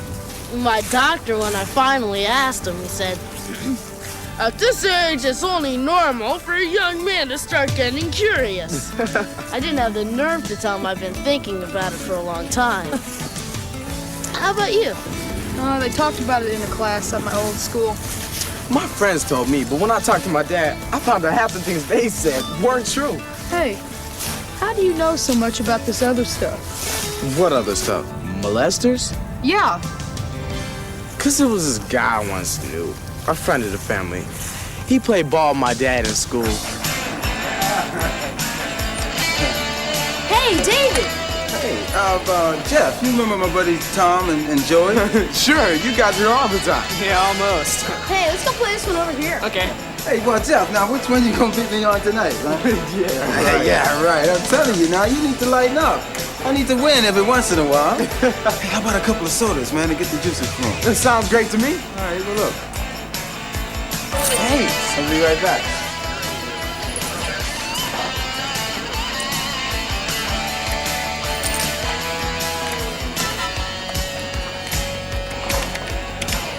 Here you go, Bubba. Are you through, man? Come on, do it again. I missed it. Do it again. All right. All right. Come on, Jeff, you can do better than that, man. All right. All right, way to go, man. You mean patting you on the butt like a football player?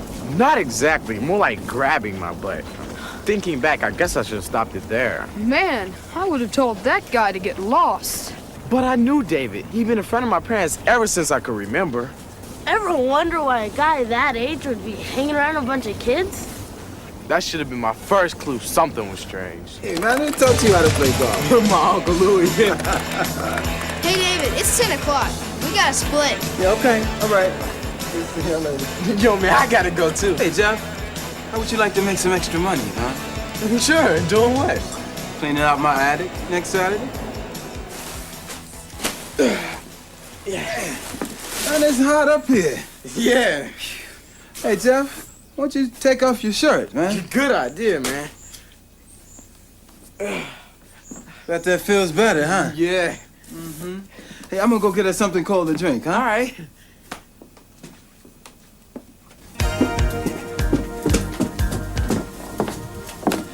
Here you go. You deserve it, huh? No thanks. I better not. Oh, I'm sorry, Jeff. It's the only thing I had in the fridge. No problem. At least I can dry you back. Yeah. Feels good. Mm-hmm. You know, I never realized how many muscles you have, man. You been working out? Yeah, with all these. It's kind of a hot and sweaty job, huh? Yeah, kinda. Yeah. Hey, we're finished up here. Why don't we both get cleaned up a bit and we'll go out for some pizza, huh? Okay. You can shower first.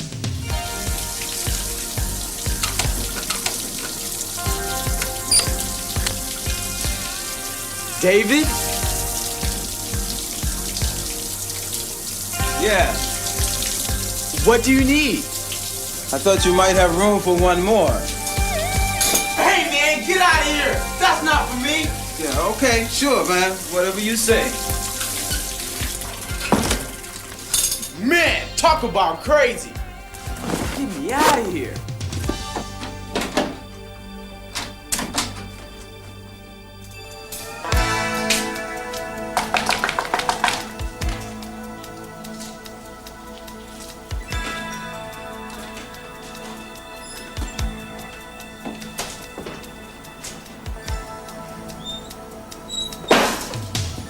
You forgot something, man.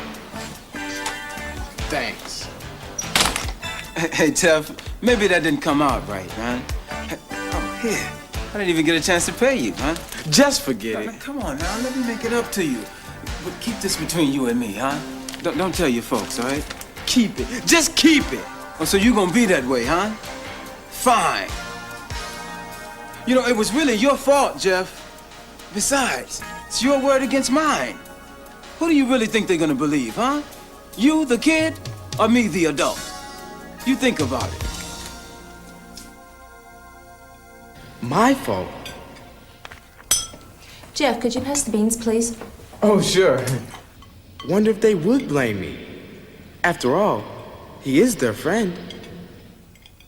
Well, you don't seem to be real hungry for a guy who's been working hard all afternoon. I guess not. Mom, would you believe me? Susie and I want to make lots of money selling lemonade tomorrow. If he tried it on me, who's next? I mean, for their sakes, somebody should know. Who was that on the phone a while ago? That was Mr. Richardson. The guy who swears he's innocent. If it was so innocent, why did he make such a big deal about keeping it a secret? Oh, the guy's obviously guilty. That's right. It's not my fault. It's his fault. And I'm telling. Jeff? Are you all right? That's right. I'm telling. Telling what? What? What? What? Your dad reported his friend to the police? Sure did. What did they say? You see, child molesters can be anybody. And they usually are a friend or relative who uses things like special attention, toys, money, video games, even pets to get kids like you to do things that just aren't right. And it's a gradual process, perhaps beginning with just innocent touching that becomes increasingly personal as time goes on. And then afterwards, they try to force you to keep their little secret by using guilt threats. And then he read your rights. Right. But how'd you know? You mean like a criminal? No, there are such things as the rights kids have if someone tries to molest them. You have the right to control your own body. If you ever feel uncomfortable, say someone is touching you a lot or in places where they shouldn't, well, you as a kid can stop it. I mean, even rudely. Run, scream, make a scene, do anything, and then get help. Come in.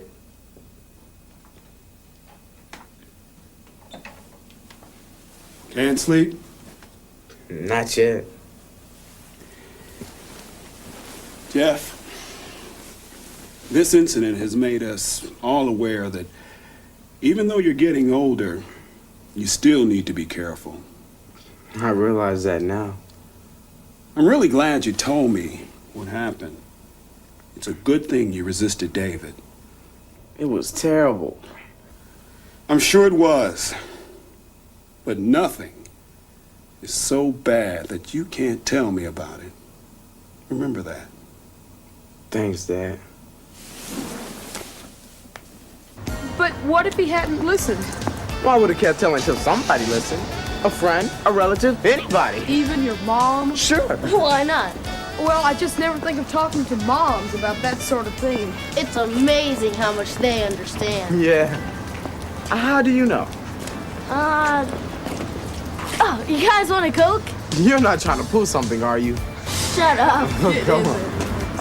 A long walk, this soda really hits the spot. Yeah. Hey, Bobby. What can I get for you? I'll have a root beer.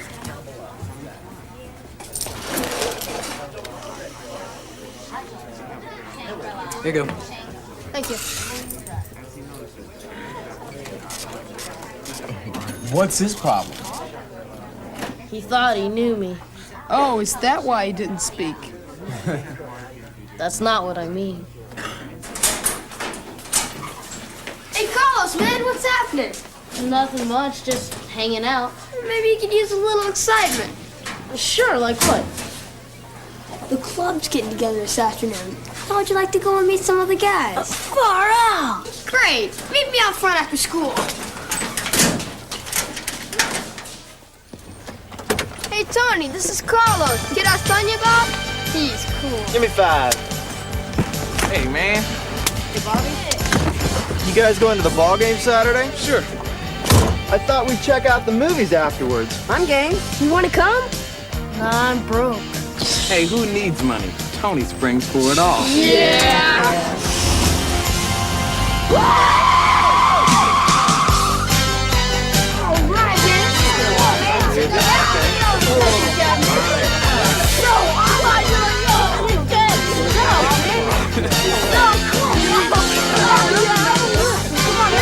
Come on,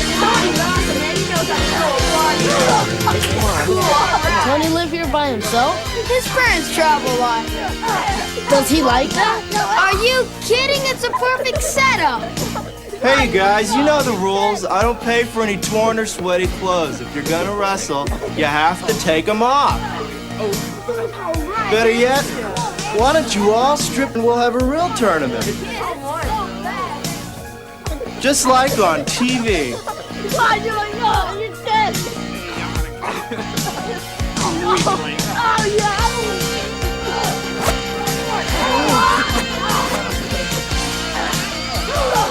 Now here we have it, folks, the greatest free-for-all in championship wrestling, right here in downtown Partyville.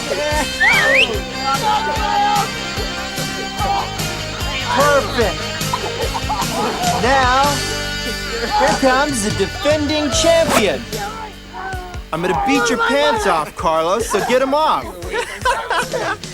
Hey! My underwear! What are you doing? Be cool, man. So, what happened to you last night? It was getting late. Had to go home. Well, I got some good news. Yeah? The club voted. They decided to let you join. Oh, great. I thought you'd be excited. What happened after I left? The usual. We wrestled. Everyone ends up naked. And then we watched the video Tony made. No big deal, just a good time. Yeah, really sounds like it. But there's just one more thing you have to do to become a member. Well, what was that? I had to swear that I wouldn't tell a soul. Only the club members knew what went on. He said if their secret ever got out, they'd all get in big trouble. So what did you do? I didn't know what to do. If I didn't join, they'd call me a chicken. Oh, for sure. I wouldn't have to spoil their fun. I just didn't want any part of it. So why didn't this guy speak to you? Because I decided to talk. At first to my dad. I wish my dad were around to talk to. My dad was around, but he wasn't listening.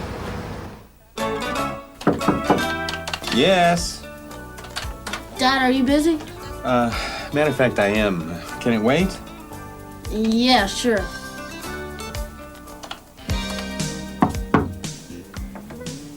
Dad, Yes, son?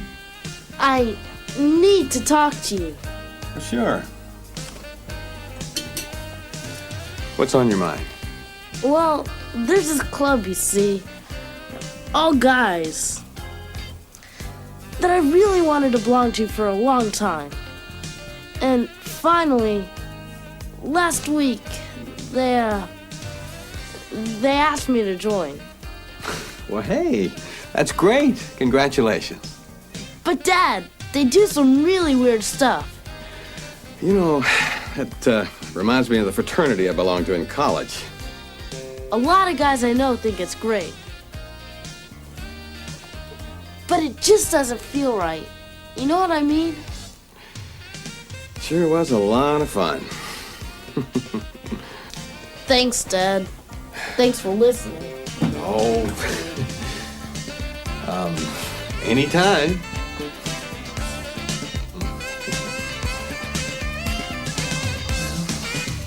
Oh, sure, Gladys. Well, let me see. Oh, I can't believe it's the 1st of the month already. Yeah, the 10th will be fine. Okay. I'll talk to you later. Bye-bye. Hi, honey. Mom, you have a minute? Of course. Just let me get the chicken in the oven, okay?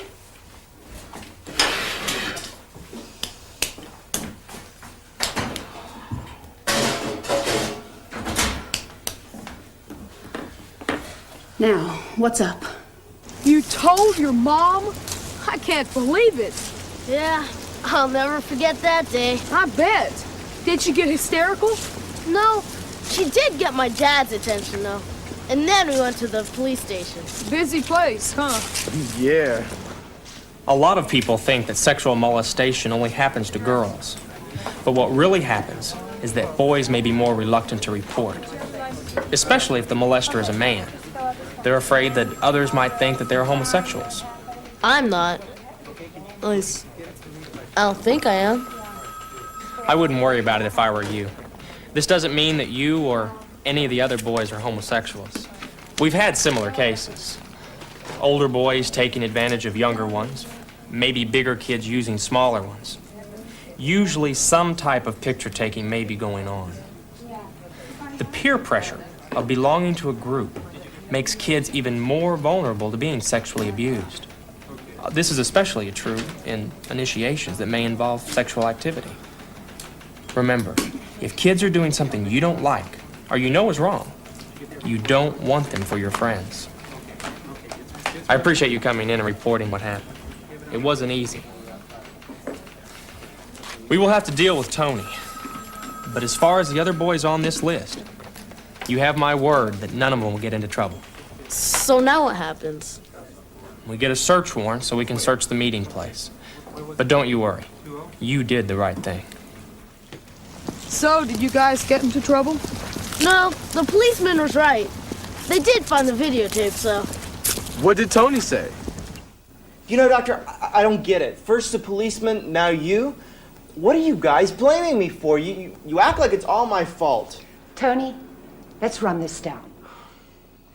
You found a bunch of younger boys. You bought their loyalty with money and gifts. You waited until you could have your secret club meetings. You got the club members high on drugs and booze, and then took advantage of them when their defenses were down.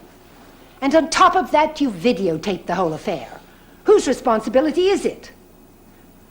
But they wanted it. Oh, they wanted to be sexually abused. Yeah, I mean, no, you're putting words in my mouth. And another thing, Tony. You were counting on the other members of the club to keep it all secret. So? So you are the older person. It was you who should have been responsible for them, instead of setting them up for abuse. It was so easy. They just fell for it. Exactly. That is the point. But that doesn't make it my fault. You are wrong, Tony. I wish someone like you had told me that when I was 14. You are wrong. Is that when this all started? Yeah. It's strange, huh? But there was my coach when I was about 9. I don't know why, but this is the first time I've ever told anyone about him. No, that's not unusual. Unfortunately, a lot of child molesters were sexually abused as children and start their careers when they reach adolescence. Some career. Well, you've come a long way since our first session. It's still hard for me to accept responsibility for what's happened. Why is that? 'Cause it means admitting to myself that I have a problem. Well, Tony, we're here to help with that problem. Doesn't Bobby understand that by telling, you actually helped him? Maybe someday he will. Yeah, because even Tony recognizes now what was going on. Yeah, you know, I used to think molesters were just dirty old men. They can be anybody. Yeah. You got that right. Hey, you guys want to come see my new telescope? Sure. Yeah. It's really neat. I mean, all of a sudden you can see things you never saw before. Come on. Let's go.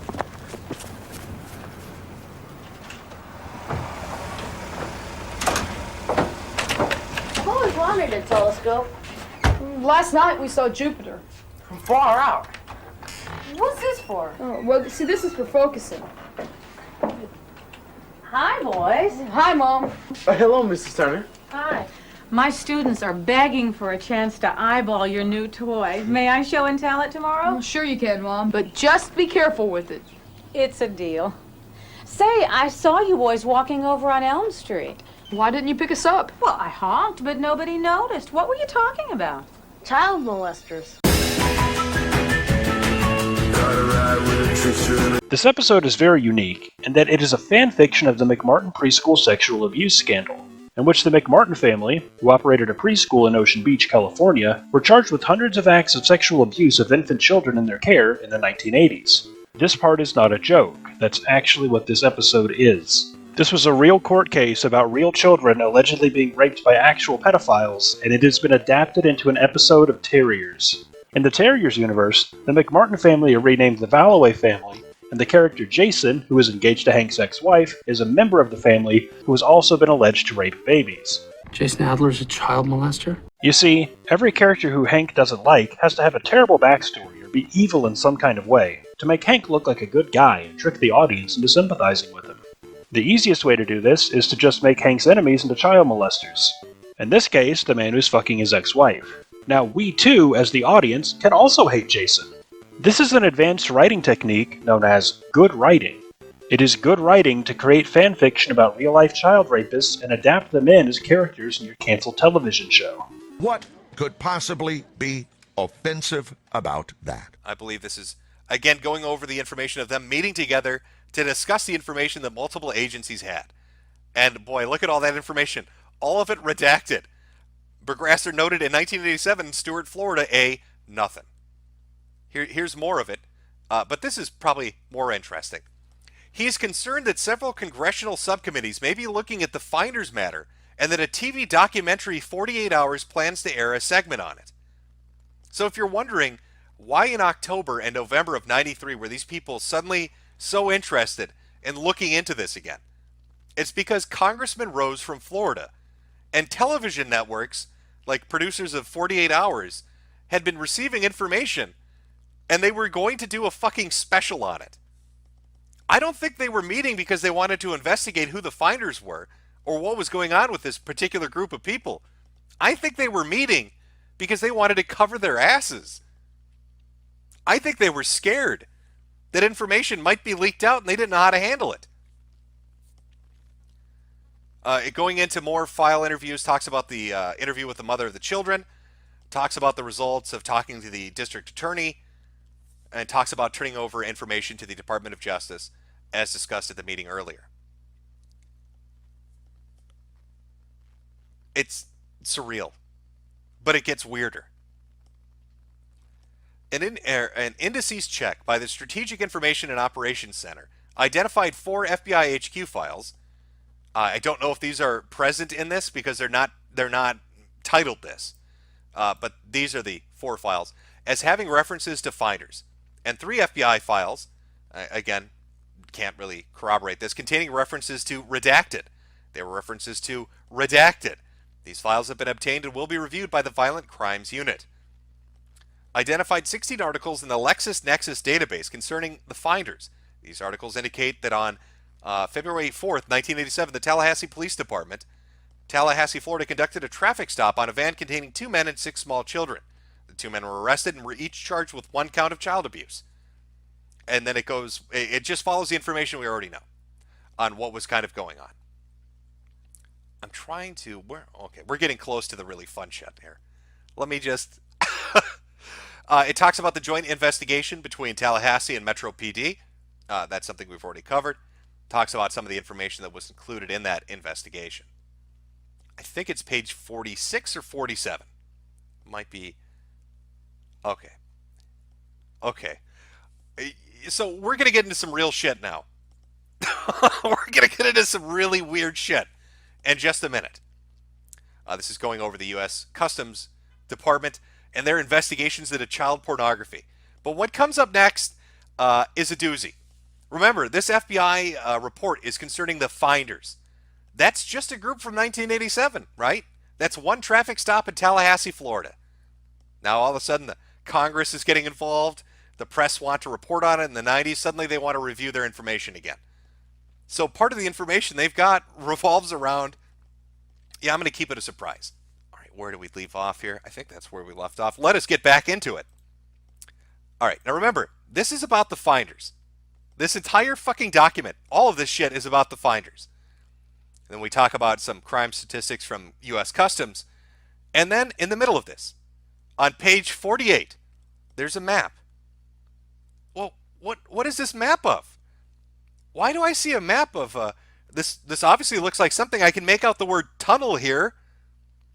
This entire building, it looks like it's been mapped out. There's a tunnel? What would this be about? The tunnels found at McMartin Preschool. A preliminary report. A formal report will be released when forensic tests are concluded. a 45-foot tunnel, 9-foot wide, subterranean entrance found under the west wall of the dog room, classroom 4. Avocado tree roots on both sides of the entrance. These avocados have a premier quality and have ruined other avocados for you. Disney bag, copyright 1982, found 4.5 feet below the classroom floor, from 3 to 6 feet in from the entrance and under the foundation of classroom 4. Tunnel proceeded south, then east, 45 feet through classrooms 4 and 3, north, then east 10 feet within classroom 4. Tunnels were 30 inches wide to 44 to 46 inches deep, with the top of the tunnel 30 inches under the classroom floor. The footing between classroom 3 and 4 was arched, where the tunnel passed beneath and was 12 inches shorter in depth at this location. 4 large upright containers were found in the tunnels under the arch, obviously hand-placed. A 9-foot wide chamber was found along the tunnel under classroom floor, classroom 4. Top of the chamber and top of sections of the tunnel had layers of plywood. Okay, trust me, you'll see what I'm getting at here. 7-foot tunnel extending into the triplex next door. Tunnels extended within the bathrooms of the office in classroom 1 to the front yard of the triplex next door. Front yard concealed from street by 3-car garage. Children described entering and exiting tunnel in the triplex yard exactly where the tunnel and exit were found. Other significant facts. A small white plastic plate with 3 pentagrams, hand-drawn on top of light green paint, was found by the archaeologist in the stratified dirt in the playground. Per historical archaeologist, pentagrams were hand-drawn by an adult and not part of the manufacturer's design. Many other artifacts found, whose analysis will be released upon completion of the test. No doorknobs were on classroom 3's door, only a deadbolt lock. Each classroom had an on and off light switch labeled with fire alarm. System did not connect to fire station, but was used as an alert within the school. More than 2,000 artifacts were found under the school floor, including over 100 animal bones. Okay, so in the finder's report, there's a fucking detailed sketch and information about what was found in a tunnel network under McMartin Preschool. Well, what the fuck is McMartin Preschool? Oh, that was another big fucking sex scandal from the 80s and 90s. An entire group, an entire classroom of children alleged that their teachers had sexually abused them and had them involved in satanic sex rituals. They told police and reporters that they were taken via tunnels under the school and were molested and killed animals and did all sorts of weird satanic shit. And people said, that's satanic panic. These kids have been coached into giving these answers. This never happened. And yet in the FBI report, there's an archaeologist paper talking about, it doesn't speculate that there are tunnels. It said we went into the tunnels. In the tunnels. He's talking about being in the fucking tunnels. Finding containers in the tunnels. Finding pentagrams and shit in the tunnels. Finding hundreds of animal bones in the fucking tunnels. The tunnel exits exactly where the children said it would exit.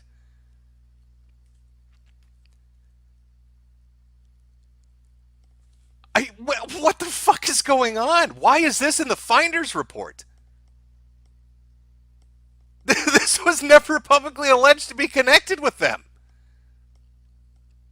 And yet, just in the middle, in a random fucking page, what is it? 49, page 48 and 49, fucking diagrams of the tunnel network, diagrams and explanations of what was found. You want me to link the paper? I'll put this up once more before we continue on, so people don't think I'm making this up. Go to @FBI Records Vault, which is a official account, blue check mark, run by the FBI. It will give you a link to the FBI's website under their subsection Vault. You can download the Finder's Report on the FBI's Vault page. It is a PDF file, and that PDF file, let me tell you how many pages it is. 324-page PDF file from the FBI. And in this fucking file, on pages 48 and 49, They talk about McMartin Preschool and the tunnels and pentagrams and animal bones they found. But the press convinced the public that these children had been brainwashed by their parents and hysteria, and that no such thing ever happened. No children were molested. None of it ever happened. It was all made up. There are no tunnels. No tunnels ever existed at McMartin Preschool.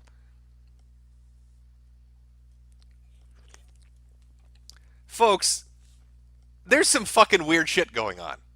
It's weird enough that the Metro PD lied to a reporter and then admitted privately that the information they lied about actually existed. Now, I don't know if it's connected to that super chat. Somebody tracked down an article about this from that exact date that they're referencing, talking about human trafficking of children and organ harvesting. I don't know what the fuck is going on. All I know is multiple intelligence agencies and police departments are all involved in this. Not involved as in they're taking part in it, but involved as in they're looking at it. They're involved in talking behind the scenes to one another about it. And buried in the middle of it is a fucking thing about McMartin Preschool tunnels. What the fuck?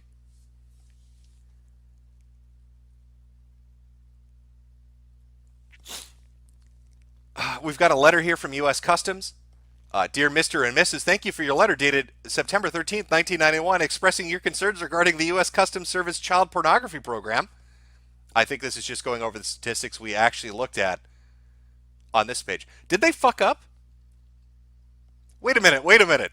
Did the FBI fuck up? Did they do a boo-boo? Is this an oopsie by the FBI? Follow my logic on this, chat. Okay, the FBI put up information about the finders.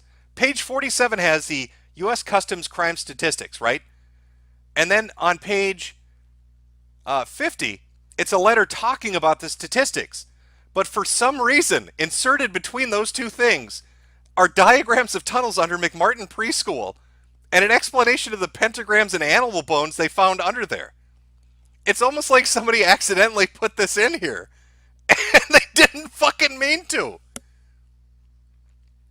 It would make sense to have the U.S. Customs crime statistics followed immediately by a letter from U.S. Customs talking about those crime statistics.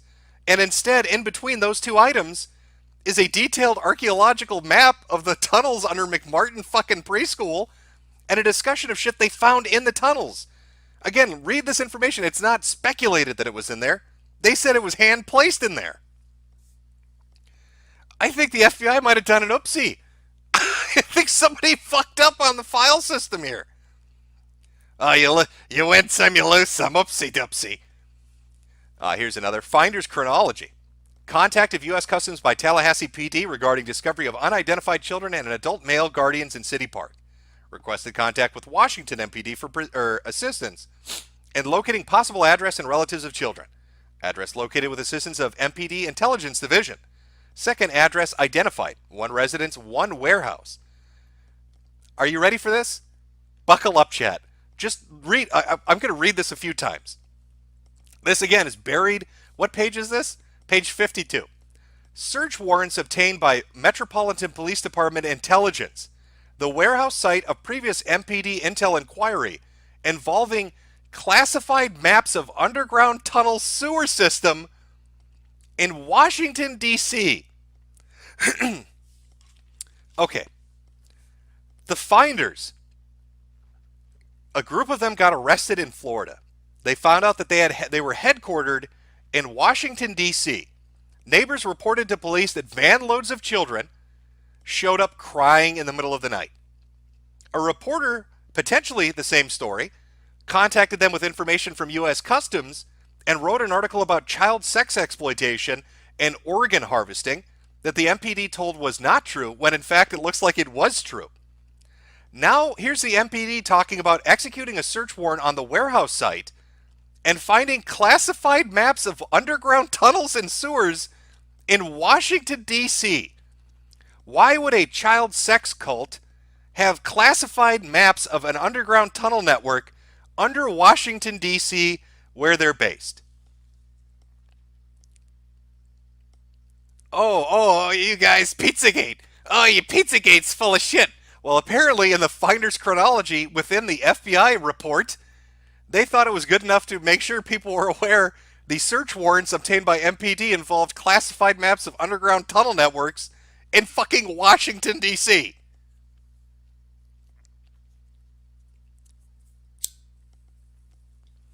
Are you getting spooked out here yet at all? Anybody? Anybody find this kind of fucking weird? And then, like, that's not weird enough, right? Like, this shit isn't weird enough.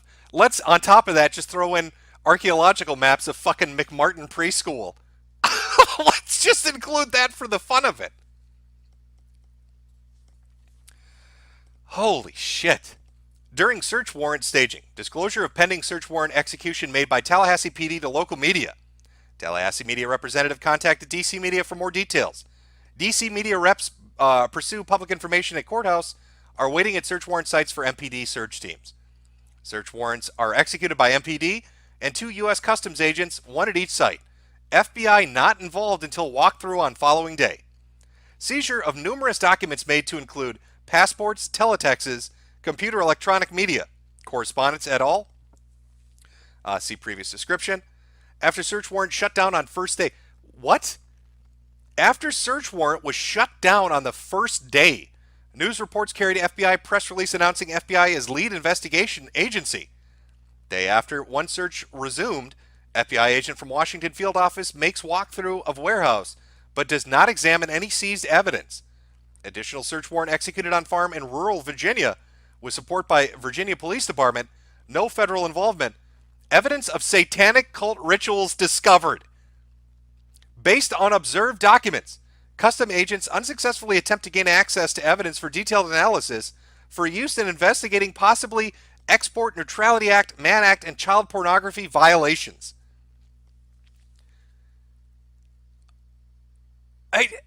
Okay. All right. I want to make sure I get the chronology right of this. They execute a search warrant on the Washington, D.C. residence. At the Washington, D.C. residence, MPD comments that there potentially are classified maps of a secret underground tunnel and sewer system in the possession of an alleged child sex cult. Within a day, the search warrant is shut down. Following it being shut down, an FBI agent decides they're going to do a walkthrough, but they don't decide to look at any evidence. They just walk through, say, looks good to me, and leaves. At the same time, a separate police department in Virginia decide they're going to do their own investigation with no feds involved at all. And when they do their investigation, they find evidence of a satanic cult ritual. Based on this, they try to get a hold of other agencies to get help, and nobody will help them. This is very similar to what happened at Tallahassee, where they said they had evidence of abuse and sexual abuse, and it disappeared once the feds got involved. Here we have the same thing happen. 2 search warrants, classified information, feds show up, disappear, shut down. Virginia finds evidence of satanic rituals, shut down. The moment the feds get involved, all that evidence doesn't matter. None of the agents will respond. Shut the fuck down. What the fuck is going on? Contacts at the Metropolitan Police Department intelligence advise that all reports regarding finders are to be classified at the secret level. Also advised that no information was to be turned over to the FBI for investigation, and that the WFO would not be advised of the redacted involvement and contact. Children discovered in Tallahassee were eventually turned over to the individuals claiming to be their parents or guardians. No further MPD, FBI, or Customs involvement. As far as it is known, no details of redacted involvement ever became public. So not only did the intelligence community insert itself into this investigation, it basically shut their search warrants down, hid their evidence, and then told them it's classified at the secret level and they can fuck off. And then once they had done that, they took the kids that were obviously victims of abuse and turned them back over to the cult. All right, there's some shit going on here. So let's continue on our magical journey through fucking U.S. intelligence smart land. Here's more teletypes. Let's see what we got. Subject Finders Group, again, White Slave Traffic Act, sexual I love that they had all their letters are headed with that. It's like anytime the FBI or the Virginia police or anybody's talking about this behind the scenes and they're talking to each other via teletext, it always says regarding the white slave traffic ring and the exploitation of children. They know what this is. They fucking know what this is. For information of FBI HQ, review field office information. Opened a kidnapping case on February 6, 1987 as a result of the February 4th arrest of 2 men in Tallahassee for abuse of children. These individuals, redacted. Redacted. Redacted. And it's just going over what happened with Tallahassee. This is a summary of what's going on with Tallahassee. We've already gone over this. I guess it's a duplicate, or it's sent from another agency to another one. I think we're getting to some really fun shit here. Let me see. I think it's coming up. Okay, hold on. Finders Group, sexual exploitation of children. This is to SAC from WMFO. Attached to the memo are copies of Metropolitan Police Department investigation file reports, pertinent information obtained during Reuters' November 4th, 93 review of the MPD case jacket on the Finders Group. The MPD case jacket was made available for review by Lieutenant Redacted, MPD Intelligence Division, 300 Indiana. It's their address, doesn't matter. MPD case jacket did not contain a listing of specific items seized from the February 5th and 6th searches of the Finders Group properties.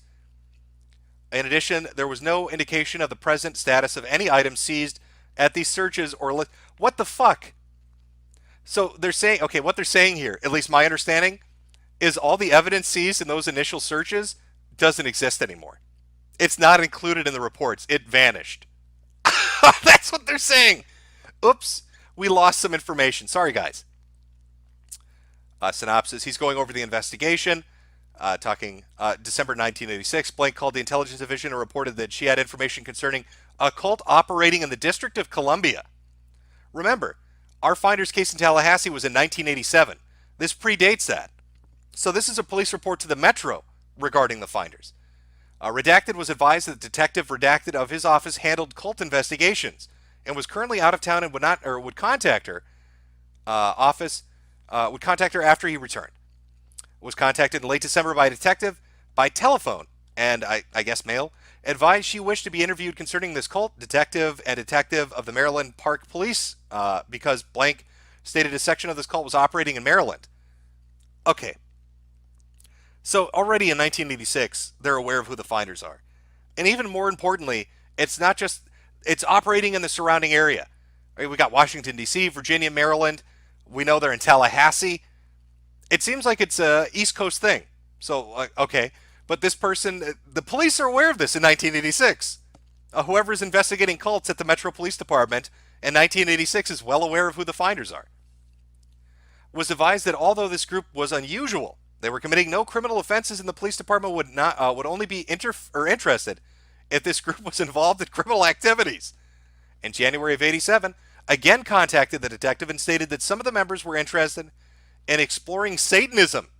Detective again advised that although Satanists are not criminals, detective was interested in ascertaining what activities this group was involved in, and asked Redacted to call detective if additional information became available. Law enforcement information. On February 5th, 1987, Detective Redacted received a phone call from the U.S. Customs Service in Tallahassee, Florida. Customs was trying to find out if the Intelligence Division had any information containing a group of subjects known as the Finders. The Customs representative stated that 6 children had been located in Florida along with 2 men, and that the children were dirty, unkept, insect-bitten, underfed, and possibly sexually abused.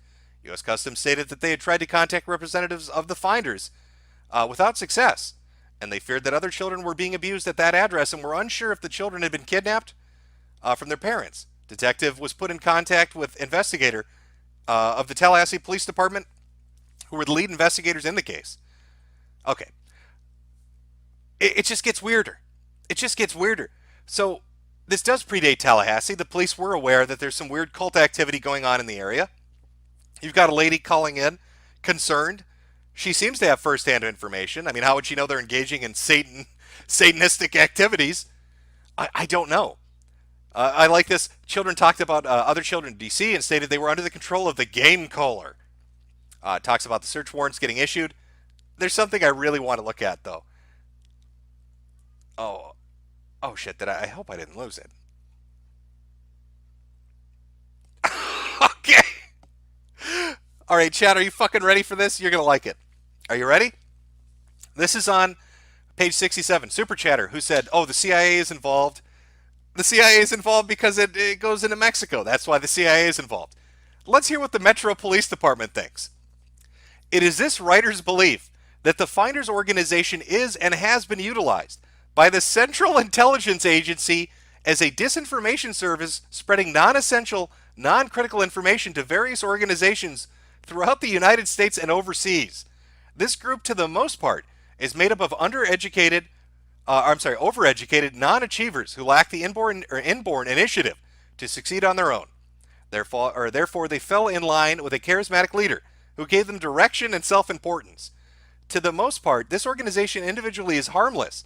However, when directed and monitored by a controlling factor, they are capable of destructive and illegal activities. As in any cult structure, the main drive is for the group and individual values, and ideology is lost. Therefore, when a member is asked to perform a task that hitherto may have been objectionable, he or she performs his mission for the good of the group. As to the abuse of the children, I do not think that child abuse was planned, a tactic of this group, but as in any cross-section of society, sick and demented subjects belong to cults as well. I believe that the shaping of the children is a planned experiment of this group, as is the case of the Nazis. They strove for a perfect society. Oh, God, what? All right, just to sum up, Metro Police Department that were involved with 2 investigations into the Finders, in their summary report, says, oh yeah, by the way, this group has been used as an asset by the Central Intelligence Agency, and they were trying to brainwash children like the fucking Nazis did. What? Can we just take a minute? Let me pull this back just a second. Where is it? There we are. Oh, CIA. Oh, my sweet, sweet glow-in-the-dark CIA. Are you telling me that you created a counterintelligence ring and it accidentally turned into a child sex cult that harvests organs? And did you try to own the Russians so hard that you ended up creating a sex cult, Mr. Glow-in-the-Dark? Is that the feeling I'm getting? Is that why the FBI and Customs and Interpol and everybody involved in this is so fucking embarrassed? Because you colossal fucking idiots created a child sex cult by mistake when you meant to train a counterintelligence agent? You fucking idiots! Oh God, that's embarrassing. Oh my God, if I worked at the CIA, does everybody make fun of you, glow-in-the-darks? Like, do you hang out at like government intelligence agency parties and get just shit on relentlessly? Does the FBI and NSA and DOJ, did they just shit on you idiots? How do you accidentally create a child sex cult, CIA? How did you accidentally do that? Oh, oopsie. Oh, I'm sorry. Oh, there are tunnels under McMartin Preschool. We're hustling and selling children for their organs and sex around the world. Our bad. We just wanted to teach the Russians a fucking lesson. This is mundane Matt levels of retarded. Oh, trigger the libs, own the libs. Trigger the Russians, own the Russians, huh, CIA? Here's a better example. Here's a PSA. Here's a public service announcement from normal people.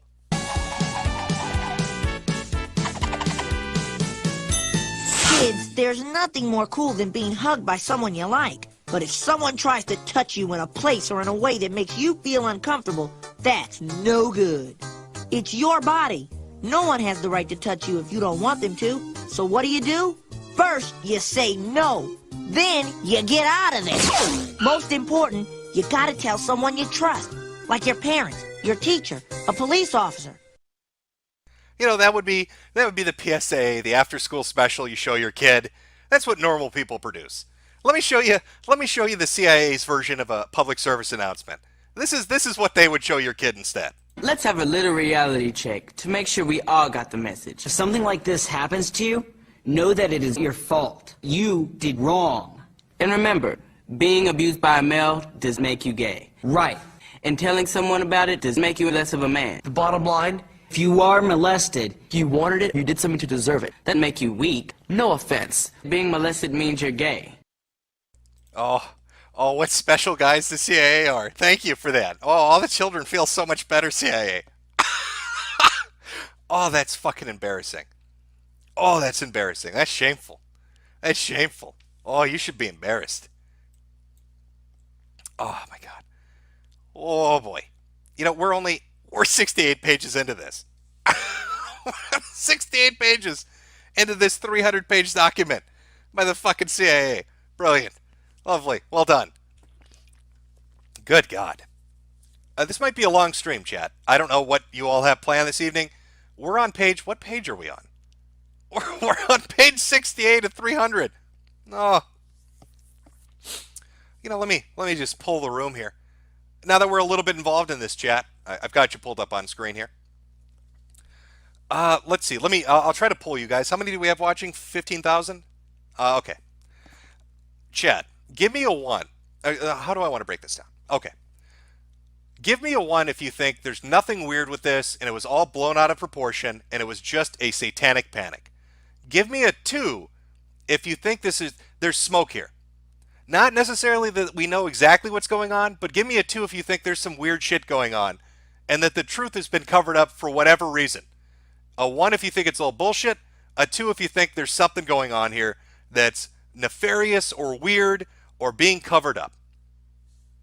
I know there's a bit of a delay. I'll give you a chance to catch up. Gives me a moment to have a drink and smoke a cigarette.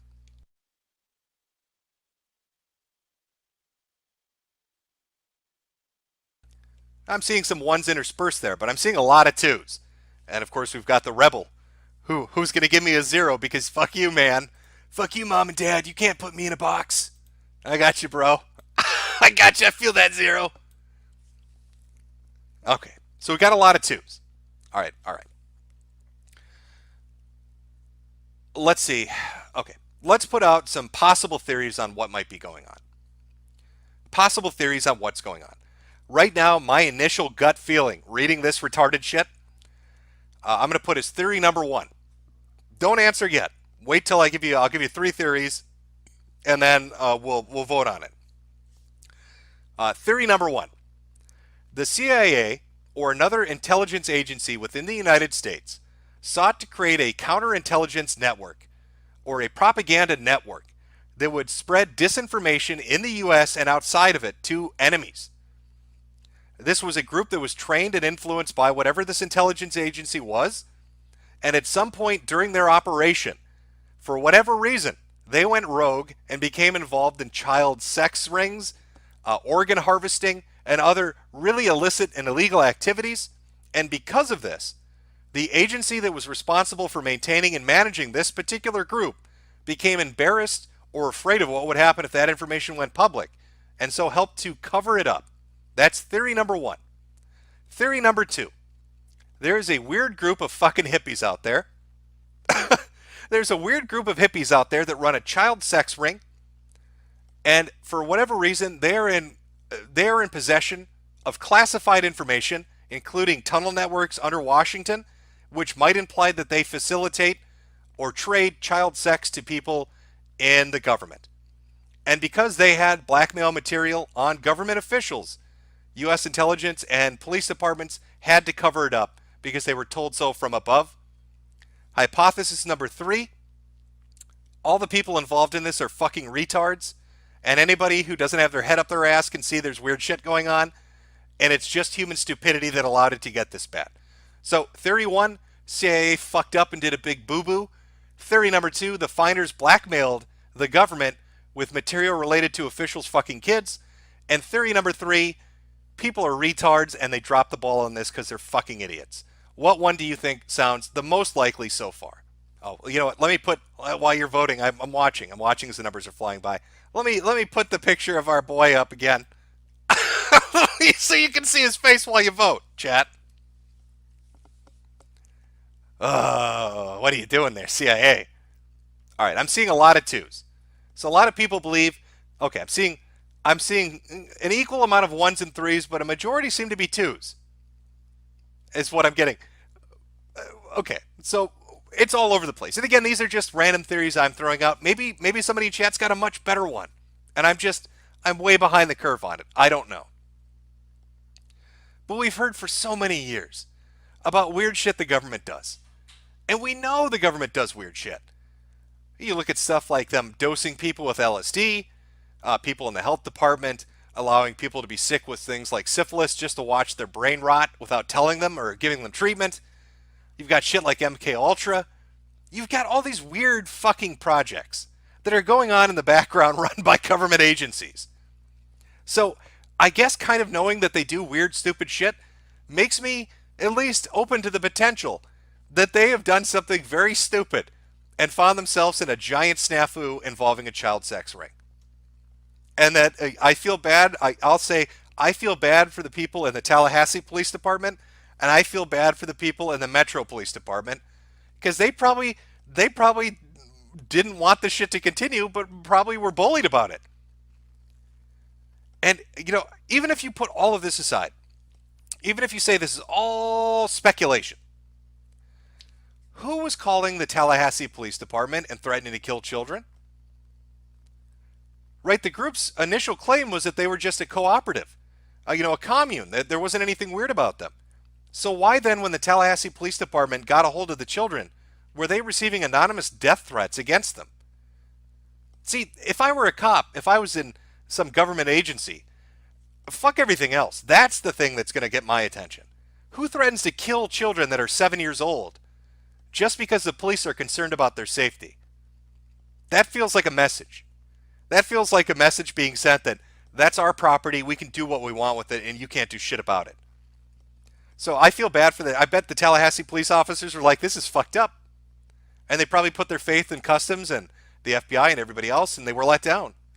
I'm sure it's the same with the Metro guys. I'm sure it's the same with those detectives in violent crime in Virginia. Every time they'd come across this shit, every time they'd encounter this weird group, they were repeatedly told to back off for whatever reason. Again, just out of nowhere, just decide to drop it. Not all of this is classified. Some of this is, open. Some of this was out there. But a lot of it was classified as secret or confidential. A lot of it was internal memos that were never released. But for whatever reason, it's all compiled together, and the FBI put it up and put it out. And they just did it without any fanfare. They threw it out there on the 25th. Yeah, I don't know. I don't want to get too ahead of myself. Maybe I don't. Part of the way this is organized is weird.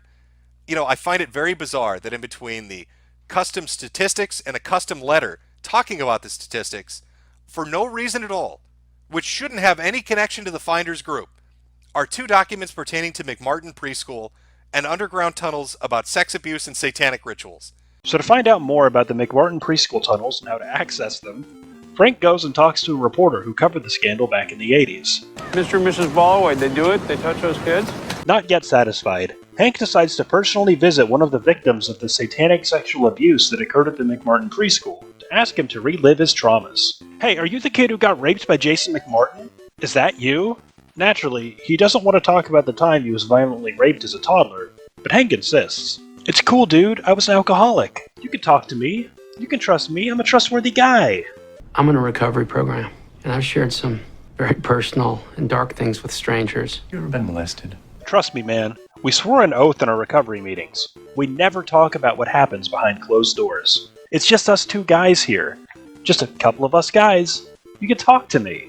You can get comfortable. You can get a little loose. We don't have to tell anybody about what happens here between us today. It can be our little secret. Come sit on my lap, big boy. But Hank isn't able to get any info out of this rape victim without lying to him. So he decides to lie to him and says that he's a concerned parent. Yeah, you need to give me the information that we were requesting as parents in this community. Okay, what was your name again? My name is Raul. Your name is Raul? Yeah. And who are you calling in regards? The parents in the community. All of them? A good number of them, yes, sir. I don't like talking about it to anybody, let alone a complete stranger. My ex-wife is involved with Jason Ballaway. I just want to make sure our son is safe around him. Please, man, I have a son. He's almost 10, and I want to make sure he's safe. From Jason. You gotta tell me what happened to you when you were a little boy. In graphic detail. I gotta know. For my son. Some people say that you kids were suffering from some kind of mass hysteria, that maybe you were coached. I know the difference between a bad dream and someone fondling and sucking my penis. So Hank grabs his pen and paper and starts taking notes as the man relives the darkest repressed memories from his childhood, sobbing uncontrollably in a puddle on the floor. Oh yeah, tell me more. Keep going. Yeah, come on. I need more. More!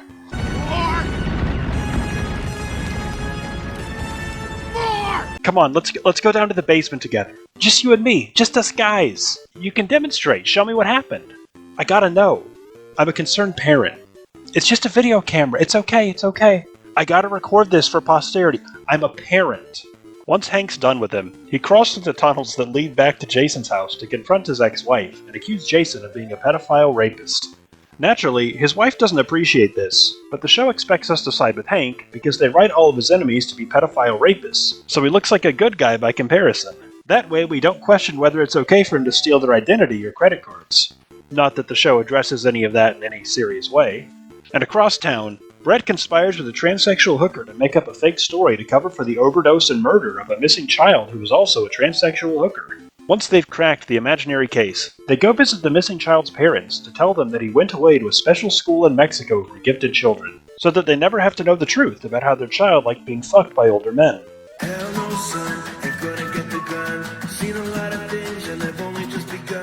The moral of this episode is that it's better to make up a fake story about a person than to tell the truth about how their son was a crack-addicted transsexual hooker who died while being fucked by an elephant.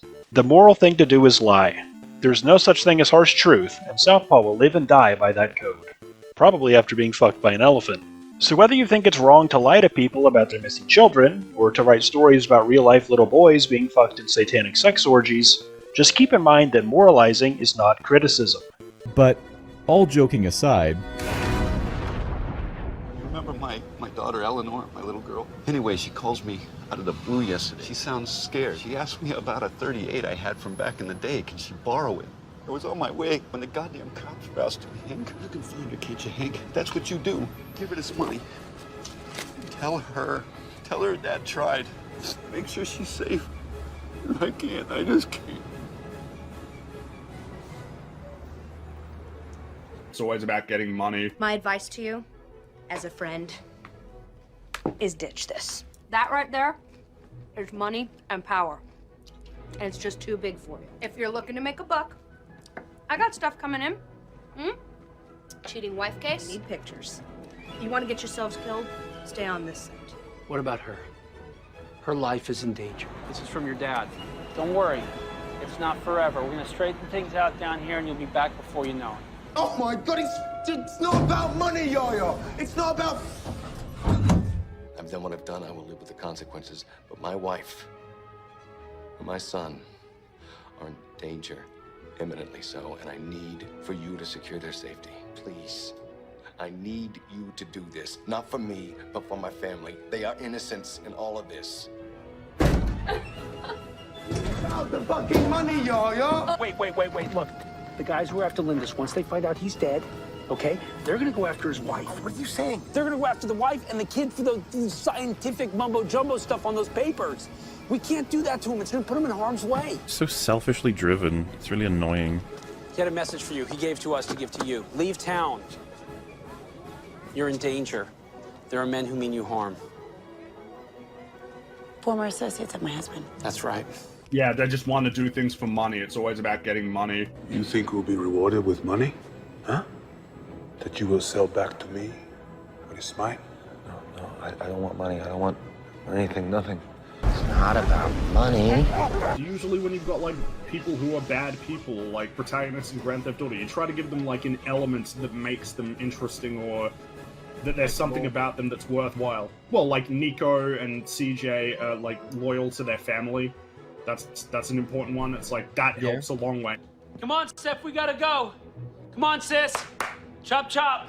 I'm not taking you back to the hospital, but I gotta take you somewhere. Why? Look, I hesitate to say this given your proclivity for paranoia, but bad men may be coming after us. So come on, get some things together. Let's go. Hurry, I'm not joking. I don't really get why you can't just tell me. Baby, because it's one of those things where the less you know, the better. Oh, yeah, better for me or better for you? For the both of us. Just spend the night at a friend's house. It's one night. Thank you. For... It didn't take too long. Hey, Mark. A while ago, you said that Hank would let me down. Guy getting put in that ambulance right there. He just took a bullet from my girl, man. Went to Tijuana to rescue my ass. I never said he wouldn't have his moments. Mom, you want ice cream?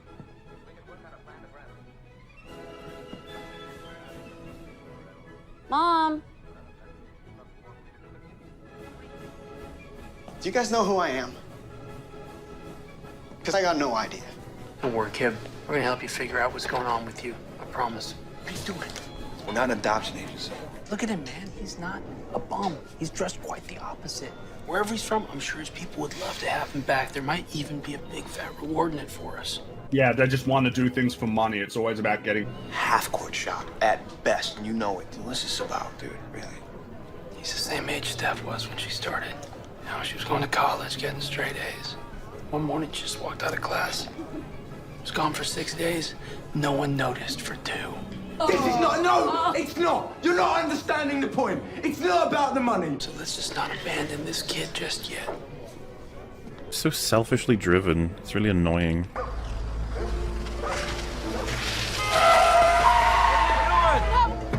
No! No! No! I told you! I told you! I told you! I told you! I told you! I told you! I told you! I told you! Oh shit, I gotta go. You. Stop!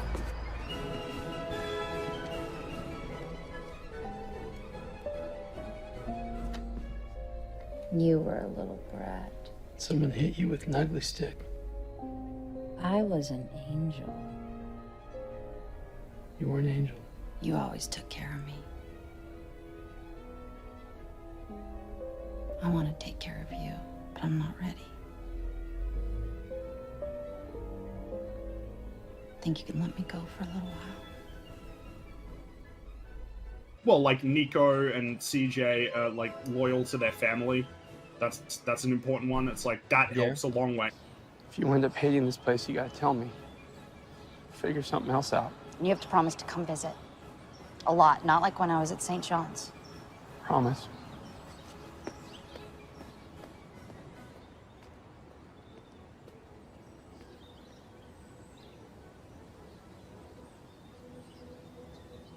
The most the show will do is be like, oh man, these guys pot of gold, but they do some dubious things, and it's like, nope, they're just fucking evil. What is that?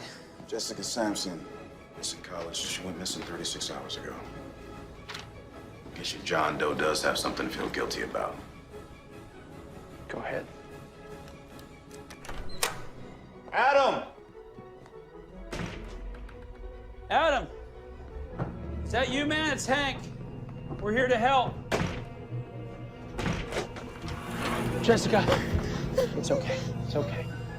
You're safe. Nope, they're just fucking evil. Campus security was called 25 minutes ago. When they got here, the kids started carrying on about how he was going to shoot the roommate unless they went in there to stop him. What do you need us to do? Well, you've been friends with the kid the whole day, which makes you his oldest friend. Figure he trusts you more than he trusts us. I'm coming in. Hank, no way. I already saved one girl today. Why not go for two? If you go in there, I can't protect you, okay? You're gonna need to. You, get out.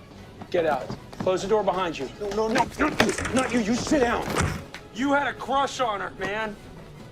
That's normal. Normal. Those pills you took, they made you do what you did? You don't know it. There's something inside me. The pills made me. It just brought it out. Bullshit. I'm sick. I'm crazy. You're crazy. You're not crazy. You want to see crazy? I'll show you crazy, because I know it. Now listen to me, man. You do not get to do this. There are people out there who have a kind of crazy that will never go away. And they have to keep on living. And what happened to you is gonna pass. So stop being a selfish prick and pull yourself together.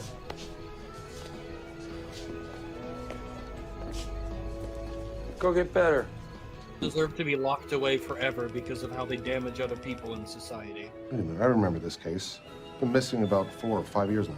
Mother still calls every few months. You guys didn't run any fingerprints or DNA or anything? We don't have the resources to run prints on every hooker that shows up dead. Sorry. You know what I mean. You think you might want to call Mrs. Dale and tell her what happened to her son? Evelyn Dale? Britt Pollock, I'm a private investigator. This is my client. Michael Regas. We're here about your son, Trevor. I'm so very sorry for your loss. We're here because Michael hired me to track you down. He felt it was important to meet with you. He became friends with Trevor shortly after he ran away. Can you tell us about the past 6 years? Everybody, they really liked him. We never really knew why he ran away. You don't know what happened? I wanted you to know that he told me more than once how much he loved the both of you.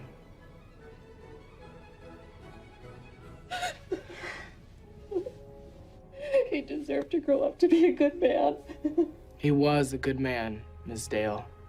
I knew him very well, and your son was a wonderful man. But they're not even anti-heroes. Like, I would consider them to be villains. Zeitlin is here at the hotel with this muscle guy, Tansu. They're up to something. I don't know what. I overheard them in the camp, but I think they mean someone harm, and I want to find out why. I'm right above you. Did they threaten you? Someone close to you? Look, just leave my mother out of this. You don't need to go to 517 Lambert Street. I got a job for you guys. Write this down.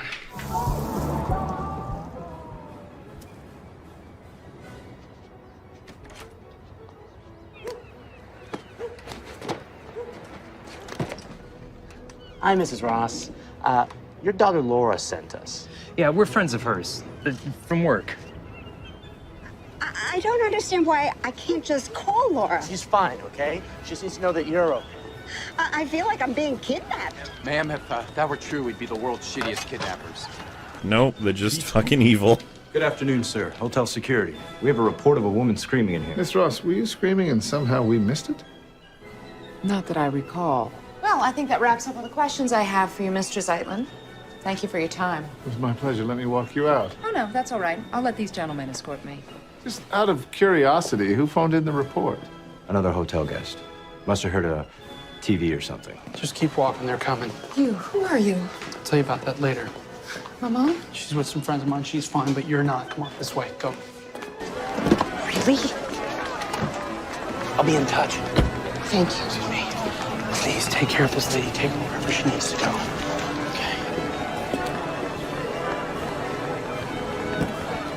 No, I'm serious now. This is not about the fucking money. Why won't you understand it?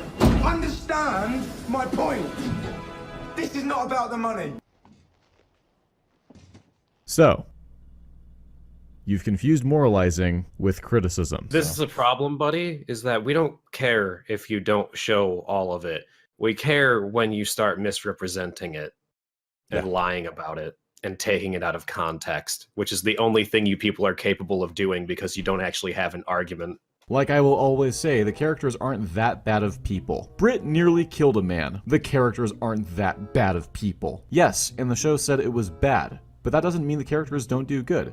They help people out for money, yes, people need dinners on their table. They even do cases where money isn't involved, like the one with the amnesia kid. You said they weren't bad people. No. Fringy, you illiterate fuckwit. He said they aren't that bad of people. Learn to fucking read. And also, the show doesn't meaningfully acknowledge their wrongdoing. The show doesn't seem to even appreciate that framing a man for murder because you suspect they did it is morally wrong. Do you know what Lindis's lawyer alleged in there? That you and your boy Toy just planted that murder weapon at Lindis's house. You don't believe that, do you? That he's my boy Toy? The Lord taketh away, he also giveth. Well, he will also bone us if anyone finds out we planted that gun. We framed a guilty man. The Lord's light shineth upon us. Quit it. Quitteth what? You're pissing him off. Look, we nabbed Montel, put a little change in our pocket, and then we started the Tony. Plant that gun? What? Did you and Hank plant that gun? No, sir, detective.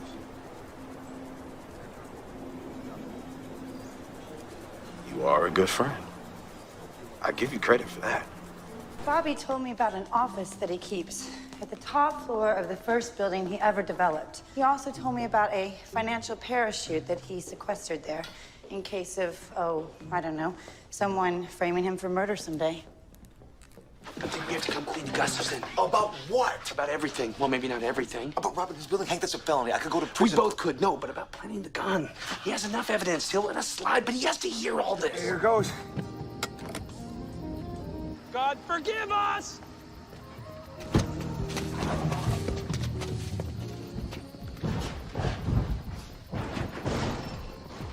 You know what this reminds me of? The time we had to climb down the ravine to the car we crashed with the dead guy inside. You heard. I did, and I'm sorry. I just wanted to come by and say I'm sorry, and that you shouldn't blame yourself. I drove him to this. No, you didn't. I did. He knew that I'd been lying to him for months. I know. I saw him earlier today. What did you say to him? I needed the loan, Miriam.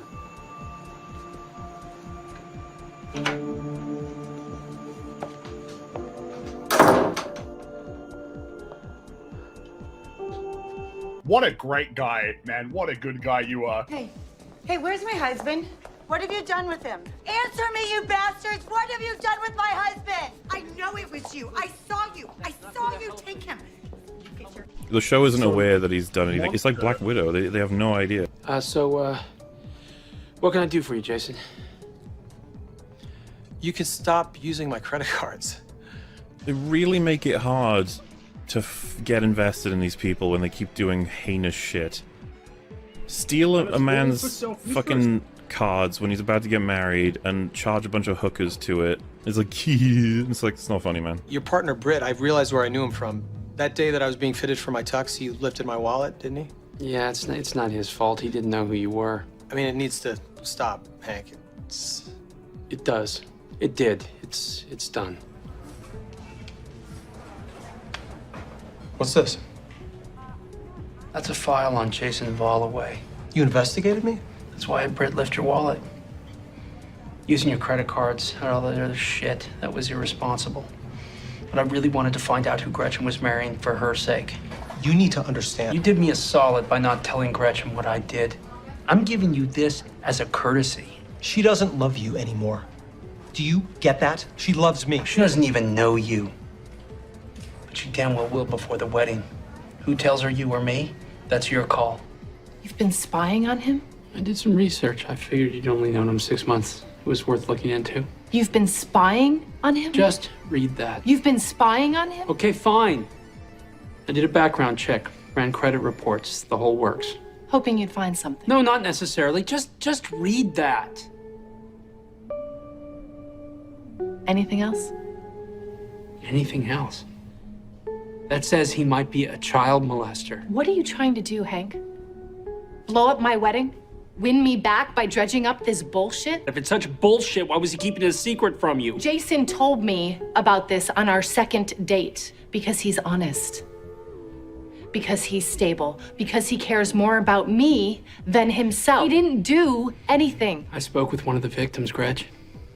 Jason was there. He knew about everything. Talked with one of the victims? What the hell are you doing, Hank? I was looking out for you. I was protecting you. I don't need you to look out for me. I don't need anything from you. You don't have a damn clue who Jason is. Yeah, I do. That's who he is, right there. You think I didn't do my homework on this? I didn't know you knew. He was innocent, Hank. Blameless. My God. You're more reckless sober than you were drunk. Don't tell me you're protecting me. You're the live grenade in my life. Stay the hell away from my wedding. You're disinvited. And stay the hell away from me. If you think our criticism amounted to protagonists doing immoral things equals bad, then I would also wonder how we square that away with plenty of content we love. Maybe the argument is that they are pieces of shit, and the show seems to have no idea beyond a handful of scenes chewing them out. The show is downright convinced they are rapscallions with hearts of gold, when in reality they cause a major portion of the horrors in the season. They spent very little time dealing with the immorality of their decisions, because the writers don't think they've done anything wrong. This then bleeds into other characters as well. The scene where Hank is told that he's a piece of shit by his ex was my favorite in the show, by the way. The closest we get to him even remotely realizing how much of a twat he is.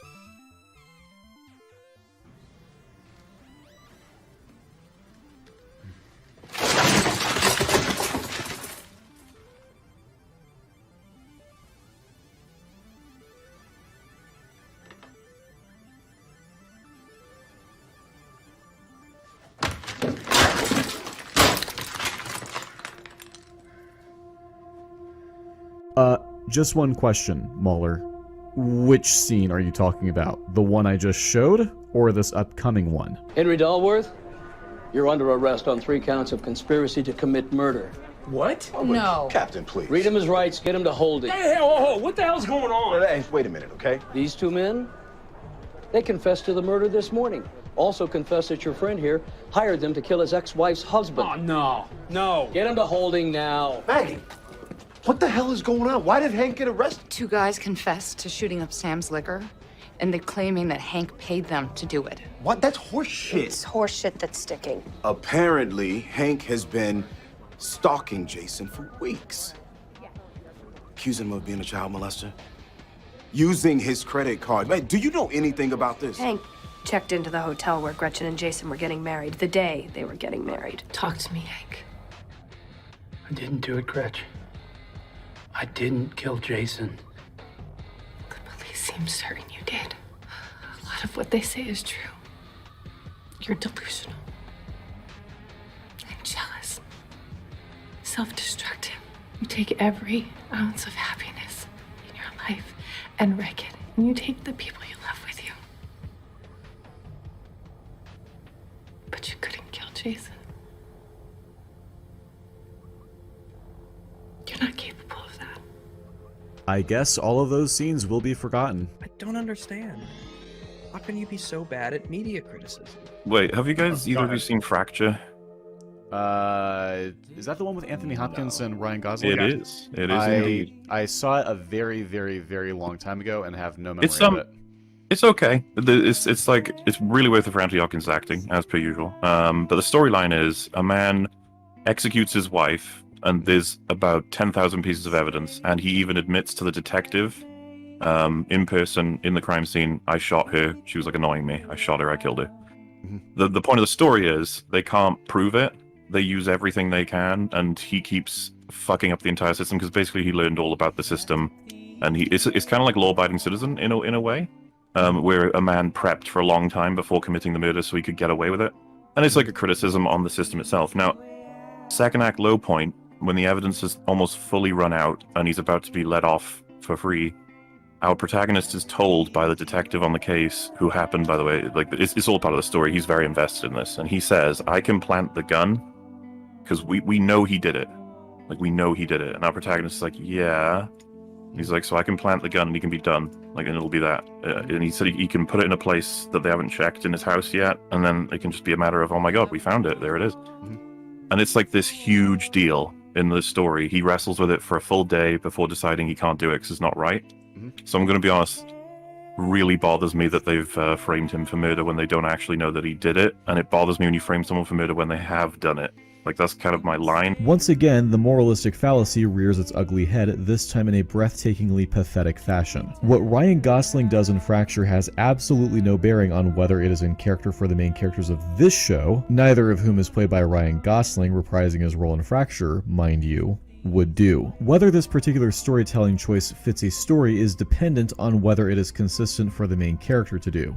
Ryan Gosling's choice in Fracture isn't good writing because it's merely noble of him, it's because it wouldn't be in character for him to go along with planting the gun in Anthony Hopkins' house, because his character is portrayed as far more by the book, if a bit arrogant, and the entire conflict around that film is how he catches Anthony Hopkins by playing entirely within the confines of the law. Of course, that movie takes quite a bit of artistic license with the law so that it can have its story, making it especially bizarre for Mueller to act as if it is even fine by the standard that he used to judge Terriers, but whatever. The appeal to the main characters of Terriers is that they don't do things by the book, and they're far more willing to cheat if it means putting the bad guy away. Complaining that these guys aren't as noble or principled to a fault as Ryan Gosling is in Fracture is just complaining about the basic premise of the show. It's going into the show with a specific expectation to see characters working within the confines of the law, getting flustered when the show is clearly demonstrating that that isn't what this story is about, and then complaining that the show just isn't about something else entirely. And they don't even know that he's done it. I mean, they just got assaulted by a couple of guys who tried to grab the daughter of a friend of Hank's, who was blackmailing a guy with a sex tape which contained proof of his current real estate scheme being fraudulent. A sex tape that Hank and Britt were offered upwards of 40 grand to recover for the guy being blackmailed, which led to them discovering the blackmailer's boyfriend with a bullet in his head. And the blackmailer's father just coincidentally overdoses on heroin despite never shooting up in his life. And when Hank confronts Lindis on it, Lindis does nothing but smugly look back at him. They may not know he did it, but they have an entirely reasonable suspicion that he did, in tandem with Hank being understandably pissed off by his friend's apparent murder, which the police aren't willing to do anything about, making this a perfect storm for why they might be willing to do this. It's completely within their character to suspect him and plant the murder weapon. Mahler just didn't pay attention. Oh, there's a fucking surprise. Yeah. Even if you know that he did it, it's not the right way to do this. I agree. They're ethically very dubious.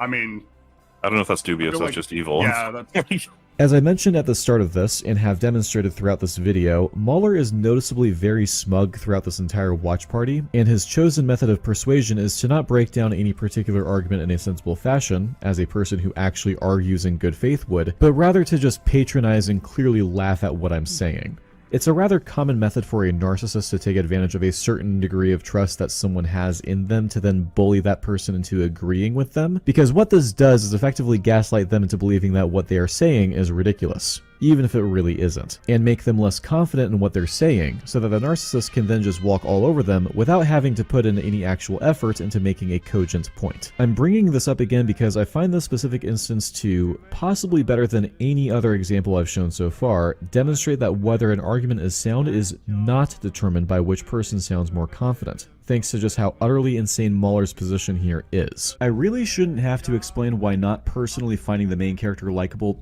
doesn't magically make a story badly written, although Mahler's fans will surely insist that what he's actually saying here is that he thinks that the show is endorsing what Hank does here, because it doesn't depict this as an affront to morality as foul as, say, rape. But that just kicks the can down the road to, this show doesn't dismiss context to the degree that I do, and therefore it is badly written. Mahler and Fringy are well within their rights to not like that the show isn't catering to their own delusional view of morality. Second act low point, when the evidence is almost fully run out and he's about to be let off for free, our protagonist is told by the detective on the case, who happened, by the way, like it's all part of the story, he's very invested in this, and he says, I can plant the gun because we know he did it. Like, we know he did it. And our protagonist is like, yeah. He's like, so I can plant the gun and he can be done. Like, and it'll be that. And he said he can put it in a place that they haven't checked in his house yet. And then it can just be a matter of, oh my God, we found it. There it is.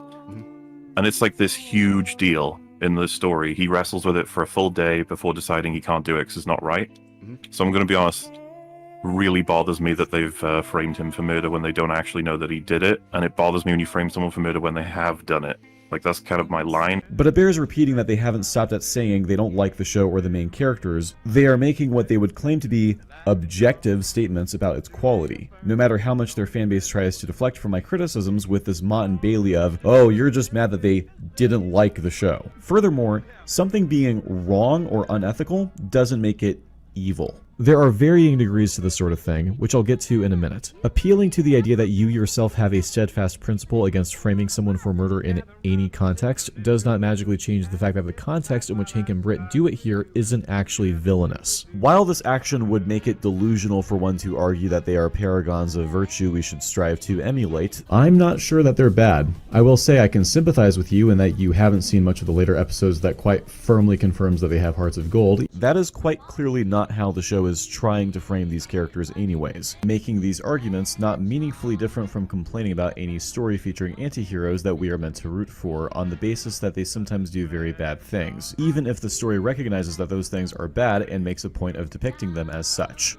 Planting a murder weapon on someone that you genuinely suspect of murder, even if you have tangible reasons for that suspicion, is not moral to do. But it is also a far cry from being outright villainous. As a point of contrast, a truly villainous context for planting a murder weapon on someone would look a bit more like taking a weapon that you used in a murder that you committed and planting it on a person that you would know is innocent. Bonus villainy points if the person you're framing is even a family member. Such contexts are what differentiate a morally complex antihero from a villain. So if you go out of your way to ignore such context, then of course you can make outlandish claims like the ones that EFAB made about Hank Hank and Britt, all of which appeal to a childish, black and white perspective of morality taken to its logical conclusion. Well, because one of the issues is it's interesting to think about, because it's like, well, Grand Theft Auto, the protagonists are really bad people. It's like, I would say, one, the games are aware of this. Also, they put them up against worse people, usually. Like, just like, real pieces of shit.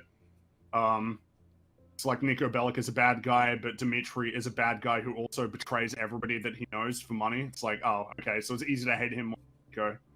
It's like, well, San Andreas, CJ is a criminal who kills people for money. Tenpenny is a police officer who abuses the position of power to kill people for money. It's like, oh, it's worse. There's like more things on top of it. I guess there is sort of the ludonarrative dissonance, right, of ignoring just the amount of devastation that these characters create. But I think it's just an acknowledgement in the world of, like, these are not good people. Whereas here it's like, these guys are the protagonists. Like, they're not... I feel like the tone of the show does not suggest these guys are at all. The show does not believe these people to be bad. There is no in-text resignition of them being bad, unlike, say, Breaking Bad or GTA.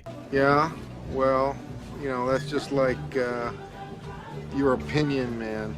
The show frames these characters as people whose means are questionable, but whose goals are ultimately noble. They are incredibly difficult to root for. There is, constantly, throughout the show, people call them out a lot of times. When the show has one of the protagonists nearly beat a man to death, and then ends with that character smiling over the prospects of evading punishment, I don't know what to tell you.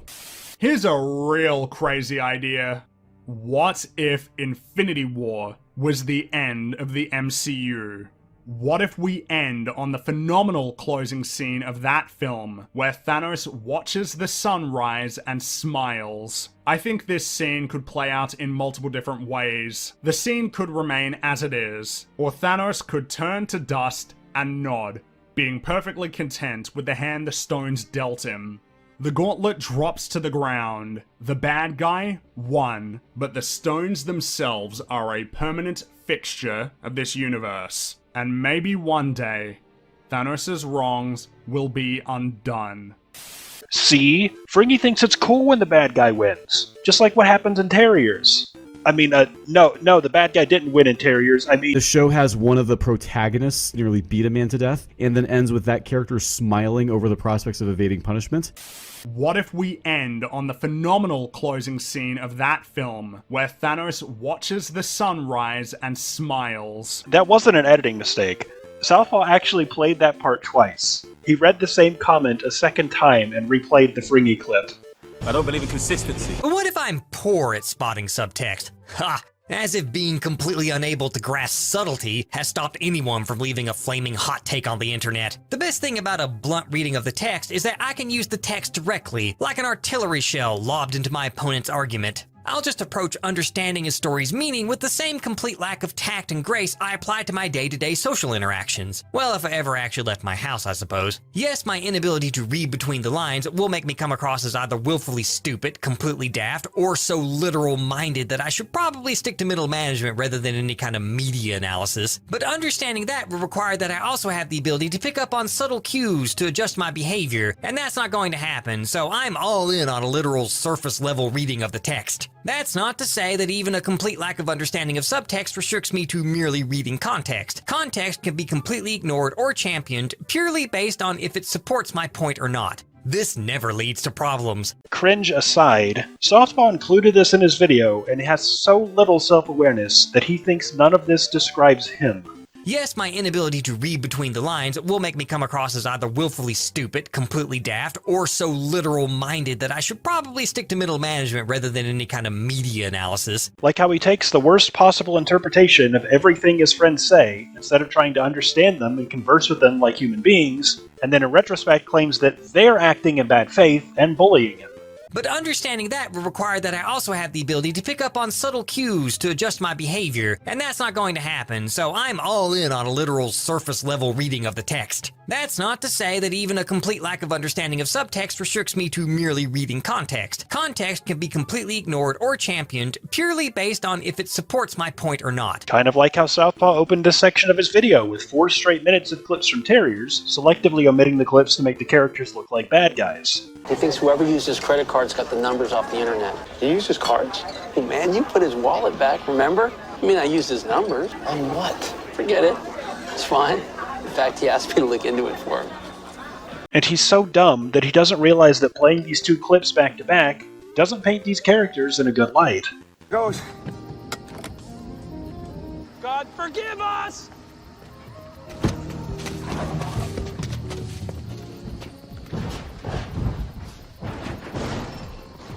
You know what this reminds me of? The time we had to climb down the ravine to the car we crashed with the dead guy inside. But if you simply choose to focus only on the subtext that's convenient for you and accuse your former friends of doing exactly what you're doing, you can believe that these characters are good people too. You heard. I did, and I'm sorry. I just wanted to come by and say I'm sorry and that you shouldn't blame yourself. I drove him to this. No, you didn't. He knew that I'd been lying to him for months. I know. I saw him earlier today. What did you say to him? I needed the loan, Miriam. I know she's busy with the funeral, I know she's mourning her husband who I killed, but I really need her to know that I did it, and I did it for the money. And Southpaw thinks this is a good look. He put this in his video. Like, for example, this story has a bad thing in it, then the story is obviously endorsing the bad thing. All of the context showing the bad guys doing the bad thing, framing showing the tragedy of the bad thing occurring, whole chapters dedicated to exploring the full negative effects of the bad thing's wake. No, merely having the bad thing exist in the story is obviously a tacit endorsement and moral equivalent of doing the bad thing. This goes doubly so if the protagonist does the bad thing. For example, what if the protagonist begins to take a series of morally questionable actions in the pursuit of unchecked power? Well, that's bad. I'm going to launch a long diatribe against the main character and endlessly point out how the protagonist is becoming a monster. Then when I accuse the protagonist of supporting fascism, I'll act shocked when I find the author right next to me nodding along in agreement. What? The story is a cautionary tale? I'm not supposed to agree with every action the protagonist takes? But everyone knows that every protagonist's morality aligns 100% with the author's. Next thing you'll tell me is that not every protagonist is meant to be a wish fulfillment self-insert. I didn't say they weren't bad people, I said they aren't that bad of people. So are they good or bad? Justifying immoral actions with "I need dinner on my table" is a big oof, my dude. Not as big of an oof as getting engaged in this discussion without first seeing the show for yourself.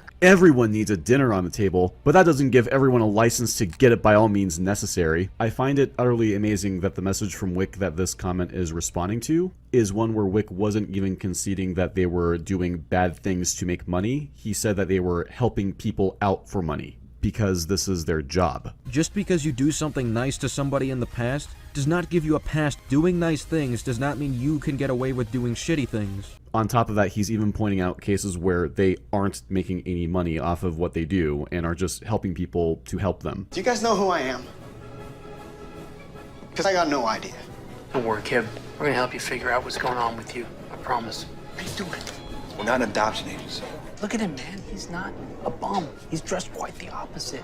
Wherever he's from, I'm sure his people would love to have him back. There might even be a big fat reward in it for us. Context can be completely ignored or championed purely based on if it supports my point or not. You know, these are just things that he could have realized if he had just, I don't know, watched the show or something. Or if he had possibly just read Wick's comment out loud before responding to it. But that type of thing doesn't win you any brownie points from the EFAP hosts, so I guess it just makes sense that this guy wouldn't want to do any of his own research first. Or at the very least, make sure that he's not strawmanning someone. They sound like shit, but that could just be me. I mean, you sound like an unthinking dick writer, but that could just be me. Hey, people in the chat in the comments, help me out here. Is Thunder S an unthinking dick writer? I didn't mean it like that. I'm just saying when they help people for money, it ain't that greedy. Plus, they don't only do it for money. Like, yes, they're immoral and at times bad people, but they are capable of doing good, which they do show. I want a direct answer. Are Hank and Britt good people or bad people? Not one fucking person in the server recognized that this is a false dichotomy.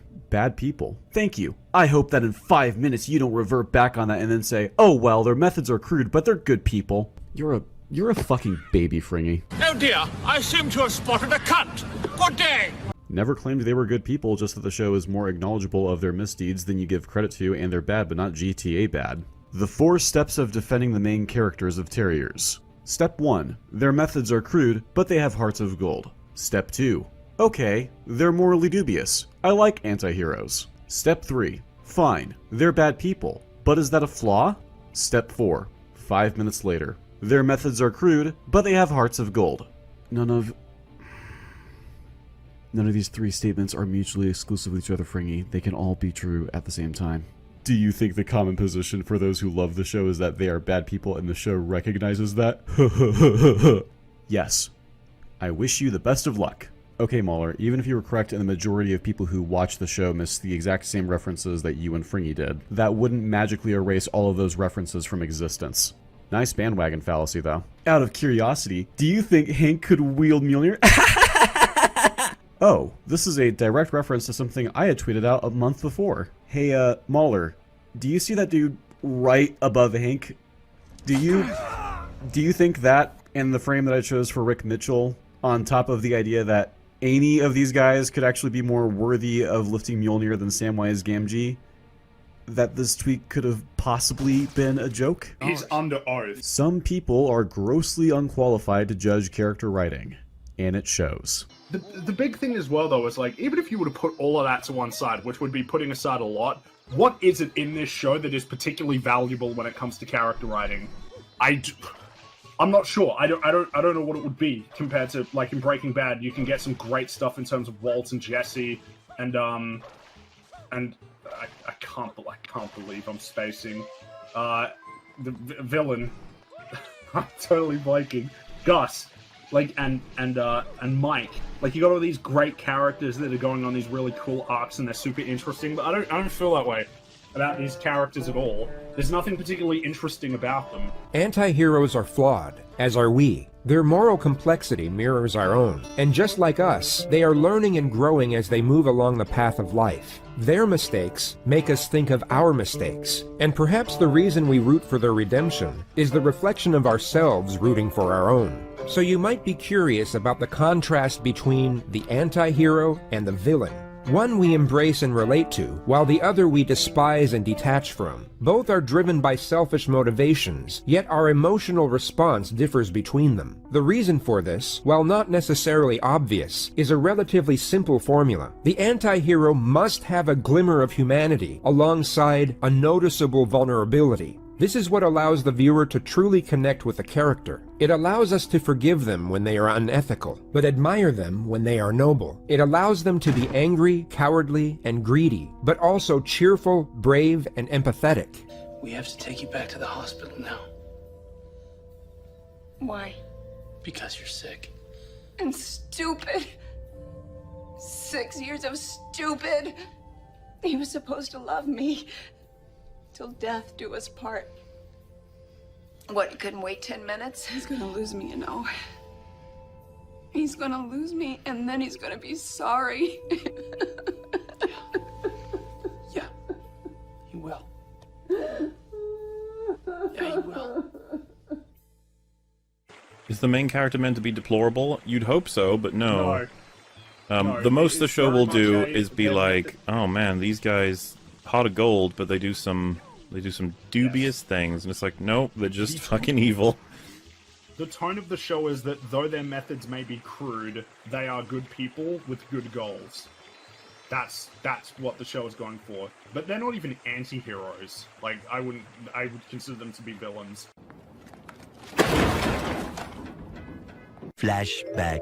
Literally introduced as being tortured for months on end and left in suspended, disassembled. Of course he's smirking. He's just proven his daughter to be a liar. He outfoxed her. He's satisfied. He's not a fucking good guy. Stop acting like the film thinks he's a good guy. Well, that's the thing. He immediately opened this up with saying that he's the protagonist, which is like so wrong. It means he has to be a good guy, apparently. I don't know. The protagonist doesn't have to be a good moral person. Citizen Kane. Punisher. I mean, he's supposed to be grey. That's the point of him, right? Starkiller, Force Unleashed, any character in Joe Abercrombie's books, Geralt of Rivia. So they bring up these examples, and they like these characters on some level. Why could that be? What could possibly be the reason? Where's the disconnect? There is obviously no difference between Hank and any of these characters, except that he's a hero. I saw him earlier today. What did you say to him? I needed the loan, Miriam.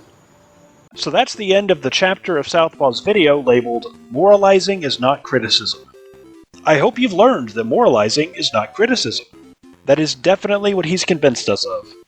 So we have multiple issues throughout the show. The number one thing is that the protagonists are just really bad people. Hypocrites! They are not ethically dubious. No. They do a lot of evil things. No. And they do it just to make money. No. Yes. Yes. Yes! Episode 10 of the canceled television show Terriers is entitled Asunder. The use of the term asunder is a reference to something, but I'm not really sure where Daredevil is. Now we switch to Daredevil, and we don't really know where Daredevil is. We get a previously on Terriers that reintroduces the main villain of the show, because none of the audience remember who the hell he is, because we're on episode 10, and the last time we saw the main villain from the main plotline was in episode 5. They've just been fucking around doing useless bullshit between then and now. They really put the plot on hold just so Britt could have his tranny prostitute adventure episode. But this episode opens with our heroes eating somebody for breakfast in a diner. After they've had their fill, they head outside and Britt remembers that he's supposed to attend his best friend's ex-wife's wedding. And Hank's not invited this time. He was innocent! Hank! Blameless! What are you doing? Getting into my affairs. You're more reckless sober than you were drunk. You're the live grenade in my life. Stay the hell away from my wedding. You're disinvited. I disinvite you. I disinvite you from my wedding. Just in case you weren't sure what she meant by stay the hell away from my wedding, she took the time to formally disinvite Hank in the middle of a heated argument, and now he can't go to the wedding. And nothing else of consequence happened. Hell no, son, ain't gonna get the gun. Seen a lot of things and they've only just... Episode 11 of the canceled television show Terriers is... Okay, unfortunately, Britt pissed himself at the wedding, so he calls Hank to ask him for a fresh diaper. Hank grabs his mouthwash and heads for the wedding. Good luck, Roxy.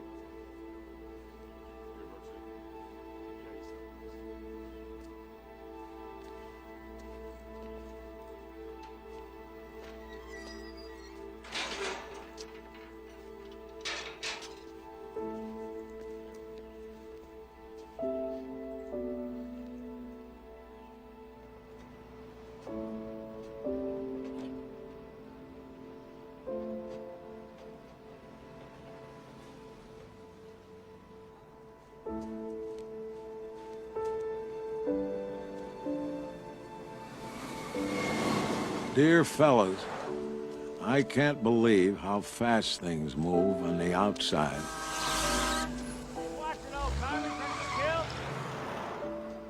I saw an automobile once when I was a kid, but now they're everywhere. The world went and got itself in a big damn hurry.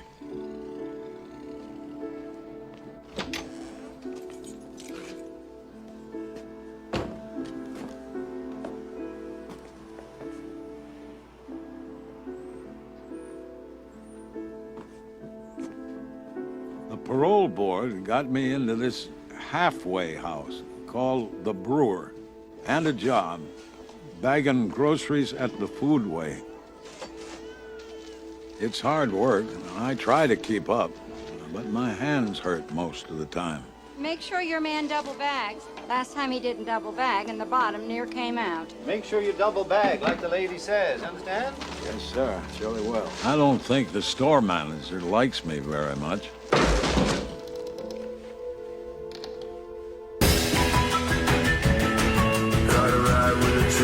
So Hank shows up and goes, "Oh, what's it like in there? How's the wedding going? Can I come in? Can I see the wedding?" And Brett tells him that he can't, because he was disinvited. Hank was disinvited from the wedding. He's not allowed to attend because he was disinvited from the wedding. He was invited before, but now he's not because he was disinvited. But Hank showed up anyway, which he shouldn't have been able to do since he was disinvited. But he did get disinvited. From the wedding, he's not invited to anymore, since being disinvited. But how was he able to show up since he was disinvited? It's implied through subtext and environmental storytelling that Silco is fucking his daughter, which Hank thinks is funny, and he's eager to learn more. So even though he was disinvited, Frank hangs around in the lobby of the hotel where they're hosting the wedding that he's no longer invited to. Stay the hell away from my wedding. You're disinvited. I repeat things for emphasis.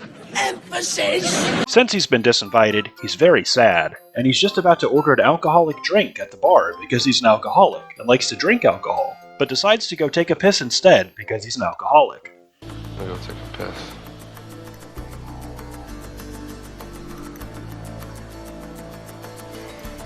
I understand that some people are not happy with this bathroom scene because they see it as a plot hole, but alcoholics often urinate because they tend to consume lots of drinks, alcoholic drinks, which are made of liquids, alcoholic liquids, and alcoholics drink many of them. Liquid drinks, alcoholic liquid drinks, and after drinking many alcoholic drinks made of liquid, alcoholics are unique in their need to urinate, and Hank, being an alcoholic, is aware of this, and visits the urination station accordingly. However, the bathroom in which he chooses to urinate is also the only bathroom in the entire city, on the entire planet, that is also populated by Tansu Burke, the man who wrangled King Kong off the Empire State Building, using nothing but a spatula and a bad attitude. He once lassoed the moon with a boa constrictor, and rode it around the rings of Jupiter. He's the reason Pluto is afraid to show its face. He once fought a cactus to a standstill. When he left the house, he took everything his mother had, including the name Tansu Burke. And Hank just happens to be in the exact room, in the exact building, at the exact time that the two main villains of the series are in this room, talking about their evil plans within earshot of Hank.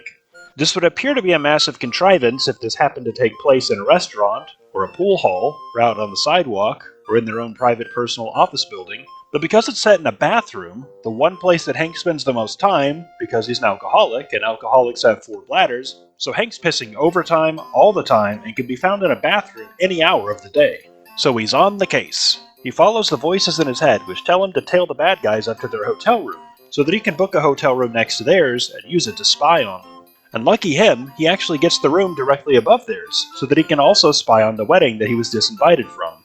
But realizing that he would need super spy gear to actually tap their phone calls and listen to their conversations through walls, he calls the big gay gangbang gang to assist him. They appear instantaneously, and just so happen to have the exact space-age technology that he needs in order to play out the plot of this stupid-ass episode. The main characters stumble on a criminal meeting which goes south because they were following one of the involved parties because they were already a suspect. Convenient. On this particular day, time, quite lucky. Could have been any other time of the day.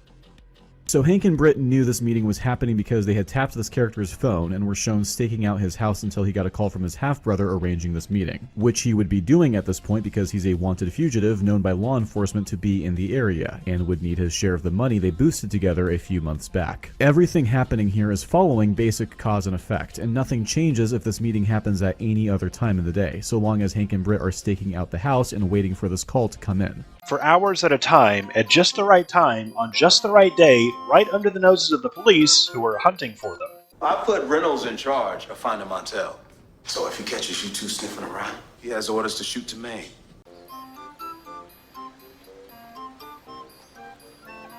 I told you I can't get it. Look at Reynolds, totally confused because his tap isn't working. Montel didn't meet with Rutherford yesterday, or during the time it took to drive across town, or the time it took to assemble the elaborate wiretapping device, or the time it took to drive back across town. But sure, it's lucky, in the same sense that you could just call anything that advances the story forward lucky anyways. The main character isn't an expert at something, but knows people who are.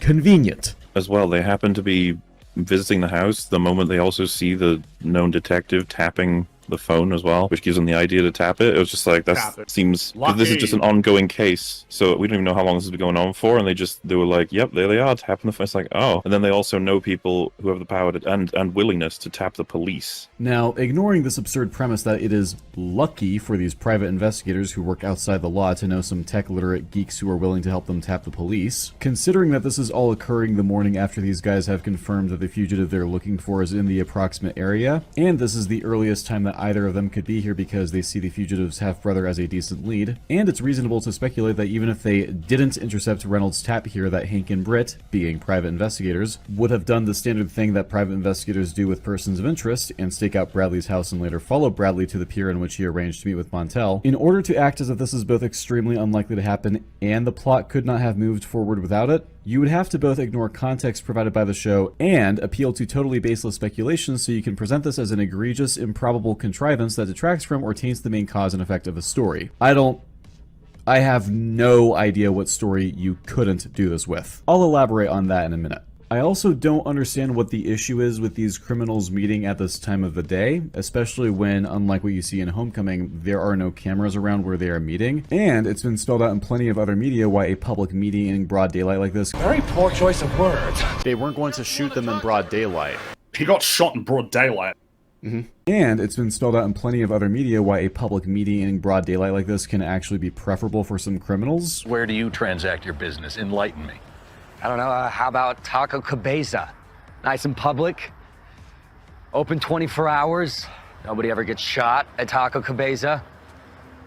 Hell, why not the mall? You know, wait at the Gap. Hey, it's time for the meet.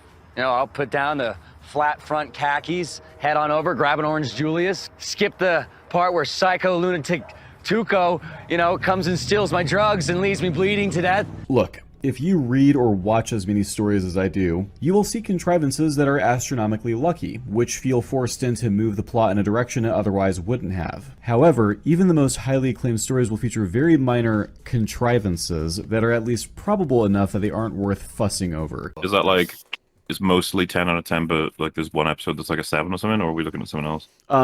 So the weakest episode I think is an 8. Like there's a big contrivance in the beginning. I'd say that episode 10's an 8. Certainly not enough to write off the story. Forgive me if I believe that these things that Mauler and Fringy are getting disproportionately whiny about pass the smell test in the same sense that Frodo getting stabbed right in the chest where he is protected by his mithril vest, rather than just decapitated or smashed by this cave troll, does. These types of things are contrived in the sense that all stories in general are contrived by a writer to get the story to a particular destination that they have in mind. A part of approaching stories in good faith is that this is not inherently a bad thing. What makes one of these things cross over from a non-issue to a major contrivance comes down to just how probable or improbable it is, in tandem with whether it's the only thing that could have helped the writer out of a dead end that they wrote themselves into. Rations. Wait a minute. How did this happen? We're smarter than this. Apparently not. I would even say that there is a pretty big one at the start of episode 10 of Terriers. That episode largely happens because Hank happens to be in the same bathroom of the same hotel at the same exact time as the two biggest villains of the show going in there, and, while oblivious to his presence, make it clear that they mean someone they are about to meet with harm. That, even if someone might try to argue it's an inciting incident, would be what I count as an example of a major contrivance in this show. So not only were Mulder and Ferengi right, they were more right than they could have possibly known at this point. Hank happens to be in the same bathroom of the same hotel at the same exact time as the two biggest villains of the show going in there. Terriers is still fucking fantastically written, and I still plan on making a video going into exhaustive detail as to why one day. Ridicule me all you want for it. I can guarantee you that I do not give a fuck. Today I got tired of being strong. So once Gunt has used his nerd powers to decrypt the algorithm and scramble the eggs, he's locked into their bit chain. He can hear everything they're doing in there, and it turns out that they're intimidating a video games journalist to blackmail her into writing a good review for Brother Bear. But she's not playing ball, so they play with their own balls and reveal that they have a hitman assassin squad sitting in a car directly across the street from her mother's house, in plain view of both her mother and the neighbors. And if she doesn't give their balls a scratch, then the hitmen are going to cry and be very upset. But she knows that they're bluffing because they can't shoot her mom in broad daylight, so she tells them to go lick each other's balls instead. So Tan-Suit Bert grabs her by the throat and body slams her through the coffee table, as Hank unzips his pants and begins to take notes. Once he's finished, Frank takes advantage of the distraction and employs the Gunt Squad and the rest of the kill stream to go rescue the journalist's mom before she gets her balls tickled by the gay butt pirate assassins. Luckily, her mom lives like 2 blocks away, so gang are able to arrive there instantaneously again, and jump the fence to get into her backyard, knock on the back door of her house, which she opens without any suspicion, and gets into their van when they ask her to. Exactly how long I gotta be in this motherfucker? Hey, you said 10 minutes. I feel like I'm being kidnapped. I don't understand why I can't just call Laura. It's fine, okay? Just need to know that you're okay. I feel like I'm being kidnapped. Ma'am, if that were true, we'd be the world's shittiest kidnappers. Except that you wouldn't, because you would be successfully completing the kidnapping right now. Like the rest of the episode, this line makes no sense. So Hank is able to sneak Anita Sarkeesian out of the building and personally confronts Dr. Zeitlin, who is also in this episode, but I forgot to mention him because he's irrelevant, and tell him that he's fighting for ethics in gaming journalism. the battle lines are drawn, and the overwhelming aura of Tan-Suit Burke ruptures Hank's brain as he often causes bleeding in the noses of lesser men. It's good to see you again, Mr. Delworth. Likewise. Oh, damn it! Oh! God damn. Oh, shit. Meanwhile, Mahler victim blames a rape victim from the safety of his Alamo Day therapy chamber, while Southpaw takes notes vigorously. She was raped, and understandably so. You're not ready. You're not ready for any of this. I can tell. You're not ready for me. You marry me, and you'd hate me. You'd hate your life. You're not ready. I want you to go to school on Monday. I want you to stay there all day. Because I don't want you at the place when I come by. But I never want to see you again. You're disinvited from our wedding. I disinvite you, Katie. When Frank comes outside, he finds Brett sitting on the curb crying because he just learned that his girlfriend had sex with her college professor when she knew exactly what she was doing. I knew exactly what I was doing. Hank pisses on him to lighten the mood, and then pulls out his mouthwash. And that's the end of the episode. Why did you do it? This episode is regarded by fan of the show Terriers as the weakest episode in the series. Whereas most episodes of this show were a 10 out of 10, this disgusting waste of footage is only an 8 out of 10.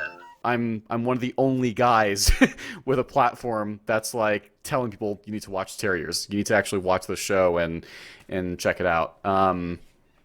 So that's basically. So if basically first of all basically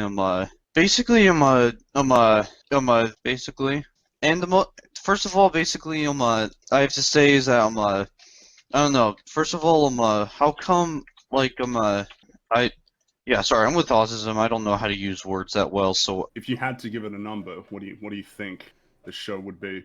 It's a 9. Same for me. Quite high. Yeah.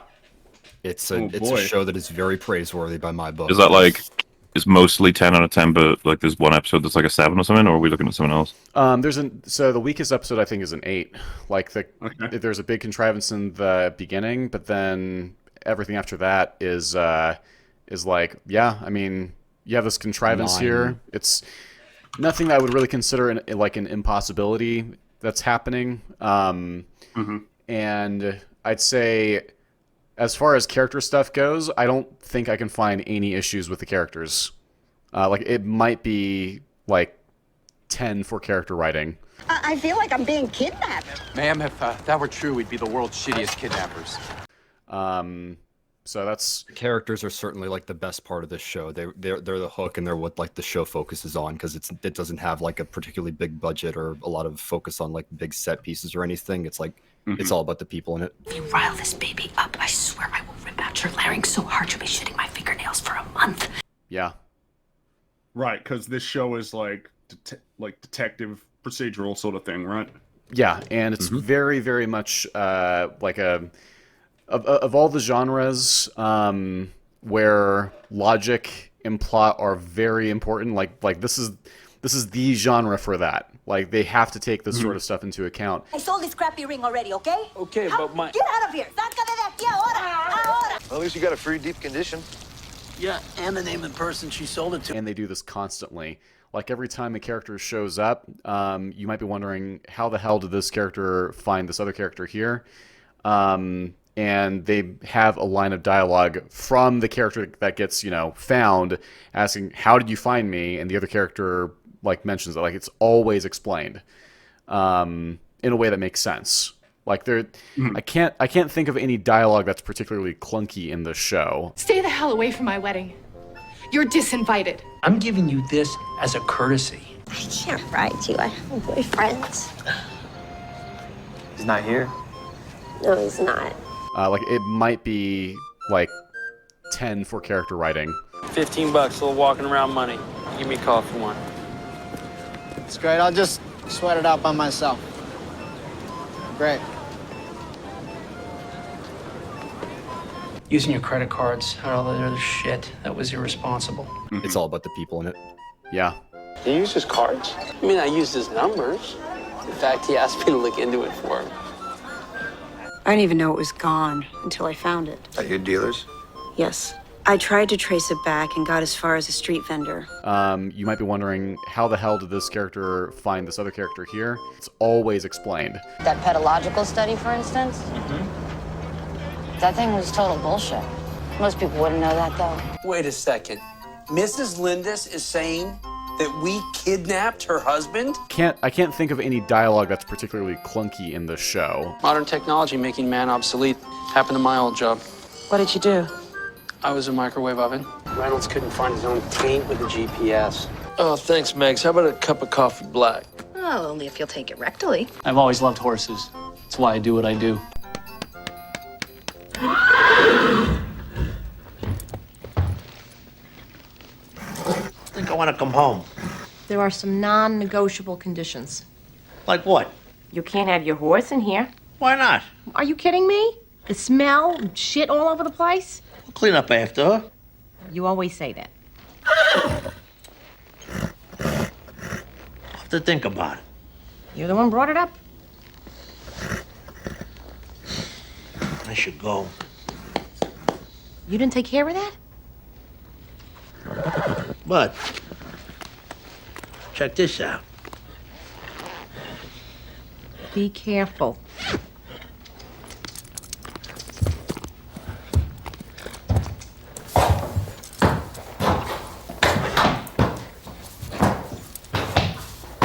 So you were eating all my food. All right, because see, I thought I was going senile. Are you gonna punish me? And she's waxed and she keeps it in a tight rectangle. And when she comes, she laughs like a